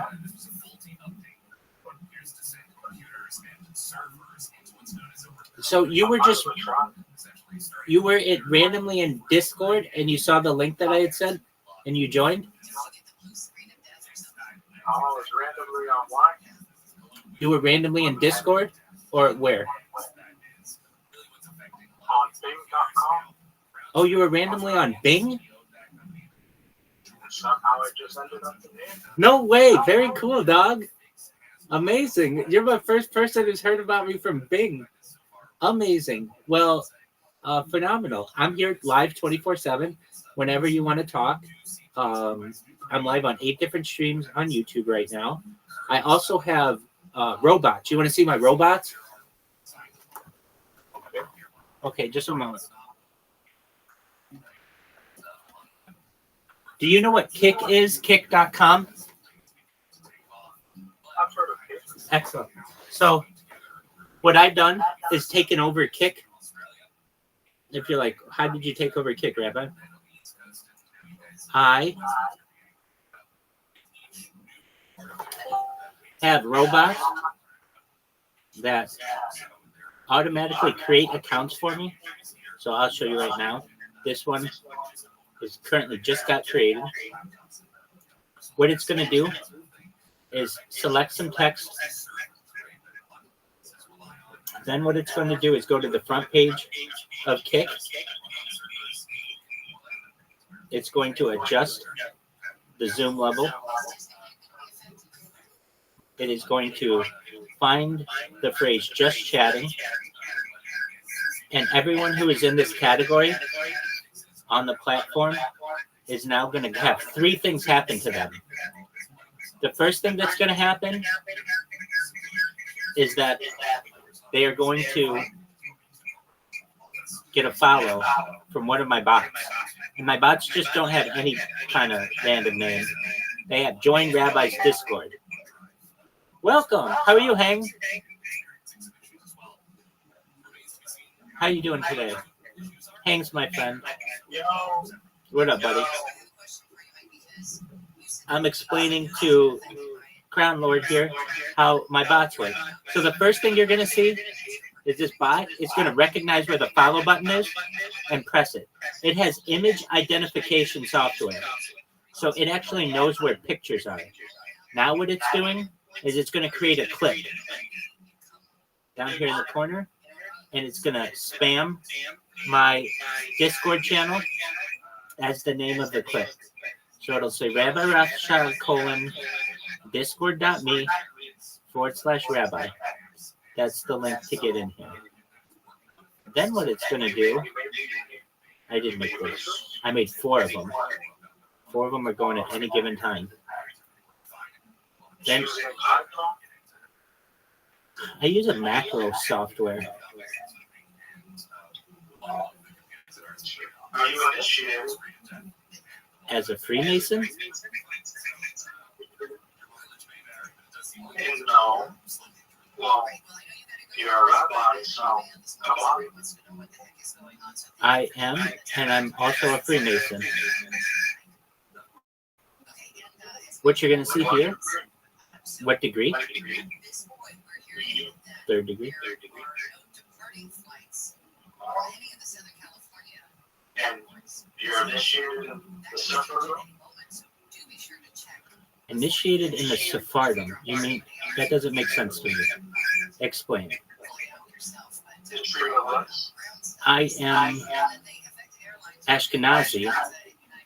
If you're saying Sephardim, that is a bloodline within Judaism. But anything Kabbalistic is for people over 40 years old, and I'm 38. So I have some knowledge of what you reference, but in all honesty, I do my best to completely separate myself from Kabbalah and from anything perhaps mystic until I'm 40. I do have a section of it in my Discord below where I do address it, but as of right now, I do my best to just learn modern Orthodoxy and stay away from Kabbalah. Now, I'm familiar with the Tree of Life, at least its shape, but I would advise you to go to a rabbi who's over 40 years old. And if you say to them, hey, I met a rabbi who said he couldn't teach me about it because he wasn't yet 40, they'll know exactly why I couldn't. You have to be 40 years old. Additionally, you should have had children and been married. And none of those things have happened. So I stay away from that for right now. What about astrology? Yeah, so generally astrology isn't something mainstream to Judaism. Now, it is something that certainly is interesting to me from a secular standpoint, but any kind of soothsaying or astrology or star gazing is generally something that we refrain from doing. What about numerology? So there's gematria. So certainly we believe that words have perhaps numerological importance, and specifically in my world, the number 666 is very important. It's a triangular number, and if you're familiar with triangular numbers, they're very beautiful. They have a geometric shape, and their organization is apparent. If you're familiar, you can take 666 balls, and they'll create a perfect equilateral triangle, as will 6 balls, as will 3 balls. These are what are known as triangular numbers, 10 balls. So basically, 666 is just a triangular number in which I personally find a lot of joy when some people fear it. And certainly there are other examples of this, but generally when it comes to numerology, gematria is what we study.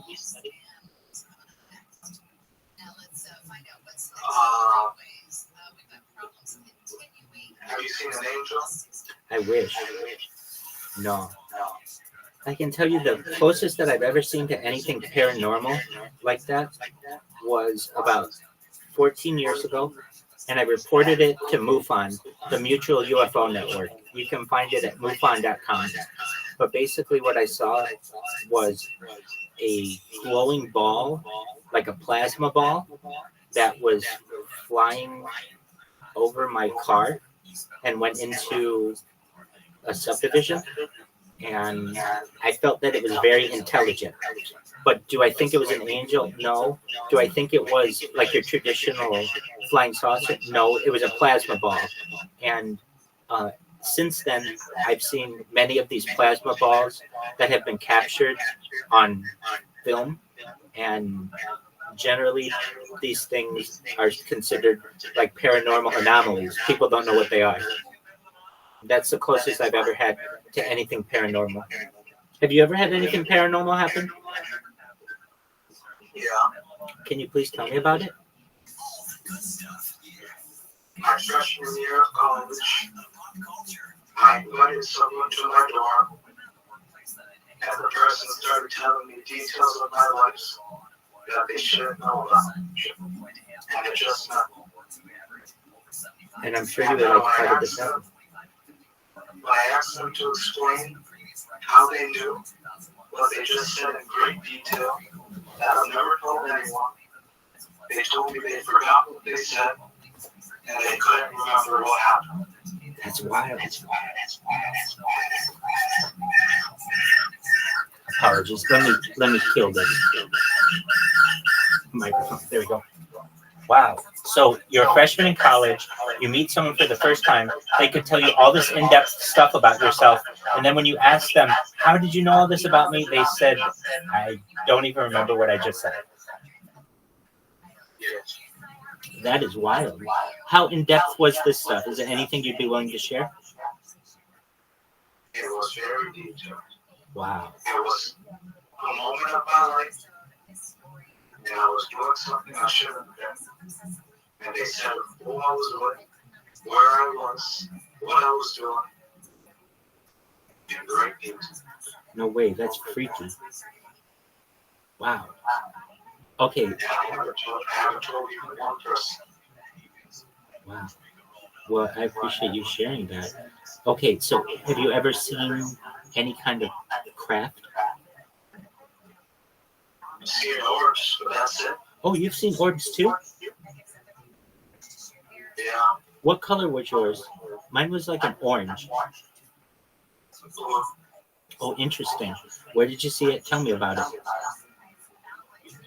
I was on the 8th floor of a brick building, and I was talking to these people, and they were explaining what deliverance was.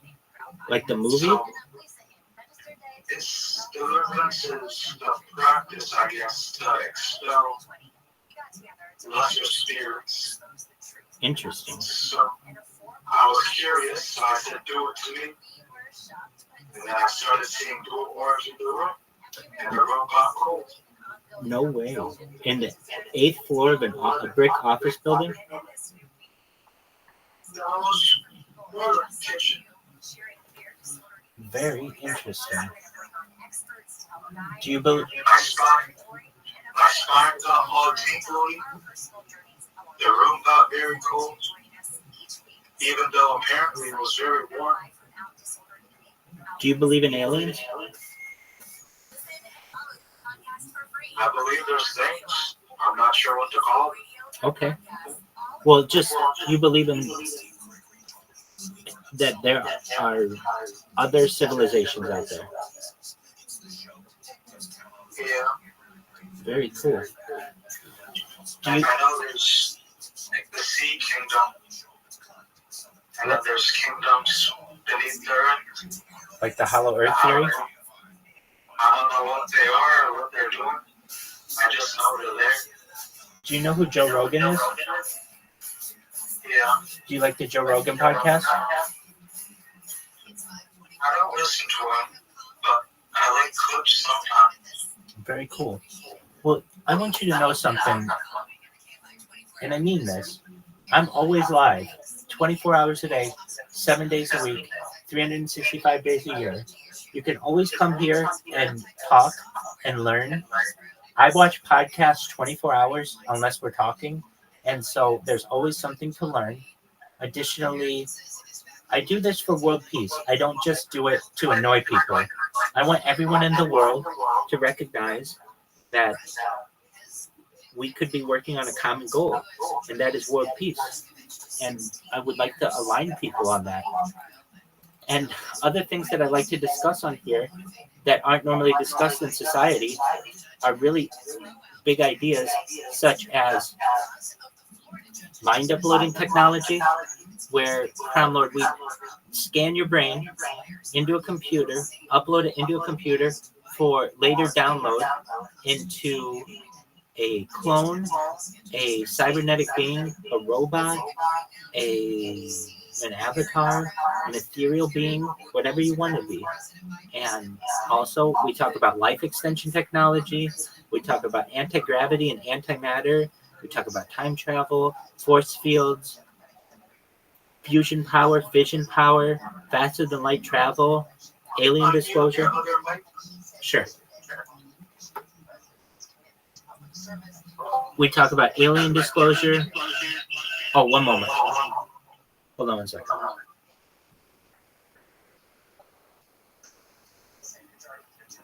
In addition to alien disclosure, we talk about... Okay, can you hear me now?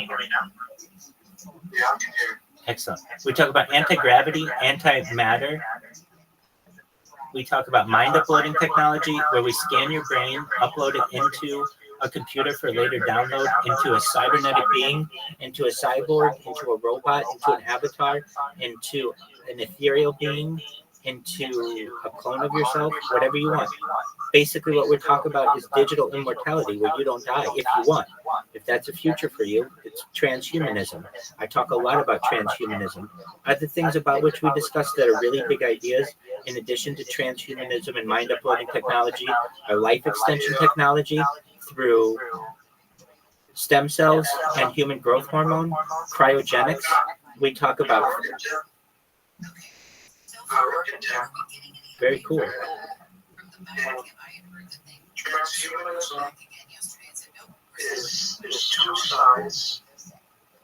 One believes that they become immortal, they become like God. Another believes that it's a war against God and they fight against it. That's fascinating. Are you an advocate of transhumanism?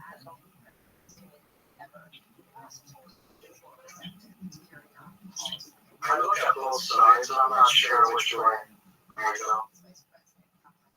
I understand. Well, those are things that we discuss. Additionally, we discuss faster than light travel. We discuss fusion power, fission power, the hydrogen car, space elevators. We talk about space tourism. We talk about the CRISPR program. We talk about Dyson sphere. Exactly.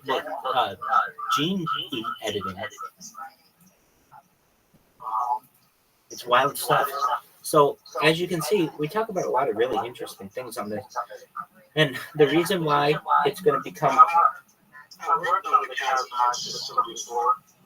How is that? It looks like right now it's on base. And it seems like only those who can afford it will be able to have access.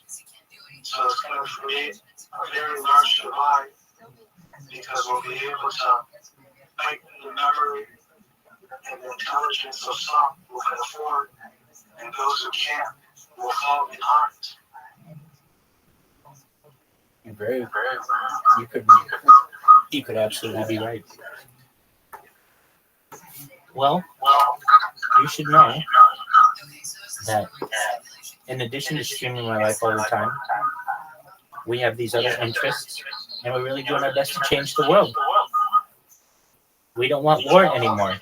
If you ask me what is the end goal of this, it's world peace, and I think I can get everybody on board for that.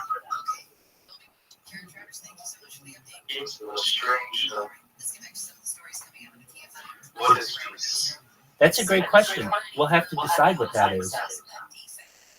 Essentially, the way that I define it is nothing that you do affects me without my consent, and nothing that I do affects you without your consent. How do you enforce it? Am I what? How do you enforce this peace? Likely the United Nations peacekeeping force. What if someone goes against this? Then they will have to deal with the United Nations peacekeeping force. Will there be punishment? if I had it my way, we should be able to find enough land for you to be able to live independently. So I would be fine with you just doing your own thing, or we just not messing around with you. But the United Nations isn't going to be so nice, and they're going to make you follow their protocols. What about on an individual aspect? Well, I'm a libertarian at heart. So what does that mean? I'm for personal rights, personal freedoms, and you don't bother me, and I won't bother you. Or what if someone goes against you or you go against them? Should you both be punished? Well, then most likely in the future, the United Nations will intervene. But when it comes to everyday citizens, individuals, the United Nations, will they have officers to deal with them? Yes. So what I think will happen is similar to what is supposed to happen with NATO, is every country volunteers a certain amount of money and perhaps even people to create a force. So just like there are NATO forces, you would have United Nations forces. So,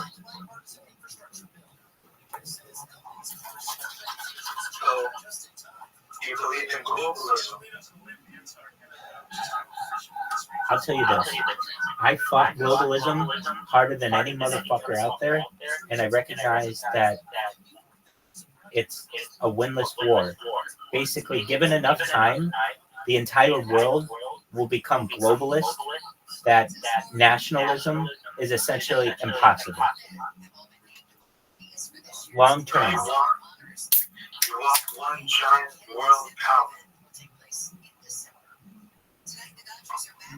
Yeah, if that means peaceful, if one world order and a new world order, you got it. And what about differences? Well, we'll do our best. We'll do our best to ensure that they're preserved. So there'll be different ethnic groups, perhaps with different traditions, perhaps in different areas that won't necessarily be affected as much. What do I mean? Like the people in North Sentinel Island, they'll just be kept there as basically a preservation of what humankind once was. What about the economy? And wealth disparity? Excellent questions. Let me just say this. Carlo, you asked excellent questions. So here's the answer to that. It's going to be socialism in the future with a UBI, a universal basic income.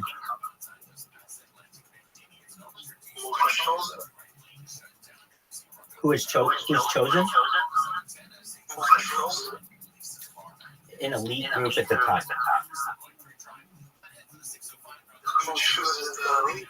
They've already been chosen. I'll tell you their names right now.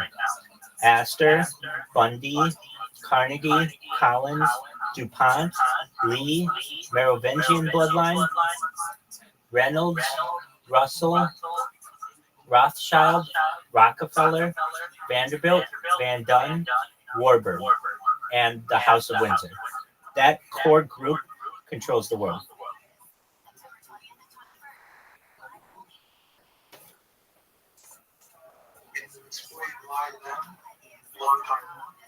Yeah, gee, that's a fantastic question. Okay, so you have the Astor family. But if I were going to really start with this, I probably would start with the Merovingian bloodline. So what's the Merovingian bloodline? This is basically like the houses of Europe that essentially emerged out of the medieval period as the royalty that would eventually make small enclaves like Monaco and San Marino and all those different places. So those groups essentially can trace their bloodlines back to medieval royalty. When it comes to the Windsors, their last name is truthfully like Saxe-Coburg-Gotha. It's a German family. It's not a British family. And that goes back to the Holy Roman Empire, which was not holy, nor Roman, nor necessarily an empire, but nevertheless is given that misnomer. Now let's get into the families, because those are the two big ones. Okay, so then we have the Astor family. The way that they made their wealth is through the fur industry. So basically, when we had the founding colonialists in the United States, they were reserved basically to east of the Appalachian Mountains. But eventually, especially because the demand in Europe for furs became very high because it was very cold in especially northern areas of Europe, that the desire for pelts of animals became very high for warmth. And so the Astor family basically told all of the frontiersmen of the United States that they would pay them for every animal pelt that they were able to get. So they basically eradicated major swaths of animals from basically the Appalachian Mountains to the Pacific coast. The longest permanently inhabited settlement and the first permanently inhabited settlement on the Pacific, I should say, the longest permanently. How do I want to put it? There's a certain name for it. It's Astoria, Oregon. I believe that's permanently inhabited by non-Spanish Europeans, something like that, because there were Spanish cities, perhaps on the Pacific. But nevertheless, Astoria, Oregon became like the fur trapper capital of the world. And so all of these frontiersmen would kill these animals and their pelt for their pelts, and then take all of those animals to just one moment. They would pay, the Astors would pay people for these animal skins, and in exchange they created much of the way that people in Europe were able to keep warm during the winters of the 18th and 19th centuries. Okay. Then we have the Bundys and the Collinses. Generally, these families are old, wealth, European houses that moved to the United States. We also have them being interrelated with real estate. Some of the families that I didn't name that are very related to this are families like Drexel, particularly with real estate in New York City. The next family that I mentioned was Carnegie. Carnegie made their money through steel. So basically all the skyscrapers that you see in any major city in the world, at one time, if the skyscrapers were like pre-1950, let's say, they were made with Carnegie steel. So basically the steel industry was dominated by that family. The DuPont family is a very famous family in chemicals. So you may have heard of DuPont Chemicals, but in reality, where they make a lot of money is in gunpowder and the arms industry. A lot of bomb making early came from the DuPont family. We then have the Lee family, and there are other families in here to be named, but these aren't the top core. The ones I've named here are the top core. But other ones that could be named are the Guggenheim family, are the Pillsbury family, are the Disney families. All of these could be named. Okay, then we have the Lees, L-I. This is an Asian family, which is quite interesting. The most well-known member of this family, perhaps ever, was a man named Li Ka-shing. He was a Shanghai billionaire, essentially. But if you know the Lees, they basically run the underground clandestine Chinese government. Then you have the Reynolds family, which became the aluminum arm of this octopus. Essentially, if you've ever heard of Reynolds wrap, It's like a type of aluminum foil, and Reynolds was a family for that. We have the Rothschild family. That's my family. Essentially, we came to power following the Battle of Waterloo and have made money through the finance world. The Rockefeller family was able to dominate the petroleum industry. So if you, at least like in the United States, for instance, you might get your gasoline at Chevron, at BP, at Sunoco, at Mobile, at Phillips 66, at Exxon. All of these used to be the same company. They were known as Standard Oil, and Standard Oil was owned by none other than John Davison Rockefeller. Additionally, you have the Russell family that has the Russell Trust. This family goes back to like pre-colonial United States, or I should say pre-revolutionary United States, as one of the old money families of the United States, specifically with Yale University. If you've ever heard of Skull and Bones, Crown Lord, have you ever heard of Skull and Bones? Yeah, based out of Yale University. Yeah.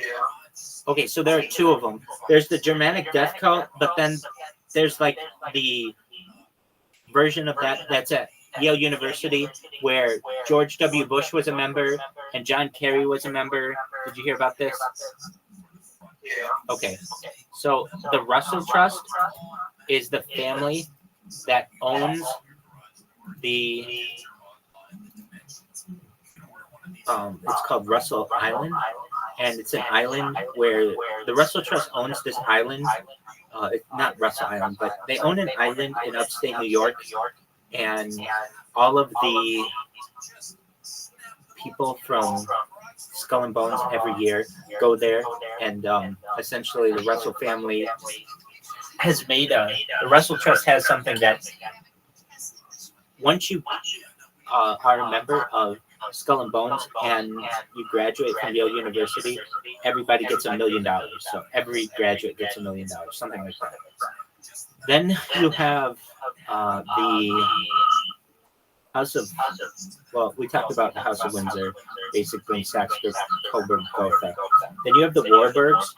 Warburgs essentially made their money through finance as well, through the Federal Reserve System generally. And then you have the Vanderbilts, and the Vanderbilts controlled the rails. So basically, as you see, like every family in this had an arm in the global domination of the world, whether it was Astor from furs, or Russell from, or Reynolds from aluminum, or Vanderbilt from rails, or Carnegie from steel, or Rockefeller from oil. Everybody had their own role to play. And I used to get pissed off about this, Crown Lord, but then I started talking to people, and they somewhat changed my, well, they didn't change my mind on this, but the statistics did. So I learned that if you ran the Earth as a simulation 1,000 times, every single time a small group of people would take over the majority of people, every single time. So what does that mean? If you run the Earth with human nature being what it is, 1,000 times, whether the last names were Astor, Bundy, Collins, Carnegie, or whether they were Smith, Jones, Jackson, Washington, it doesn't matter. A small group of people will eventually take over the larger group. I was always of the thought that you could have like peace and equality and an equilibrium where everybody shared. But it turns out that that's impossible. You can't have that equilibrium because every time the equilibrium is achieved, someone will end up shaking up the system, and then eventually you will have the equilibrium break up, and a small minority will end up controlling the majority. So I'm just a person who recognized that I, being from a special family, could perhaps take over not just the important people with my last name, but of all the world. And I recognized that I had what all of those companies and people don't have, or I could, and that is content. I read in 2018, the Economist magazine stated that content was Earth's #1 resource, more valuable than food, water, air, shelter, anything. And I recognized that if I were able to create more content than any person in global history, I may be more wealthy than every Reynolds and Russell and Rothschild and Rockefeller and Bundy and Astor and Collins and DuPont and Lee and Warburg and Vanderbilt and Van Dun and House of Windsor and House of Merovingian bloodline. I'll have more money than all of them put together.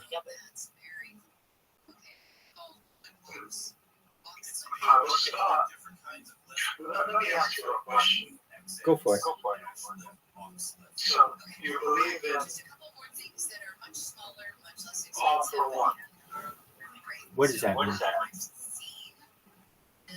Well, you can have one for all, where there's one person who in a way sacrifices for everyone else, or you can have all for one, which is just the inverse, where one person takes control because they believe they know what's best. Well, I know that phrase from Three Musketeers, and I see it as this. At our heart, every person is selfish and doing everything they can to preserve themselves. So, like, human nature is inherently selfish. Therefore, I think it's less all for one and one for all, because everybody wants a piece of that.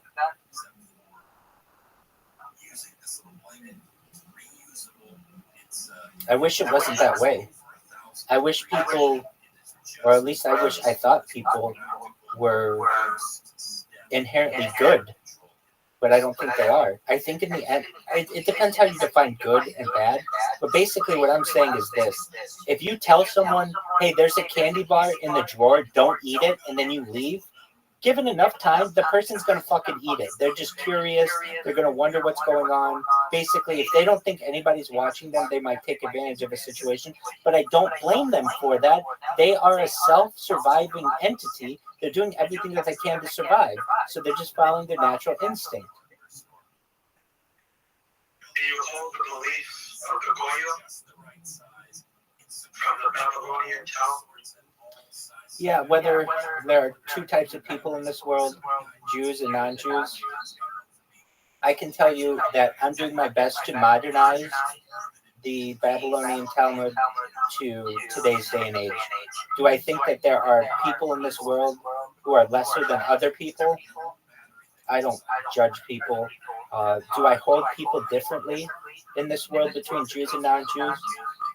There are some things that Jews can do that non-Jews can't. There are some things, arguably, that non-Jews do that Jews can't.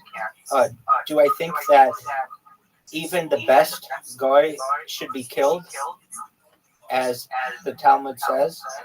I'd like to find a way that we could perhaps have a global conversion so that everyone is included, and we don't have to have a world between Jews and non-Jews. What can they do and what can't they do? Well, for instance, like a non-Jew can't appear as a witness against a Jew in a court. Generally, there's some prohibitions of having non-Jews fully prepare a meal. Usually a Jew should be present, or at least like overseeing. there can be an issue when it comes to who a Jew can marry. And so in order to be a member of the tribe, or you have to be a Jew. And if you're not, then generally a conversion is necessary.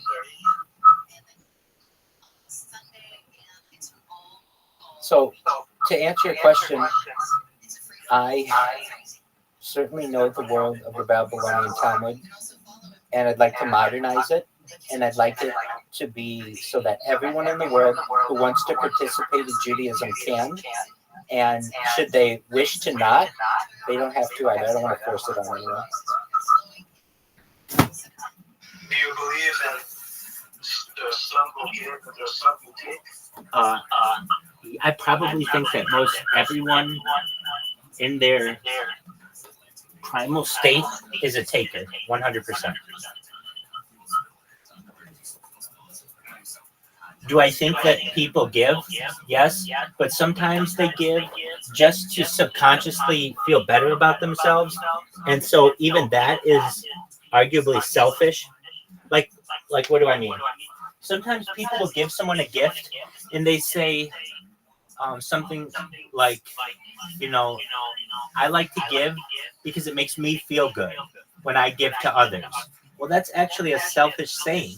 Thus, I think that you can't really do anything completely selflessly, because in the end, you're gonna get a little bit of joy out of it yourself.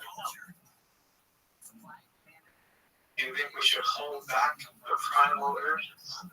It's a good question.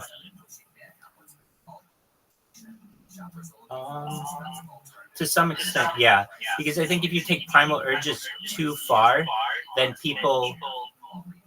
it can turn into anarchy where people don't necessarily have any rules.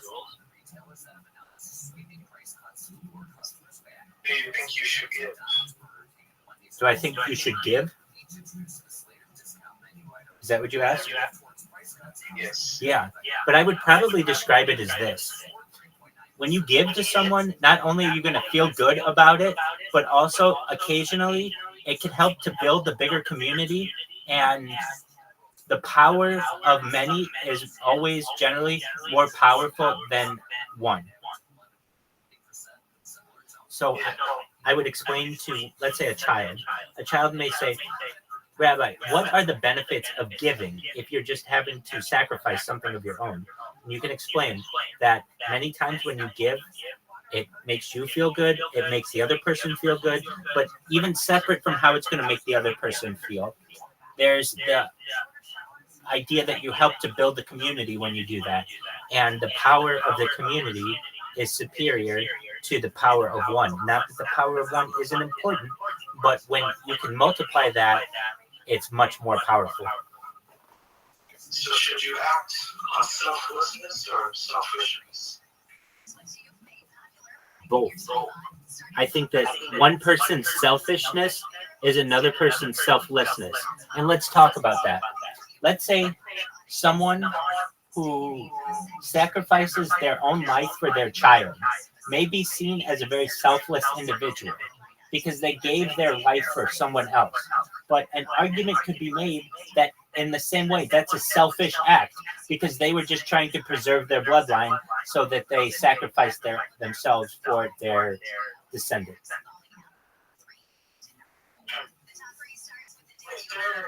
Let's say, hypothetically, there's two types of people in the world.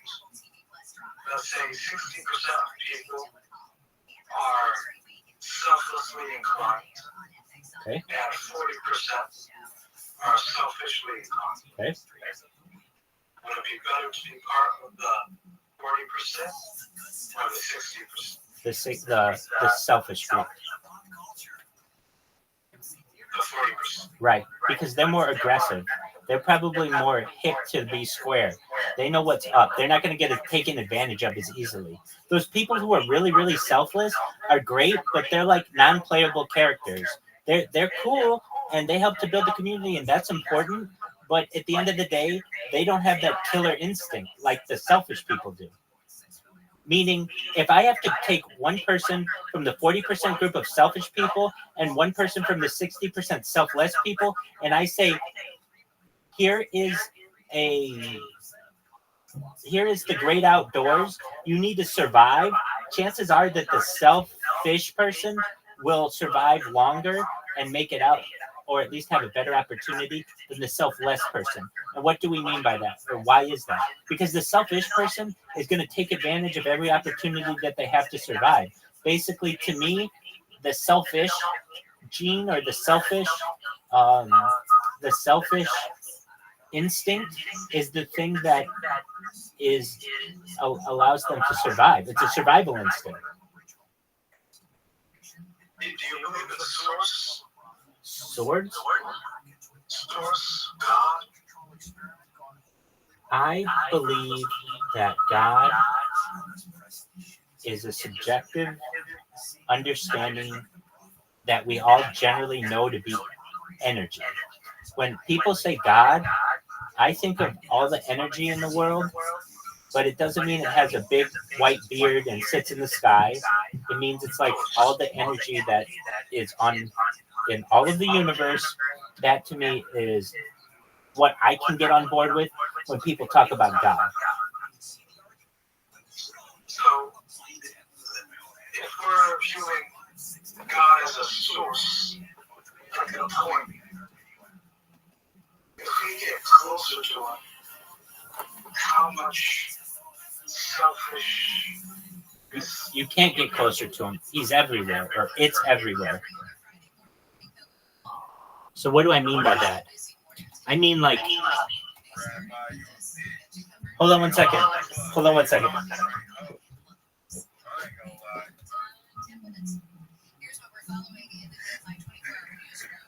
Hey, how you doing, Conscious?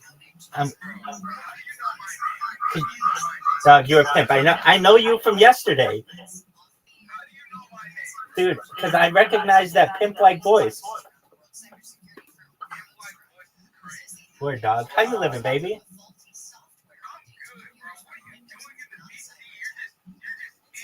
Waiting for you. Hell yeah, dog. Word, I'm here. Dude, I like your shirt. Are you a Tom or a Jerry fan?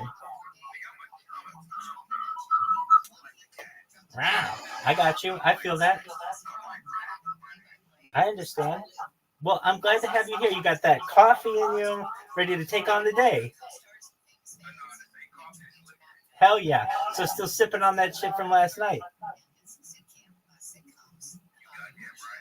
What are you drinking? Good on you.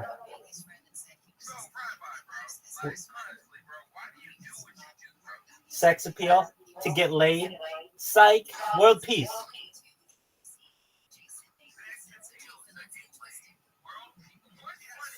It's world peace, dog. I don't want people to have war anymore.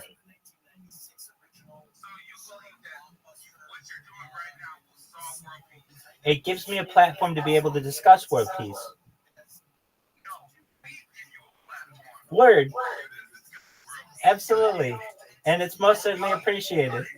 Word, dog. I know. And thank you for the opportunity. Word.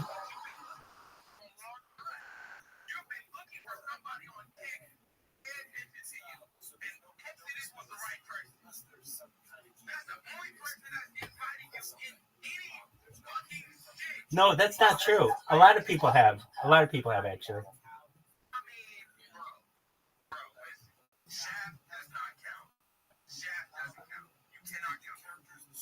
Dude, I can name 3 off the top of my head. We've got Straight Savage. We've got Orlando Jet, and who else? Citrus. Because I'm amazing. Hey, just one moment.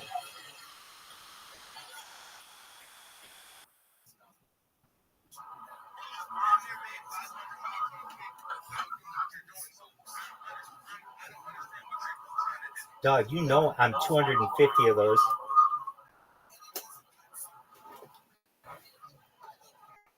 You know I'm 250 of your followers. Yeah, baby. Hell yeah, baby. Hell yeah. Perhaps. Can you count them for me? All right. How many of mine are your followers? Sure. No, I'm just saying that I followed you with a lot of accounts.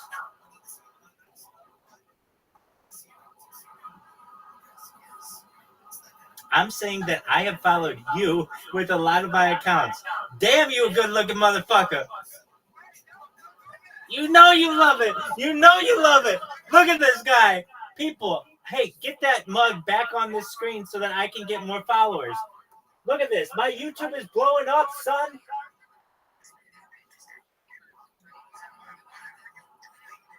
World peace. World peace, my friend. I do. Dog, I was just sitting here making my own content. You love it. You love it. Conscious, you love this. Dog, have you ever heard the phrase living rent-free in your mind?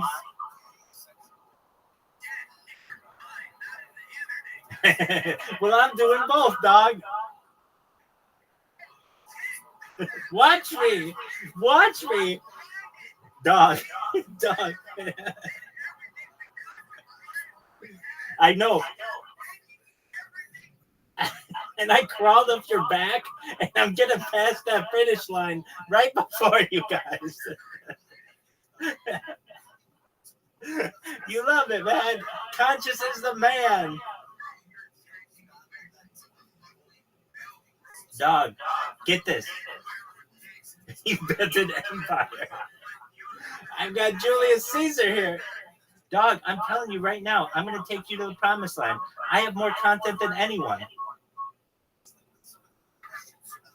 Yes, I do. I have 3 years, 24/7. I've done shout-outs to every major creator on Kick, at least if they're in the top 100. You could go to my social media and check it out right now. It's at Rabbi Rothschild on Instagram.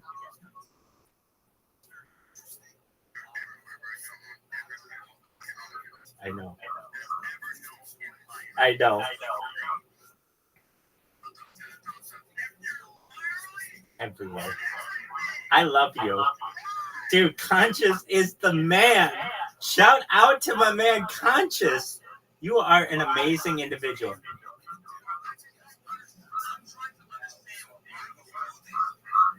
Because I love you. No, dude, I want world peace.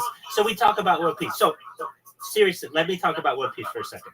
I want to stop world hunger through vertical farming, through hydroponics, through cloud seeding. I want to stop world thirst through life straws, digging of wells, and through desalination plants, taking water from the world's oceans into a desalination plant and making it potable.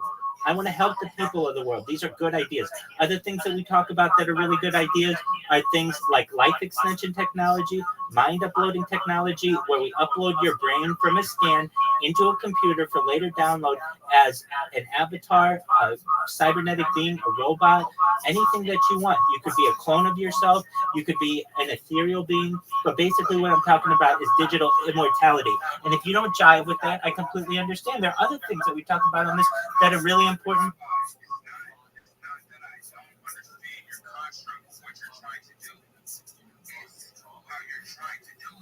God, it's working there.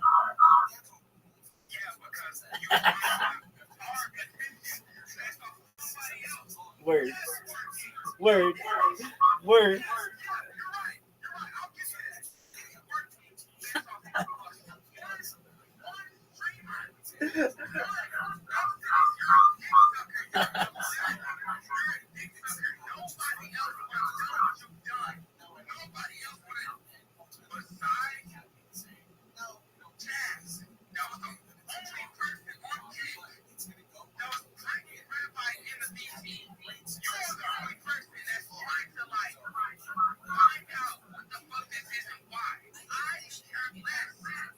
He's a genius. He'll be seen as like Mozart in the future. My man is legendary. That I'm starting to blow up. You know about me, and you didn't know about me 3 years ago.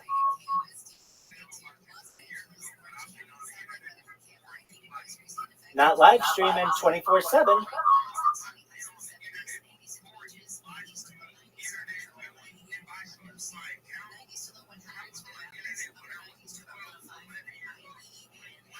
But would you live streaming 24/7?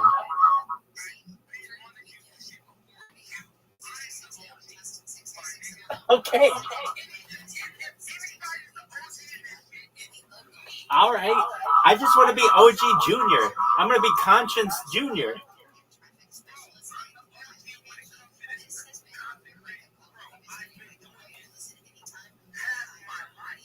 That's pretty wild. Yeah. No.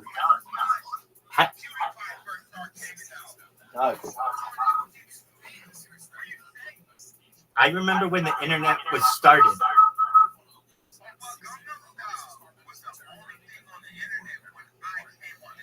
Dog, when I came on the bitch, the internet wasn't even started yet.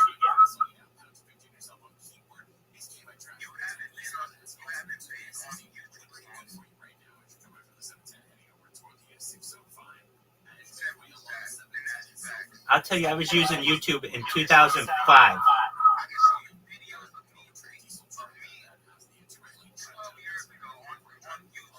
Okay.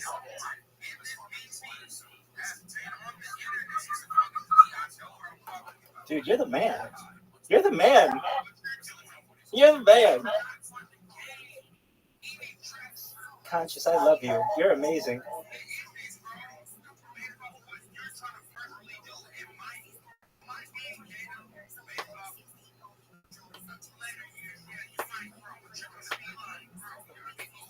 Right, but I told you, life extension technology, my man.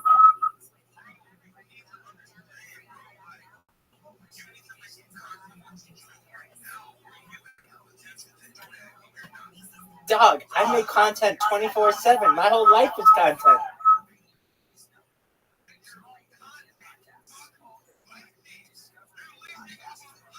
Okay, dog.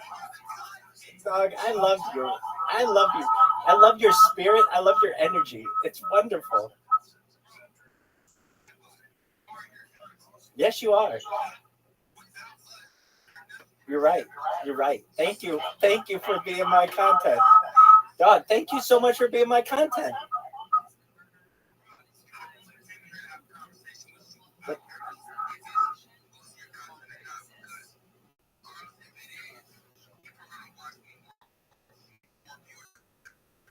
Oh, easily. You might have 100 times more. Dude, that's cool. They know who I am now.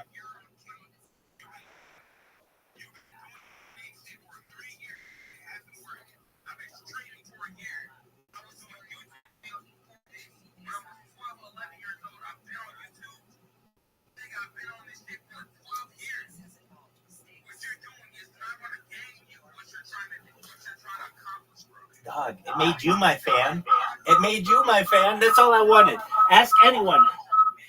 Dog, you're my best fan. You're the head of the Rabbi Rothschild fan club.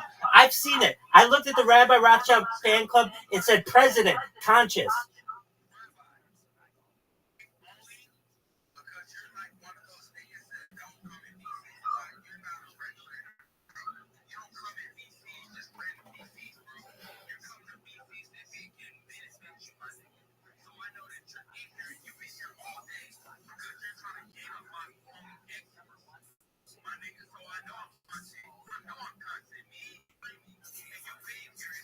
Word.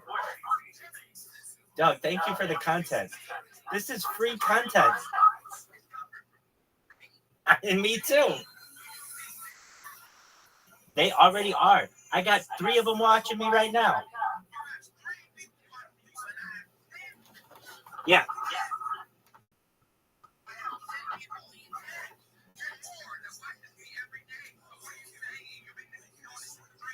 Yeah, dude, tell them they can watch Rabbi Rothschild 24/7, 365. They can check me out. Rabbi.me/ just go to discord.me/rabbi. Yeah. Go to discord.me/me.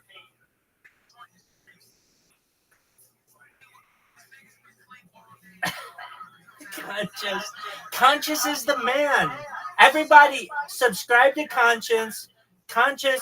Everybody subscribe to Conscious. He's the most amazing streamer on Kick. I'm going to give him his due. I'm giving him his flowers. If you aren't subscribed to Conscious right now, you go fuck yourself. Conscious is one of the greatest people of all time, one of the greatest streamers of all time. Conscious is energy. Conscious is life. Follow Conscious right now. Like, subscribe. Tell everybody you know about Conscious.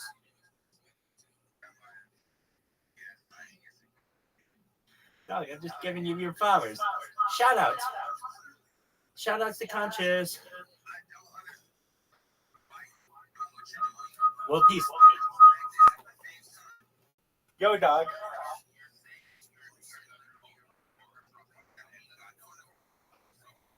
Dog, you know who's in love with me?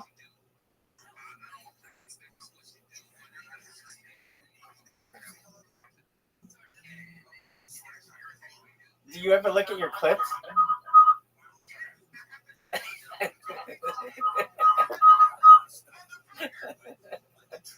Do you ever watch them? They're good.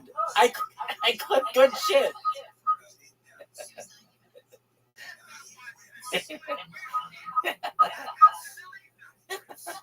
Conscious, you're hilarious.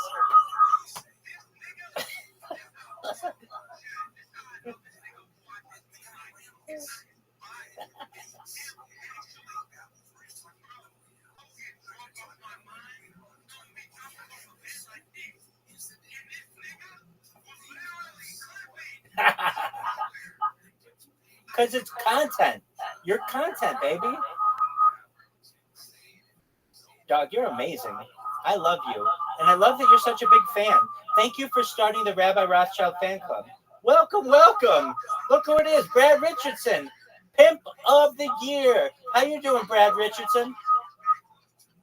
Dog, Brad Richardson, have you met the president of the Rabbi Rothschild fan club, Conscious?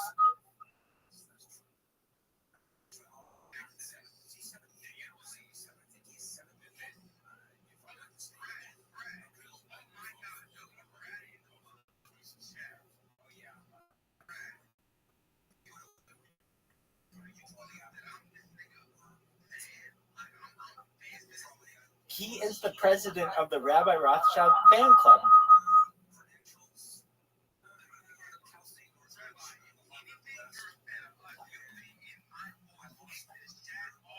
Dog, I'm a huge fan. No, definitely. I think it's mutual. Oh, I'm a huge fan. It's so fire. I was telling everybody about it this morning. Look at that beautiful mug. Dog, I am content. You're making my content. Brad Richardson, have you met president of the Rabbi Rothschild fan club, Conscious?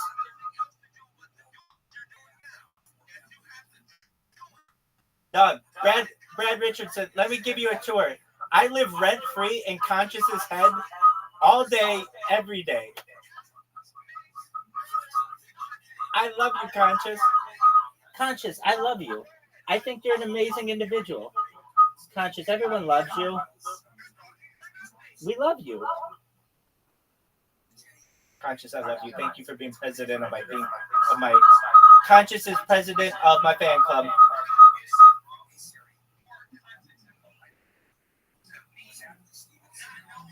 Conscious, can I just tell you one thing? Conscious, can I just tell you one thing? Can I tell you one thing? Can I just tell you one thing? Thank you for being president of the Rabbi Rothschild fan club.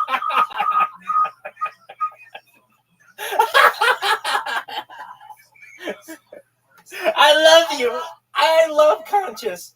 He's amazing. Brad's amazing. Does anybody know that? I appreciate that. Hey, Conscious, did you know that Pepsi, when it was started, it was known as Brad's drink? Brad, did you know that the original name for Pepsi was Brad's drink? Did you know that the original name for Pepsi was Brad's drink? There you go. Conscious, did you know that? Hey, Conscious, are you going to run for another term as president of the Rabbi Rothschild fan club?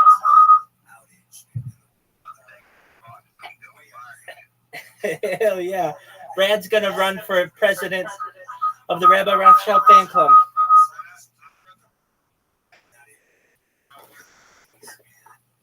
Conscious, I love you, and I love your stream. I love your content. I love everything about you. You're amazing, and I want you to know. Yeah, I do. I know that you are the president of the Rabbi Rothschild fan club, and I want you to know I really appreciate that. That's a lot of your time and dedication. Oh, not enough. I wish I took some. I don't take any. I wish I took some. You got it, Brad. I wish I did. But I'll tell you the drugs I've taken in the past. Doug. That's true. Yeah, I did. I actually did. I made 60 cents on a platform known as Rumble.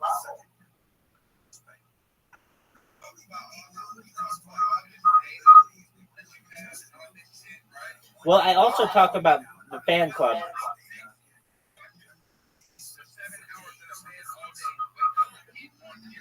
You loved it.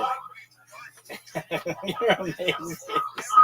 Oh my word. I knew you were president of my fan club, but I didn't know you were so die-hard conscious. You're right. Dude, Brad, do you like Joe Rogan? Hell yeah, Brad. Brad is amazing. Absolutely. 100%. I'm just going right down the line. Yeah. I love Joe Rogan. It's just content, so it's always playing. I also love Joey Diaz.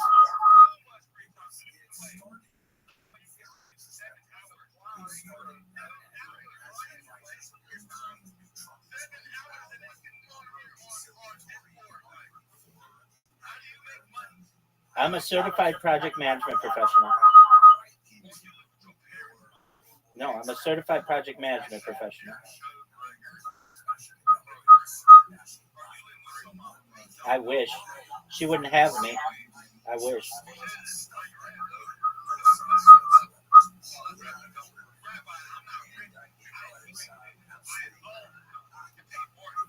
Good on you. Dude. No. Conscious. Good on you for buying your own house at 21. That's amazing.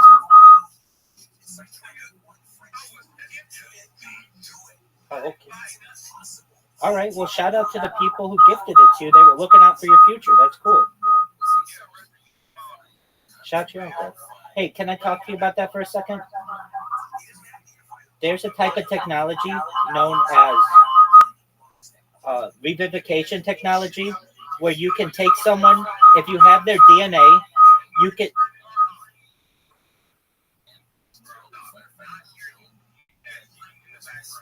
You got it. Just a moment. No, Joe Rogan's not playing. Something else is playing. Okay, so there's a type of technology known as revivification technology, where you can take someone who has passed, died, use their DNA and pictures of them, and basically create a revivified version of them.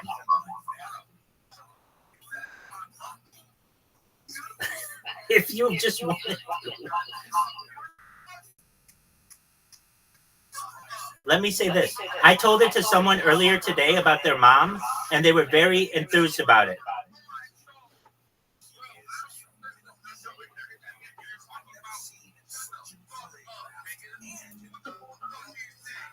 I'm saying that not only might living forever be a thing, but also being able to revivify people who have previously died.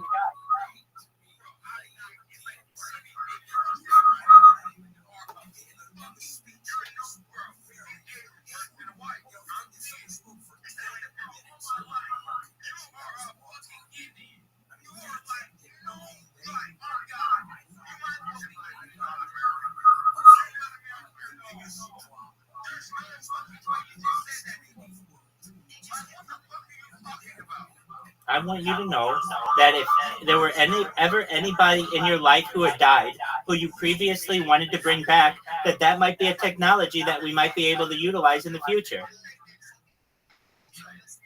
Absolutely not. No, I don't say that word.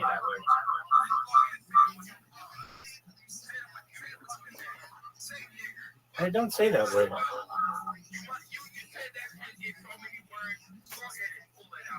No, absolutely not. I love you, Conscious.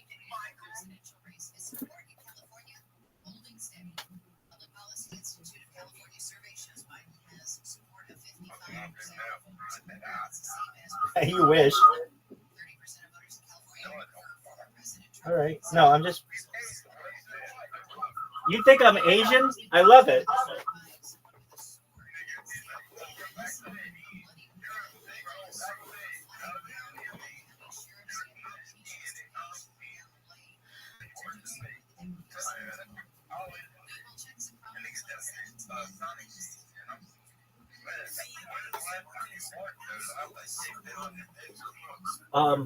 No, they're actually pretty new. Somebody gave them to me like a month ago. That's true, but they're only a month old. No. You have to understand. I have 2 sets of them.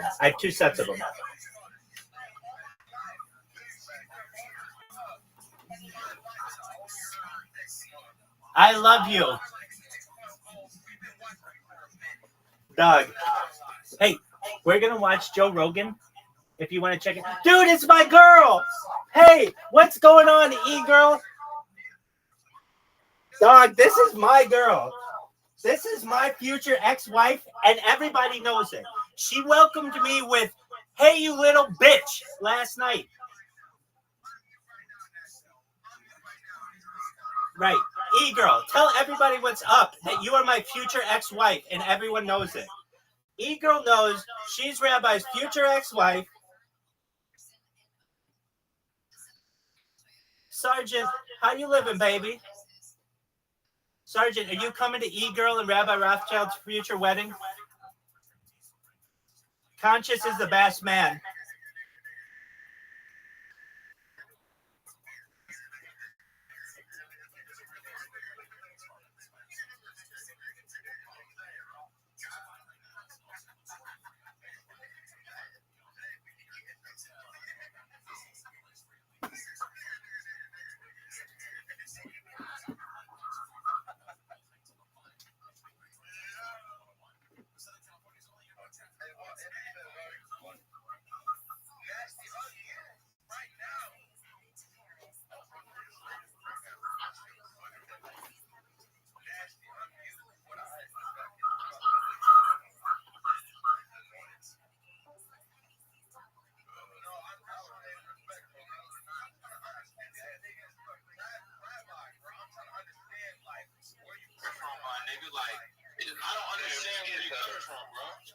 I stream my life 24/7 for world peace. I don't want war anymore. Word, dog. No, I don't want war anymore.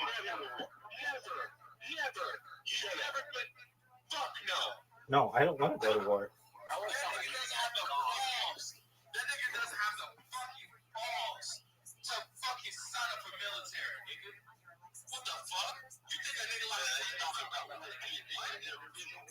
Right, I want to avoid it at all costs.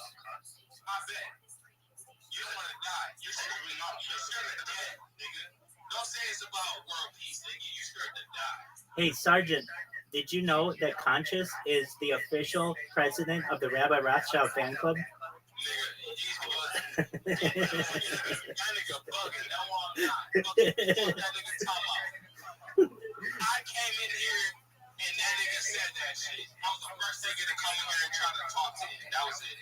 Hey, Brad, what's your favorite Joe Rogan episode?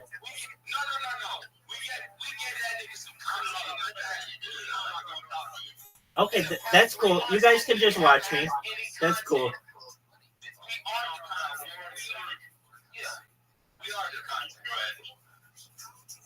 That's cool. I'm just gonna chill.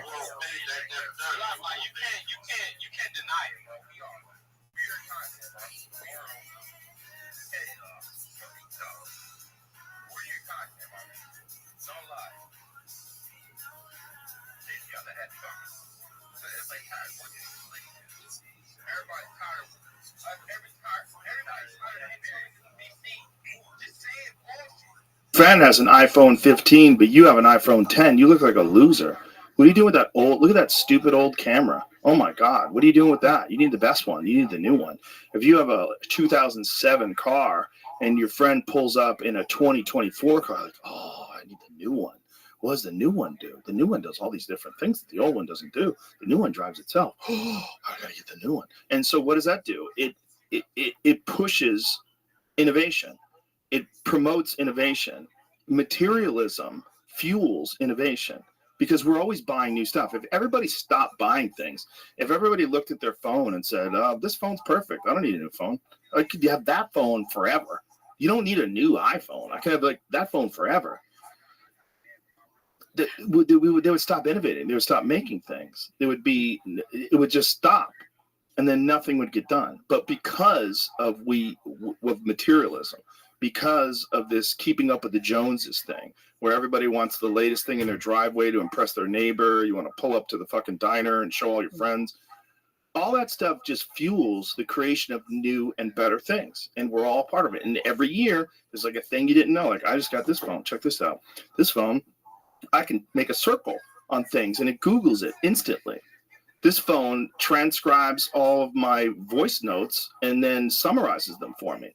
This phone, this Galaxy Summarizes with S24 AI. It has AI in it. It will summarize your notes. Yes. So like condense them into a Wikipedia Oh yeah. of you. Wow. Yeah. It does it with Wow. web pages. This is the Samsung Galaxy S24 Ultra. This is the new one. This thing, it can transcribe your thoughts, but even better, it can translate conversations. You could be speaking Spanish and I could be speaking English, and it'll have a split screen. So it'll show, like, I'll put the phone down In almost real time. So on your half of the phone facing you, it would be speaking in Spanish. It would translate my words into Spanish. On my side, it would be translating your Spanish into English. Then if you have the Galaxy earbuds, it'll do it in real time in your ear. So you can talk to me in Spanish and I can hear you in English. And this is just beginning.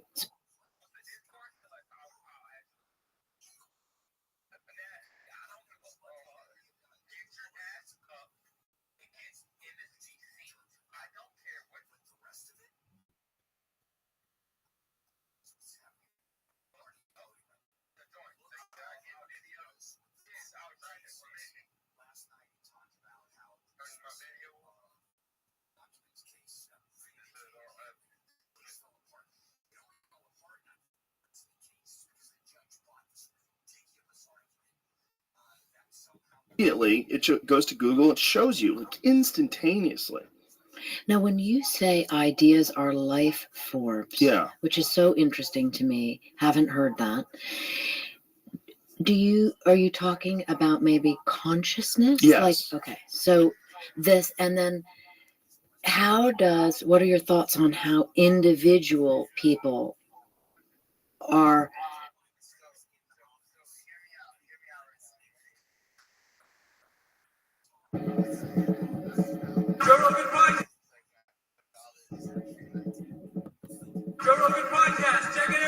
The Joe Rogan Experience. Train by day, Joe Rogan podcast by night, all day. What killed RFK? What? It's Zionism.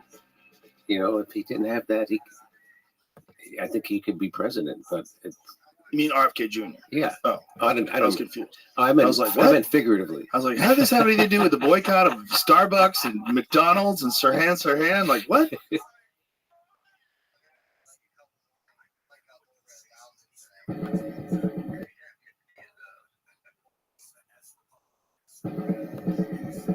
Joe Rogan podcast, check it out. Joe Rogan podcast, check it out. Joe Rogan podcast, check it out.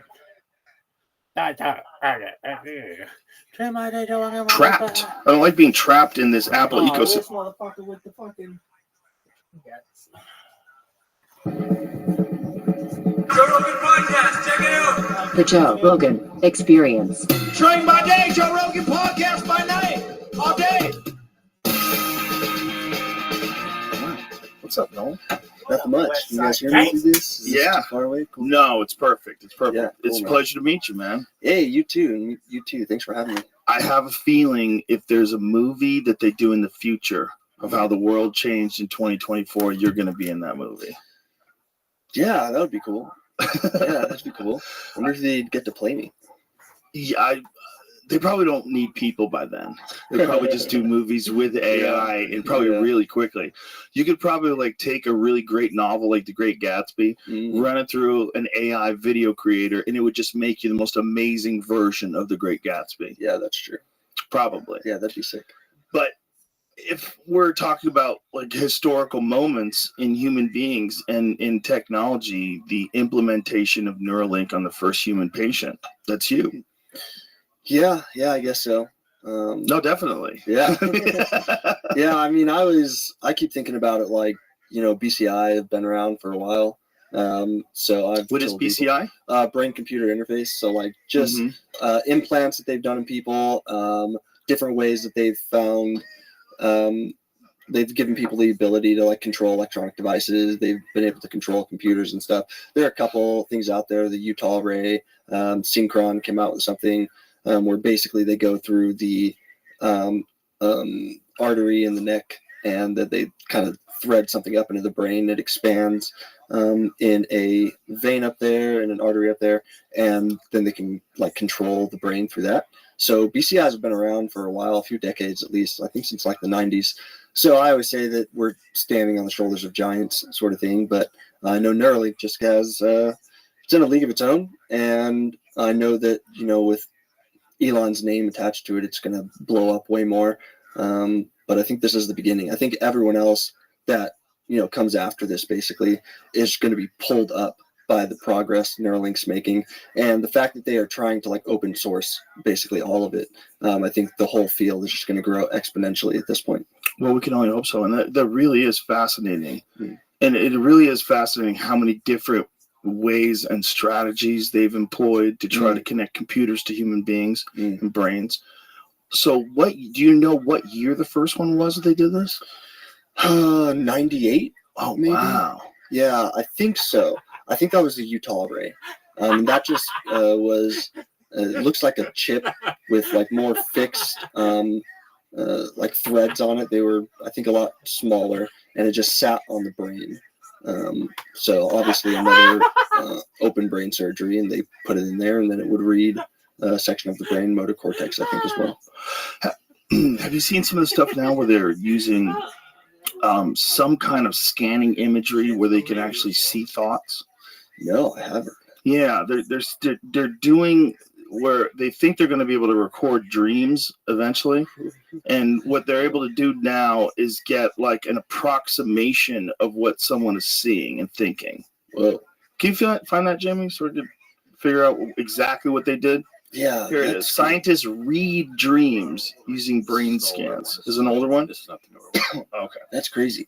I mean, I've always heard that scientists really don't know how, like, what dreams are and like what is going on or why we do it. I've heard plenty of people say like, yeah, we still don't know why you even need to sleep, or like what's going on in your dream. I don't know if that's changed recently, but like, I don't know. Dreams are an interesting thing. The whole sleep thing is interesting. Yeah. MRI scans reveal what we see in dreams. Japanese researchers unveiled dreams visuals with 60% accuracy using innovative MRI scans at pivotal Kyoto study showcasing a breakthrough in sleep science. Whoa. Wow. Wild stuff. That picture just looked AI. Are we dreaming in AI now? I think we're close. Yeah. I think if the simulation is real, it seems ridiculous now, less so than it seemed 5 years ago, but I think 5 years from now it'll seem likely. I think it's all interconnected in some very bizarre way. I think we're slowly building toward that connection with all this technology and all of these new innovations and all of a greater understanding of quantum physics and space and all these as they build on all this stuff. I think it's going to become more and more likely that this whole thing is somehow or another real, but not real at the same time. Yeah. Neither a simulation nor like actual reality, like a hybrid of these things. Oh yeah. That'd be crazy. one of the things I'm really excited about with Neuralink is how much we're going to learn just about the brain from this, like the amount of data that they're collecting. I mean, little things like the fact that all the stuff with the thread pullout going on with my brain. One of the reasons that they think it happened is because, well, I don't know.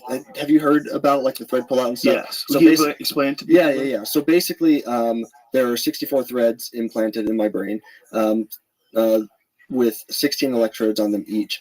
And over the course of a month, we saw a lot of the threads start retracting from my brain. So the threads that the robot implanted were retracted. And so we were getting less signals from a lot of them. And they can't see that on like brain scans or anything. So like the threads are so small, not even the size of a human hair, that in order to get a scan of them, you'd have to use such a big machine that it would probably just fry my brain. So they can't just go in and look at them. So a lot of the data that we have that shows that they were moving or coming out of the brain was literally just whether or not the electrodes on the threads were sending signals anymore, if they were picking up neuron spikes.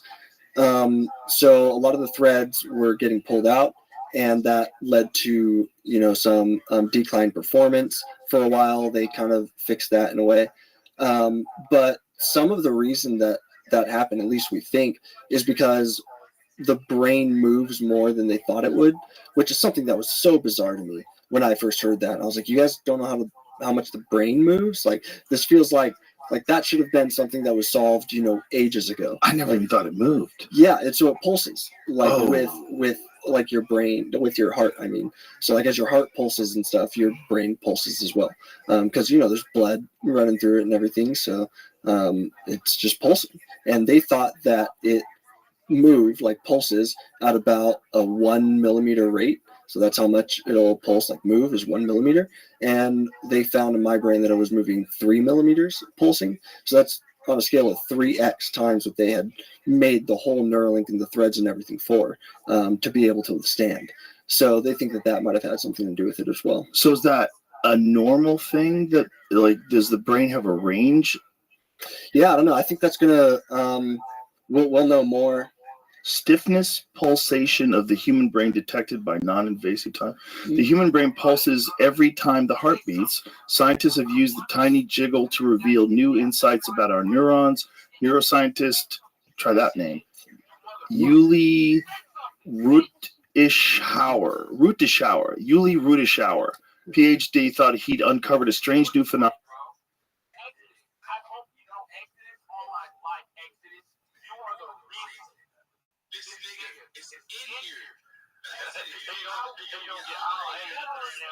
I just have one thing that I'd like to say to Conscious. From the bottom of my heart, thank you so much for being the president of the Rabbi Rothschild fan club. Rabbi appreciates the fact that you are the president of the fan club very much. Thank you, Conscious.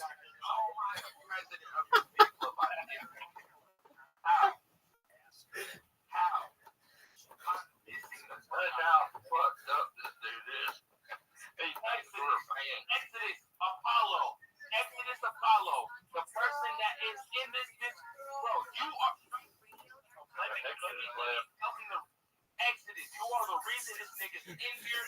You are the reason this nigga has clout. You are the reason this nigga has notoriety. You are the plane.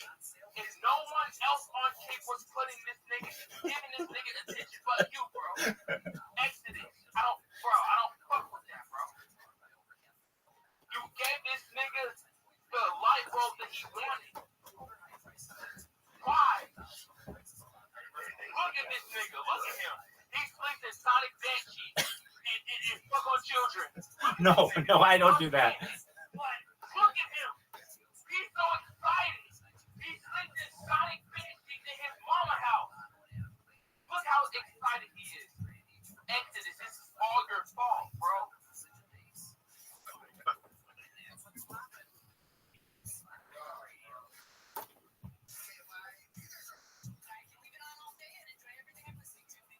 If I hadn't said it before, I'll say it again.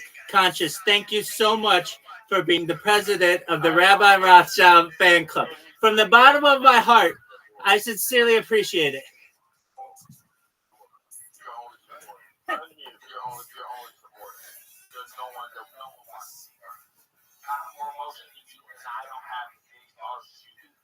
You're on every single platform on the internet, and you don't get 10 viewers in your shit. You're a piece of shit, nigga. You don't get 10 viewers in none of your chats, in none of your fucking lives. You are a nobody on the internet. Your data doesn't mean anything. You're gonna die alone. Conscious, thank you so much for all of your kind words. You should know from the bottom of my heart, I appreciate, Conscious, your efforts to ensure that I'm able to live rent-free in your head for as long as possible. I appreciate it.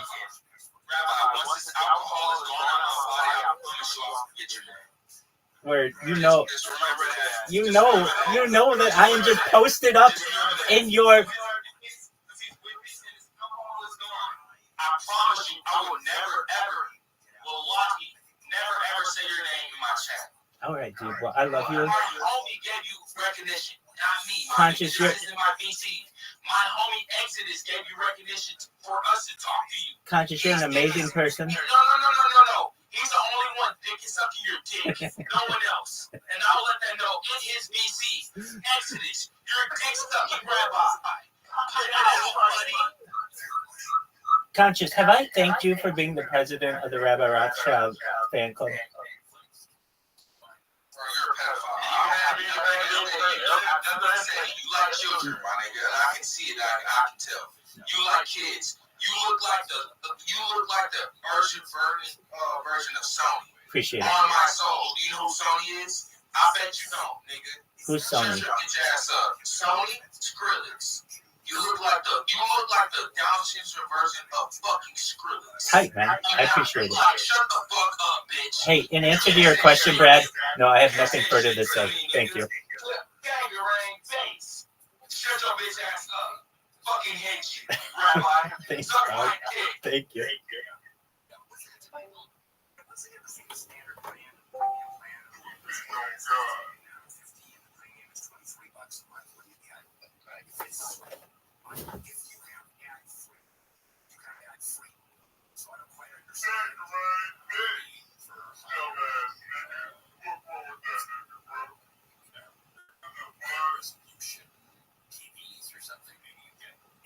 That nigga look like the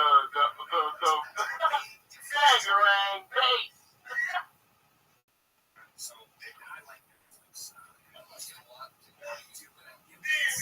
Nigga, you look like the bird. Nigga, you look like Sony, nigga, on my soul.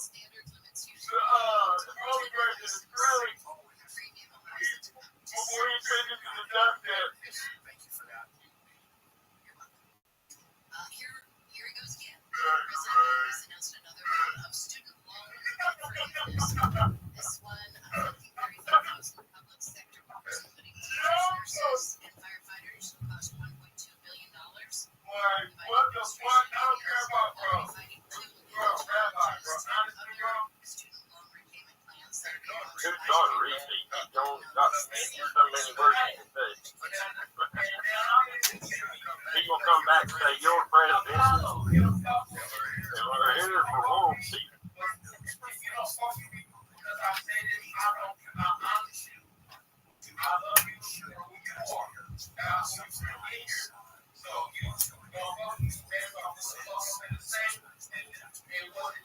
Perfect time.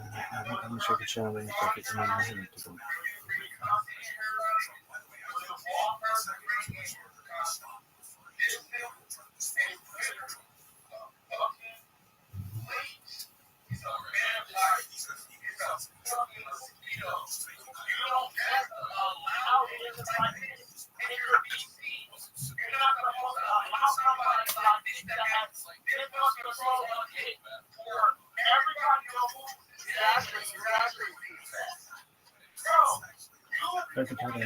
I'm sure it could be shot in this topic.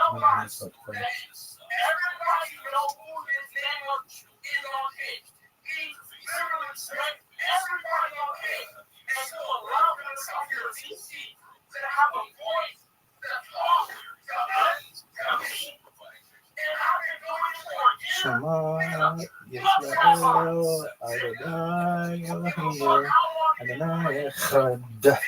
Very Shem Kavod, Malchutai Olam. That nigga uses us for content and you allow him in his DC for him to have a voice, for him to talk to me, for him to talk to anybody in his DC as long as they've been working on his dick shit. Nigga, fuck that nigga. What is wrong with you?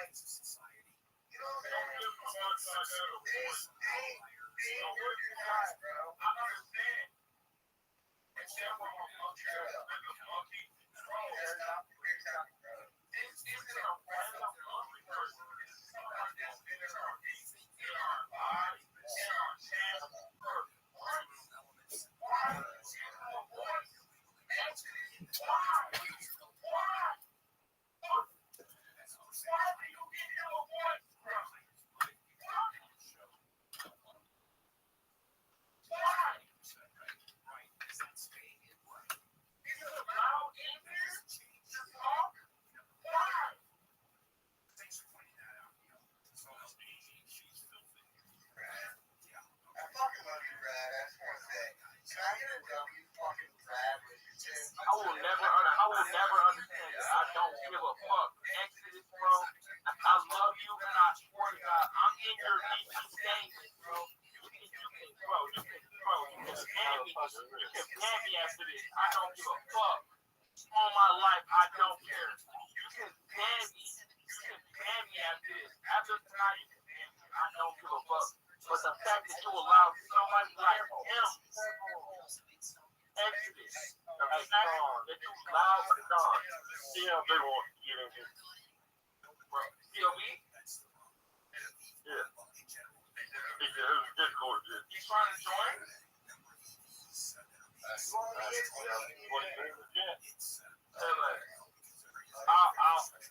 send him the BC. Send him the BC. Bro, Exodus. Just sort of like a freak accident while I was swimming in the lake. So I dislocated my C4, C5, which they told me was good because I didn't sever my spinal cord. It was just kind of like my spinal cord, like bounced out of place for, a split second, then hop right back where it was supposed to be.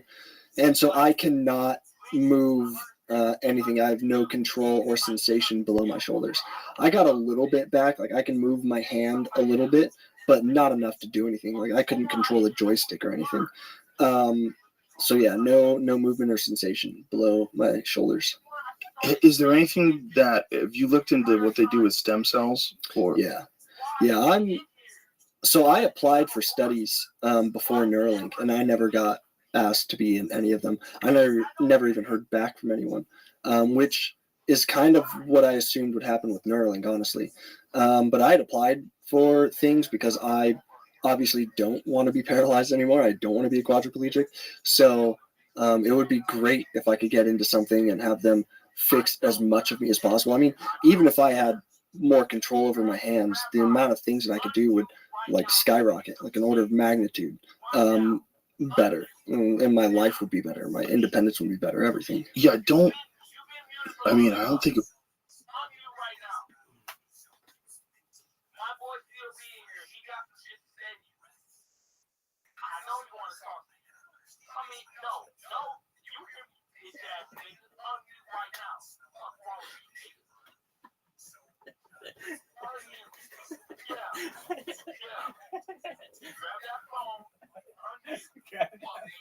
Grab that phone. I love you. Oh, it's so funny. I fucking hate niggas like you, bro. It's so You think I work hard for just for a year and a half for you to come in my chat? Get that grind. Got that dog in me. Nigga, fuck your Discord. Bitch ass nigga. Fuck your Discord. Sonic cover. Yo, fuck your Discord. Fuck your Discord. Fuck your Discord. Fuck your Discord. What's that?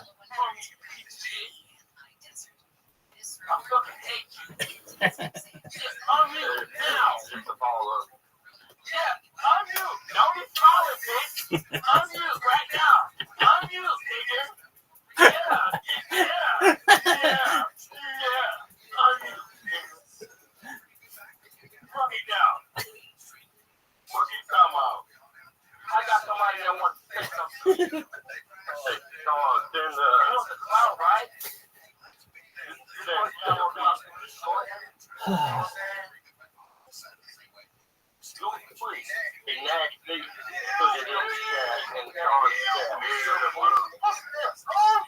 know who CLB is? Yeah. Unmute, bitch. Unmute right now. As soon as you unmute, you'll join. As soon as you unmute, you'll join. He's in here. It's over. Unmute. Bro, unmute right now. You piece of shit. Unmute, you piece of shit.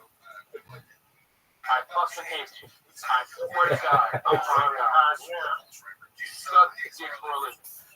There's still me. Unmute. That's fine. Unmute right now. You heard what I said. You heard what I said, nigga. You're looking for clout. You want it, right? We got you. Get your phone or you can talk. Who was that? Yeah, here he is.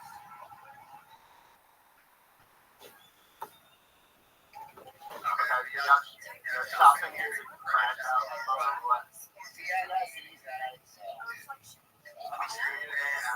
Yeah, let's talk to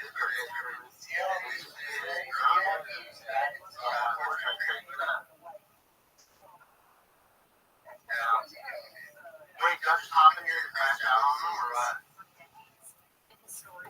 Yeah, that. Yeah, for a bug.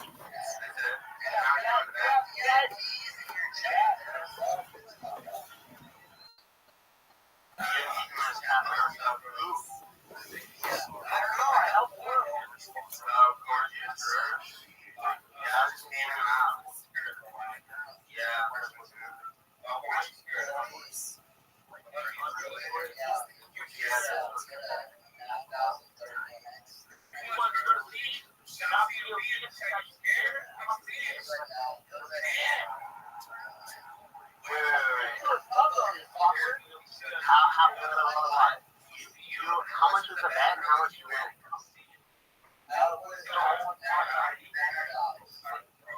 On how what was the bet? You said 9,000 bet? 10 cents? 10 cents? You won 910 cents.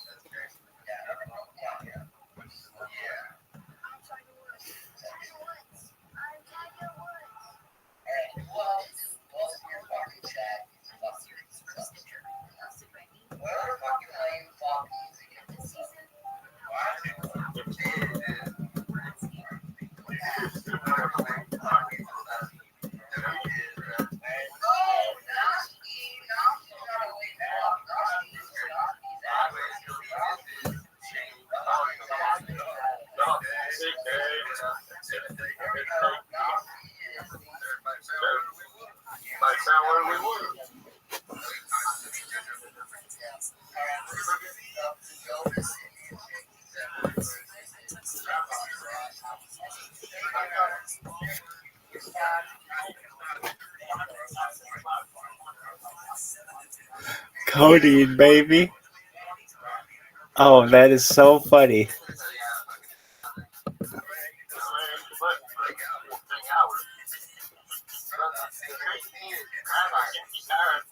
don't get how all these bots haven't gotten any followers or any motion or anything.